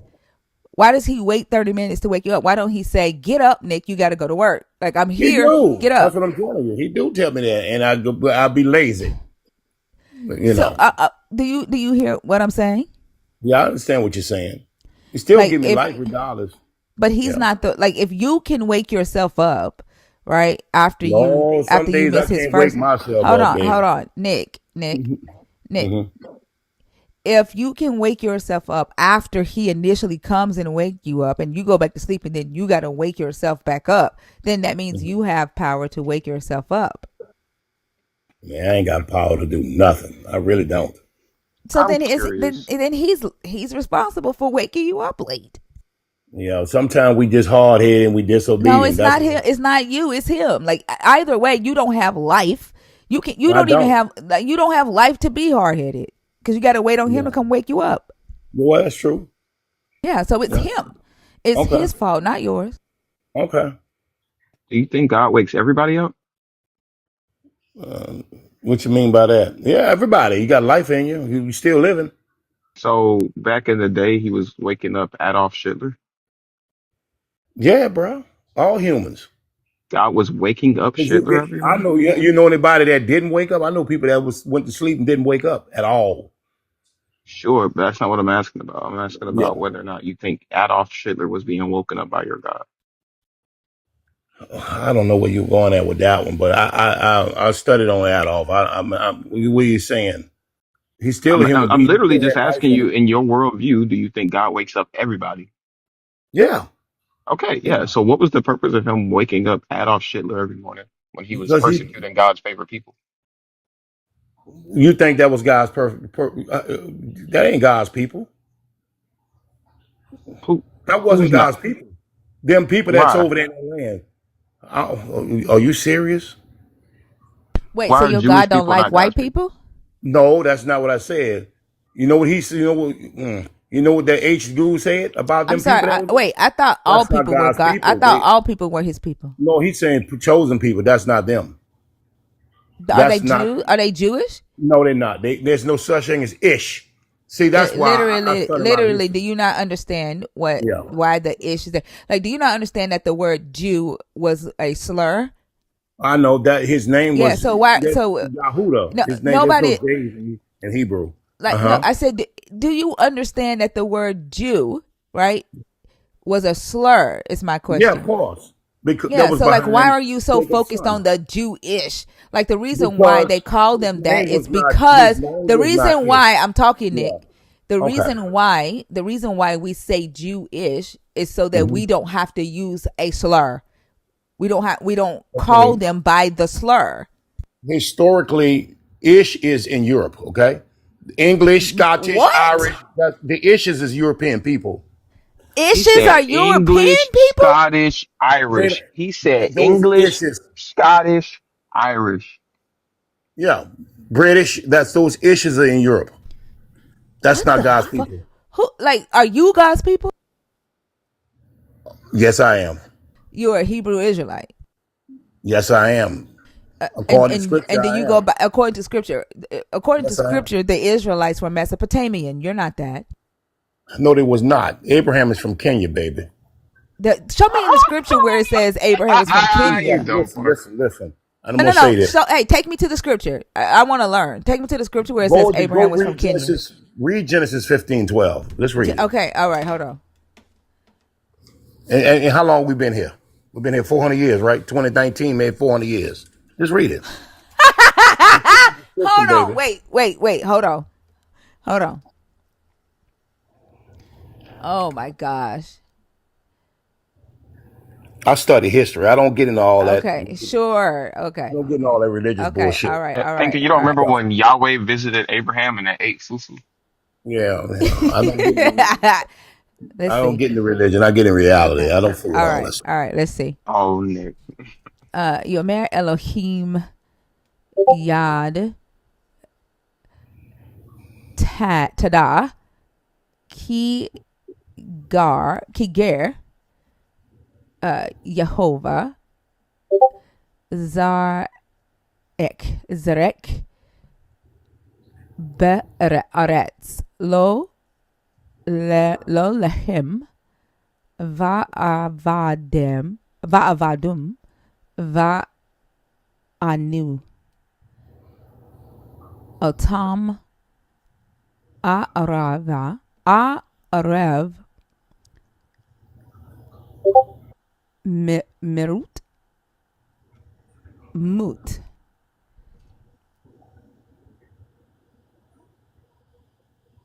Shana. Okay, where does it say Kenya here? Can you speak ancient Kenyan? The I don't children think of Israel.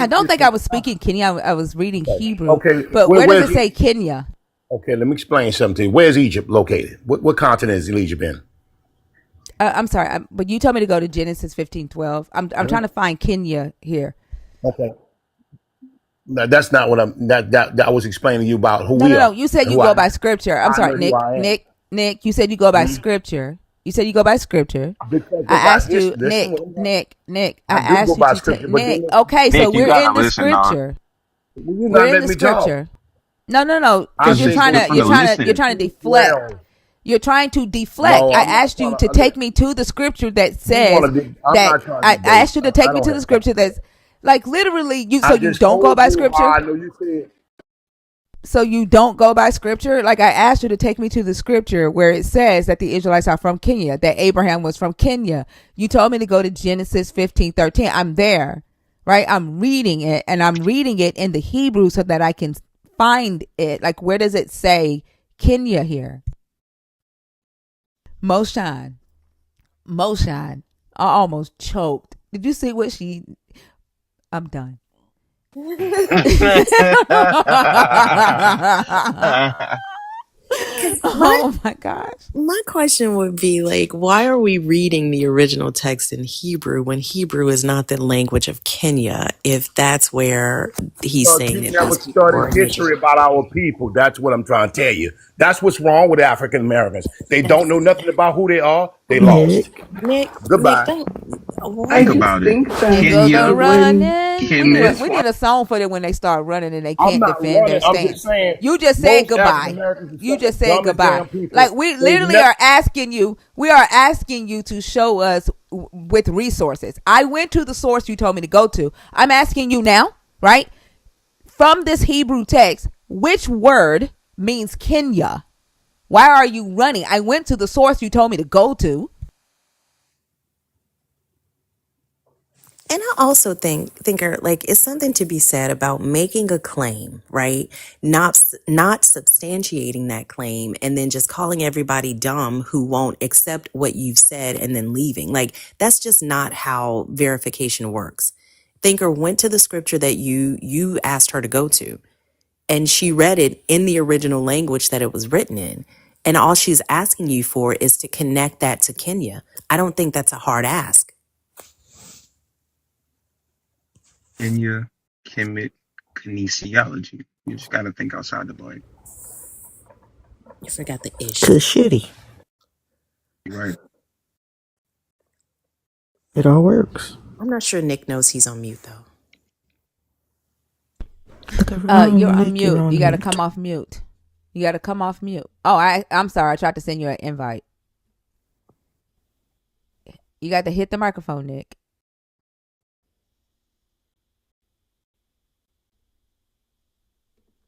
That's a word for us. We don't know who we are. We don't. We Neither keep do you. trying Neither do to you. Did you say a Which did you Jew is a come back? Gentile and Gentile is a Jew. We don't hey, know. show me in the text that you told me to I'm go not to. trying to argue with Where nobody, does it but say nobody can show. Kenya? Show me where your ancestors came from. Show me that. West Africa. I have my If you came from genealogy. West I am Africa, Igbo. I'm Igbo. Igbo is I Jew, am baby. Nigerian. I'm Igbo Nigerian from is West Jew Africa. people. No, they're Igbo is not. Jew. Yes, they are. No, they're not. Ask them. Go there and ask them. No, they're Go not. Like literally, they're not. fly to Did you just Nigeria and say ask them. ask Watch them? what they tell you. Go there and ask them? Oh, ask them. Watch what they Nah, tell you you. said ask them. You want her to throw booty, Ask them. Is bro. Rhea? Is Rhea in They here? know who they I are. wish Rhea was in here. Have Like you ever we been to Oh, talk. Like Africa? Rita got to literally, come one of on her my back up. co-hosts. One of my co-hosts was raised in a palace in Nigeria. No, well, have you ever And she been would there? tell you The that she's Igbo not people. a Jew. She's Did not he say Jewish. the Okay, Igbo? because a lot of people don't He did say don't Igbo. want to know they did because they don't want to embrace who they are. Hey, hey, That's what I have the Hebrew text here. You said Deuteronomy you go. chapter 28. Hey, what Mm. scripture? What scripture says that the Israelites are from Kenya? You told me to go to Genesis 15:13. I'm there, and I read it Because you in don't know the Hebrew. history. Which word? Which word It's not in says your Kenya? Bible, baby. You got to go You to said Africa then. and Why did learn you the tell me history. to go there? I'm Why did you not tell trying me to to go to argue with that Genesis? Why did you because tell me to go to Genesis if it's because not you asked there? me was I a Hebrew Israelite, and I said yes I am. Go to Genesis 15:12. That's what I said. You It's telling said you who that we are. you said Abraham was from Kenya. I said no, he wasn't. You said yes, he was. I said where does it? You Because said if I you go know, by listen, scripture. I wait a said minute, baby. take me to the Listen, scripture baby. that says that Listen, Abraham is from listen. Kenya. This is where the You problem told me come to go at. to Genesis 15:13. We'll never learn from each other. We're gonna just do No, this. no, This don't try to I'm gaslight. not This running from you shit. told I me don't to never put ran what? from Why nothing. did you tell me to go to the scripture? What is this scripture supposed to prove? Okay, I'm not trying to do this. What is Because this scripture supposed to prove? What this is is why people in this situation we Hey, in. hey, Because hey, of this right here. hey. I pulled up the scripture you told me to pull up. Now, what were you trying to prove with this scripture?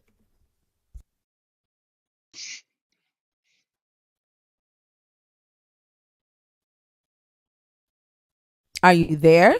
God and Abraham had a conversation about who we are and where we're gonna be at. That's what I'm saying. That's how you prove who you are through the scriptures. Like I said, Oh, people so think you a Jew saying is a that this? Gentile, a Gentile a Jew. They screwed us up so bad through slavery. It's horrible. It's So sad. you're saying that this conversation right here is proof that it is about us.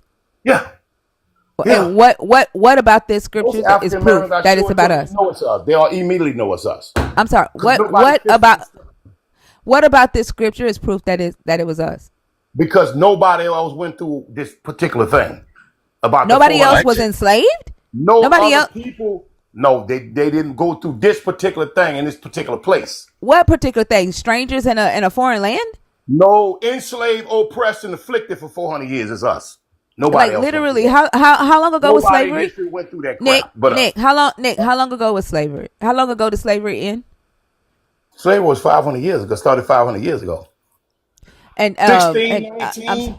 Listen, like 1619 was the Nick, first slave Nick. ship that Okay, arrived in South Carolina. Nick. Hmm? So when slavery started in the antebellum South, was it only West Africans that were enslaved, and did they come over as bond servants, or did they come over as indentured servants? They had both. I'm talking about West Africans. They both. Nope, they started out as indentured servants. Yeah, They then did we not got. come over. They did not come over as lifetime slaves. We even have. They started out as indentured servants, Yeah. just like everybody else. Like Study anything about. literally, even the Europeans that So were let me ask you enslaved something. here, the Europeans that Can were I ask you a enslaved here. question? I'm Nick, talking shut right the now. fuck up while she's talking, bro. Man, watch your I'm mouth, man. talking Don't right do Or now. that. what? Or The what? Europeans, the Europeans that were enslaved here, came over at the same time that West Africans came over. The Europeans that were indentured servants, they were kept in their contracts longer than they were supposed to. Like their contracts were supposed to be 6 years. In the 7th year, they were supposed to get land, but the slave masters did shady shit and would extend their contracts and kept them in contracts longer than they were supposed to. Some people were kept in contracts for 10, 20, 30 years. Like that, like literally African Americans were not the only ones enslaved in America. Now African Americans went through worse than Yeah. other Yeah. groups that were enslaved, but that we were not Yeah. the only ones that were enslaved in America. I understand what you're saying. That's fine. But listen, I love y'all. But one thing y'all have to learn, and y'all are No, younger the fuck you generation. No, don't. no, no, no, No, the no, fuck Watch you your don't. mouth, right? no. Love No, listens the to fuck both you don't. sides, right? Like you only love yourself and you only listen to yourself. You asked us to bring up this scripture. I brought it up. I read it. And then you started trying to gaslight us. That's not You trying love. to listen to yourself. Think about it.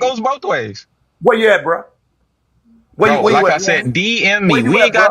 got to get crazy on the internet. That's Because fine. We can I'll get bust crazy your in real goddamn life, ass running nigga. your goddamn mouth. DM me. I'm old enough to be your DM me. goddamn daddy, boy. DM me. Shut the Unless you fuck up. scared. Can I You ask acting a real No, I bitch ain't like question? scared right of now. shit, DM nigga. me. I did the DM me. Y'all, streets already. Fee got a question. Fee's trying Hold to on. talk. Hold Fee's on. trying to Tell 'em. talk. Yeah, I just want to ask Nick a question. Like, Nick, you came up here to share with us that you know the truth about us and our history as Black people, and apparently you have a relationship with this God. Sharing stuff, But okay? you're threatening Oso to fight him. Like, does the God grant you that sort of energy as well? You would think that if you had God on your side, you'd be more peaceful. Well, I'm just saying he don't respect people, okay? I don't He's respect you. very disrespectful. I ain't gonna I hurt. don't respect you. I won't But I unalive don't him, but I'll respect you. knock his ass out though. Yeah, I don't but respect like, you. And I but know you can't do that. even doing that, like even saying that to me is Because not he's still indicative. very. The Bible says respect your elders, okay? But He I mean, I think, well, let me finish, right? Like even doing that and saying that is not indicative of a peaceful God. Like I think respect is earned. I don't owe you respect just because you're older than me. I will respect you based on how you behave, but how you behaved on this stage is not I've deserving never of did respect. nothing to this guy out of order, okay? I've never did that to him. I didn't even come on here like Yeah, I don't like it when you disrespect other people. you I'm saying very something to protective me of the that people I on don't this know. panel that are not named Bitch Does it? Patterson. I mean Nick Patterson. Okay. So yeah, you come up here acting like a fool. I'm gonna treat you How like the you fool gonna you teach is. me something that I don't know? If you, I mean, even the line of questioning that I would say, okay, sister, you're right. You ain't give me a Uh chance to say. Ortho, you can DM me your address as well. We can turn up, bitch. I mean, even the insult that he was trying to hurl at Thinker about not having a husband, that is not kind. And it also speaks to your mentality because it's almost as if you're saying because she won't accept what you're You saying as a won't listen man, to people that when you won't even listen to nobody. Stop cutting Fee off You now. Stop literally cutting not Fee listening off. to her, you dumb fuck. Like you don't get it. yeah, and I think that's the point I was trying to make. Like it's crazy to I'm me just that you saying, come up here I trying. don't want to argue with you. Then shut the fuck up. Stop cutting Stop. her off, Hey, Nick. stop cutting Fee off. Like it's crazy to me how as you say you're older than us, right? So you know that as an elder you should be setting the example on how we You behave. can't have Not somebody talking back to you. Nick, I clear for whatever God you serve. never mind y'all. It's fine. Yeah, it's a because you waste. mute the Also, you mic when done somebody cussing him else is out? talking. I got one more bitch to say to him. Hey, bitch, you can hit my DMs. We can Why you make didn't this say shit nothing happen to him, in baby? Why you real didn't say? life. In real life, okay? I want to let you know though, it's not gonna go the way you hope. And Ortho, again, DM me if you want to get in on this. It's not about money, bro. I'll just beat your ass for nothing. Matter of fact, I might just do a little bit more than beat your ass. I don't know. Also, this is a recording. Oh no, I'm saying like we Also, might go on dates or on a date or something. I don't know. Oh, okay. Okay. Yeah, that sounds good. Flowers and good stuff like that. Yeah. Okay, that Butt makes sex. sense. Yeah. You say butt sex?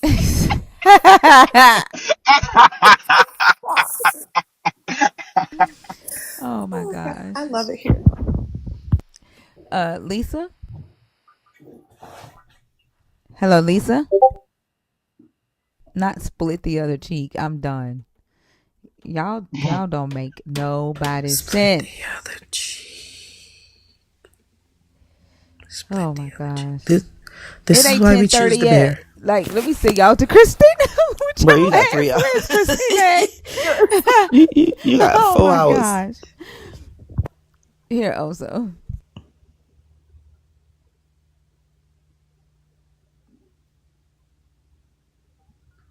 Say it with your chest. Man,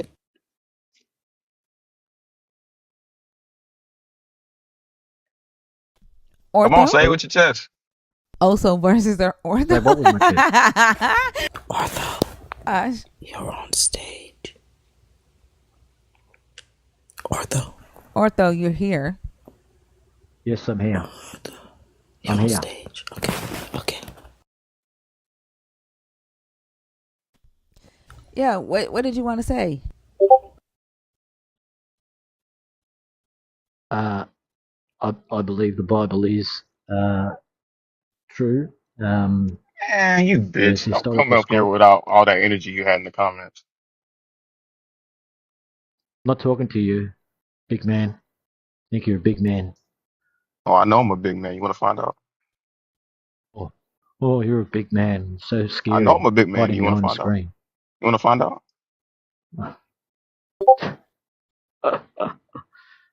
Go away, little boy. I'm not hearing a Why yes. you? You want to find out? this is You want to fly interesting. over So here? I get Fly the over here. vibe that you Come. don't want anything to do with it. So like you were in the comments, you were coming at him, and now that we've given you the mic, there's a different vibe. I was calling Are him. you? I'm saying to you, the big man hiding behind the screen.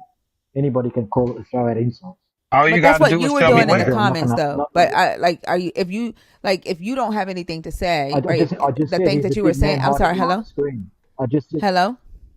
Let me yeah, I finish just talking. said he's Okay. a big man hiding behind And the One. shut the screen. fuck up Hello. while she's talking.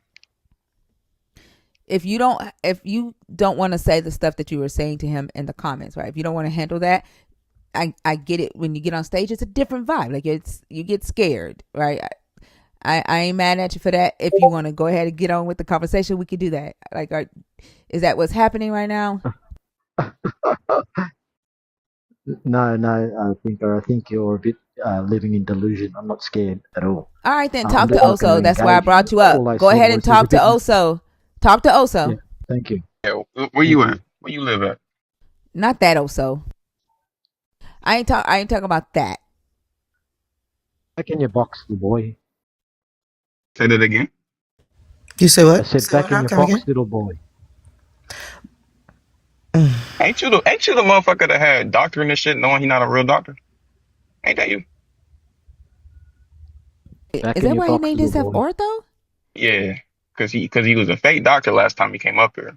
You remember that? You remember that Uh-uh. ortho? You had to take that doctor shit out your name, huh? Hmm. Huh? Say it. Huh? Why you quiet We're going to now? talk about the subject, or Cause he a punk.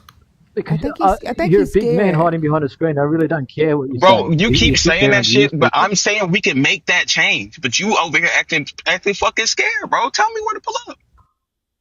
I said you're a big man hiding behind a screen. You keep saying that. Tell me where to Is pull it up. I not don't have true? to use a Is it not screen. true? Is it not true? I But Is it don't not have to true? use a Is it not screen, true? You're a big ortho. man Tell me hiding where to behind a pull screen, up. throwing out insults I like a will little come to boy, you. Where like a am I little no, boy pull up? hold throwing on, insults. hold on. Stop, stop, Come over, come over, stop. come Shh. over to Hey, Australia. hey, hush.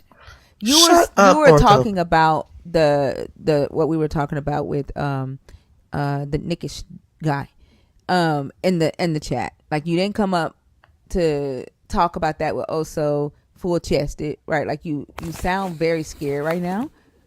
Mm-hmm. And very timid, and like I'm not trying to put you in an uncomfortable position, right? And so like if you're want to talk about the topic, we can do that, but you're going to do that with Oso.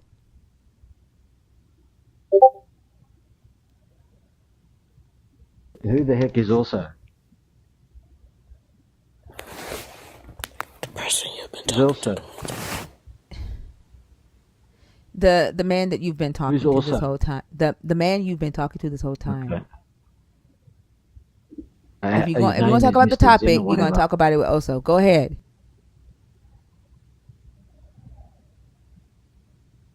Yeah, I believe the Bible is true. How do I know? Because God told me. So you know that the Bible's true because the Bible said it's true? No, because God told me. What did he say exactly? He told me that his words are true. Were you awake when he said that? Yeah, I was awake. I was fully awake. Did you No, hear him out no, loud? Did you hear him out no loud? schmugs. No, Yeah, you heard him out loud? no. It was quiet. He spoke to me in my mind. Oh, so a voice in your head told you that the Bible was real? Yeah, it was a voice from God. Oh, it was a voice You in know, your he can head, is what speak you without. said. He doesn't. Man doesn't have to have an audio voice. You know that. He doesn't require an audio voice. You realize that, right? Right, sure. But you said that it was a voice in your head that told you the Bible was real? He spoke to me in my mind. I said I Yeah, didn't say it was a what voice else in does my the head. voice in your I head said tell he you is spoke real? to me in my mind. Yeah, what else does the voice in your Is head the tell you is mind real? is the mind in your head? Yeah, what other things does the voice in your head tell you? My mind in my head? What other things do the voice in your head tell you? The voice in my head doesn't. doesn't speak to me. That's You just speaking said to the my. voice That's in your talking head back does to speak to you. me You thinking said it about. told you that the Bible is true. No, I didn't say. I didn't say the voice in my head. You said the voice in my head. Get it You said right. that God communicated to Are you you via trying to a have voice in your Are head, you did you trying not? to have an intellectual Did conversation? you say that the No, I God didn't say it was a communicates to voice you in my via head. the voice in your head or no? No, not the voice in my head. No, Well, then how did he communicate to you if you not can't the have an voice in your intellectual head? conversation. You can't have You can't have this How did he conversation. You're out of your communicate depth. to you if not through the voice in your head? He communicated to me. He spoke to my mind. Via a voice in your head? No, it wasn't a voice in my head. How many times do I have to tell you? So what was it It then? was If it's not an unaudible. audible voice and it's not a voice It in your head, what was doesn't it? require Hold on. I it think I get doesn't what he's require saying. an audible voice. Can you Ortho, understand? or Do you understand? It ortho, doesn't require an audible voice. ortho. Your Ortho. do you are you saying your mind is not in your head?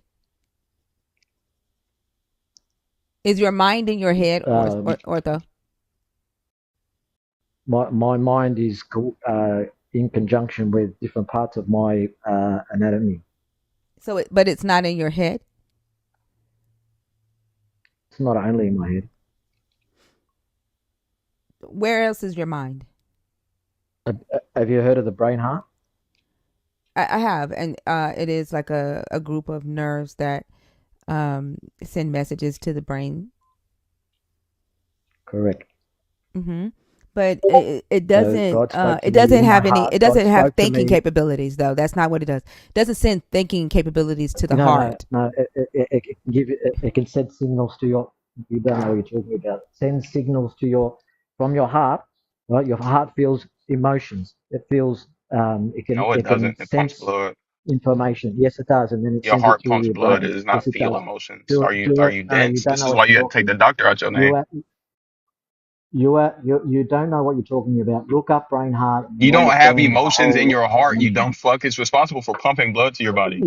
You are so dumb. You are out of your depth in this whole conversation. Like, You have no literally, it idea what you're says talking What it about. says research proves that? hold on. It says that the independent function of the little brain and the heart enables it to regulate its rhythm and function without constant input from the brain. Like, that's all it does, is it regulates the rhythm of the No, heart. It no. does not process information like the Don't look brain up one does. piece of information. Do your research properly. Do your research Hey, properly. hey, If you hey, actually hey, investigate it, hey, that's just, hey, just hey, hey. hey, hey, hey, Literally, I'm looking at literally. See, this is why neurocardiology, I know you okay? vicious. And it literally says that the little brain, right, is responsible for regulating the rhythm of the heart. That's it. Like, it sends information to the brain, which allows the heart to set the rhythm, right, of the heartbeat. Like, You're looking about one piece of it doesn't information. process thoughts, it doesn't process emotions or anything like that.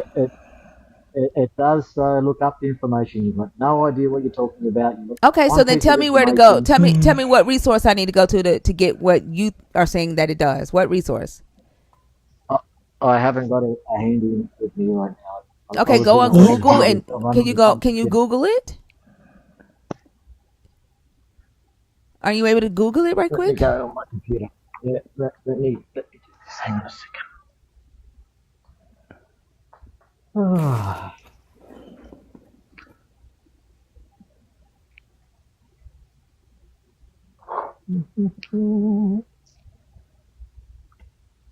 I'm just gonna say this for anybody else that feel like they want to tussle with the bear. If you're gonna be dumb, at least be bold. Don't get up here and start folding and shit. Don't do that.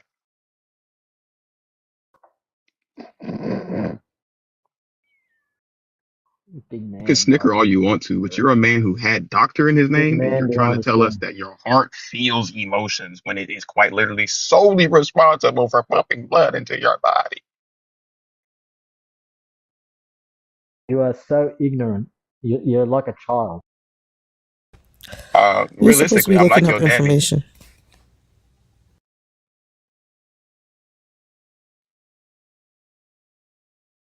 In fact, I take that back. I am your daddy.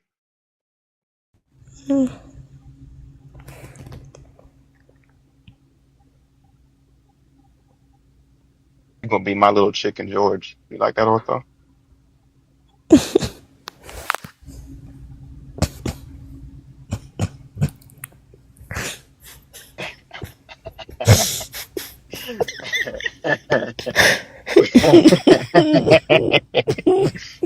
So you are hilarious. But y'all, while he's looking for information to tell us how we have a second brain in our heart, the I think it was 3 days ago that the podcast Star Talk, Neil deGrasse Tyson, he has an episode that talks about the connection between your gut and your brain, and it's actual real science. It has a neurologist on there who's also I want to say a astro. I can't remember what other type of scientist he is, but it's absolutely fascinating. If that y'all geek out on stuff like that, check it out. I think it's called the I do. gut brain, yeah, the gut brain Yep, the connection. gut brain axis. Yeah, like it is absolutely fascinating.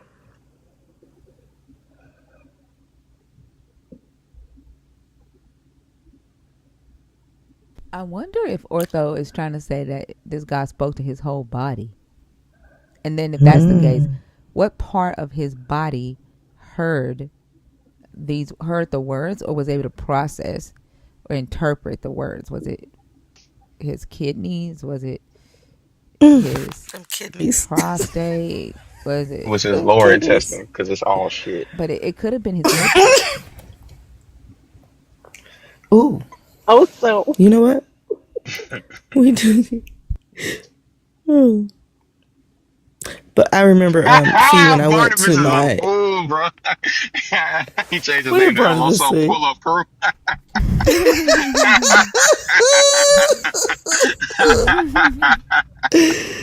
That's hilarious. I love it.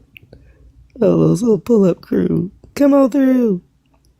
When I went to my internist, she was saying how you can train your body. Well, we already know, but she was just giving me the information about training your body, when to eat, and how at a certain time, if you haven't eaten, your stomach tells your brain, "Hey, it's time to eat," and then if you continue to do that pattern, finally it'll be like, she not gonna send no food, so we might as well stop being hungry at this time. I Like wonder that's if it works the opposite way that's because I was just in the interesting. kitchen wondering like why my ass is hungry, and I've eaten 2 plates of spaghetti and two Pop Tarts, and I'm still hungry, which like it's not normal for me. And I've been hungry that way, and I'm like, is this a sign my brain is sending incorrect signals to my stomach, or is my stomach sending incorrect signals to my brain? Like it's weird for me to be eating this much. It's well, could be something that your body needs. Okay, it's if you look up Neuro Launch, Look up what? Neuro Launch, What? Your aroma? Oh, Janora, that makes sense. Neuro Launch, Neuro Launch, Euro launch? Neuro. Uh-huh. Okay, and what am I looking up on Euro launch? With an N at the And you beginning, go down neural. to the heart supporting role. While the brain is the primary source of our emotions, the heart isn't just an innocent bystander. In fact, there's a complex and fascinating relationship between our hearts and our emotional experience. Yeah. Are you The heart saying and brain are Euro constant launch? communication. LA, hold on. Are you saying Euro launch? Neuro. Oh, The neuro. brain is the Okay. neuro. It sounds like you Oh my saying god. Euro. Chill. Damn. You should have spelled it when you said it. I asked you 3 times. And then you're saying launch. Heart and brain are in LAUN. constant communication, sending signals back and forth through the God. nervous system. The heart-brain connection is When important. Ortho, when you she's feel hungry. asking a clarifying question. Slow your behind down. Goodness gracious. The second word is launch. LAUNCH. Correct? It's Is one that word. correct? Neuro launch. It's one word. Okay. Yeah, Thank you. one. All right.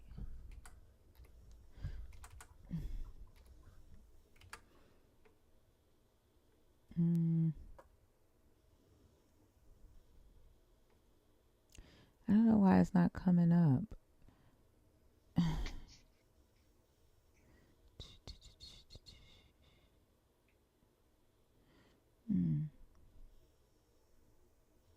Neurolaunch. And then you said the title is The Heart Supporting Role. Correct? Find it? No, I'm it's not coming up. You said Neurolaunch, Neurolaunch. Is it .org, .com? .com. I can go to another one if you want. There's plenty of them. Hold on. And then They it all says the stress the same heart's thing. supporting role. Right? That's the Heart title of the supporting article? role, and then it's good. Oh, okay. I found it. Neural Launch. Emotions, Unveiling heart or Cardiac brain, science behind Intelligence. it. Hold on. I found it. Okay. Give me just a second. Okay. Ortho, god dang. So I found is the article from October 3rd, 2024. Yep. Okay. The title of the article is September 30th, 24. The one that I found on Neural Launch is Hearts Hitting Intelligence, exploring the concept of a little brain in the heart. Let's see. See that, Mr. Zen?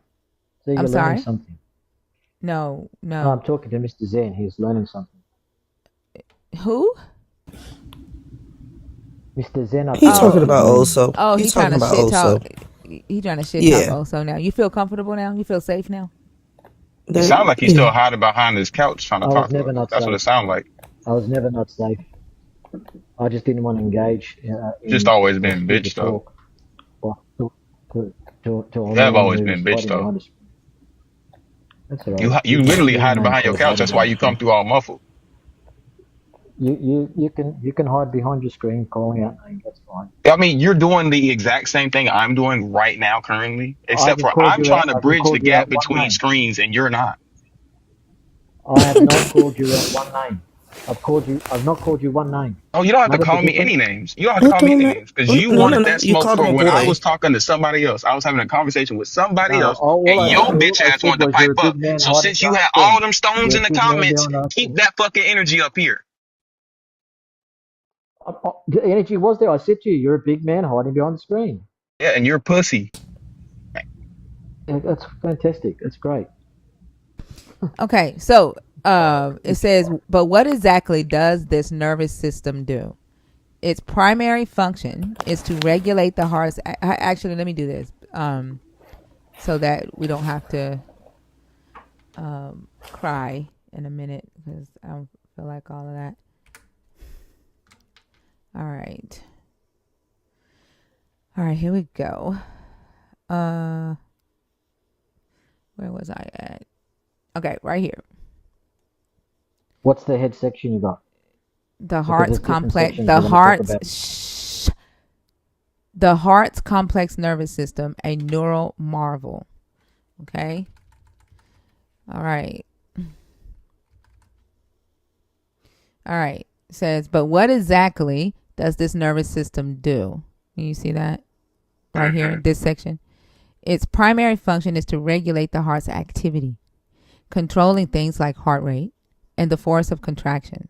However, research suggests that its role may be far more expensive than we once thought. The heart's nervous system doesn't just react to signals from the brain. It can operate independently, making decisions and adjustments based on the information it receives directly from the body. This autonomy allows the heart to respond quickly to changing conditions without always needing to check in with the brain first. So it does not make decisions. It doesn't give you the capability to think with your heart, to reason with your heart, to see with your heart, to hear with your heart, right? So like When did I say that? basically hello. I'm Shut the talking right fuck up, now. bitch. I'm talking right now. What this little brain does, it's a cluster of nerves, right? It's like a central nervous system. It regulates the heart activity, regulates the rhythm of the heart. And what scientists are saying is that it's not independent. It's not dependent on the brain, that it's capable of sending these contractions to the heart without needing to check in with the brain first. right? And so my question to you was, is your mind in your head? That was my question. Again, I said to you that the heart brain, right, that this nervous system receives information, both emotional and physical information from the body, and sends signals to the brain. So It Oh, you said doesn't your send heart is emotional. responsible It for doesn't send emotions. emotional.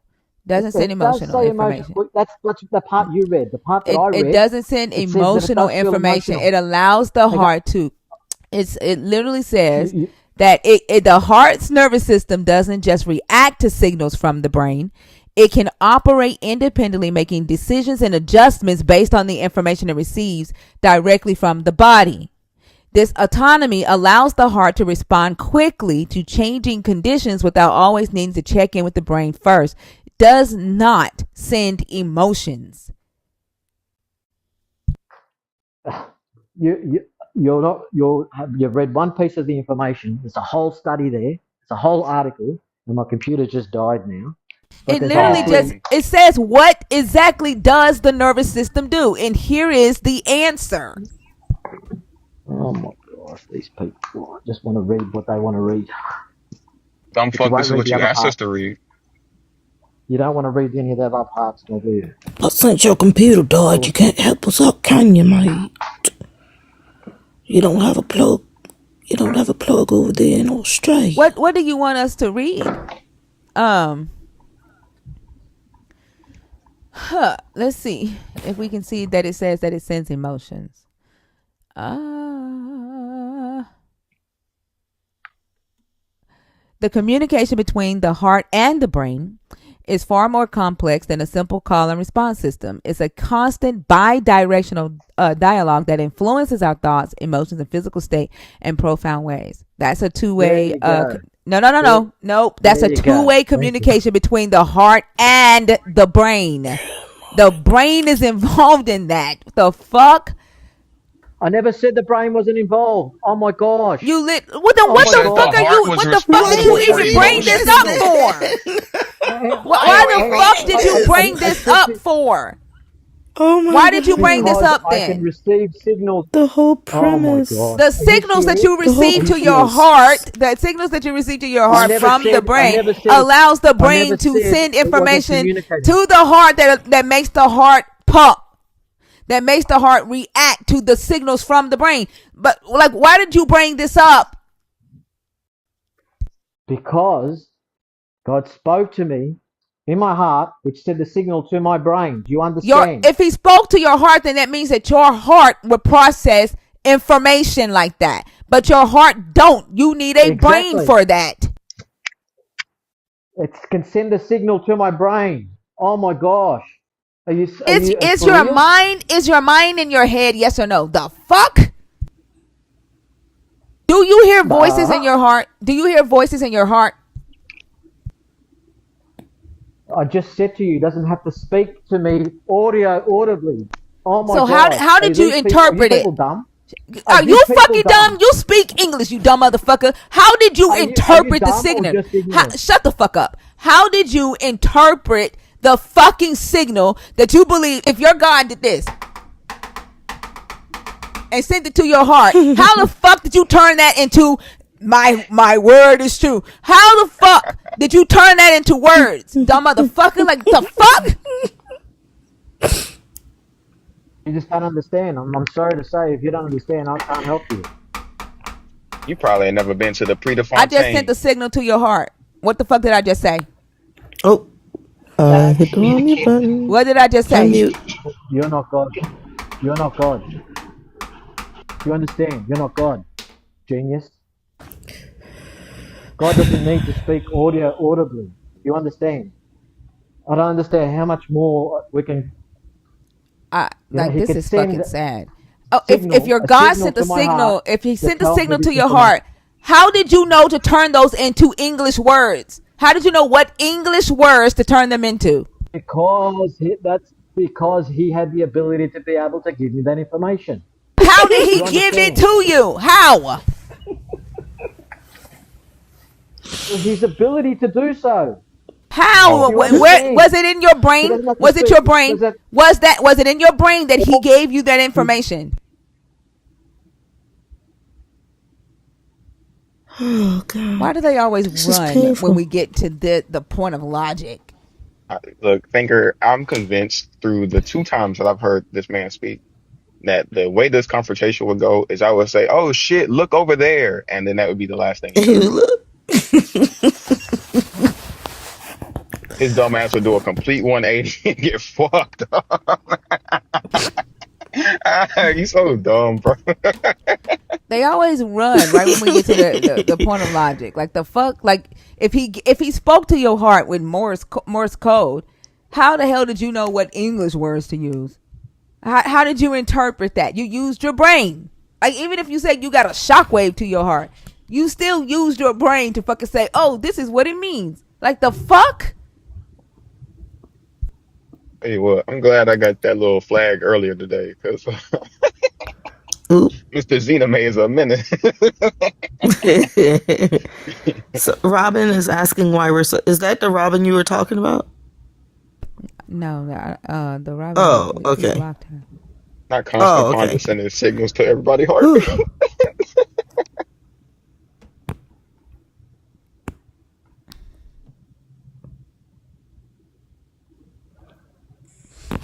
Oh, Smith, how are you? Oh, Thinker, that's like, oh, mister. Mister. Oh, Mister.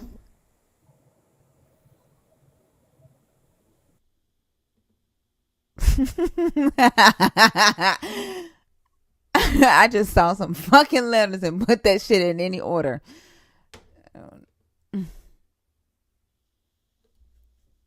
You did. Empress. Hi, Hi, how are you? I'm good. How is everybody on the panel? Doing good. Fantastic. Amazing. Can I get your age, please, for TikTok purposes? I am 37. All right. Are you a believer? Are you deconstructing? Are you an atheist?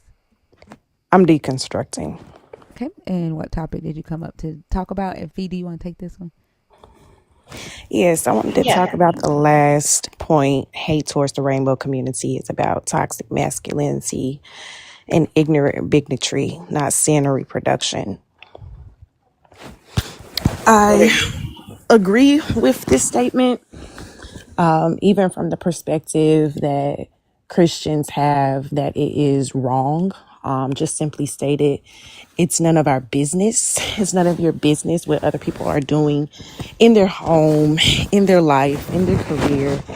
And the judgment that we put across to one that has made a decision to do or be as such is the complexity for me. I've gotten in many arguments over this because I'm not a part of the rainbow community, but I have a best friend and a close friend and family members that are. And I've actually watched a young man be ridiculed in the church, in front of the church during a Sunday service and was asked to leave. And me not even being a part of the rainbow community, that was traumatizing for me. At that time, I was very heavy in my Christianity or my religious belief. And that was part of the breaking down, because this idea of love, this supposed to be agape love, doesn't match to the hate towards this community. It doesn't make sense. It's not balanced. It's not equal. And it does stem from this toxic masculinity. It's mainly the males that I have viewed that really get passionately angry over this conversation. Passionately angry. And when you get so passionately angry about something that actually has nothing to do with your life and that you're claiming shouldn't even be a part of life, that is hate. I mean, it becomes hate. And if you have hate in your heart, then you're not even representing or being the God that you say that you serve. Excuse me. Hold on, you guys. Thinker has less than 6 minutes to meet her gift goal. So can we please help her out? It's a play for you. She has less than 6 minutes. I agree with most of what you said. One thing I do want to highlight is that this is and it may seem like it's semantics, but I think it's really important to make this distinction that members of the LGBTQIA community are not making a decision, right? It's not that they decide to participate in the lifestyle or they decide to be this way any more than I decided to be heterosexual or right-handed, right? It's just it's how I was born. And I think that mindset of it being a decision that's very, very prevalent in church as well is also another layer of why this community receives so much hate from Christianity as a whole.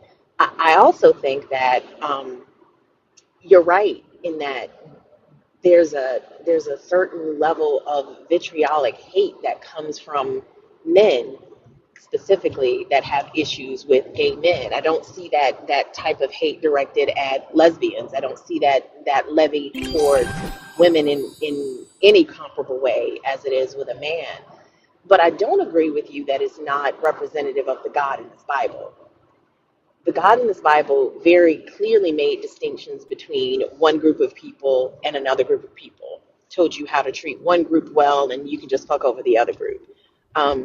I There agree was, with you there. I yeah. said the God that they serve, not the God of the Bible. Well, The I God that say they think that they're serving, I'll say.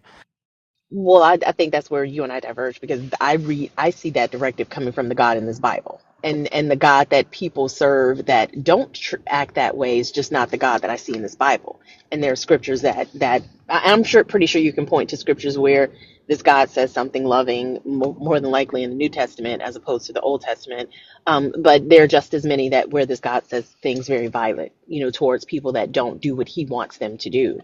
And the toxic masculinity as well as the control, like what people fail to realize is that masculinity and femininity are social constructs, and in our culture it looks one way. In another culture it looks completely different. Like you think about indigenous communities, their idea of what's masculine is very different. You think about cultures like, I think it's Scottish communities, that they wear kilts, when in actuality in our community a man wearing a skirt is viewed as anything less than is viewed as less than masculine.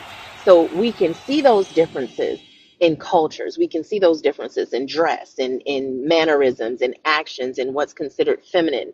You have some indigenous cultures that their women do as much hard labor as men do, but there's a framework that most Abrahamic religions view masculinity and femininity through, that have been spun through this, you know, this bowl of toxicity, honestly. And I think the biggest thing and the biggest aspect of that is control. There, you can't control people who have their own thoughts in their own minds. You can't control people who are comfortable with their own identities. And ultimately, with this community, members of the LGBTQIA community are who they are. How they represent, how they identify is up to them. And to your point, it has nothing to do with the vast majority of people who have such a huge problem with it. And like you, I don't understand that. I say this all the time: what you drink will never make me pee. And if you're not trying to use my private parts in your bedroom, I don't understand why it's any of my concern what you're doing in there. Right, right. And the fact that most people want to yell about it being a sin, but then the Bible tells us that there is no sin that's greater than another. I know that I'm a sinner.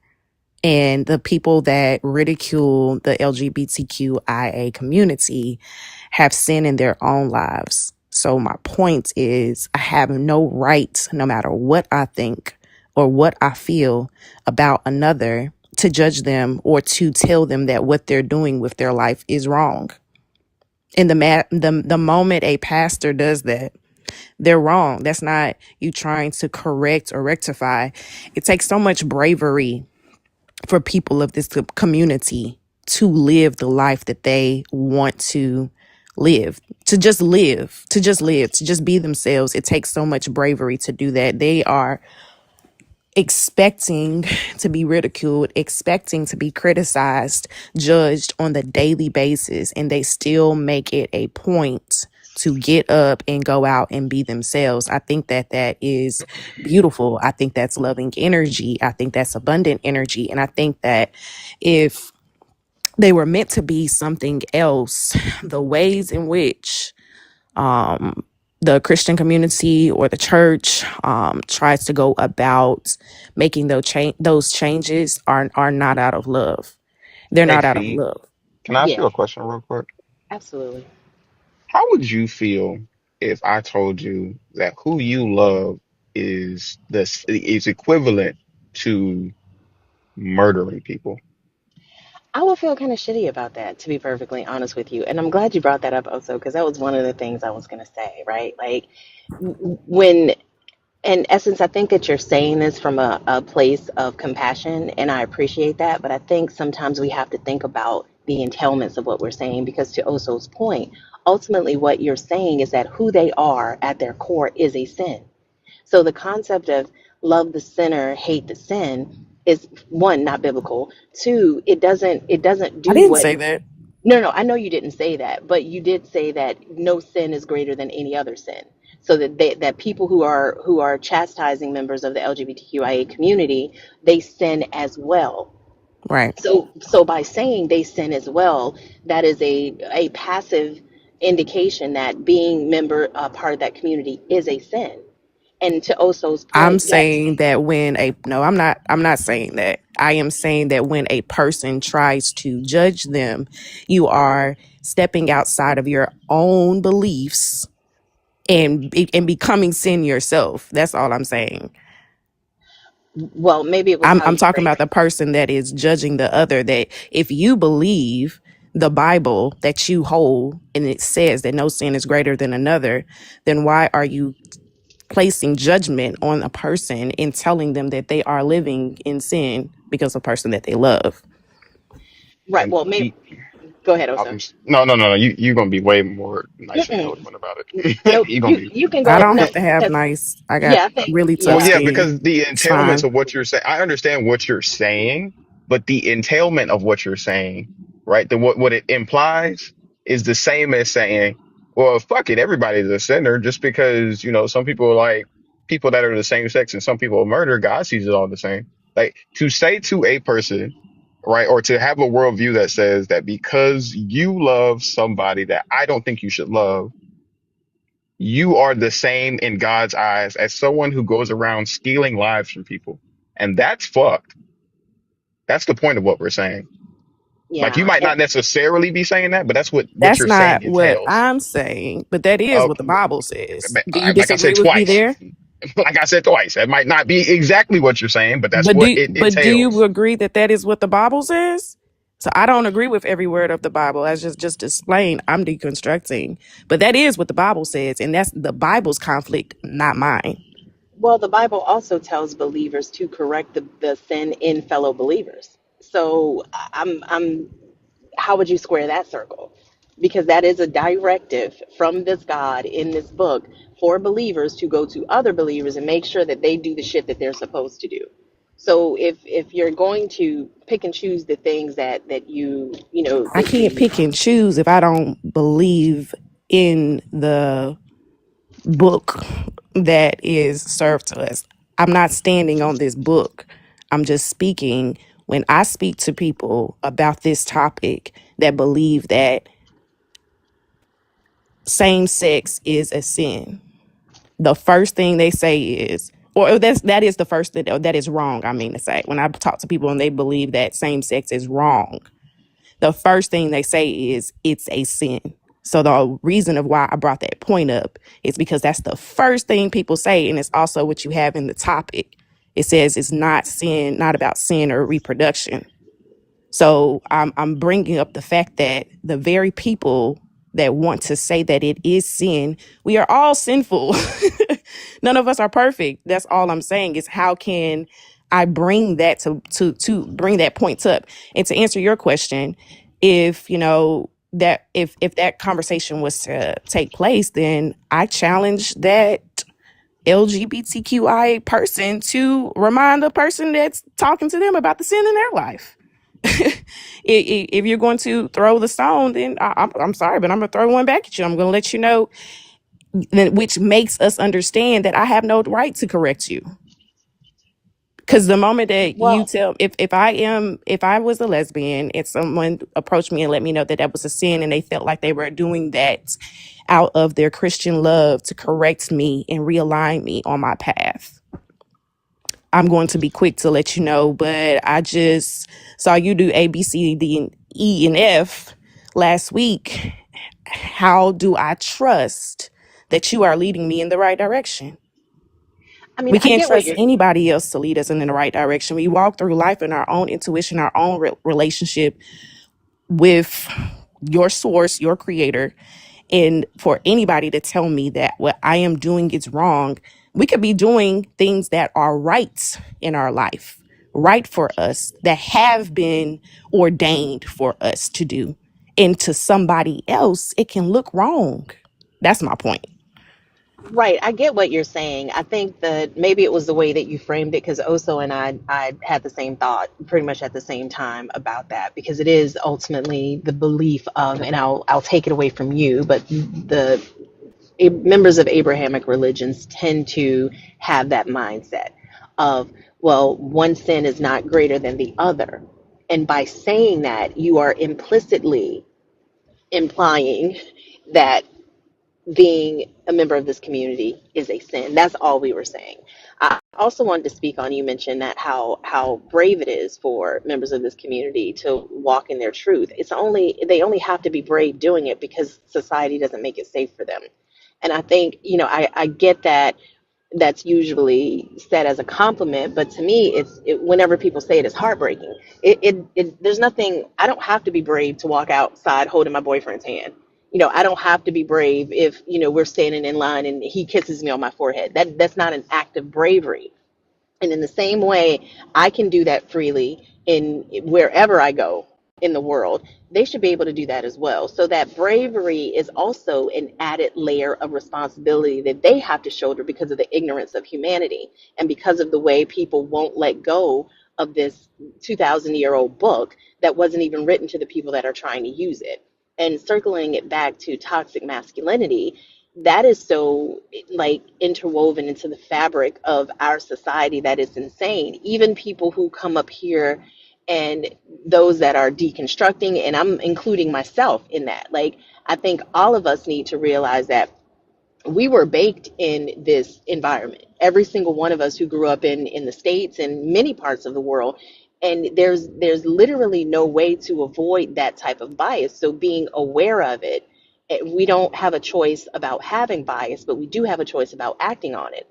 And the way that we ensure that we don't act on these biases is to be aware of them. So the toxic masculinity that comes out not only against the LGBTQIA community, but just in the positions and the beliefs that so many people hold about the value of a woman, about the value of a person. It's all comparative to what most folks refer to as a standard, which Thinker said something earlier today. I think it was today about neurodivergence and people being neurotypical. I don't think that is a thing either. I've been saying that for years. Normal ain't shit but a setting on a washing machine, because each and every one of us is unique. But the problem is that these belief systems try to force us to believe that we are supposed to be a carbon copy of each other in the way that we behave, in the way that we dress, in the way that we think, in the way that we speak. And that's absolute and utter bullshit. I agree. I think that it shows a very limited mindset. I believe that the world is so vast, so big. There's so many people, so many types. I actually believe that we're all a reflection, and that that hate is stirred up at not being able to accept those differences. It's from insecurities. It may even stem from. I talked about bravery because I think that some of the hate is jealousy. I think that it is a disguise, not being able to be that way themselves. I think that some of the hate is from people that actually want to have the courage. And I mean, we wouldn't be talking about hate towards the community if they didn't need to be brave, if they didn't need to have courage. It's not easy to come out and be seen differently. People don't like to be different. They don't like to be unique, unless it's cool, unless it's trendy. But when you're doing something that is out of norm, which I even hate the word normal, but when you're doing something out of norm, there's always going to be response. So it's just the matter of society not accepting. I think that we've come a long way. This I hate to say nature or this community has always been existence. It's always been there, which is not talked about enough. We act like it just it just came out of nowhere, or it's just like a trend that came in the past.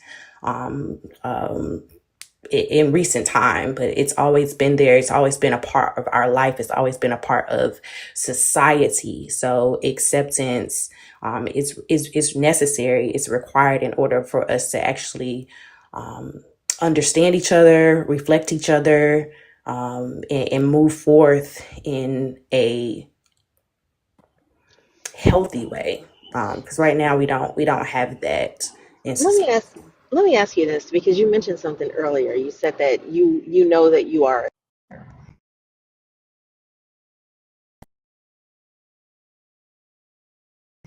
my bad, I got a call. You also mentioned that you are deconstructing. So in your process, is your deconstruction moving you away from the God in this Bible, or do you find yourself kind of reframing how you understand the God in this Bible? Because the No, concept of sin I, doesn't exist outside of this book. I'm sorry. What was the last thing you said? The concept of sin doesn't exist outside of this book. I guess that's something that I'm learning, but I do not believe in the God of the Bible. To answer your question, so the second question, I think that's something that I'm processing now. This idea of sin and what it means to really be sinful.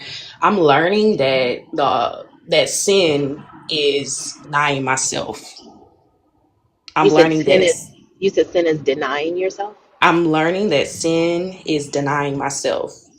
Not the way that I thought or was raised to think about sin, or the way that the Bible speaks about sin.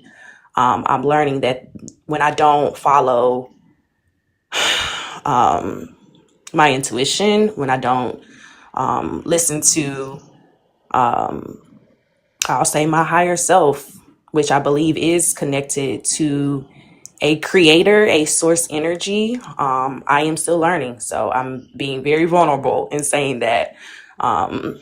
I used to believe in the God of the Bible, but I definitely see the separation now. Thankful to Thinker and other podcasts, readings, and teachings I've done over the past couple of years. It's definitely been a process for me, but I do not believe that the God of the Bible is the God that we think that He is.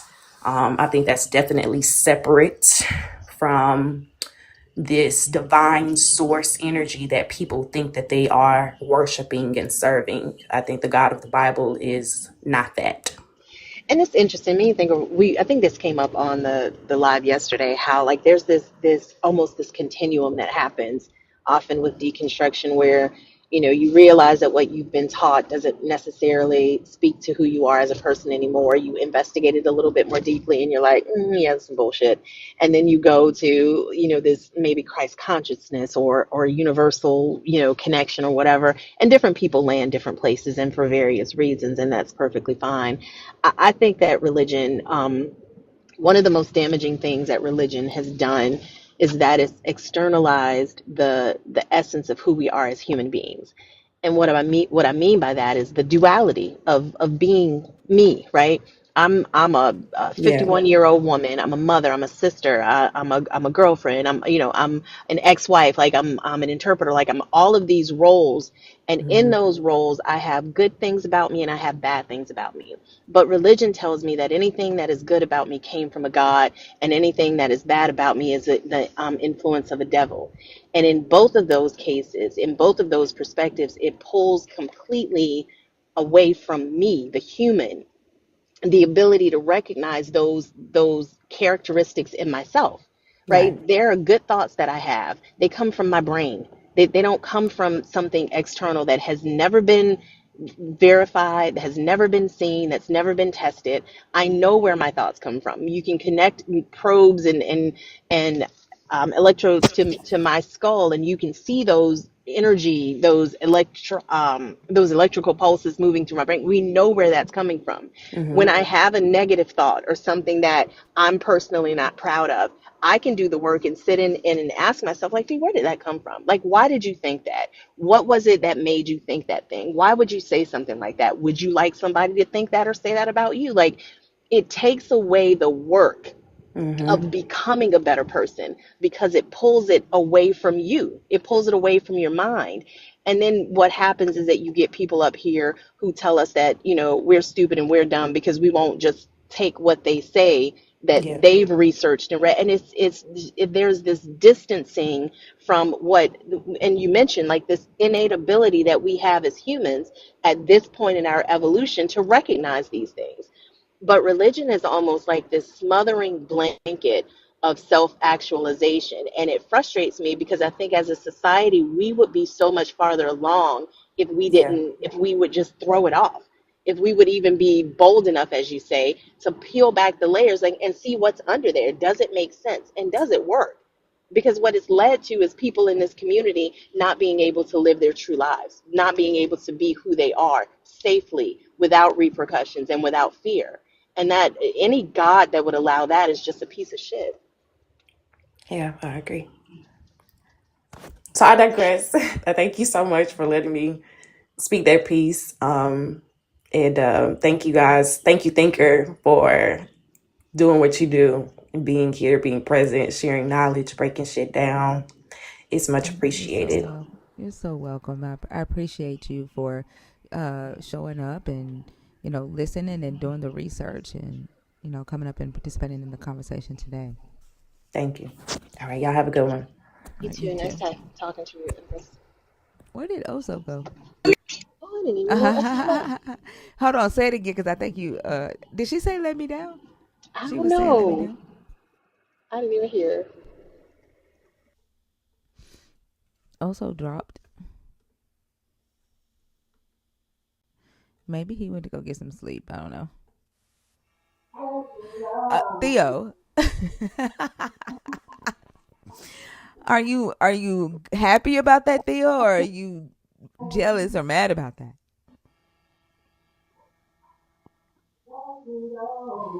Oh, his signal was bad. You don't know, Theo. You should be happy about that. Why does that make you feel some type of way, Theo? James, how are you? You're still our 18-year-old friend. You're still our exception, Theo. You're still special.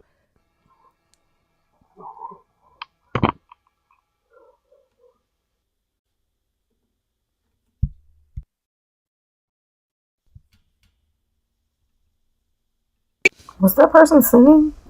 Huh? The person that was up here that just dropped, were they singing? Oh, I don't know. I don't think they knew they were. Okay. It sounded like they were to me too. Okay.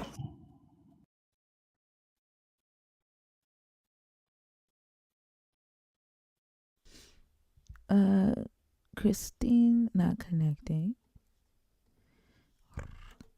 I'm stimming like a motherfucker right now. Oh my gosh. You said you are? Hmm. You didn't hear it. Uh-uh. I wasn't on mute, and I was like, I didn't hear anything. yeah. I have no idea. Like, I don't even know why. I don't even know why. That's the crazy part. Let me take it back. I do know why. Like, my mind is processing a lot of information right now. And like, I was reading the book while y'all were talking. I was reading the book that I read yesterday. And texting Lala and do that at the same time. And then so trying to do this, I think my mind is processing a lot of stuff, and that's what's making me stem. A lot going on simultaneously. Mm-hmm. Hey y'all, we do have a subwave going, so please click that go button on the bottom left hand corner. Look, Alex caught it. Oh goodness. Vicky Daniels, how are you? Hey, Lowen. Vicky. Hey, Lowen. Thinker, I wasn't even on the app. I don't even know how they put me in here. Oh wow. Oh, no worries. I'll take you down. Have a good day. Okay. You too. Thank you. You're welcome. Y'all know that picture I put in Discord a few months back when I went to Kentucky? Me and Lowen took a picture in front of that boat. Mm-hmm. Yeah. That he sent me a picture yesterday. They sent me a picture yesterday. That whole area is underwater because What? of flooding in Kentucky. Like the hotel where I stayed, like that whole area is completely submerged right now. Oh Like my that is God. crazy. But Lowen said where they live is not any flooding, so they're safe. But I'm like, damn. We've been having a lot of bad weather. For the like we've had 4 tornadoes here in the south, in Tennessee. So like if Lowen is he on the outside of Tennessee, on that side of Kentucky? I'm not sure. Where is he? Is he in Louisville? I was in Louisville, but I'm not sure what area, how far Lowen lives from there. I think it might have been like 40 minutes or so away, if I remember Oh, correctly. how is flooding and bad weather a sign of the times? Christ ambassador. Let Like me bring y'all act like this book don't talk about floods. Like y'all act like flooding and tornadoes and all that stuff just now, are happening. Like what? And then they forget that God promised he'd never use that again. So how can you now turn around and say he's using it as a sign of the time? Y'all just need to pick a side. Good grief. Everlasting God Stopper. Hi. Hi, I like your name. Thanks. Pretty I cool. was really happy that nobody else had taken it when I joined TikTok 6 months ago.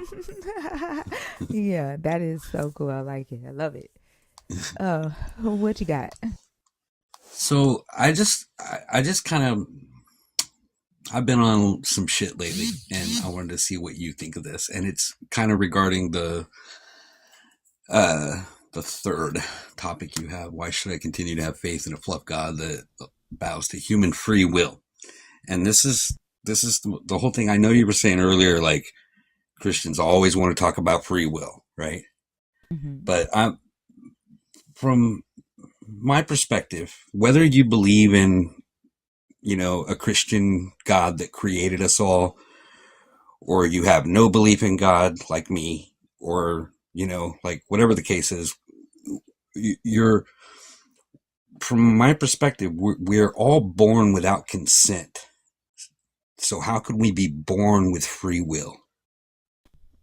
Because they always try to say, well, God gave us free will. Well, were we born with free will? Because, like, to That's me, a the good fact that question. I was just like thrown into existence, like in and of itself, just starting off on that foot alone doesn't seem like free will to me. I don't know what I anybody agree. else thinks about this. No, I agree. Like you were not only uh thrown into this without your consent, but you were thrown into this in debt and then made to have to like get out of debt. So how could that be free will according Yeah. to Christians? And like like we could debate, and we debate about like whether we have free will at all, because the way I define that is like without any external influence, without any external things that are beyond your control, and that's what we find going in when we really look at the science of so-called free will, You know, you have to factor in all of the, you know, things that were beyond your control that led to you making whatever choice you were going to make. And how can you say whether or not you would make any other choice at any given moment? Yep, So I agree.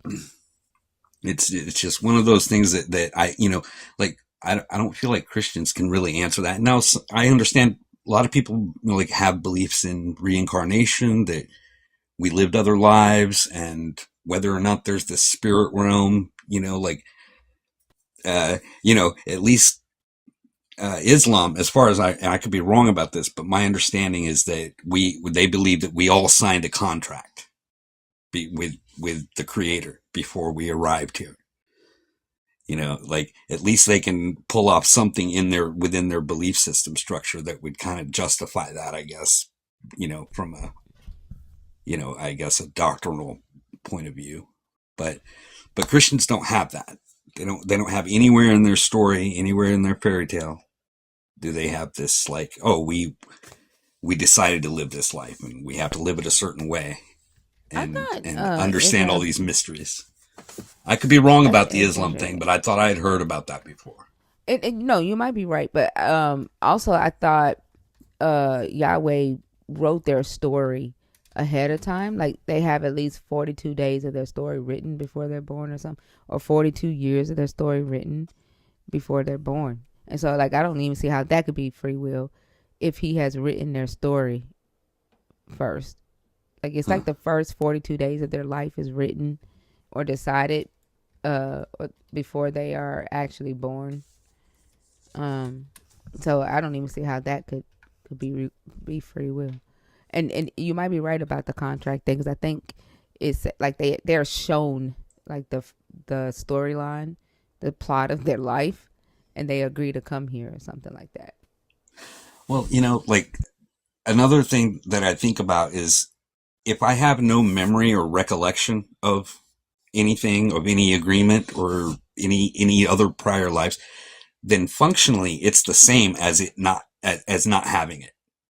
You know, kind of like when they talk about like, oh, when we go to heaven, we're not going to remember our family and friends and loved ones. We're not going to remember this life. Well, what's the point? Like, what functionality does this serve? It doesn't, if you're not learning, if you're not like, you know, if you're not properly informed. And to me, that's another thing about like, you know, when they ask me like, well, what would it take to convince you that a God exists? You know, like I feel like not being properly informed is takes away from any free will that I might have. You know what I mean? Like I could know that God exists. I'm not an atheist anymore. I could then decide whether or not it's worthy of my worship. You know, I would still have free will, but I would be properly informed. You know, like, so those are my thoughts. I don't know. That's pretty good. Yeah, that's pretty good. I might do a topic on that. Ooh, that'd be exciting. Yeah. I'll be here for it. Awesome. Are you in the Discord? I am. Yep. Wait, okay. No, I'm not in your Discord. I'm just in the I'm in the Deconstruction Junction Discord. And okay. I thought you were in there, right? Or yeah, no? I'm in there. Yeah. Okay. Yeah. If you could, first off, join our Discord, because you are like a third-month nerd. Okay. But also, if you could send me a message and kind of like write it out for me, so that I'll know how to concise it down and put it on like one of these posts. That I will do that. Run that topic. Awesome. Thank you so much. Thank you. And thank you for, you know, everything you do in this community. It's really, like I said, I joined TikTok 6 months ago, and just this whole world that I didn't know existed, you know, like I'm in it.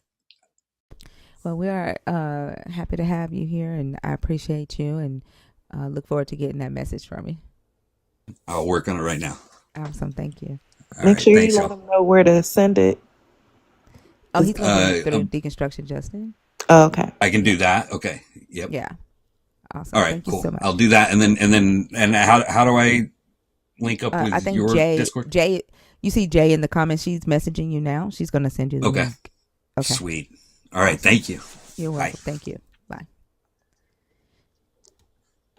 Take me down. I got you. I got you. I swear, I love his name, and then the colors, it just match perfectly. Yeah, that was pretty. That Yeah, it was a real gobstopper too yeah. Let's see what from the movie. Theo's mad because there's another Filipino in the chat, y'all. Well, hello, and yeah, about the Filipino earlier in the comments, I don't know why they mean that. Kaya inisip yan sa Lord nyo at dahil sa pangako nawalan ako ng customer at nabawasan ang kinikita. Like, What, um, Theo? Why did you do that? What did you say to them? no, I didn't say anything. I couldn't make sense. To translate it, that's why they think about that that about your Lord, and because of that promise, I lost customers and profit. You lost customers and profit because of what promise? They didn't say anything about the promise. No, I am not jealous. I am just confused why they said that, but they didn't Wait, what did they say to you? no, I mean, I just saw this comment from this live, and then I can't make sense about it. Oh, they commented it in the live. Did they comment it in your language?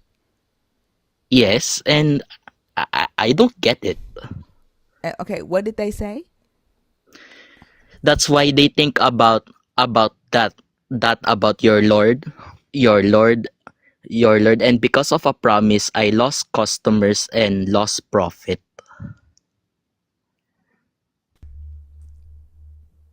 I don't know why they would say that. I don't know whose Lord they're talking about. Well, this is a Christian life, so maybe that, but This I isn't a I, Christian I can't live. make sense of that. This isn't a I Christian can't live. also, Filipino. I mean, Theo, yeah, but this isn't a Christian live. yeah, but I mean, I don't know. They're talking about something about business, and then I can't make sense promise what promise it was.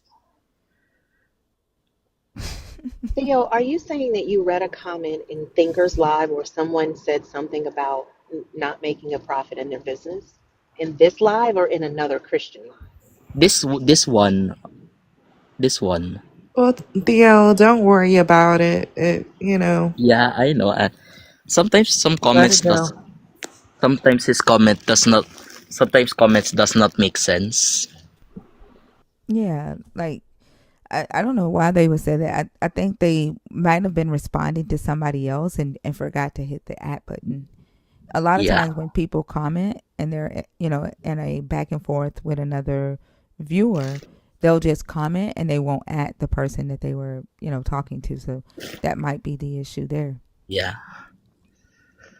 Oh, and also, please do give me a Bible verse, a new Bible verse this time. A new Bible verse for you to. Yes, yes. What do you want? What do you want it to be about? Anything. I, I can literally handle anything. Okay. Even the Ezekiel one yesterday. Yeah, you freaked out yesterday when I gave you the Yeah, Ezekiel yeah, one. but I got my thoughts on that. I said my thoughts on that. Then what did you gonna say? What are you gonna say about the Ezekiel one then?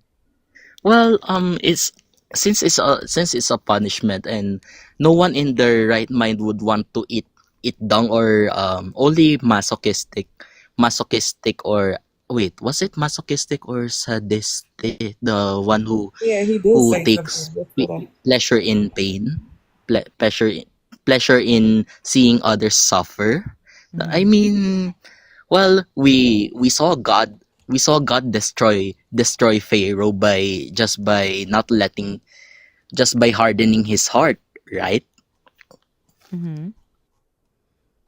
And that is reason enough. I mean, the Pharaoh wants to let the Israelites go, but he can't because of God, and that that pretty much is one way of showing. We also unalive babies by stoning them, killing them with stones. Unaliving with stones. Yeah, I'm sorry. What does this have to do with the God telling Ezekiel to eat human shit? Well, I think maybe God is like, God is punishing the Israelites, and then that's a worse By punishment just than any telling other. Ezekiel that? Like, why did, like, he's not telling the Israelites to eat human shit. He's just telling Ezekiel to do it. Oh, but well, why would he say that? He say that to some person, not everyone. I mean, I know that God spoke to some other people as well, like Ruth, or the 12 apostles. Wait, say that again. Say that last part again. He what? Well, God spoke to a lot of people during that time, right? Mm-hmm. And please go to that verse In again. Ezekiel? Yeah. Yes. Right. For like, there it is right there. It's still up from yesterday.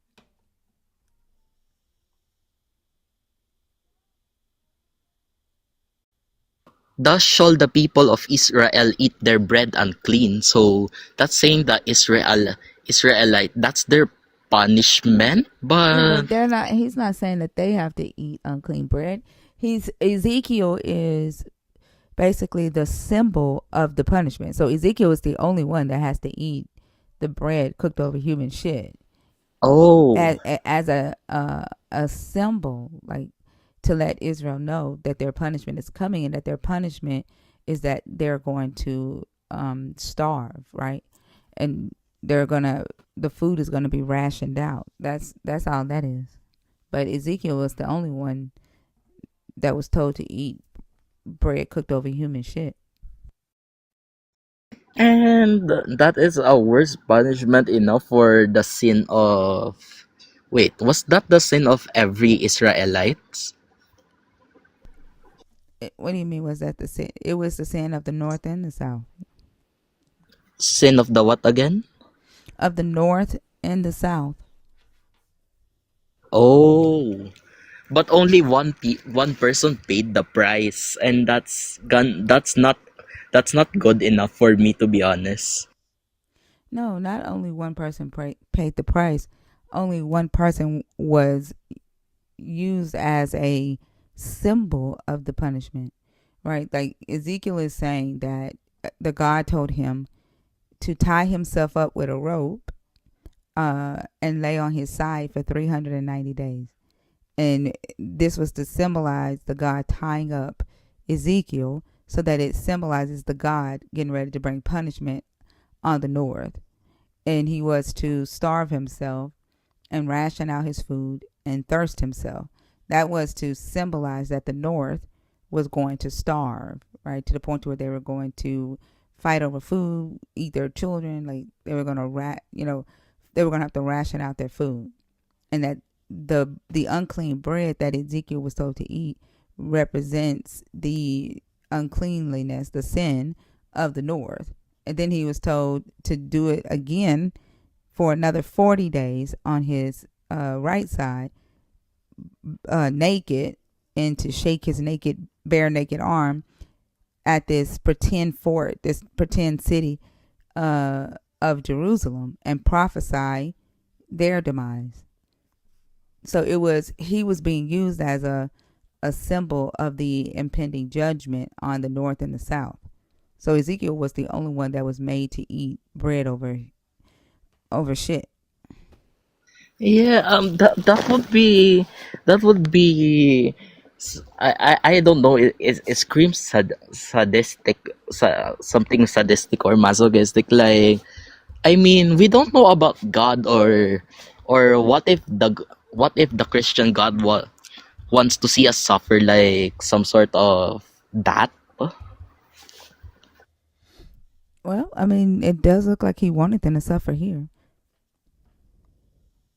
And also there's a story about Israel and Egypt, like Israel being being conquered because the Israelites were sinful, and then they were being enslaved, they were God sent God sent someone to free them.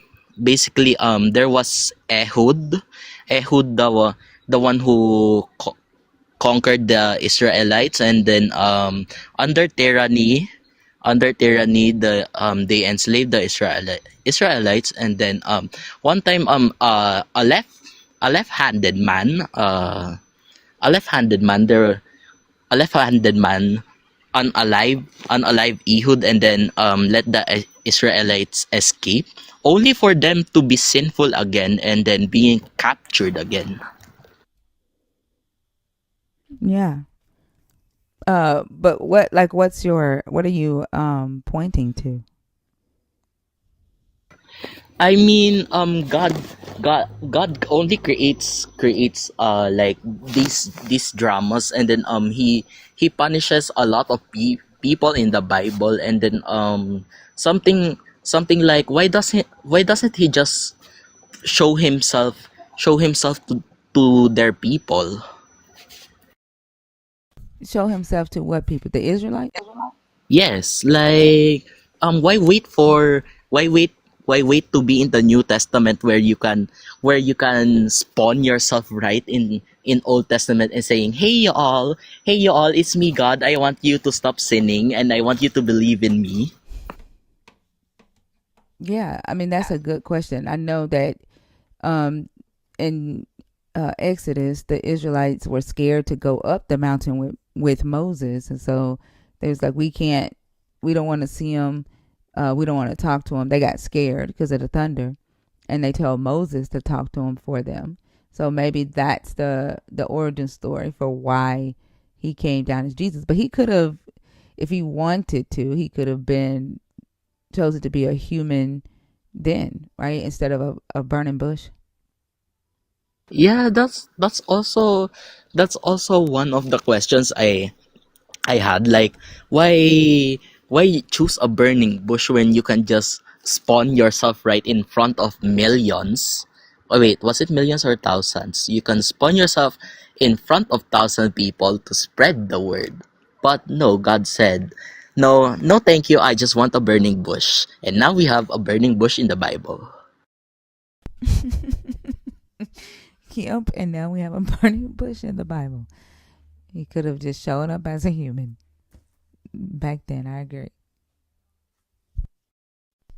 Did you have anything else, Theo?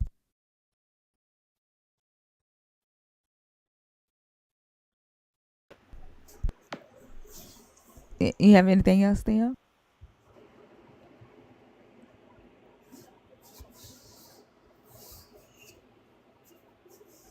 I sent you an invitation to unmute. Yeah, also, what else?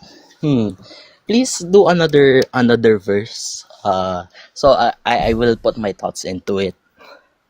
Yeah, I'll give you Isaiah 20. You can go and study this one. Isaiah 22 through 3. This is, you go study this one and then come back and tell me what your thoughts are. All Okay? right. Wait.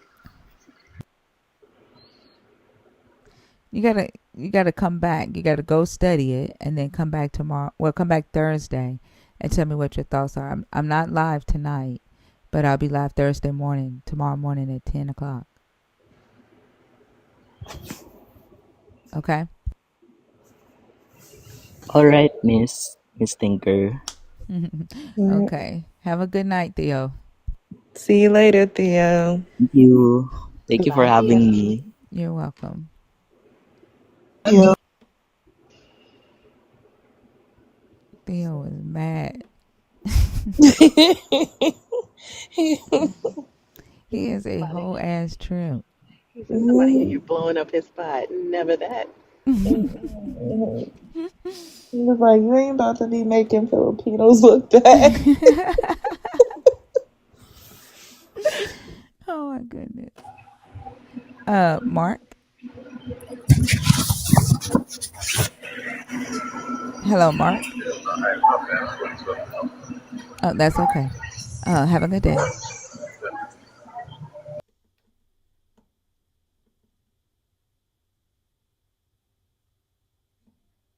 Arnie Trees, are you in the box on purpose? Peaceful living, are you in the box on purpose? Ortho, why are you back? You ran. I keep coming in here. Arm charm, AMR It would be charm, nice if you come in here. AMR charm.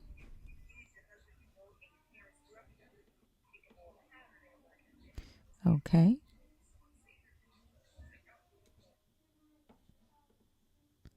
Can y'all hear that music? Yep. Arnie Trees and Peaceful Living, are y'all in the box on purpose?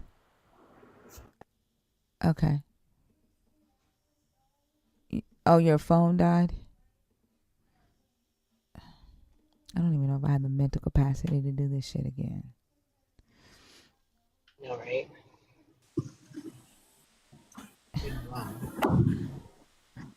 Didn't run. My phone died. So when your phone died, the question that I was asking you was, if your God is sending electric signals or contractions to your heart as a message, how are you translating those signals into the English words that you know today?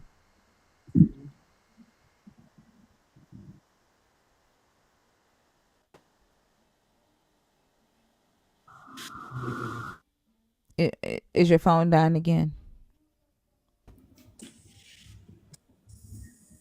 Look, he chose Oso spot or ortho. I mean, he's in Oso spot now. That's crazy. Ortho. Yeah. Did Can you you hear hear my me? question? Did you hear my question? Yeah. So I said it's communicating it to my mind. I get it. But I'm trying to figure out where your mind is. You do realize that, right? I'm trying to understand if your mind to you is something separate from your brain. And so far, what I It's understand the is whole that nervous system. also, Ortho, please stop and let me finish talking and then you can respond. I don't know how y'all have conversations, right? And how you expect me to understand your perspective if you keep talking while I'm talking. I'm trying to understand if you are saying that your mind is something different than your brain. And the last thing that you and I talked about was that your heart, right, that your mind is like different parts of your body. And you mentioned your heart and you said that the God sent a signal to your heart. And Yep. what I'm trying to understand, that signal that was sent to your heart, somehow it was translated to my word is true, which are English words, right? And the way to, turn signals or electric shocks into words, right, would have to be with your brain. But again, you're saying with my mind. Is your brain the same as your mind, or is your mind separate from your brain? I'm trying to understand how you are seeing this. My mind is determined through my soul.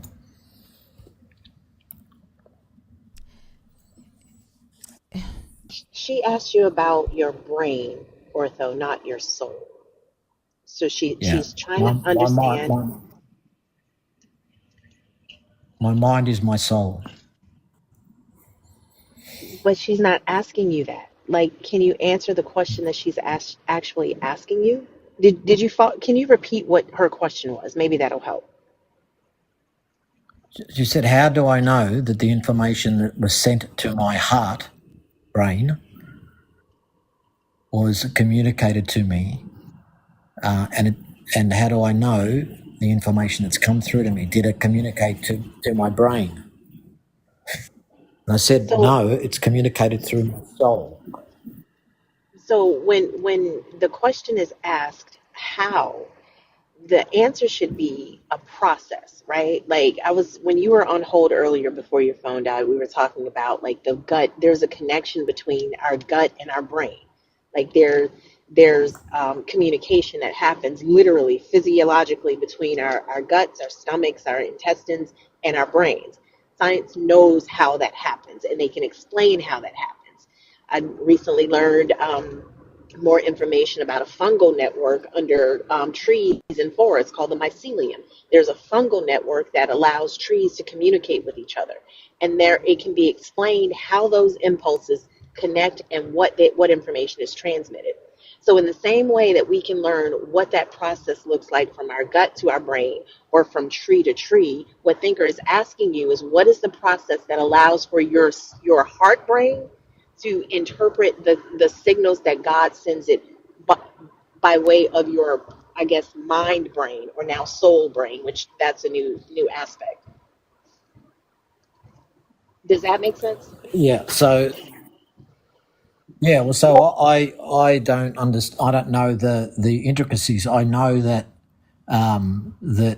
I can receive information through my heart brain, and I know that my mind is not only conducive to my brain. My mind is my soul, and through my whole nervous system. Show me how you're. Oh, I'm sorry. Go ahead, Thinker. What I want to know is how you So interpreted. Hello, hello. What I'm asking is, how did you interpret the signal that you received from your God?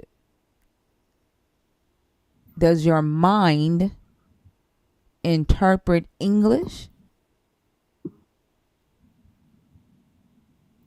Well, it translates into English through my understanding. Yes. Right, but was that done with your mind or with your brain? With my mind. So your brain was no part of that process.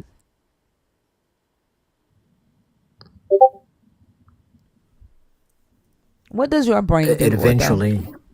What does your brain do? It eventually. What do you, Ortho? What do you use your brain for? To function, for my body to be able to function. In what way? To be able to. Can you be specific? Like, what does your brain do for It manages your body? my brain. My brain manages the nervous system through my body. It enables the nervous system to communicate.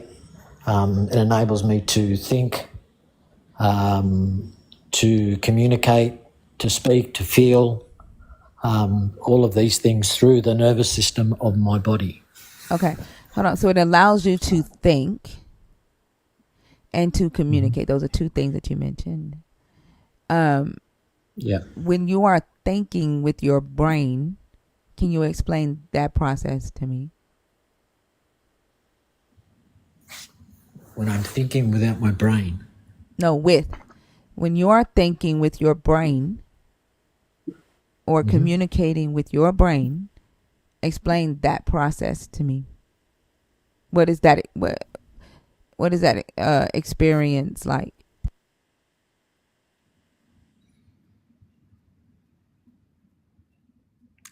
It's a complicated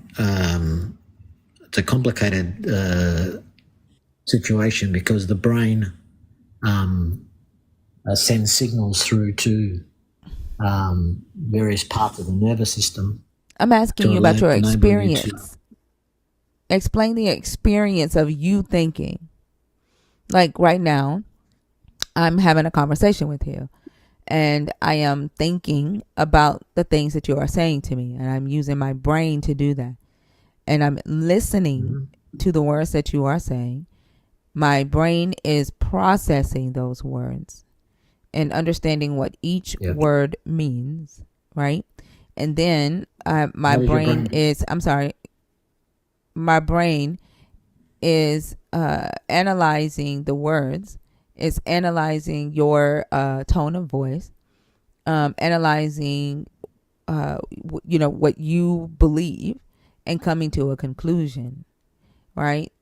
And my brain is doing that. And so what? And How is your brain hold doing? on, hold on. As I'm thinking about the things that you are saying, right? I'm asking myself questions or thinking of questions that I want to ask you, right? And I can see the questions that I want to ask, hear the questions that I want to ask with my internal dialogue. Like I can hear my internal voice as I'm thinking about these questions, right? That's me using my brain to engage in this conversation, right? That's the experience of my brain working. What I'm asking you is to share the experience with me of your brain thinking and communicating. Yeah. How does your brain do that? All of the things you said, how does your brain do Did you that? hear what I just asked you? Well, I'm asking you to explain because You you're don't get asking to me to ask me explain a something. question. You don't get to ask me a question when you didn't answer the question that I asked you first. I just said to you, my mind, which No, is I asked you part of to my... share the experience with me of your brain thinking and communicating. What is that experience? Can you share that with me, please? I just gave you an example of what I am asking you for. My brain is just neurons functioning. My mind interprets the information that goes into my brain, but my mind actually interprets the information Ortho, and is able to... ortho. You said to me that your brain allows you to think and communicate. What I would like for you to do is share with me the experience of your brain doing those two things. Not explain to me how it does it. Explain the experience of your brain thinking and communicating.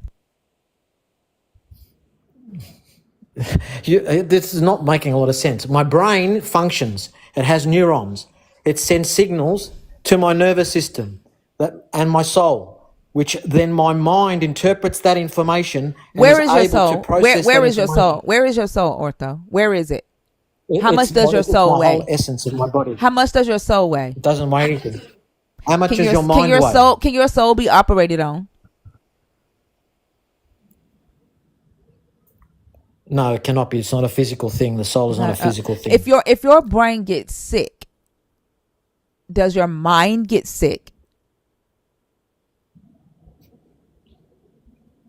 Not necessarily. So if your brain gets dementia, does your mind operate the same way before your brain got dementia? I don't know. I've never had dementia. Are you a dishonest person? No, I'm not a dishonest person. So do you know what dementia is?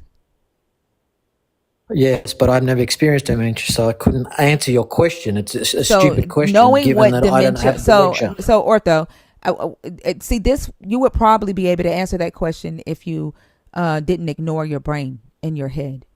So knowing what dementia is your brain capable of concluding that if the brain is sick, or the part of the brain that processes memory is sick, that processes information and reasoning is sick, that logically what the person knows, remembers, and understands would be different?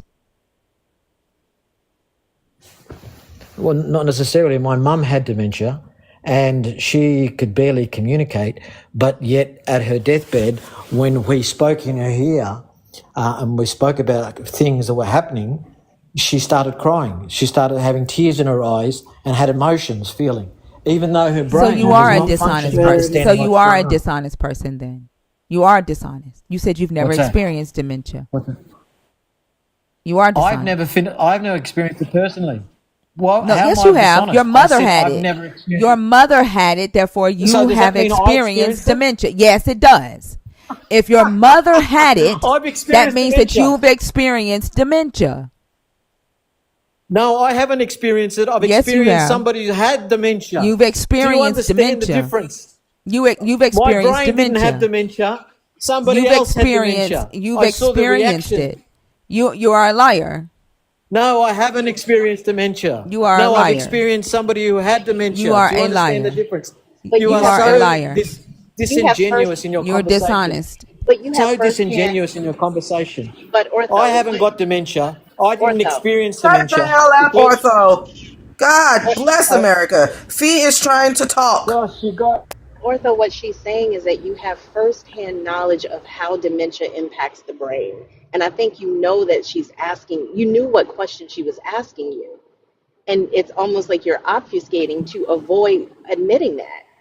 The reality is that a No, person because who they don't necessarily. the The, reality people, is a person can I finish my statement, please?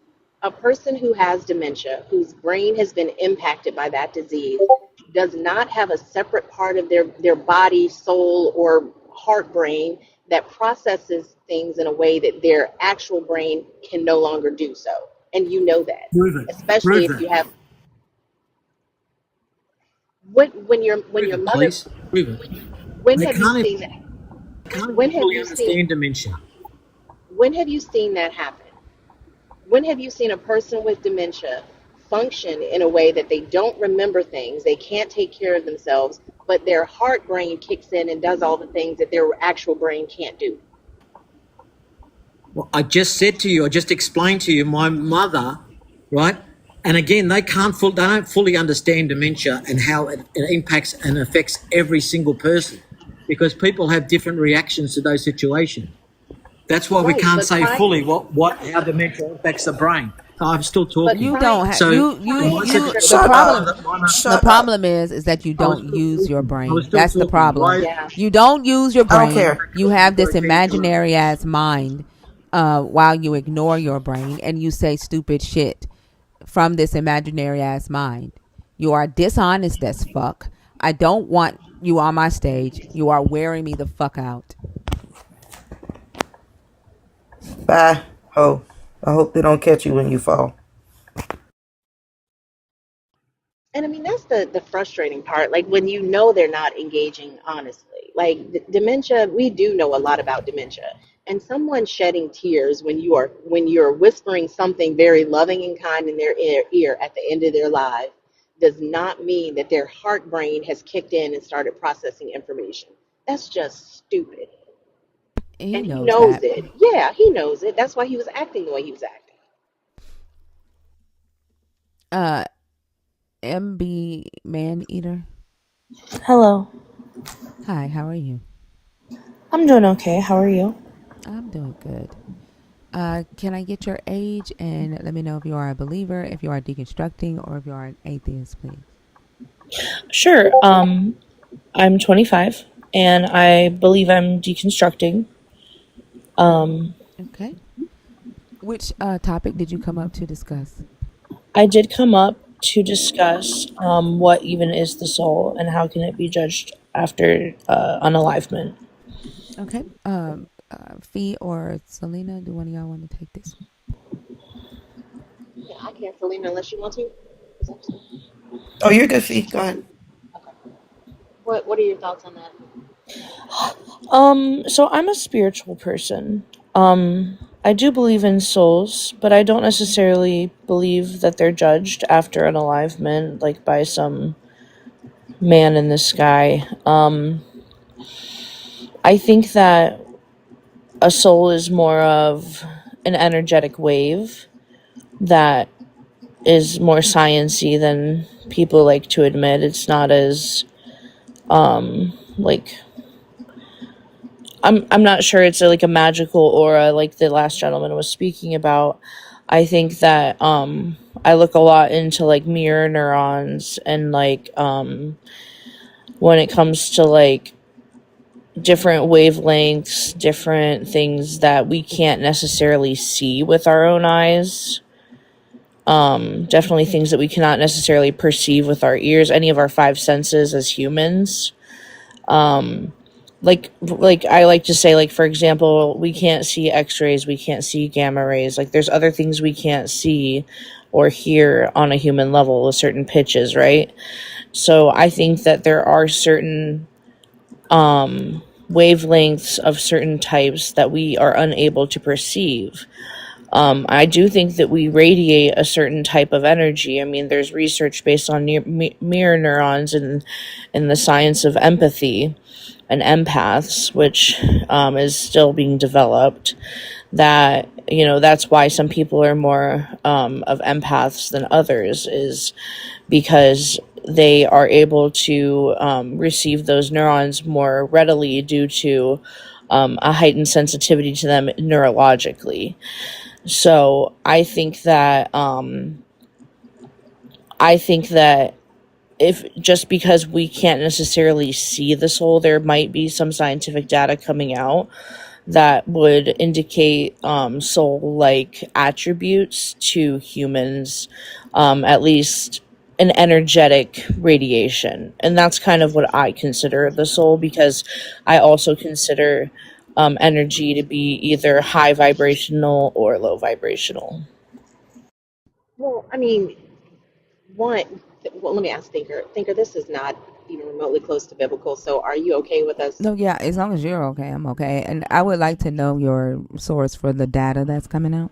Yeah, Yeah, sure. Sorry. no, you go ahead. I can grab you the source if you want, but it will take me on a teacup. That's fine. Like, I would like to see Yeah, that. sure. Um, One moment. And I mean, while she's looking, like some of what she said, I have heard before, but there's a physical component to all of that. Like all of that is coming from functionalities in our bodies, in our physical bodies, and that still doesn't point to this invisible energy, as most people like to call the soul, that continues to live after the body is no longer functioning. So I yeah, don't I think that remember there's they did an experiment trying to see if they could weigh the soul when a person died. But the yeah. guy that did that experiment, he falsified his results and stuff. I dropped it in the chat. I can't copy that. Ooh, okay. Yeah. What's the name of the article? Okay. Let me try to copy and paste the title because it's really verbose. One moment.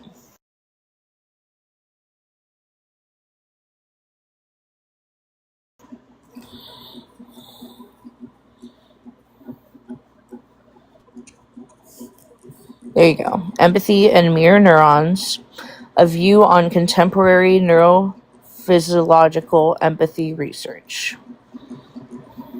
No, this has to do with soul or empathy.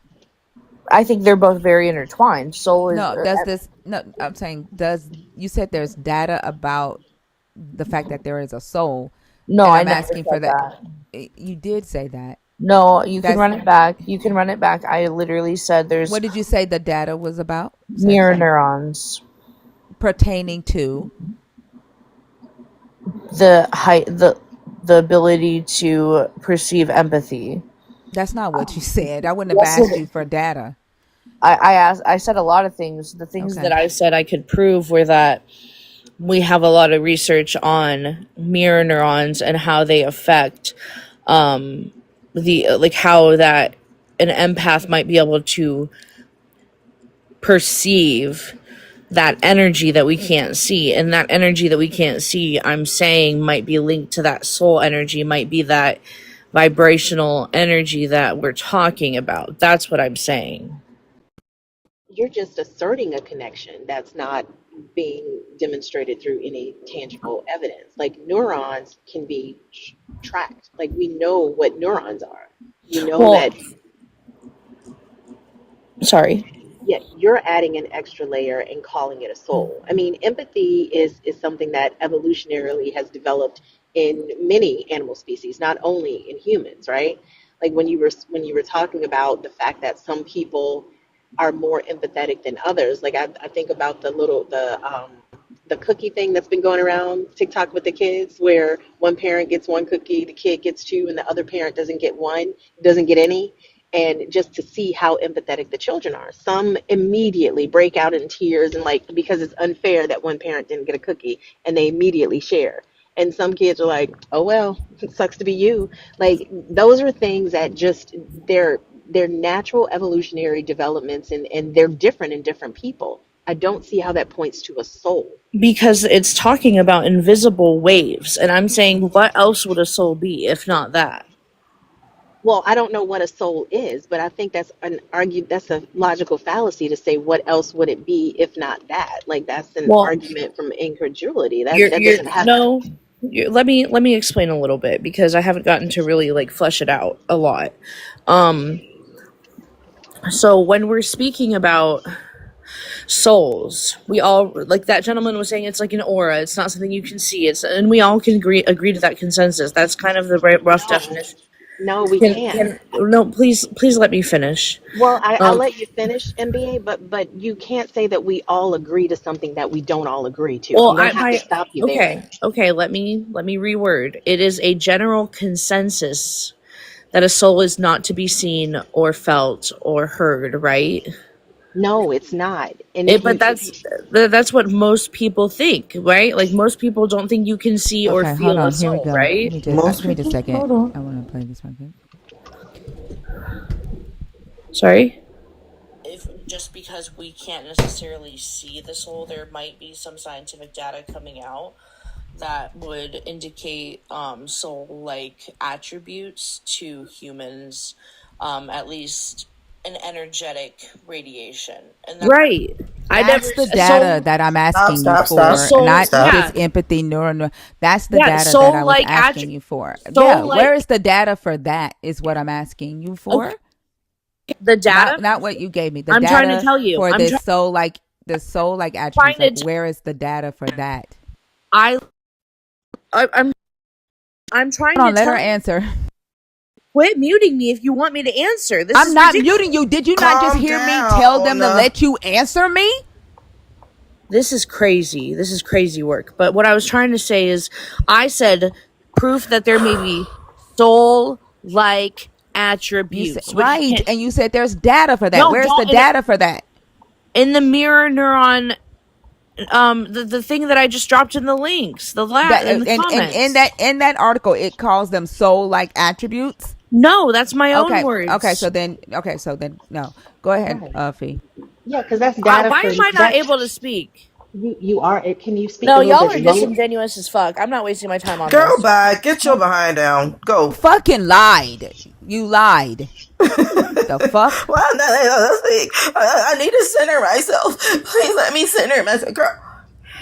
Not only that, like the article was evidence for mirror neurons, not for souls. Like she made that connection, and it's almost like because we're not accepting the fact that she's made that connection, then we're the ones that's being disingenuous, and I don't think that's fair.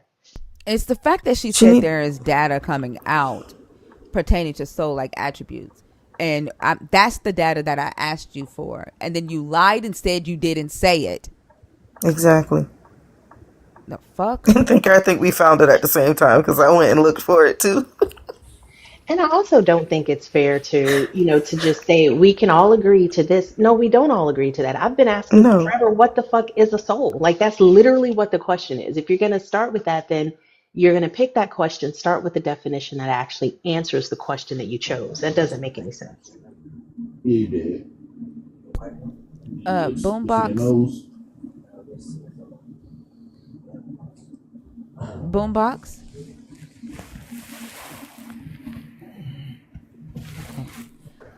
Boombox, this is your conscience speaking.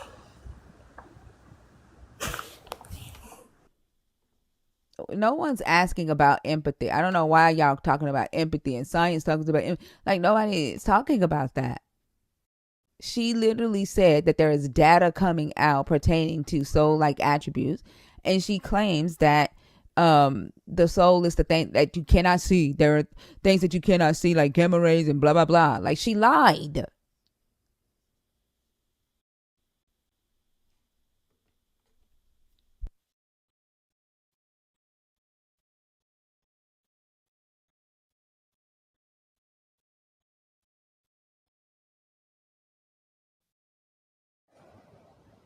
Accident. Public Enemy. It's an accident. Oh. Gregory, are you in this? You're in the box again. I don't know if you keep requesting or if this is accident. Theo, I'm not bringing you back up right now, love. You gotta wait till tomorrow. If you are a believer, if you are deconstructing, or if you are an atheist, the guest box is open. No, you're not just gonna go up, Theo. You already been up once today, okay? But wait till tomorrow.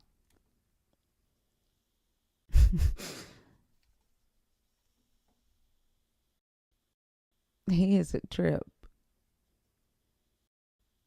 You can't get the Discord link yet, Theo. You're still within your 30 days. You gotta wait.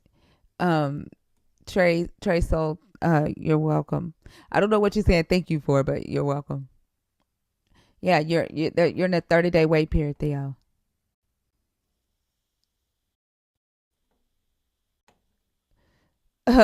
Over my head, Molly. Lords. God dang lords. Where did that come from? Yesterday. Yeah, yesterday with Brooklyn. What's good, Molly? Yeah. Oh, What's good? And she kept Yeah, saying that's over that. my head. Yeah. She kept saying the oh, insults were over her head. And I'm like, do you realize that you are calling your own self stupid? yeah. Good grief. I wish that they could just engage, honestly. Like, if That it's would make crazy. this so much easier. Yeah.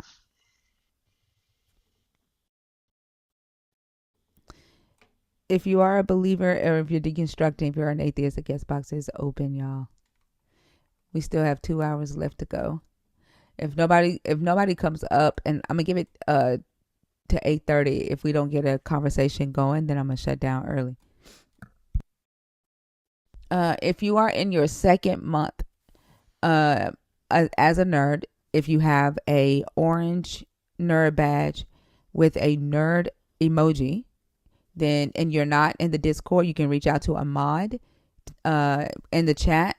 Reach out to Lala or Dudette, there, or Selena. They are the head mods in the space, and they'll send you a link.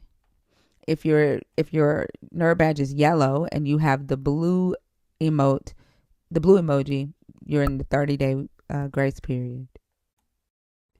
Angel, how are you?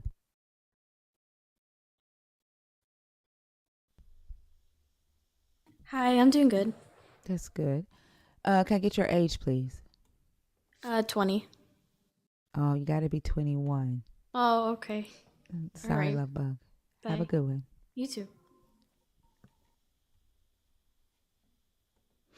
I got to figure out a way for the nerds on YouTube, because we got to get them in the Discord. But I also need to know. I think with the nerds on YouTube, since you can't gift subs, since they are buying straight out, and I think their subs are like $9. I don't think I'm gonna do a 30-day wait on them. Because you can't. I don't think anybody can send subs on YouTube, can they? I've never even been on YouTube, so I'm I've not even sure. Yes, you can. Yeah, I've never seen. Oh, you can? Yeah. Oh, okay. I've not seen anybody give subs on YouTube, but again, I don't know. But I got to figure out a way to get them into the Discord, but also make sure that we protect the Discord from people coming in there to start trouble. Thank you, Jay. Alvin, how are you?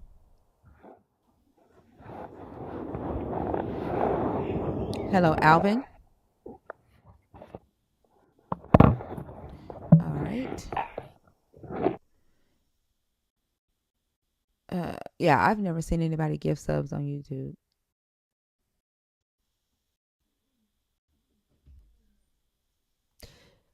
Gregory, it's okay. I don't know why TikTok keeps throwing you in there. Yeah, I agree, Izzy. It's insane. All right, y'all. If you are a believer, if you're deconstructing, if you're an atheist, the guest box is open. There's 800 people watching the live. Oh, okay. So, my YouTube doesn't allow for gifting subs, which is okay. I don't want to change that setting, and so uh, Ethereal Maven, when someone becomes a nerd on YouTube, since they automatically have to pay, and they make that investment, we can go ahead and let them in the Discord. Like they don't have to have a 30-day wait.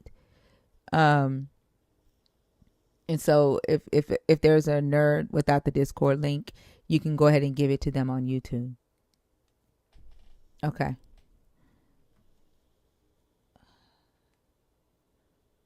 Yeah, because I doubt anybody's gonna pay for the YouTube sub and just be about bullshit.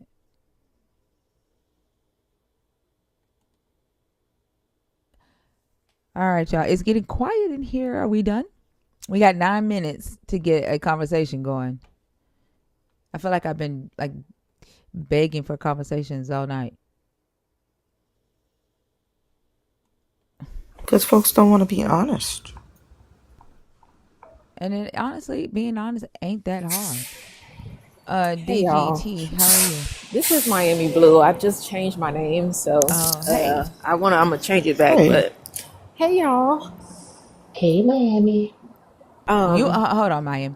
You're not sick of us, are you? Dark Winter, because your ass shows up here every fucking night. Like you're not Like he sick on of the us. clock. I think you're more scared of us than you are sick of us.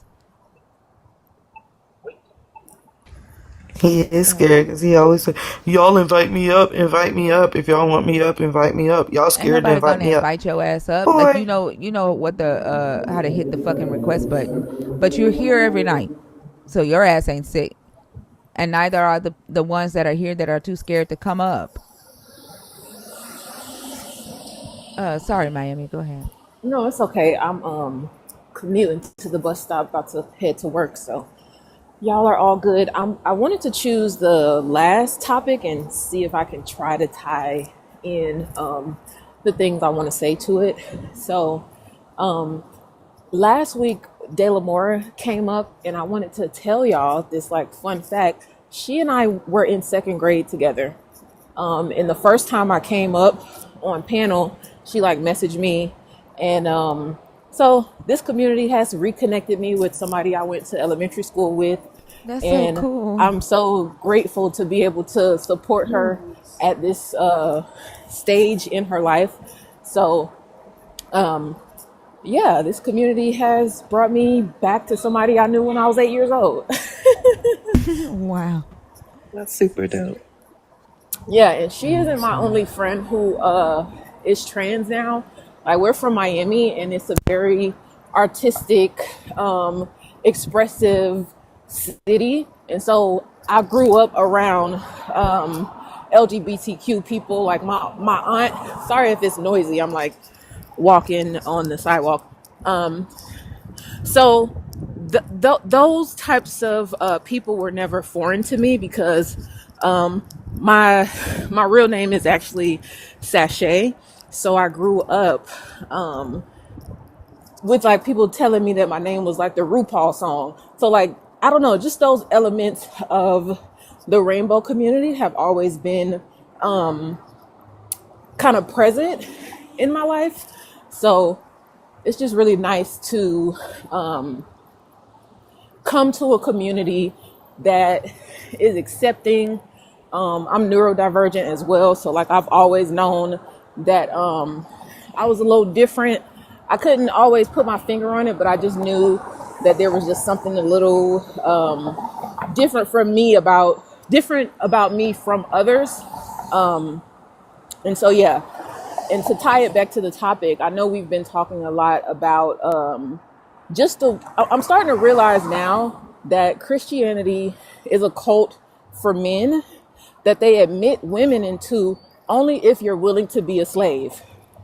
And so I went live for the first time yesterday, so I'm like working my way up towards trying to do my own little biblical lives and debates and stuff. But I want to like, the more I research, I want to eventually tie all of those points together and like maybe do some type of video essay or something like that. But like, it's really starting to click to me that like this Christian thing in the Bible, it was created to elevate maleness, and then that's why they get so up in arms about like gayness and like their buttholes and all these different elements of maleness, and then they have to push down femaleness in order to do that. So a lot of dot connecting for me, and hopefully that made sense. Yeah, that makes a lot of sense. You said you wanted explain the video that you said you want to do again.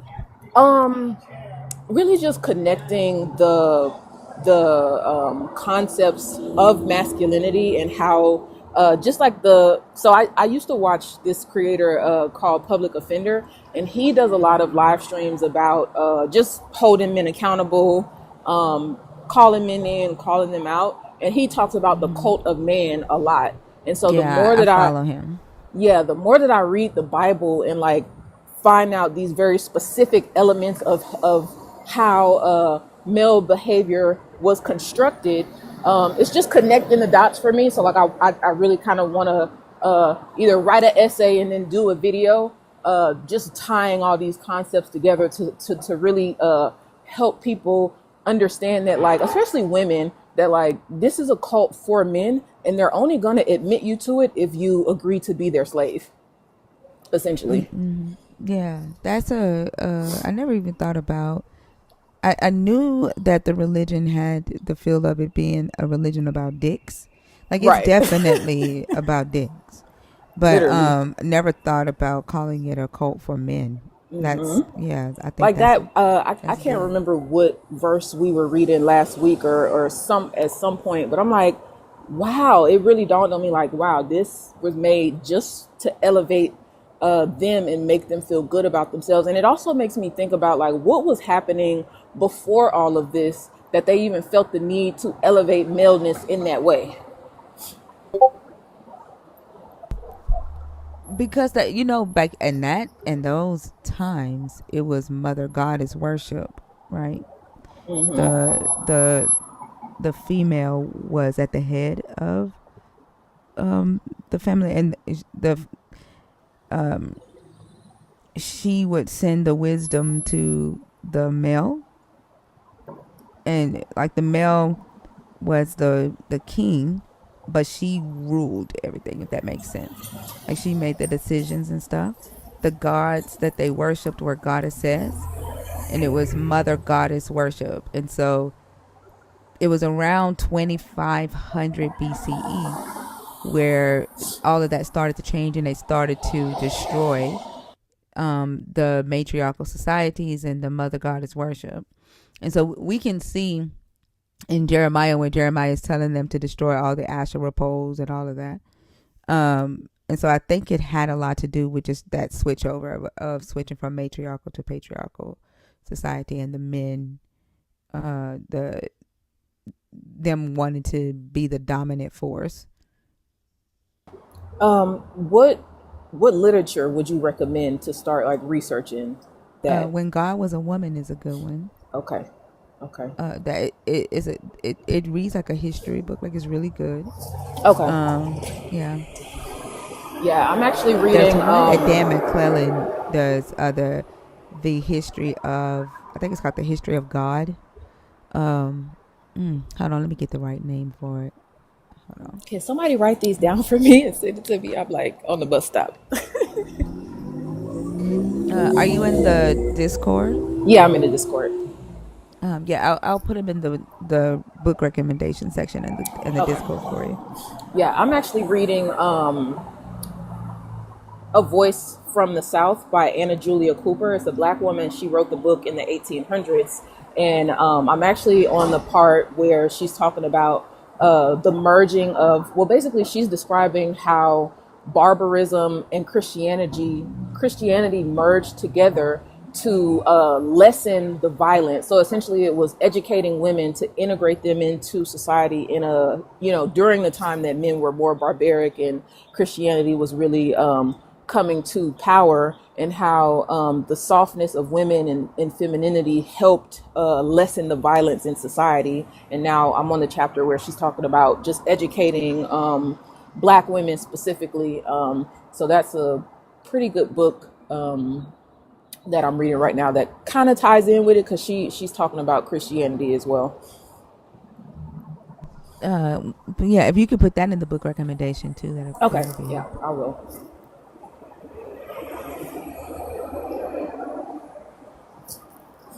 Be careful, okay? All right. Do you have anything else, Miami? The book is called, somebody in the comments asked, I'm gonna put it in the Discord, but the book is called A Voice from the South by Anna Julia Cooper. I had one other thing. So I think this was a week or two ago. You mentioned that you were saying that you felt really bad that like a lot of like you were talking about the outreach that you do with the elderly and how a lot of their kids didn't check on them and stuff. And as I was listening to it, so I've been no contact with my parents for about 10 years now. And like, I didn't contact them at all during 2020. Now, mind you, my parents are not that old and I do have other siblings, but I find it very hard to reconcile having relationships with people who abused me. And so like I understood your sentiment of like, oh, you know, these elderly people don't have anybody to check on them, but like I think about like what did they do to those kids that those kids don't want to contact them, that those kids don't want to help them. So that's just like the perspective that I was coming from with it, although I totally understood yours as well. But just to give a little bit of a different perspective, like, you know, my parents did terrible things to me, so they damn sure not getting my help as elders. Yeah, no, I know people have different experiences in life. A lot of the elders that, you know, I talked to during COVID, like, and people change, like, I don't know, but a lot of the elders that I talked to during COVID were pretty cool, pretty nice. Um, but like, I don't know, but I agree with you. Some people have terrible parents and they don't deserve to, you know, have their children I'll come take back care and of take care somebody of them. else's. I'll take care of somebody else's parents, but mine, no. Hey, I understand. Thank you.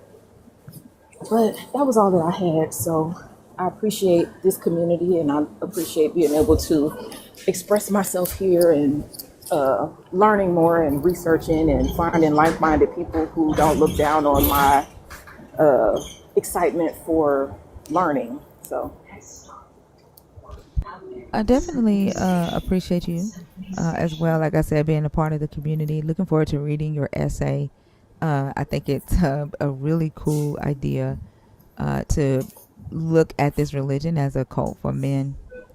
I think that makes so much sense. It makes so much sense. all right, man. Let me down. All right. Have a good one. You too. I wanted to give you a book recommendation as well. I'll be back. I'm about to go fix me some coffee. Anybody want to listen to what Oso got to say? Go ahead. Beautiful. Yeah, my book recommendation is Powerful. It is one of those top 10 books voted by me. Um, it's called Green Eggs and Ham. Very deep, I knew this very was going to be spiritual some shit. meanings. What are you talking about? Have It's really good. Have you ever considered that maybe the only the eggs were green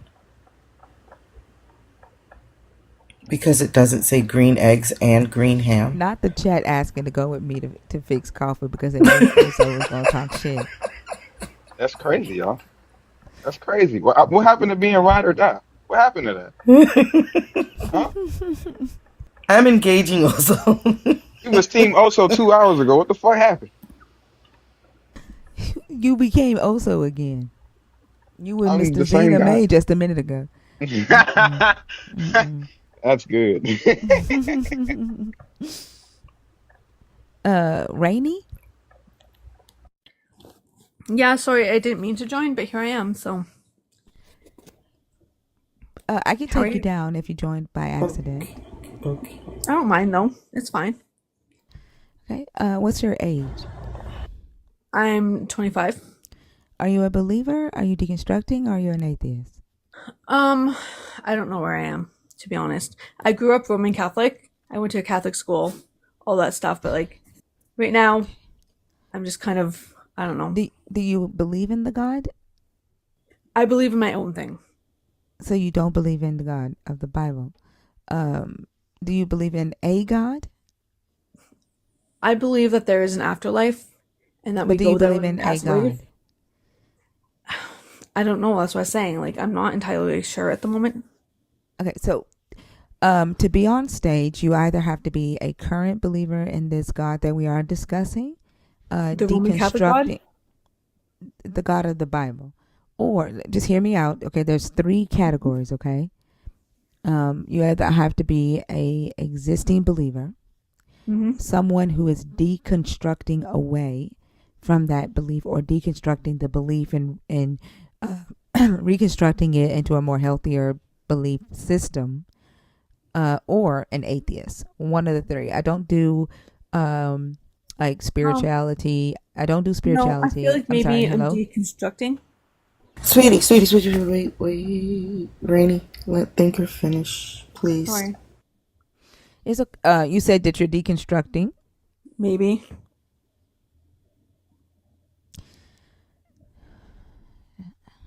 Do you know what deconstructing is? When I say deconstructing away from the God of the Bible, I mean you're questioning your current belief that you have in that God.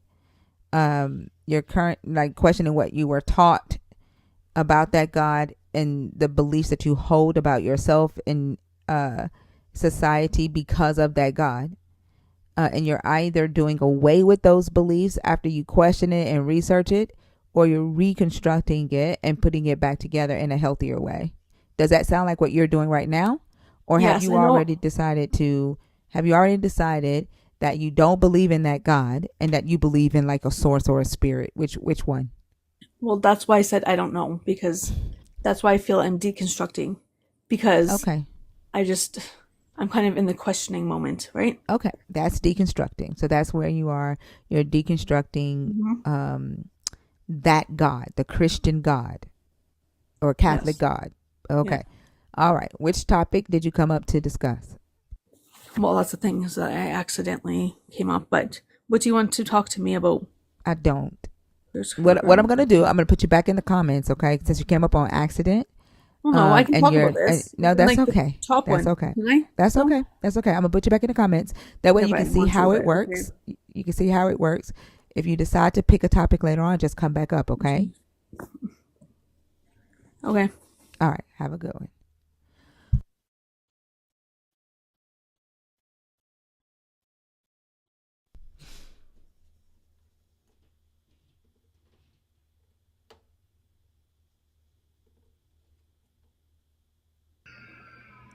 Clapton, America. Okay.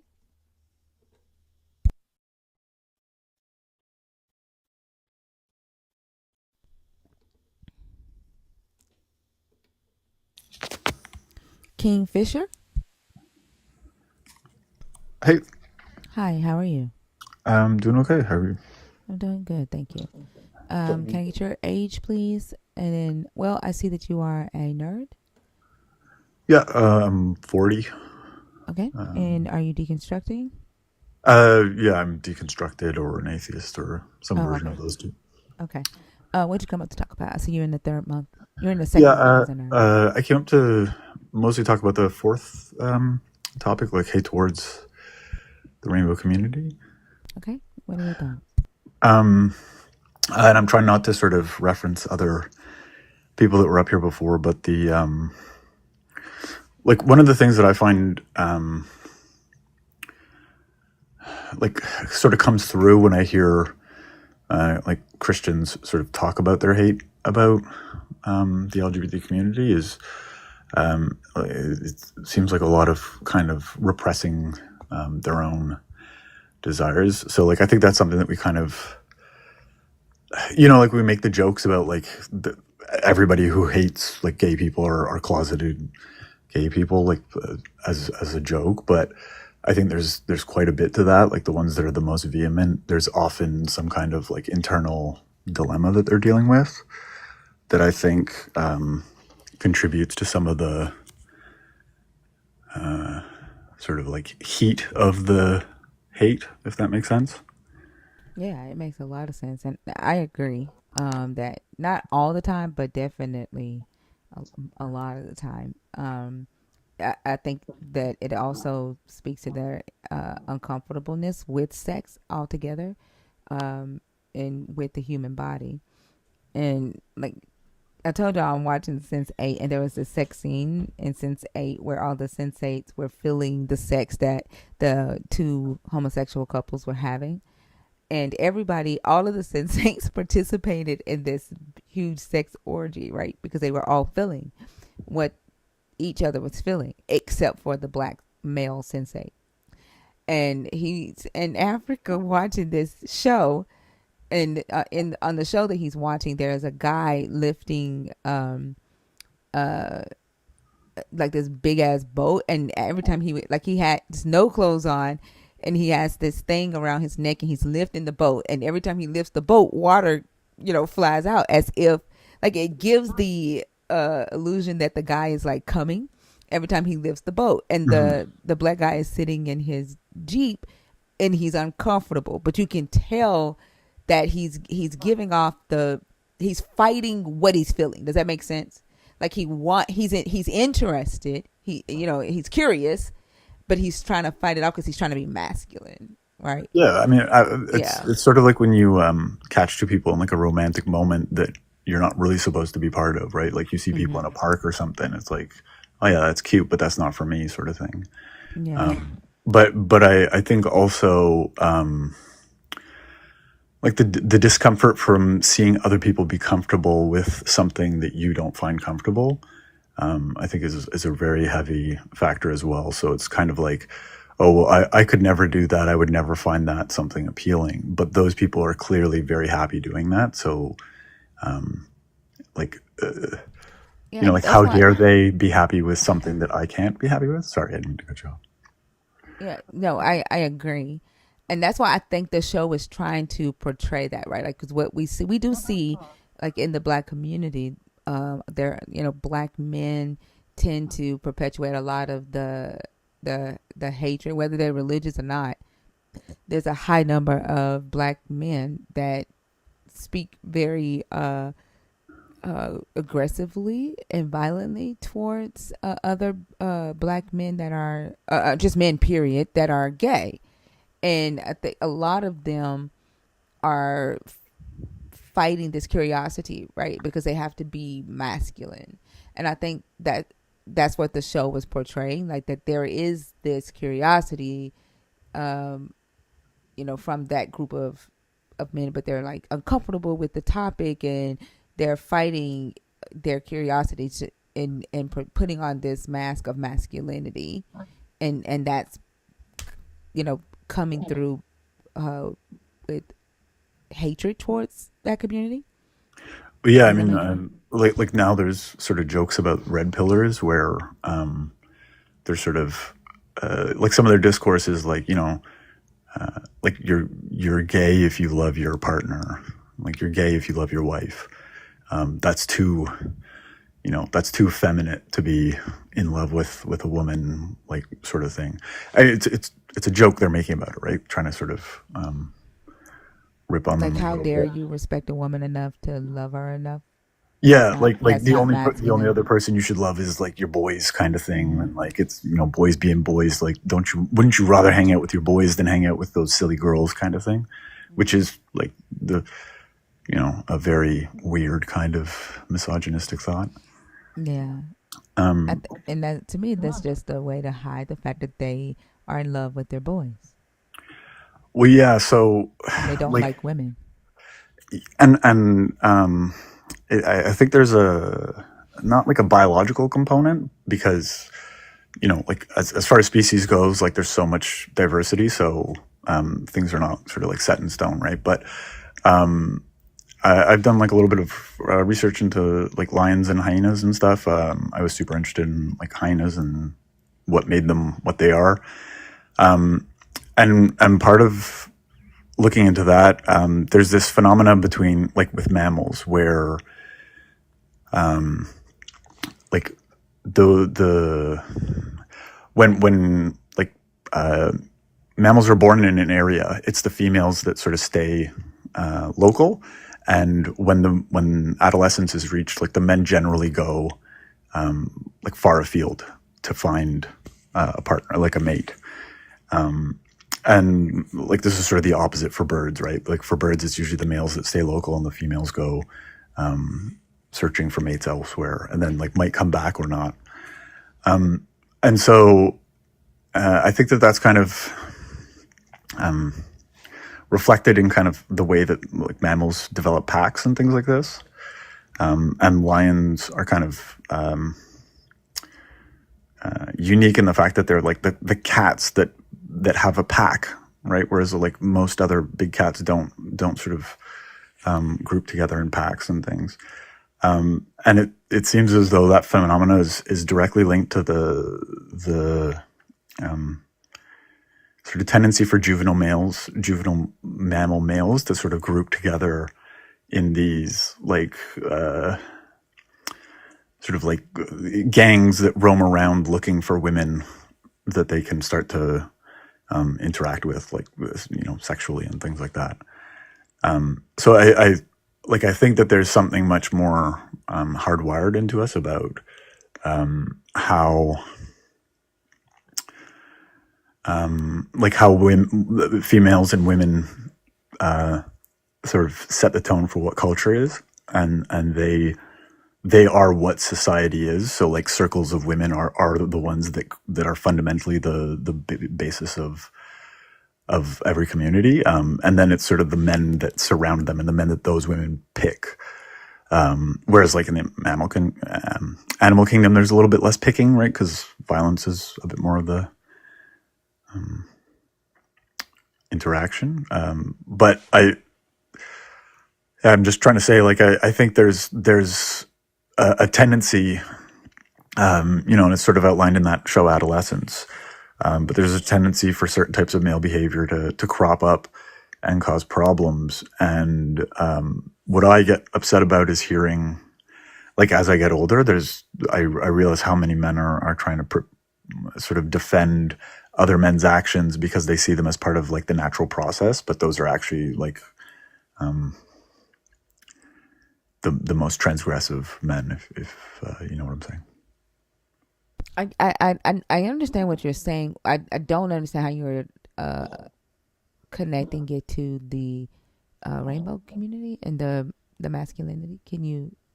Yeah. So, well, like so that's part of what I think like the rule sets in the Bible are leaning towards, is kind of this grouping of men together as a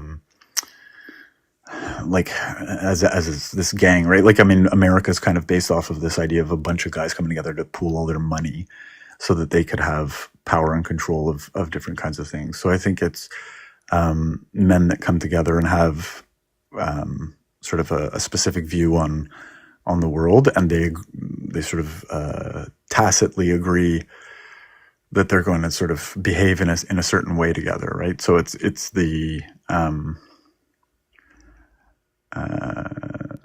like not whataboutism, but sort of like, well, look, like those people over there are doing this behavior, so that makes this behavior okay. There's no sort of grounding in whether or not this is a correct thing. It's just like, you know, well, you could be beaten, so why don't you be happy with the fact that I'm not beating you?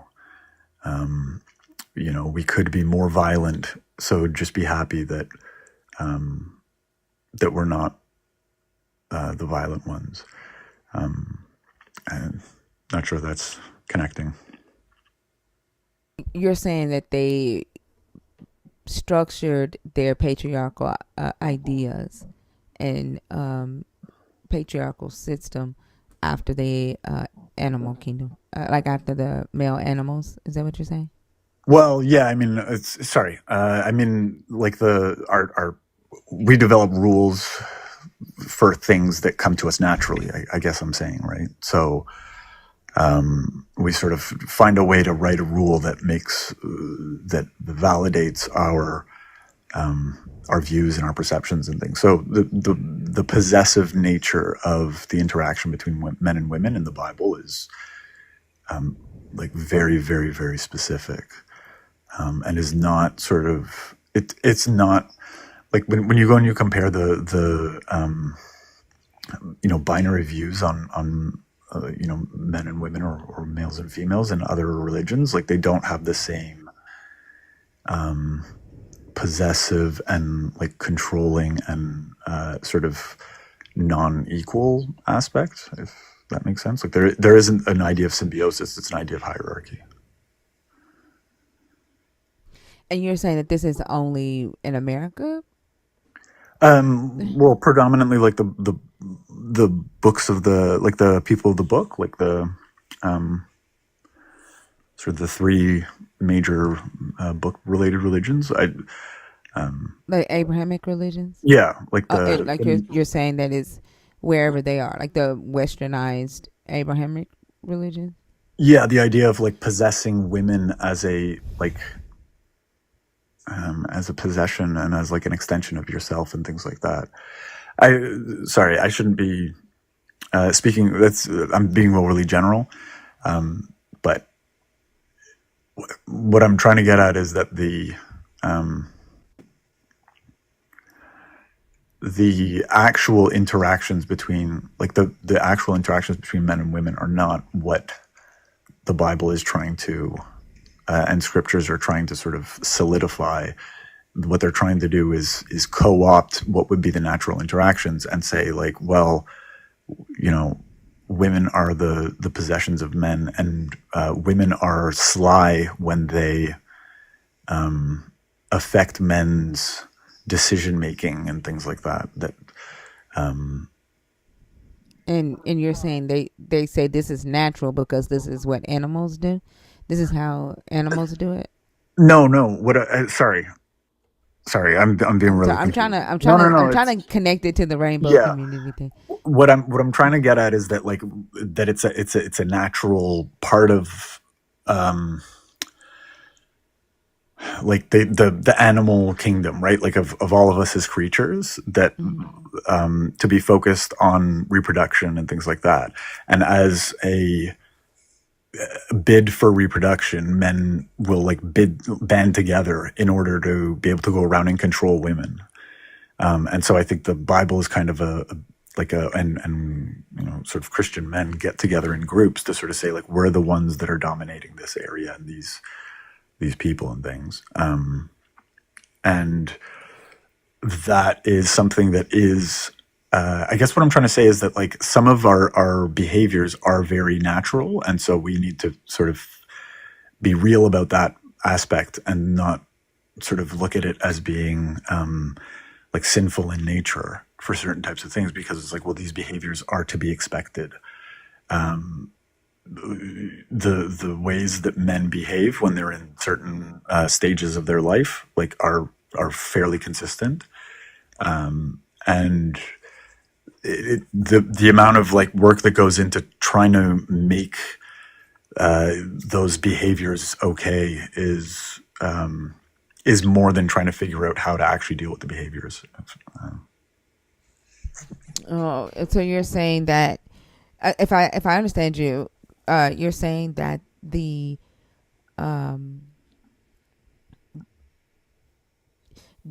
rules that men have written over the course of time to justify their subjugation of women, it comes from what they consider to be natural, while they ignore what is natural for a human male to do and be. They rather not engage with that, but write rules around it to try to force them to be to try to force them to focus more so on this camaraderie of men to dominate a specific area or to dominate women. Is that what you're saying? Well, yeah, I mean, I think that the biological desire to spread your seed. Sorry for the language, but I think that drive does really weird things to the brain, and so the thing where men the weirdest men seem to think that they are the pinnacles of male beauty and stuff like that. The most bizarre guys seem to think that they're amazing and amazing catches, and that they would be sort of desirable to everybody, sort of thing. And some of that is mental health or whatever, but I think the other is the ways that we we raised men to sort of be perseverant and go out in the world and confront the world and things like that. And that can turn into sort of being really pushy and aggressive and intrusive and things like that.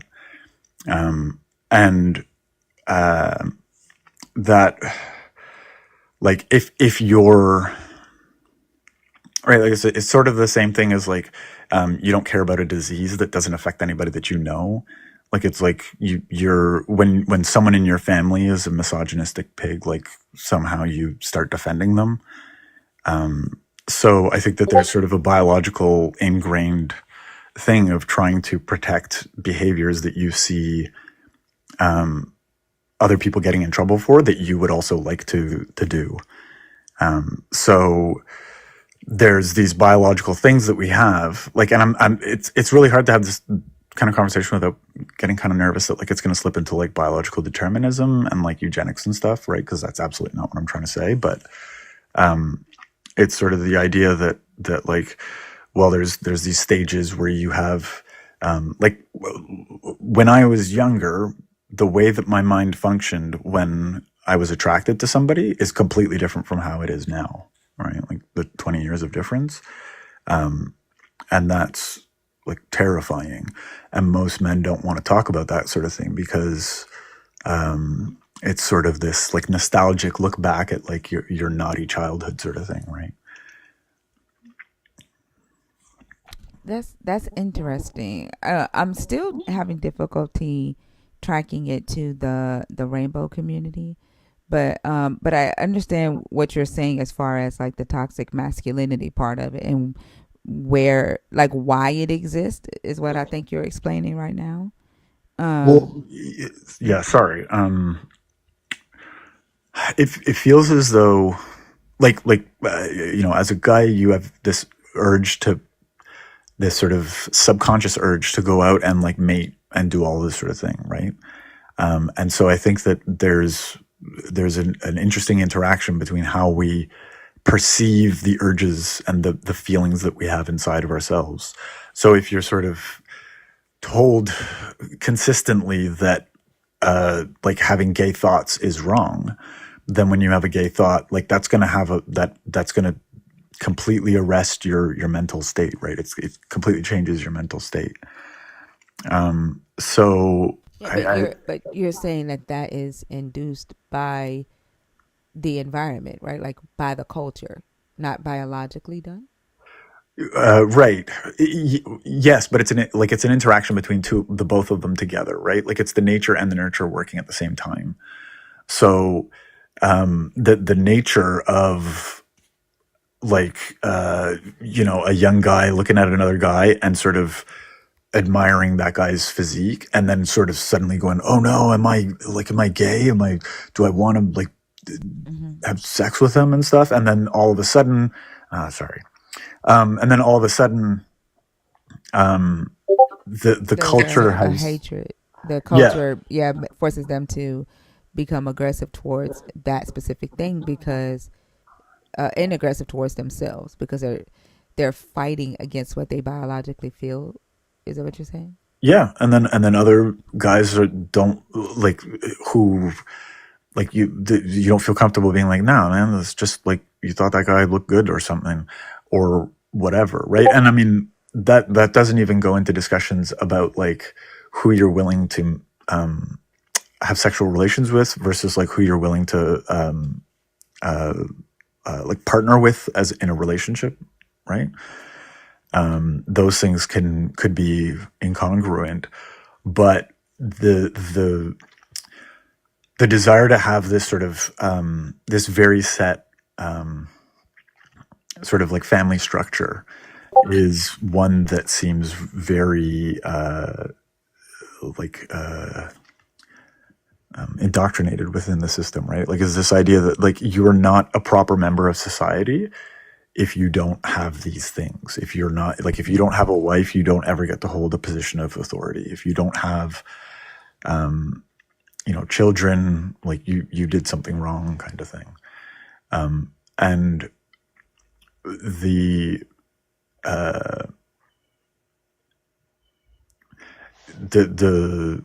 men that don't want to participate in these cycles and structures, they're not able to not participate, right?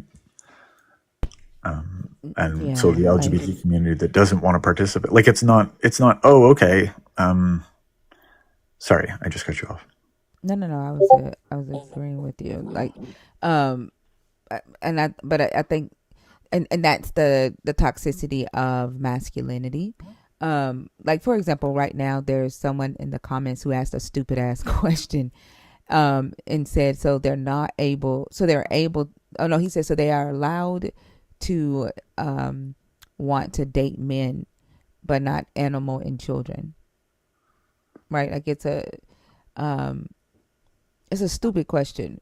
One, because saying that, you know, someone being attracted to the same gender, right, or the same sex is on the same level of saying someone being attracted to someone, to a baby, right? When the two people are the consenting age and those two people can consent and say, hey, I'm attracted to you, I want to have sex with you, then that, like, what the fuck does that have to do with them? But a baby cannot consent. A baby doesn't have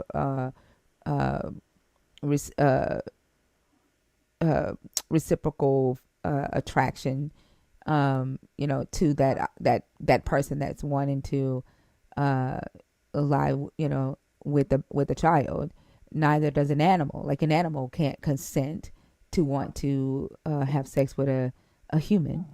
So it's stupid. It's a stupid ass question for a grown ass man to consider and think that they're on the same level. But that's what toxic masculinity does, because all they can see is the social structure of maleness, right? And what they were taught growing up, for what a man is, or what the definition of a male is. And I was thinking earlier, like when you were talking about the different societies and how they approach this gender thing, right? And you had mentioned something about like that. You were talking about like the animal kingdom, and I was thinking to myself, like, you said female bird. Like when you said that word, female bird, and I was like, we don't say female woman, right? We would say female human, but the extra category of man and woman, we don't fucking need, right? Because what do you call a female bird? Like, do they have another name? Like a female human is called a woman? Like, is that really necessary? Right? And we're all animals. Like, we're all within the animal kingdom. Birds are animals. Humans are animals. You have a female bird and you have a female human. Like, there's no need to identify as woman or man, right? But that's a part of this, the structure that the rules, like you talk about the rules that men have written to try to force a specific idea into society, right? Like all the hoops that they need to jump over to say this is how it should be. And, Yeah, but and we don't even focus on the fact that those are constructs. yeah, and some of the stuff we don't even realize, right? So like most other like in French and in other languages, especially like Chinese and things like that, the way that you gender, like when you speak to people, you don't speak to them in a gendered way. You speak to them in a non-gendered way, and it's only like people that are very close to you and that are your family members that you would refer to, like that you would say something that would identify what their gender is, but it's a very sort of English Western concept that like there's only the two that we refer to. The person who said that about the children and the animals is it's a very frustrating. Like what I find really confusing about sort of the reproduction aspect of it, right, is that if so like from a male perspective, if there are gay men, does that not mean that it's removing competition from you from the field? So like, shouldn't you be in some way encouraging more men to be gay so that you have more access to women, and women are more likely to want sort of men in that way? Like, and that doesn't end up being like, it doesn't seem like those are the like the math isn't done on that at that kind of a level, right? Well, I also don't think they think about things at that deep of a level. Like I think that requires a couple of steps ahead in your thought process, and that trope that they continuously like to spew just makes absolutely no sense. I mean, it's a logical fallacy, it's false equivalency, and it's just honestly just stupid. Because the reality is, it's ultimately like comparing. It's like comparing cooking with poisoning. Both involve food, but one is about nourishment and care, and the other is about harm and exploitation. And they know that. And I Mhm. think if they took 2 seconds to think about what they were saying, they would stop saying that stupid shit, because one has absolutely nothing to do with the other. And then I see some people in the comments are saying that all female birds are called hens, but that's not true. Like, there's not like a specific word, right, for female bird, like it is for female human.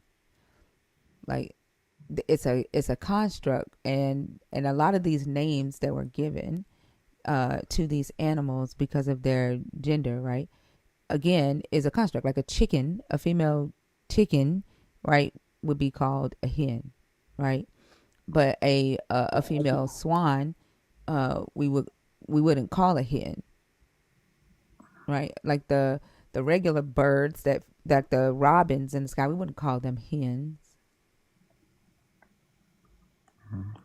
Yeah, the word gender like is has like a French origin, and it in French it's genre. Like it's the same way that we talk about like genres of movies or like music and stuff like that. Like the word means type, it doesn't mean sex in French. Like, so it's a weird kind of. Word meanings and origins are not the strong suit of people who think like this. Like we see that daily on this app and in these conversations. And I think also we lose sight of the fact that categorizing things and putting things in groups it has evolutionary benefits, right? But like again, we've progressed as a society to the point that we can talk about the nuance. It's almost like they want to create these categories absent the nuance that we see in society, and that absence of nuance is justification for their bigotry and hatred, and it's pointless, honestly. Yeah, like what like what would you call a female robin? Like, it's just a female robin, right? Robinette. A female blue jay, like it's the female blue jay. Like, there's no name for it. It's just a female bird. It's a female robin. It's the species that it is. And I think like we take we try to make, like, saying that like like every female bird would be called a hen, like that. No, like that's almost like saying that everybody that has a a vagina is a woman. Like that's just not the case, and that's why people have issues with gender dysphoria, because we see something and we're like, oh, that's what it is, and it can't be anything else. And a lot of that has to do with this this structure, this cookie cutter shape that men in antiquity have tried to force every human into. Yep. And it's not going to change until, as a society, we realize that we've been using this categorization as a way to create safety, acceptance, and give us a sense of meaning. But it's not necessary. Like, it's just simply not necessary. From an evolutionary perspective, yes, it gives you a sense of control. It reduces ambiguity. It kind of gives you some sense of certainty in an uncertain world. Okay, it's done those things historically, but what is it doing now? And who is it hurting now? And is it even necessary or accurate now? We understand things about our biology as human beings at a level that we did not understand 50 years ago. But they continuously want to refute that information and hold on to their antiquated ideas that do harm to people in this life that we're living. And I think, like, sometimes when people are talking about sin, there seems to be kind of like a value that's attributed to different sins, like a value amount. And it's interesting sort of how reactive people are to certain, like, there's moments where all sins are equal, but then there's other moments where certain sins are the ones that are going to cause the calamities in the world and other ones that are not, right? So, like, rampant theft has never caused a natural disaster. Like a town where there's lots of gambling, it doesn't cause a natural disaster, but somehow a couple of people doing stuff in their private spaces is like going to cause fire and brimstone to rain down on the world. Yeah, I agree. That's why I was saying earlier, like there's a difference between moral issues, right? And like what they're calling, the harmful, what they call sin, but like things that actually cause harm to people in society. But they try to group them all into the same category and say that they are the same. And they put weight on the ones that really affect those in power the most, right? Like theft is frowned upon more than child pedophilia is. Theft affects the corporations because they lose out on profit, and so that's talked about more. That's prosecuted more.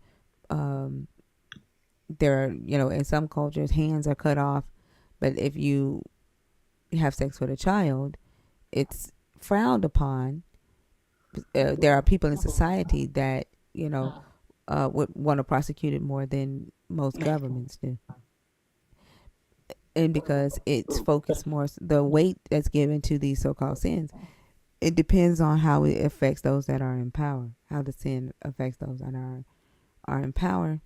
And then the ones that, like, the obvious harm, like murder, that is given like a heavy weight. But I think like it's just the grouping of what should be moral and then crimes, aka sin, and not even focusing on the distinction. So like homosexuality, they're calling a sin and they're trying to criminalize it, but that's not something that should be criminalized.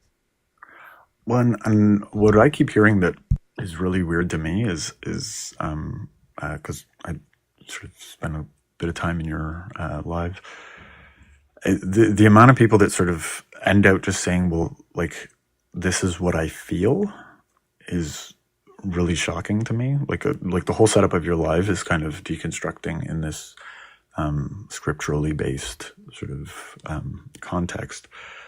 And people come up and they don't have any sort of like, they don't have any verses, they don't have any scriptures, and then when it boils down to it, it's like, well, this is what I feel is correct. And so that's kind of why I'm sort of mentioning this biological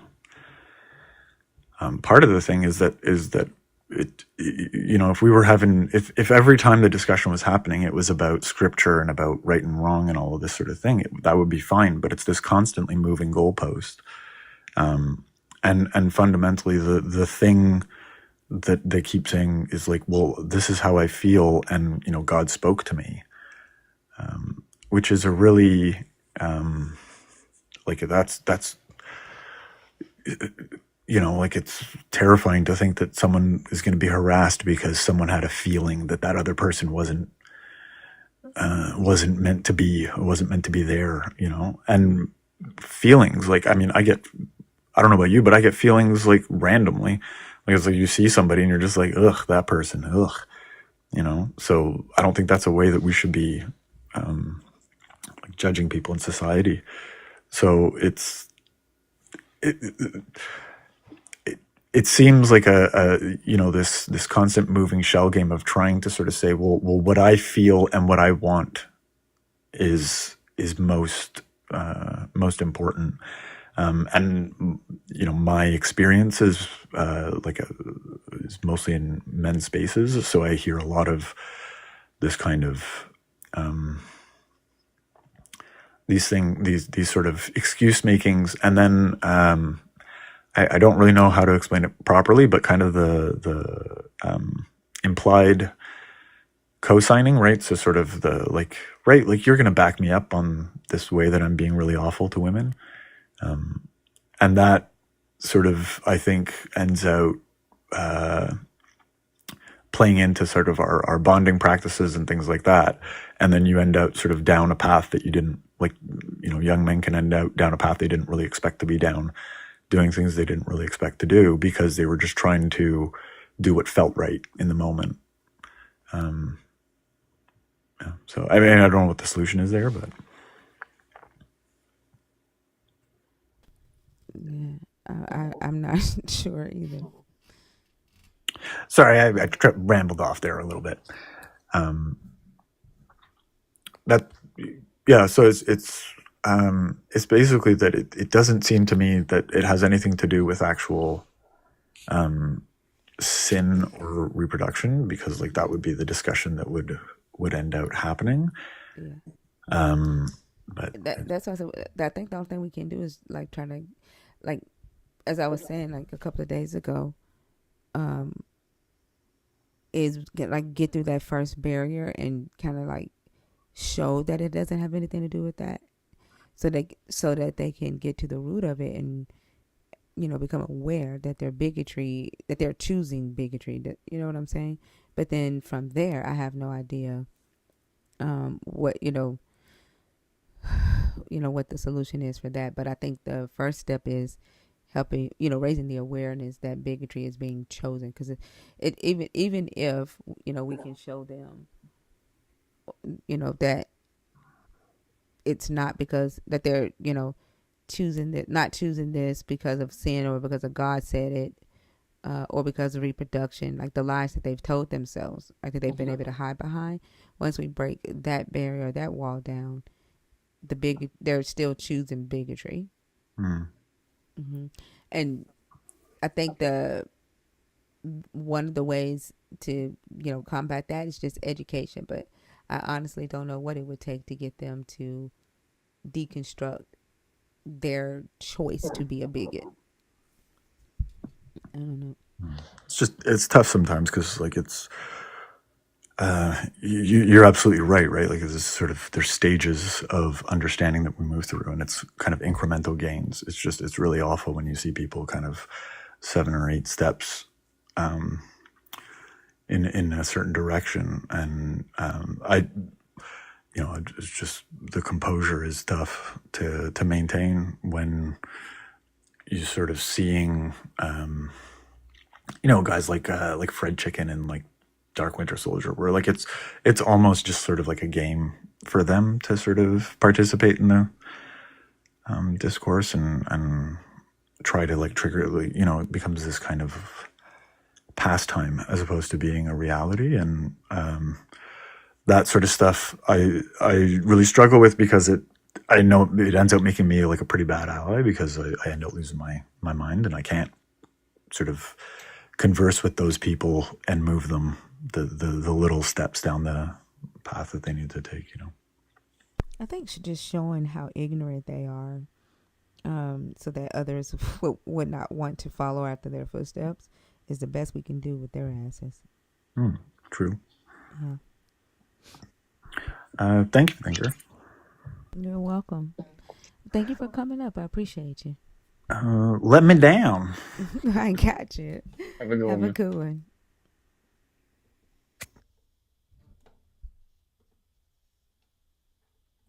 I swear that would sounded country, didn't it? Let me down. The bigots in the comments, like the private gym, all of y'all in the comments that are bigots, like, why are y'all in the comments? Like, why don't y'all bring your asses up here?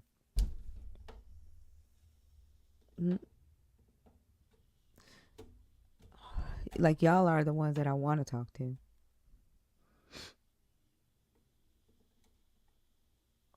Dark, he wants somebody to invite. I'm not finna. He fucking know how to hit requests. Like, that motherfucker will be down there begging his whole goddamn life.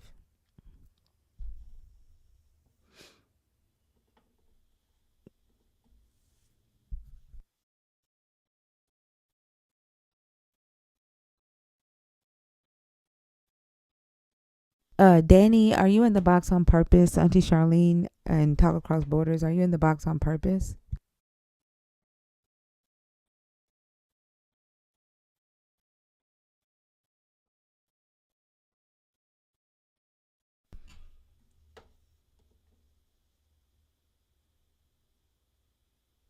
Does Dark Winter Soldier think he's a vampire? He has to be invited in? That's not what this is. Why was I gonna say the Right. same thing? See, I was gonna type the same thing to him. Like, what the fuck? Makes Trying no to mask sense. his Like, insecurities. it's that toxic masculinity bullshit. Like, nobody gonna bow down to your motherfucking ass. Right. Scared to come Trying up to here. control He stuff. know you're not gonna do it, so that's why he doing that. It makes me think that he's Elroy. Did you see what he typed in the comments? Atheist, come out and play, atheist. Like, what the fuck? Like, dude, you are not well. Is something wrong with them? I mean, it makes these conversations so much more difficult to have because you then Oh, have to kind of. hold on, I'm sorry, Danny. I asked if you was in the box on purpose, love, and I didn't see a response. Go ahead and send your request again. Sorry, Fee. Go ahead. Oh no, you're good. I was just gonna say it just makes it so much more difficult to have these conversations because when we get to like the logical comparisons, the reality of what they're actually saying, we got to pole jump over all of the heart being in your brain and the soul having some neurons, like all of this nonsense that they bring with them. You got to wade through that before you can get to the actual crux of the issue you want to discuss. It's frustrating. Yep, I agree. And then they think that people are required or obligated to deal with that bullshit. Danny, hey, love, how are you? Hey, thank you. What did Dark Winter do? Reproduct? Nothing yet. No. I told her He I got would help muted. him. I would help him get. I would help him get invited up. Oh, So okay. if he wants to talk, he can talk to us up here and not in the comments. Oh, okay. I just gave him 5. Okay. What's up, Danny? Hey, I just wanted to answer the last question if it was possible. Okay, go ahead. Well, one, I am super nervous, so give me bear with me. But I was seeing, I think last week you were talking about how essentially it was okay for men to be the top in the queer interactions in the Bible, and how that being the top is very important and position is very important. And it's actually funny because in the masculine presenting community that I'm a part of, that actually is very important too. Because being masculine, a lot of times we are expected to follow the same type of patriarchal just positionings that men have, where a lot of times it's shunned between two masculine women being together. A lot of times in the community, people call that gay. And I've even heard other masculine women say that that is against God. And it's supposed to be, one literally said it was supposed to be a boy and a girl in the relationship, even though we, us being women, it's also shows through it's still this revolutionary thing for masculine women to get pregnant. Like a lot of times people will, even in our own community, will call us confused for being for wanting to be pregnant, for the one wanting to be the mother in the relationship. And then when it comes to two masculine women, like I said, being together, even in that dynamic, there's constant arguments about who's the top. You always find people who are like, where's the bottom boys at? I'm a top. I don't play that. I don't do any of the type of things that would be considered the feminine positioning. And I was always wondering where it came from, but now seeing how the Bible essentially uplifts all of these type of thinking, and then also seeing how a lot of the community is still very religious, it always struck me as odd and always made me feel kind of like an imposter at times because I am masculine, but I don't hold a lot of those same ideals. It even gets to the bedroom behavior, where a lot of masculine women don't like to be penetrated because they feel like that takes away their masculinity, and that makes them feel less than. And so essentially they're not the man if they're not letting their woman, if they're not the one pleasing their woman. And so yeah, when you said it just brought up all those thoughts about how I just felt like it was crazy. And then here's the Bible essentially being like, yeah, go ahead, if you're a top, you're good. Yeah, that's interesting. I have heard that before. Do you think it has something to do with proximity to maleness or control? It's both. It's both because a lot of us masculine women, we I model ourselves after other men, and then it is a control because I've seen the statements of you need to submit, to your mask, you and so I feel like the reasons why they hold on to the patriarchy so strong is because they want that power structure, especially being women. I think they hold on to it even more just so that they can separate themselves from being in the bottom class as a woman. And that makes sense. That's interesting. Yeah. Well, Would you consider that internalized misogyny? yeah, of course. Of course. I think it's to the point where there are a lot of women, because like what you were talking about with the term female versus woman, there's a lot of women now I'm seeing where they're starting to call other women female, but it's not in the term of just just saying she's a woman. They use it to pull down women, to put them into the second class tier. Essentially, a lot of masculine women, they sound like red pillars. Yeah, but I've heard non-masculine women use that term too, in Yeah, the same manner. Yeah. Oh, most definitely. Um, I feel like I started noticing it more because I've heard the term female because I was in the military all the time and they would refer to us as female consistently, and it always struck me as odd because before I got in the military I heard, woman, and that's all that's what you refer to as. But I feel like it's been a progression of interchanging the two words within the past few years, and at least for me, I've seen the people who do still start using the term female. Sometimes they're male centered, or they have some type of internalized misogyny themselves.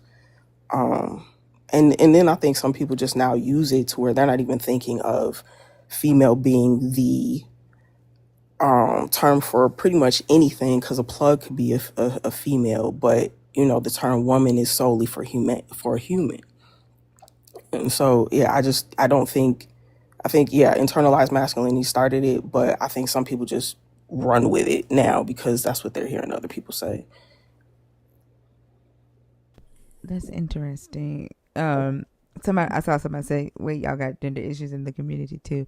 I was surprised when I learned that, um, even the same um misogyny that we deal with when, in the heterosexual community when we're dealing with men, that women deal with. I could see how, two gay men would deal with that because one of them is a male, right?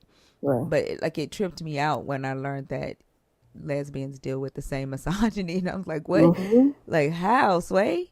Yeah. But yeah, that makes sense. Yeah, it's really really rampant in the community, and funny enough, the black masculine community is super strong. Sometimes I feel like the black queer community is going to be the last stronghold of homophobia because it seems like, there's so many people, they still push back. They push back on, two masculine women being together. They push back on trans men being in the community, and trans women, trans people, period. Um And and I didn't so understand that either because it's oh like, okay, so with that, I can understand some people because I've been having to work through that. Like with trans men, there will be some trans men who might be still in lesbian spaces, so a lot of times, women would approach them thinking that they're studs or just masculine lesbians. And then, they're not. And then some of those trans men might still hold the same patriarchal mindset. And now they're in a male body, and sometimes it caused friction. But sometimes there were just some trans men who were just looking for a safe space because there's not many safe spaces.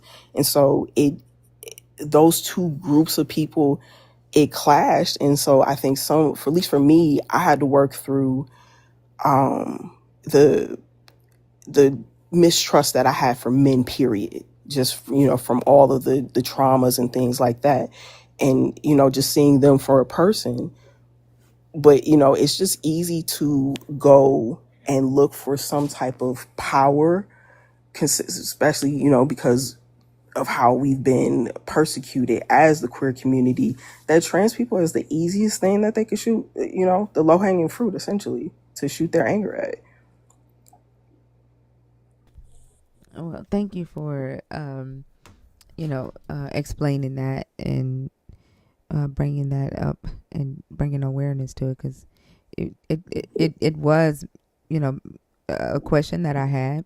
Um, like even sometimes, like, you mentioned that a lot of them are in the religion, Mm-hmm. and I don't. One of the questions that I had is like I see sometimes, there will be a member of the LGBTQIA community who might be a lesbian and they're going hard towards, somebody who's non-binary, or going hard against somebody who's trans, and it confused the fuck out of me because I'm like, this is your community, and how can, like, in the name of a God, like, how could you be doing that when the same God is going against you? You know what I'm saying? Like, Yeah, yeah. it doesn't make sense to me. No, it Uh, it it doesn't make sense to me either, and I've been trying to figure it out, but it ended up falling into how people are bibling their beliefs, and some people would say, God created me to be wholly exactly who I'm supposed to be. So he knew I had these feelings and he put them in me. So everything should be okay. And, and so I think they just feel like, since I'm not changing myself and I'm quote unquote how God created me, then I'm the okay person in the rainbow community. But if you go outside of that and do that is some anything crazy more, shit. right? See, that's crazy. Right. Yeah. If you go out and do anything other than that, if you change your body to fit yourself, then you're wrong. And Hmm. so it's just, I don't know. It's just the religion has consistently muddled the waters in that aspect. Religion, and I think, as Miami put it, the male cult. I think Hmm. religion and maleness altogether muddied the water. Oh yeah, I definitely agree. It, I even had to start, pulling myself away from seeing how, you know, because I grew up in a religious family, and so, I seen how men would act, but they were also saying that they were, men of God and everything, but they were wilding out. They were doing just like the most toxic type of shit, and so I thought that's how I was supposed to be. I thought I was supposed to walk around and act like, I got a 9-inch dick or something. I had to, you know, carry myself. Overcompensating. Yes, yes. As a matter of fact, the funny enough, that overcompensating first started out as a way to repel men, because when I was like a teenager, grown men were coming at me, and so I thought, okay, let me mask myself up. Let me put the biggest pants on I could. Let me walk around essentially with a limp and grabbing my junk, and this is in the 90s and stuff. And so, and funny enough, that attracted even more men, which is another weird side of it, because masculine women get so many straight men trying to holler at them. Um, and so, and it just showed me that, like, it didn't matter where they were coming from, because these men, they swear they good upstanding men or whatever, but they would still be trying to holler at a kid, and they knew I was a kid. And so it's just like using masculinity to repel them didn't work, but using masculinity to persecute people, funny enough, that works in a way. It almost like it's almost like they're attracted to themselves, like what they're attracted to masculinity, like to Hmm. themselves, like so um vain and narcissistic that Yeah. they don't even recognize that they are, that the reason, you know what I'm saying, that they Hmm. don't recognize why they are attracted to that is You because know what? what I'm, like, they see themselves and they are in love with themselves. This whole Yes. religion is about themselves, Yes. and then they're trying to uh fit the structure, like they're forcing themselves into a a box or a mold Hmm. that works against them any damn way, because they've been so indoctrinated into maleness and masculinity that they're in love with it and attracted to it. But they have to, a part of masculinity is having sex with females. Yes. Yes. Very much so. Because I'm not sure if you've seen it, but that's their excuse because they'd be like, oh, you know, at the end of the day, it's still some titties under that shirt, and that's their excuse. I've had guys come up to me and I'm like, bro, we wear the same fits. I We are. think it allows them to be who, like, I think it allows them to mask, like they're attracted to the masculine. And when they say at the end of the day there's still titties under their shirt, it's like in their head I'm still falling within the mode of what masculine is, but I Yes. want to fuck masculine. You know what I'm saying? Like, Yeah.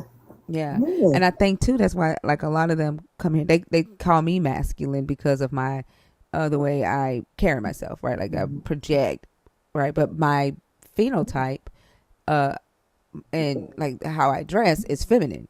Right.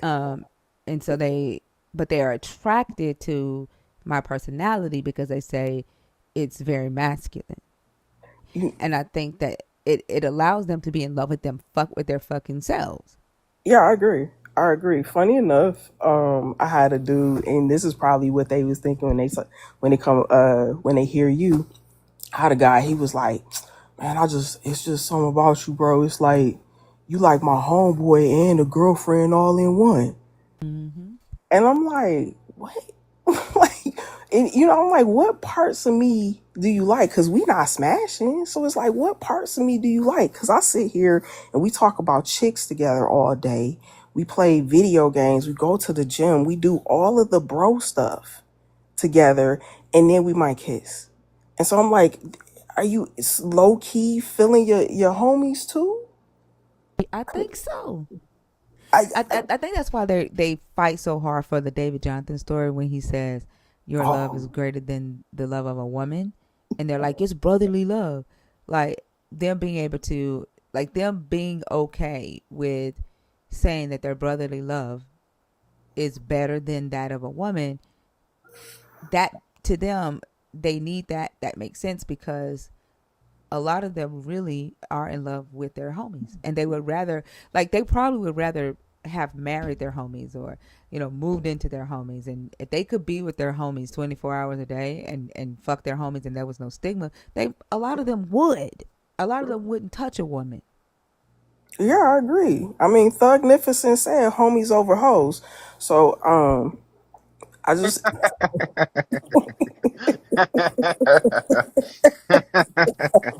I hate y'all. but yeah, it is one of those things that it always baffled me because here's the crazy thing. Um, Hold on, you let know, me forget. Also, take over. I gotta go to the bathroom. I'll be right back. uh, Absolutely. yeah, but here's the crazy thing, right? I've been in situations where men. I had a dude. He got mad at me. One, because he tried to shoot a shot, and I'm like, nah, I'm good. And then he sees the woman I'm with. He then turns around and gets mad at me because it's like you taking all the women and shit. You know what I'm saying? It makes no sense. We gotta out here competing and all that, and you got all the hoes. And I'm like, sir, do you really think that every woman is for you? And Right. I actually had a dude talk about like women are made for men. That's it. Y'all in the way because of the fact that y'all are presenting yourselves as men. And it's like we not though. We just masculine. We ain't walking around in dresses and all that, but we still very much women. You know what I'm saying? But Yeah. I've had other men try to fight me because of me just not being in a woman's place, as they would call it, and being Yeah. like, what I'm saying, if a motherfucker gonna put you in your place since y'all want to walk around like men, you know what I'm saying? Maybe I gotta put you in your place, and I'm like, and mind you, I'm just minding my business, you know what Right. I'm saying? And Yeah. so, I think that really speaks to the fragility of masculinity, because when they challenge you with trying to make you submit or let you comply with submission with the saying let me hit type talk. And then when you reject them, then it has to turn into, oh, okay, well, then I'm gonna have to do it the hard way. And I mean, it speaks to that fragility because they feel like they have to be able to dominate any woman. You know what I mean? And I think that that's really fucking weird that you have that, you know what I mean? That drive to want to like subjugate people. That's weird as fuck. Yeah, nah, it is weird, but I think real shit part of it comes from this allure that supposedly masculine women we physically in the bed, well, basically our coochies are supposed to be this magical unicorn, and dudes have literally said it. You know, they be like, yo, it's I know it's gotta be this, I know it's gotta be that, because you ain't letting Mm, nobody run up in it. And it's like, you know, it is, we're essentially are like this conquest. We are like right. a, you know, this fuck, I don't know, it's like we the holy grail type of shit. And it it does make it does make this feeling that I get where it's like I got, sometimes I feel like I gotta lean more into the aggressive masculinity and lean more into the toxic masculinity, just so I can be able to hold space in this world, especially when I'm with my partner and, you know, our family. And, you know what I mean, so that motherfuckers don't feel like they could try me, even though that toxic feeling and that projection just does not sit, you know, naturally with me.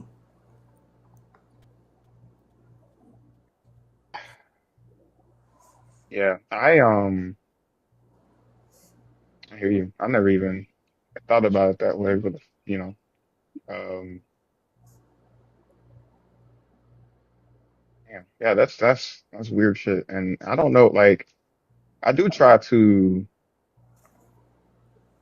um, talk to people, or like especially like I've got like younger cousins Mm-hmm. that are very, you know, they're impressionable. They're young, you know, they go with whatever they see on the internet that's trendy and shit. And Mm-hmm. you know, we have a lot of conversations. You know that I just want to make sure that they grow up cool because I know they're Christians and we talk about deconstructing, you know, religion and stuff like that. But I also try to talk to them about you know, these sort of things, sort of, you know, showing tolerance and respect and, you know what I'm saying, thoughtfulness toward people, empathy toward people. And I tell you what, this has been a wealth of, um, you know, understanding for me to be able to like, you know, relate, you know, more human things to them. Cause I Mm-hmm. mean, you considered things that I had not, you know what I mean? And just the understanding that you brought to that, you know what I mean? To be able to, yeah, to be able to hear that so I can, um, you know, try to teach some more empathy and be able to impart that to some people and, you know, try to, you know, make the world a better place, a person at a time. Like that was, I thank you for that because that was very enlightening. I appreciate you. Nah, I appreciate it too, cause like having more men like you know, speak up and teach these young men how to treat people actually will make it safer for, you know, the women coming up, because I didn't have those safe spaces. You know what I'm saying? I did not have them at all. Um, you know, I've literally had to put hands on men just to be able to exist. Um, you know, I've even had it's gotten so bad where it's like, uh, in the military, you know, just being masculine, I had to convert it in certain ways to where it's just like playing it off like, oh, you know, I'm just a tomboy. And you know, I even had a feminine beard to where I was married to a guy just to make it look like, you know, everything was cool. And you know what I'm saying, he was my best friend. But then, you know, he caught feelings too, knowing that whole girlfriend, and then he gets pissed off. And so it's just like, knowing that there was very little safe spaces and a lot of men just not seeing what how they perpetuated the harm. And you know, even under the guise of like, oh, I'm just fucking with you, bro, or you know what I'm saying, you know how that is, it's like I'm just playing unless you with it type Right. shit. Hmm. Yeah. And so that shit molded me in a way to where I used to feel like, yo, there is like every dude I see, I'm is a prospect fight. And you know, that is a stressful way to think, you know, and so it's I don't know, even matter of fact, I just thought about it, how, you know, how also men, y'all are not essentially allowed to show any type of emotion besides anger. Yeah. In the masculine community, that's the same. We get if we, you know, if we sensitive, sometimes our stud card gets taken away or our masculine card gets taken away. You know, we get called bitches and all this other stuff. Could being a little bitch, and it it's just sad because I'm like, yo, who fucking raised y'all? And then it's just like most likely it was a dude who thought the same way. Right. So I just appreciate, you know, you taking those steps and you know, trying to guide them in a better path. That's interesting as fuck. And it made me think about the whole, like, I have an issue with men trying to be my friends, right? Like Yeah.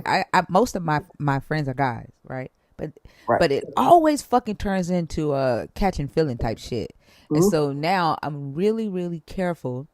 I don't trust it no more because it irritates me. Like, don't fucking, you know, be my homie, and then you try to slip in and try to like, make me feel guilty because I don't feel like that about you. Yeah. And yeah, and it's making sense now that like what they use is what they call, you know, the masculine personality of me.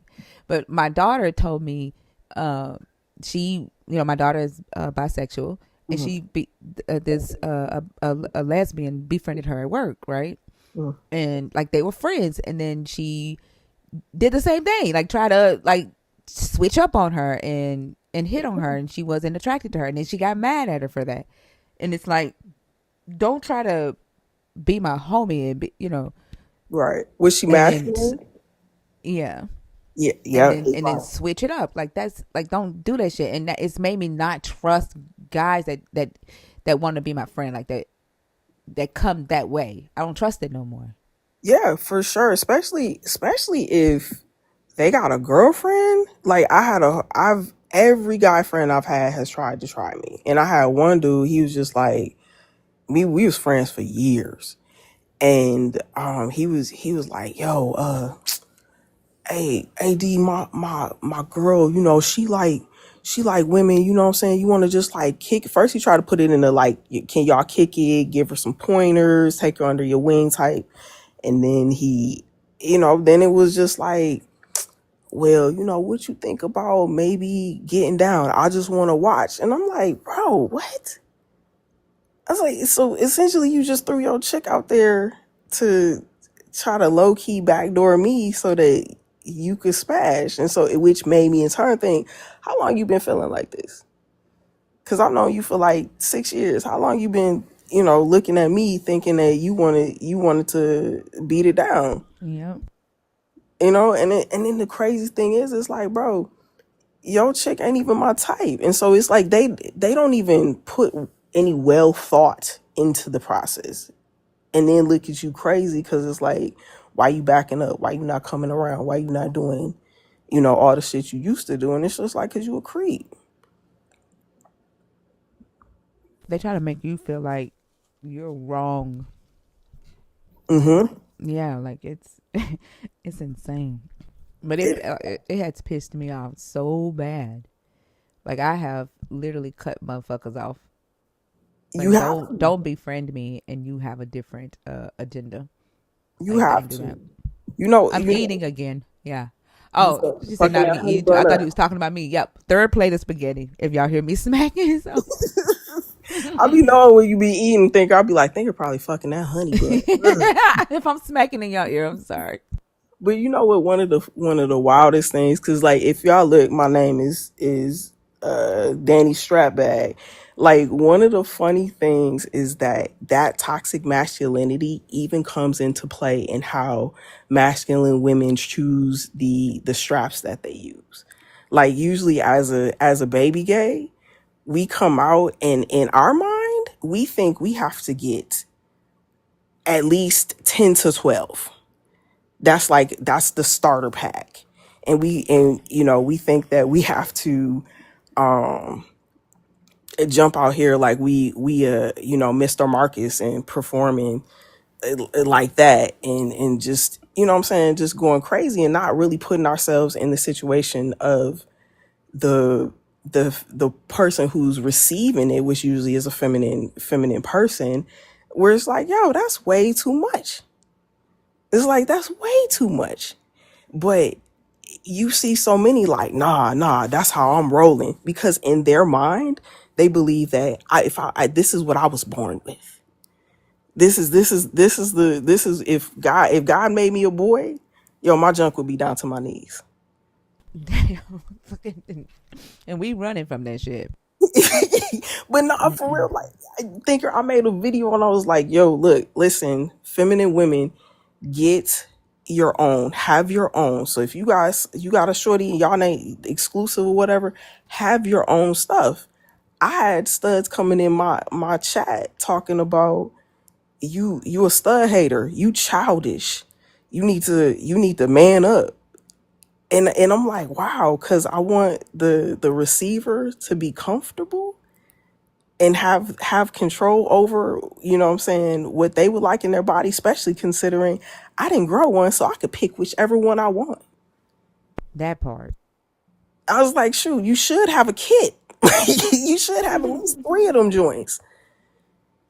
And so, that toxic masculinity seeps in so many spaces of the masculine community that you might not see it until somebody start pointing it out and being like, that's toxic, that's toxic, that's toxic. Matter of fact, it's the toxic masculinity is so strong that a lot of times it's expected for masculine women to not fuck with each other. Like, as in, if I see you on the street, I'm supposed to be mean mugging you. We damn near should be just jumping in the fight. It should be like fucking Beat It or something. That's crazy. We both pulling out our switchblades and stuff and trying to stick each other in the middle of the room. Like, it literally is like that. And it's all toxic masculinity. There's very, very rarely women who are not exhibiting that. And if we have stepped away from it, a lot of times we leave the term stud. We don't use that anymore. Or we might keep it, but then we sometimes get subjugated in a way to where it's like, you an old head, you don't know nothing, you lame. You know what I'm saying?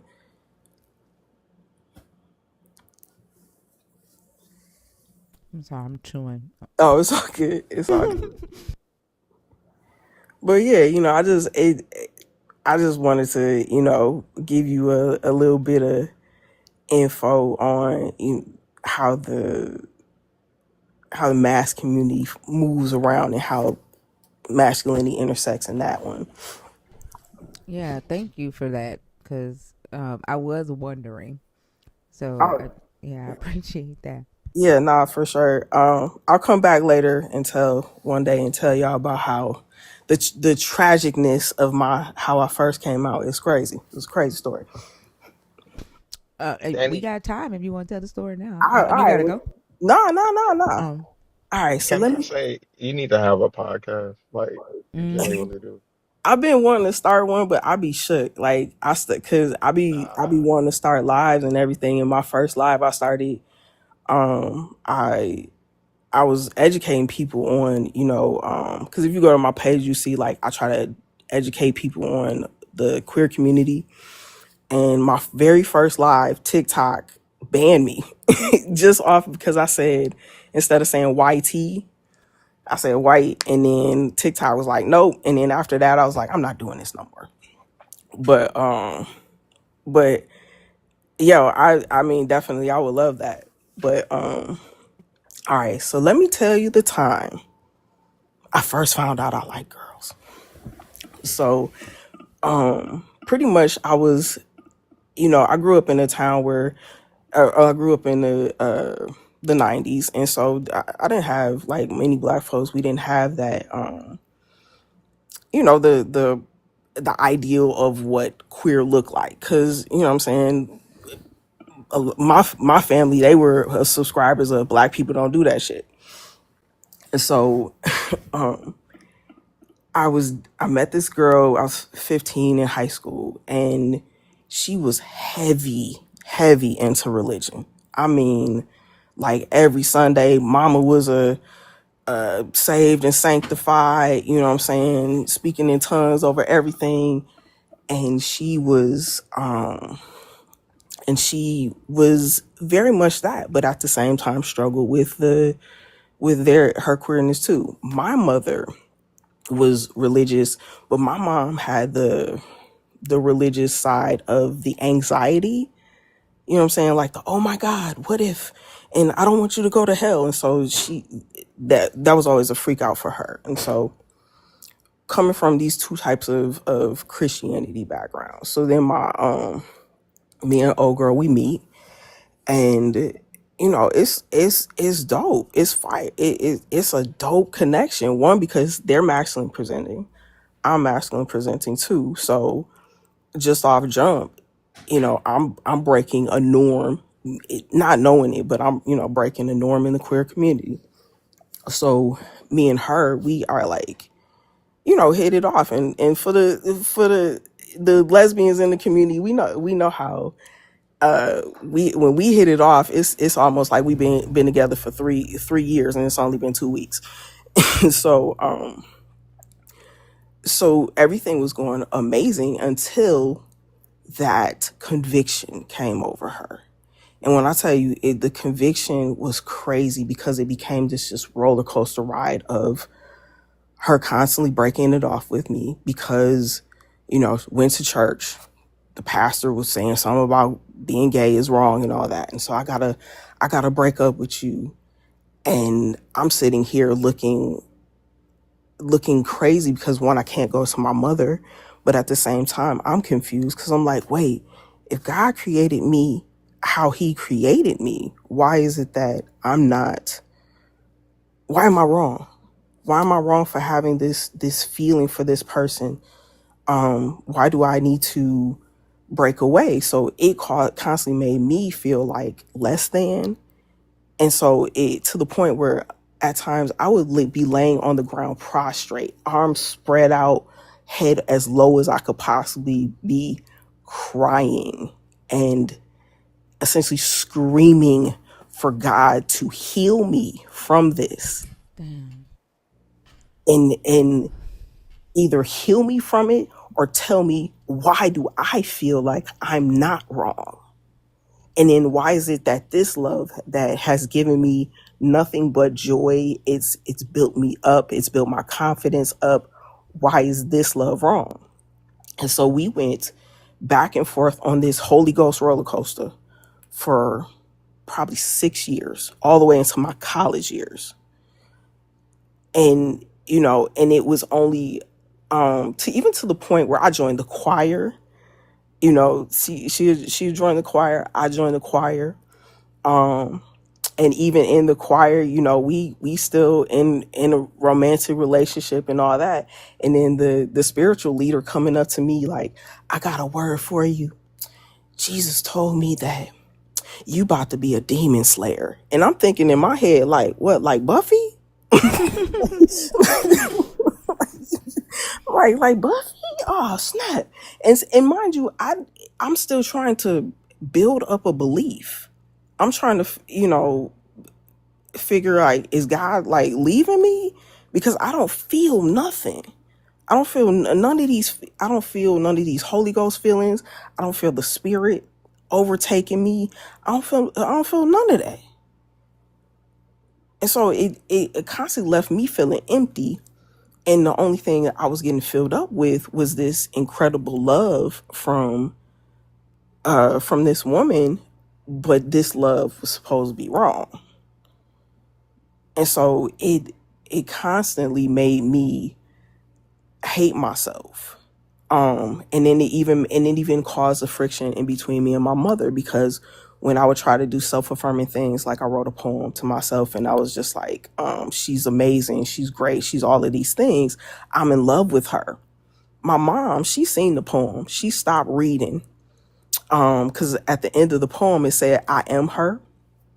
My mom hadn't got to the end of it, she spazzed out. And she's like, "Are you in love with a woman? What is it? What is this? What's going on? Like, is it that girl?" And I'm like, "What?" I'm like, "Mom, it's about me."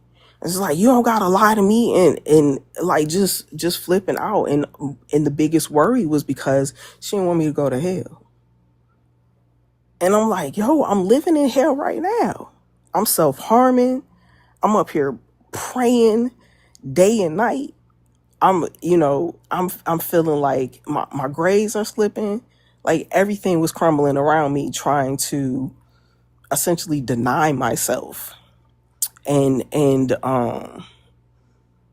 be this upstanding, godly person. And it didn't make sense to me. Why do I gotta deny my entire being and partnership when somebody over here, they just gotta deny themselves from using cigarettes or something? I'm like, how does this even equal out? Like, why does my suffering got to be literally to the core of my body versus, something somebody could pray and do a little bit of focusing on to get rid of? And so from that, it affected, even in that hate, self-hate, it affected me to where, explaining to my mom why I'm dressing the way I dress. Because she even in her way to, I guess, de-gay me, because I hadn't come out to her yet, but in her way to de-gay me, she would want me to dress more feminine. She want me to put on heels and dresses and all of these things. She pushed for me to go to the prom, and she was just like, you need to find a date. So I ended up finding a date. And at the end of the date, I'm like, all right, I'm going to go home. My mom is like, no, you going to stay with him at the hotel. What? Yes. So Yeah. she wanted you to. I guess she wanted me to fuck it out. What the fuck? Yep. She made me stay at the. And her reasoning was because the dude had came from Detroit. And so it was like a 3-hour drive. And she didn't think it was fair for him to stay in a hotel by himself in a different city. Wow. Yeah. This is what the fuck I be talking about when I say that, like when Jesus says you have to hate your mother, sister, brother. Like when you put the God before your kids or put the God before another human, you're willing to do shit like that for the God. Like that's death. Like that's murder to me. And like it's emotional murder, mental murder, right? Like, and then sometimes it goes as far as actual murder because people, they can't deal with, they can't figure out why they are the way they are. They try to fight it. Like, when you talked about being on the ground, like sometimes people go as far, they can't deal with it anymore mentally and they end up taking their own life. Mm-hmm. And it's like, I don't understand, why people go that far over something like what you said. Like you over here probably don't even have to, not struggle with smoking cigarettes. Like you probably don't do shit, but not have to say shit. Yeah. Right? You saying poop. I'm so doggone it mad. Right? Like you, like little shit like that. And I gotta deny who I am. And like when you were talking about that, and I know I'm not saying that, girl, I'm so fucking emotional right now. I'm so mad. But I'm not saying that what you went through has like that I can even compare to that. But when you were talking about that, it reminded me of the nights that I hated who I was, and I would always ask this guy, like, why did you make me this way? Because I couldn't be who they wanted me to be in this God. Like everything about me was demonic. Mm. I was always Satan will rebuke you, or that's demonic, or you going, like I was literally told that I was gonna grow up and be an addict. That's crazy. That's like but it made me hate who I was because I couldn't be who they kept telling me that I was supposed to be. Mm-hmm. And like I wanted to take my own life. Those so many nights, and like just even thinking about like just I hate that that happened to you, but it feels like murder. Yeah, It feels like murder. it does. Like the fear, thinker, the fucking fear I had because I begged my mom.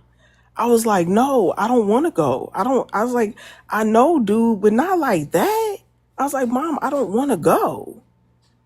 And she was just like, no, it's rude. You know, he's your guest. You need to, show him hospitality. Real, it was given real, Sodom and Gomorrah. Here, take my daughter. and I literally felt like I got thrown out to the wolves. And, and, Wow. and essentially, like, when we came back the next day, she's like, how was it? I'm just like, it was cool. And I really felt like she was trying to see if I was still this, girl liking person.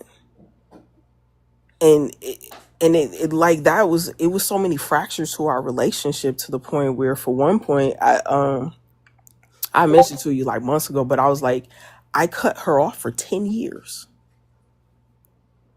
because like she essentially cut me off from needing help. And I was coming back from Iraq, right?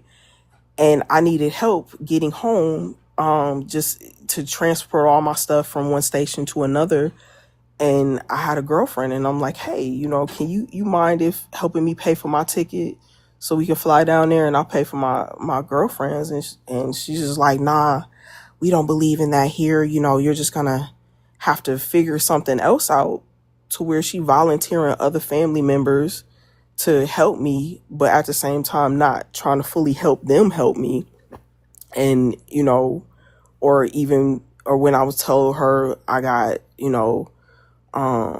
raped in the military several times, her first thing is like, did you use a condom? That was literally her first statement to me. And I'm like, Who the fuck? I was Who like, the fuck what? is Wow. thinking about condoms when you're being violated? Right? Wow. I was like, Ma, he took it. I'm like, are you? And she's like, well, we just gonna have to pray. We just gonna pray about it. We just gonna ask the Lord to get whatever and get See, they're his more blessing. upset about you loving another woman than somebody violating your body. That shit, like, Uh-huh. Wow. Yep.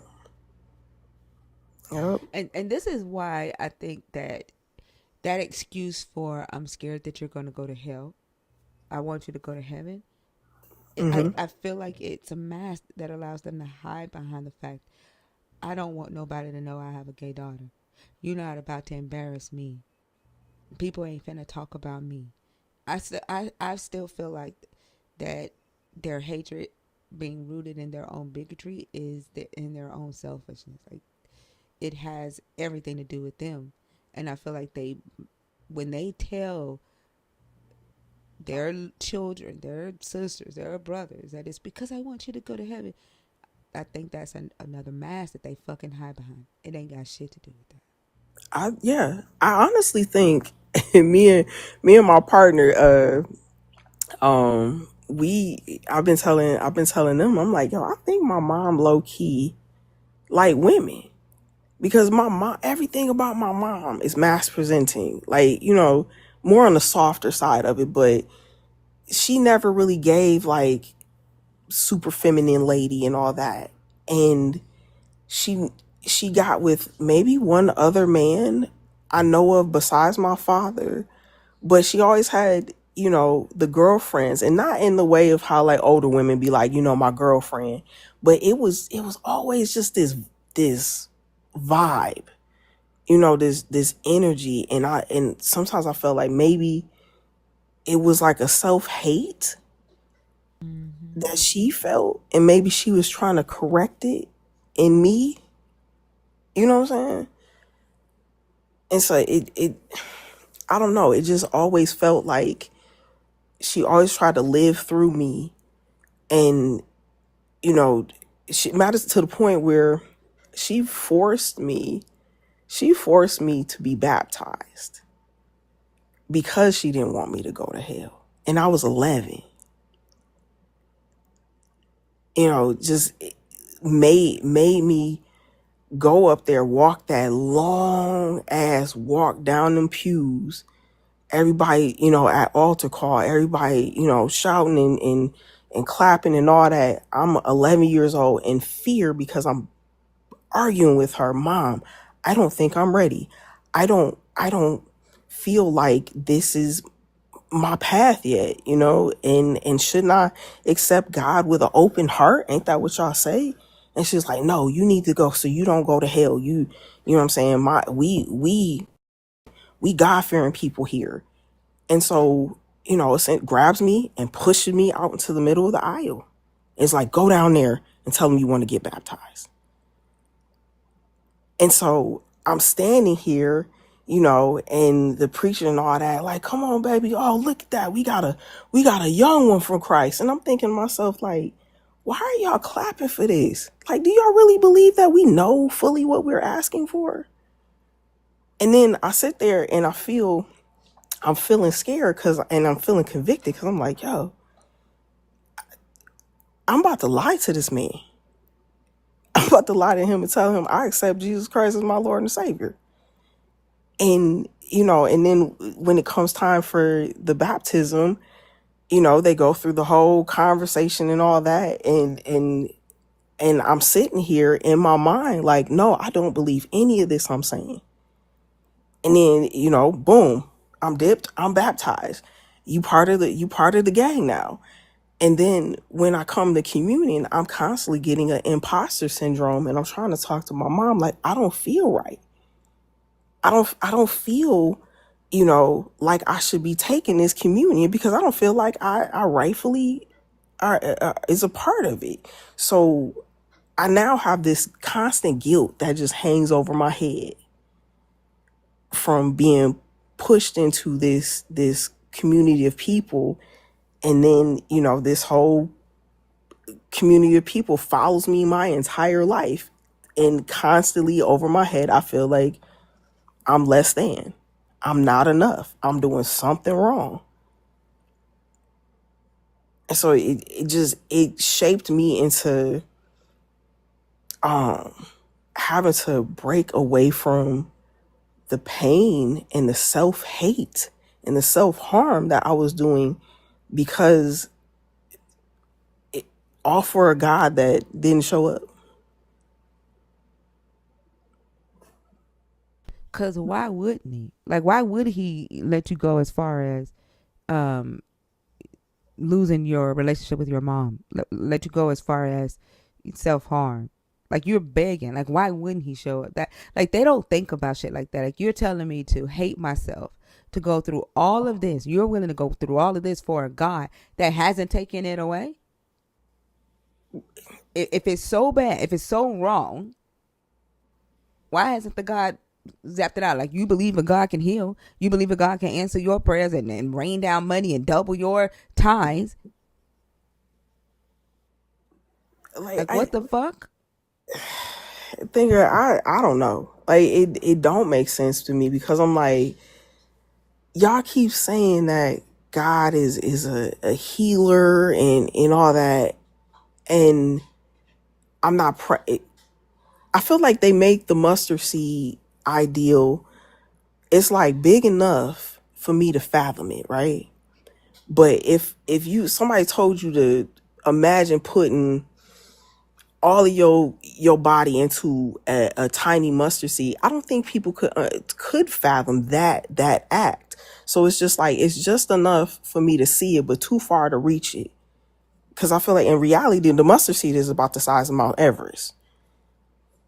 And so people are trying to put everything into being this holy thing that they'll deny just humanistic feelings, humanistic reality.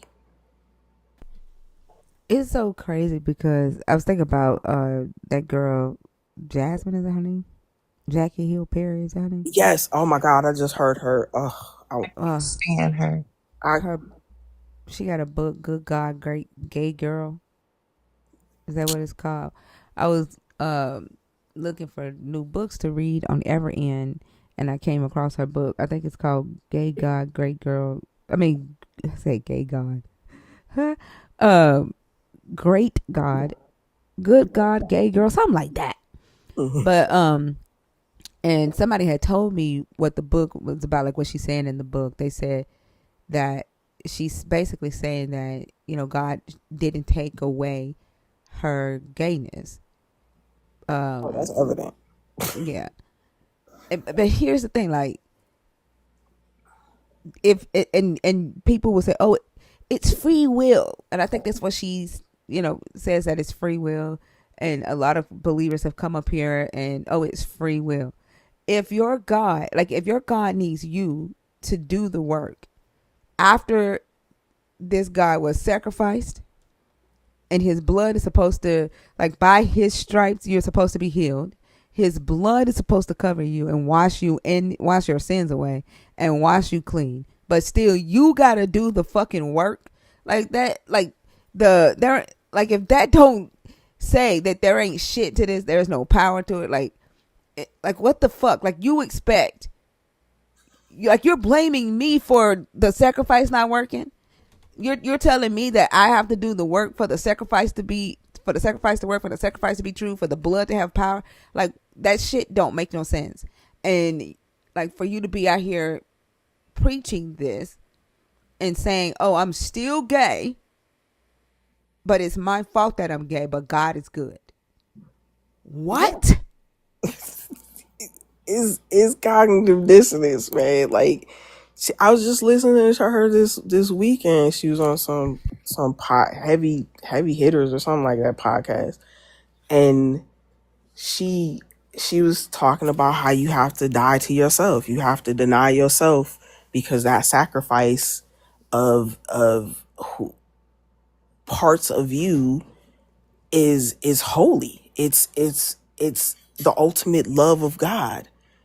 And I'm sitting here like, yo, you look like the type of person I want to raid their closet. I want to go shopping with you, because you give, you know, I'm a boy, Damon, and you give all of these things, but yeah, you constantly telling our community, yo, don't have the partnership that is essential to being a human. Don't have the love that is essential to being a human, because the love of God is more important. And I'm like, yo, but where God at when I need somebody to literally hold me and tell me it's okay, or, you know, to reassure me that I'm doing good. Like, I'm tired of the inner conversations with my different personalities. Like, I need somebody there. And she's pushed it so much that it's scary, because she's very convincing. Like, the way her delivery and shit, yo, it's she's very charismatic with it. Yeah, and she said some stupid shit about, who told you you can think without the Holy Spirit? Who told you that you were supposed to think without the Holy Spirit? You can't think without the Holy. I'm like, who the fuck? It's like, yep, I have no brain without Holy Spirit. But she convinced, like, so many of them was like, yes, that's right. Like, Okay, I okay, don't have a brain. Now the right. Holy Spirit is supposed to think for me?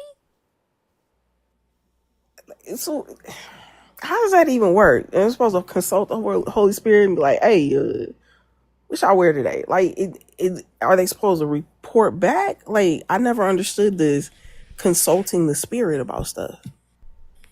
It don't make sense. Like, this spirit's supposed to be so powerful that it thinks for you. It tells you, you know, insightful shit, but it ain't powerful enough to do the thing that you claim would send you to hell. You got to do the work on that.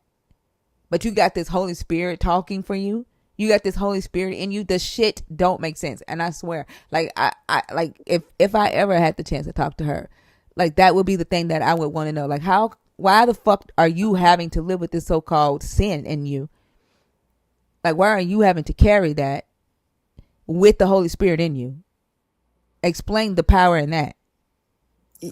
Yeah, because I thought Jesus is supposed to help us with our burdens. Like he's supposed to uplift us from these burdens and you know what, give us lighter feet or something like that. But it just feels heavy. Like I don't know. I guess that concept of we all have our own cross to bear always felt weird to me because I'm like, why am I Why we bearing? got carried across I thought Jesus was the final sacrifice. I thought Jesus carried the cross so that we wouldn't have to. Like the shit. Why the fuck are they doubling back? I don't know. Like it don't make sense. Like and I'll be feeling fucked up saying this, thinker. Like I'll be thinking like, why is it that the black community, we got to go extra hard on sacrificing? We gotta just be the top tier of sacrificing type people. And I'm like, for what? We already we done got so many things sacrificed: our humanity, our freedom, our rights, everything else like that. Why do I gotta sit up here and sacrifice joy?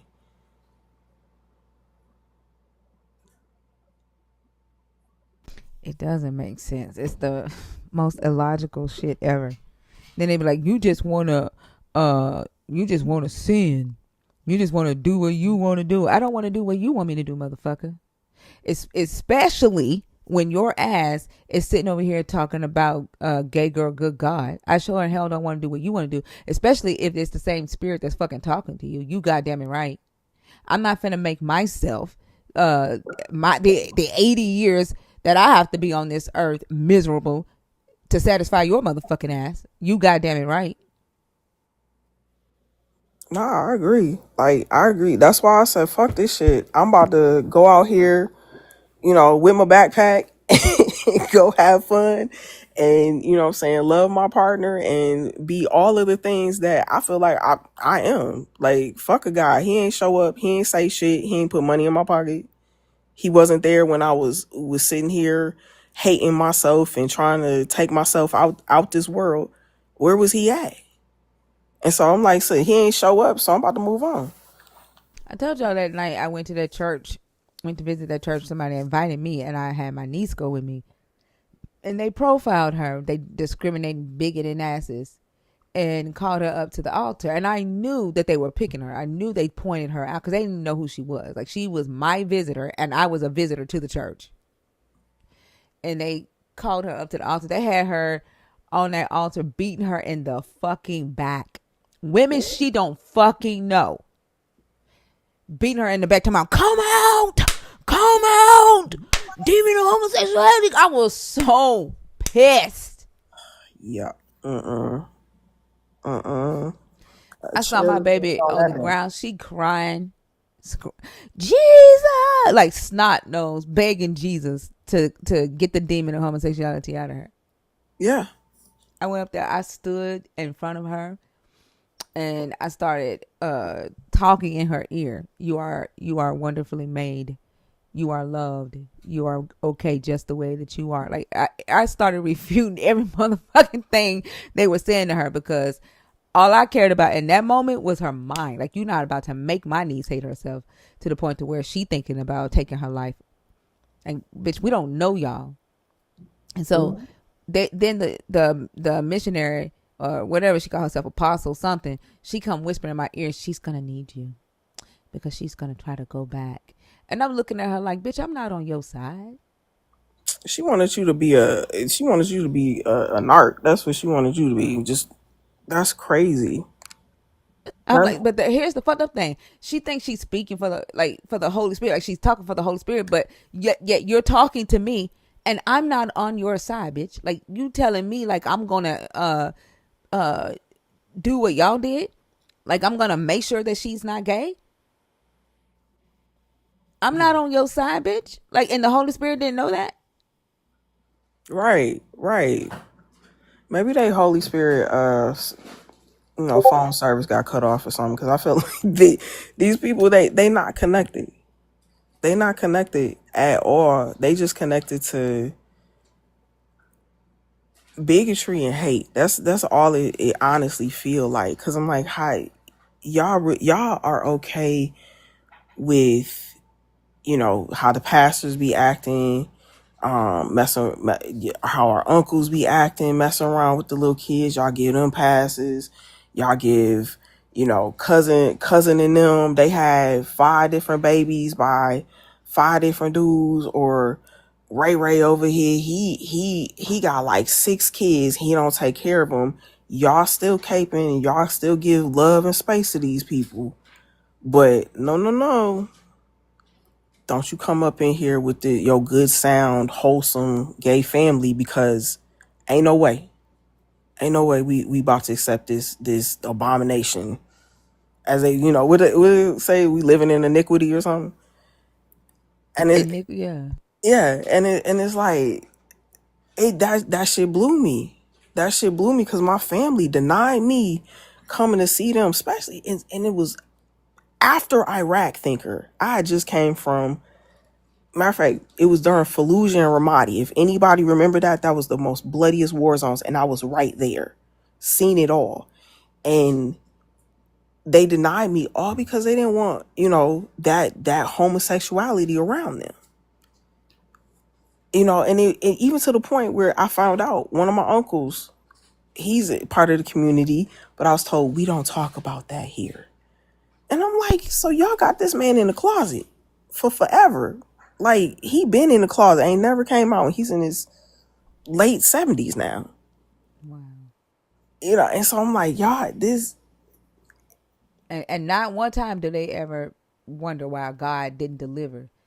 Like the thing that they are ready to send you to hell for, the thing that they not one time, like they don't ever hold the God that they believe in accountable for this shit.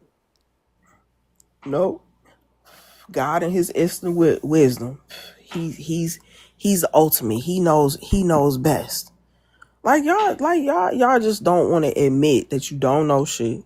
And so instead of just going and doing the research or whatever the fuck, you rather just let God and just call it a day. And so, yeah, at this point, it just, Christianity is wild, and it's starting to worry me because of how these laws are starting to change, and they're starting to affect me and my family. You know, even just how we have babies and stuff, where they feel like if you're in a queer relationship, you shouldn't have children. You should, you know what I'm saying, you need to go get you a man. And it's like this shit is wild, because it's like y'all not even living the upstanding godly way that y'all say we supposed to be upliving. Y'all out here just doing wild shit. And you know what I mean, and wishing hate and everything upon us, just just to turn around and be like, nah, y'all, you like coochie, so you gonna have to go over there. I'm sorry, I don't know. Ponder said his friend took his life because of his bigoted Christian family, and like.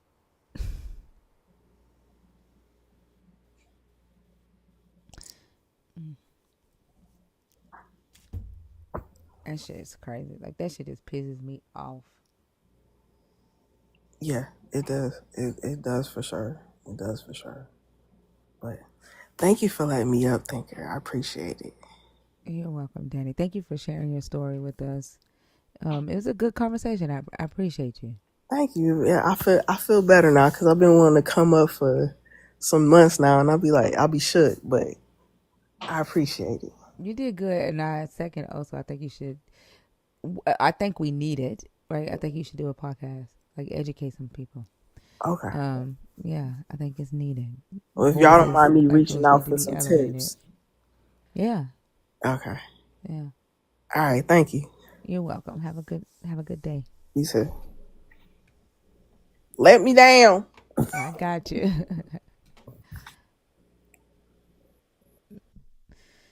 Man. Is Christina live? Also Yes. have a podcast. All right, y'all. Christina is live. It is 10:34. I'm gonna call it quits for today, but I will be back tomorrow morning at 10 a.m. Also goes live at 4 a.m. Also,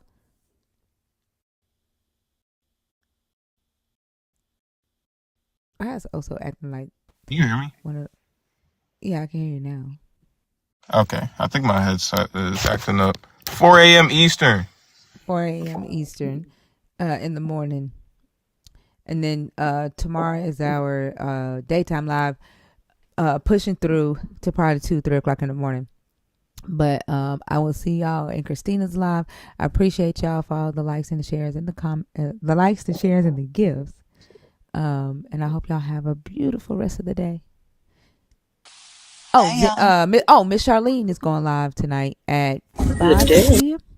Huh? I think 5 p.m. Miss Charlene, you going live at 5 p.m.? I think.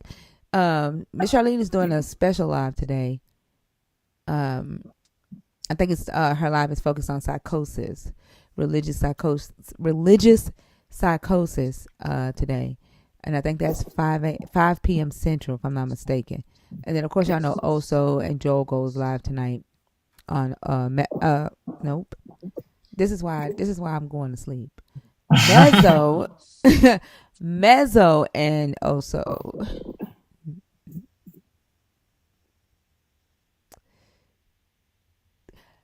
Mezzo and Joel goes live tonight on Mezzo's page. I'm going to sleep. I love y'all. I'll see y'all later. Love you back. Get some rest. Bye.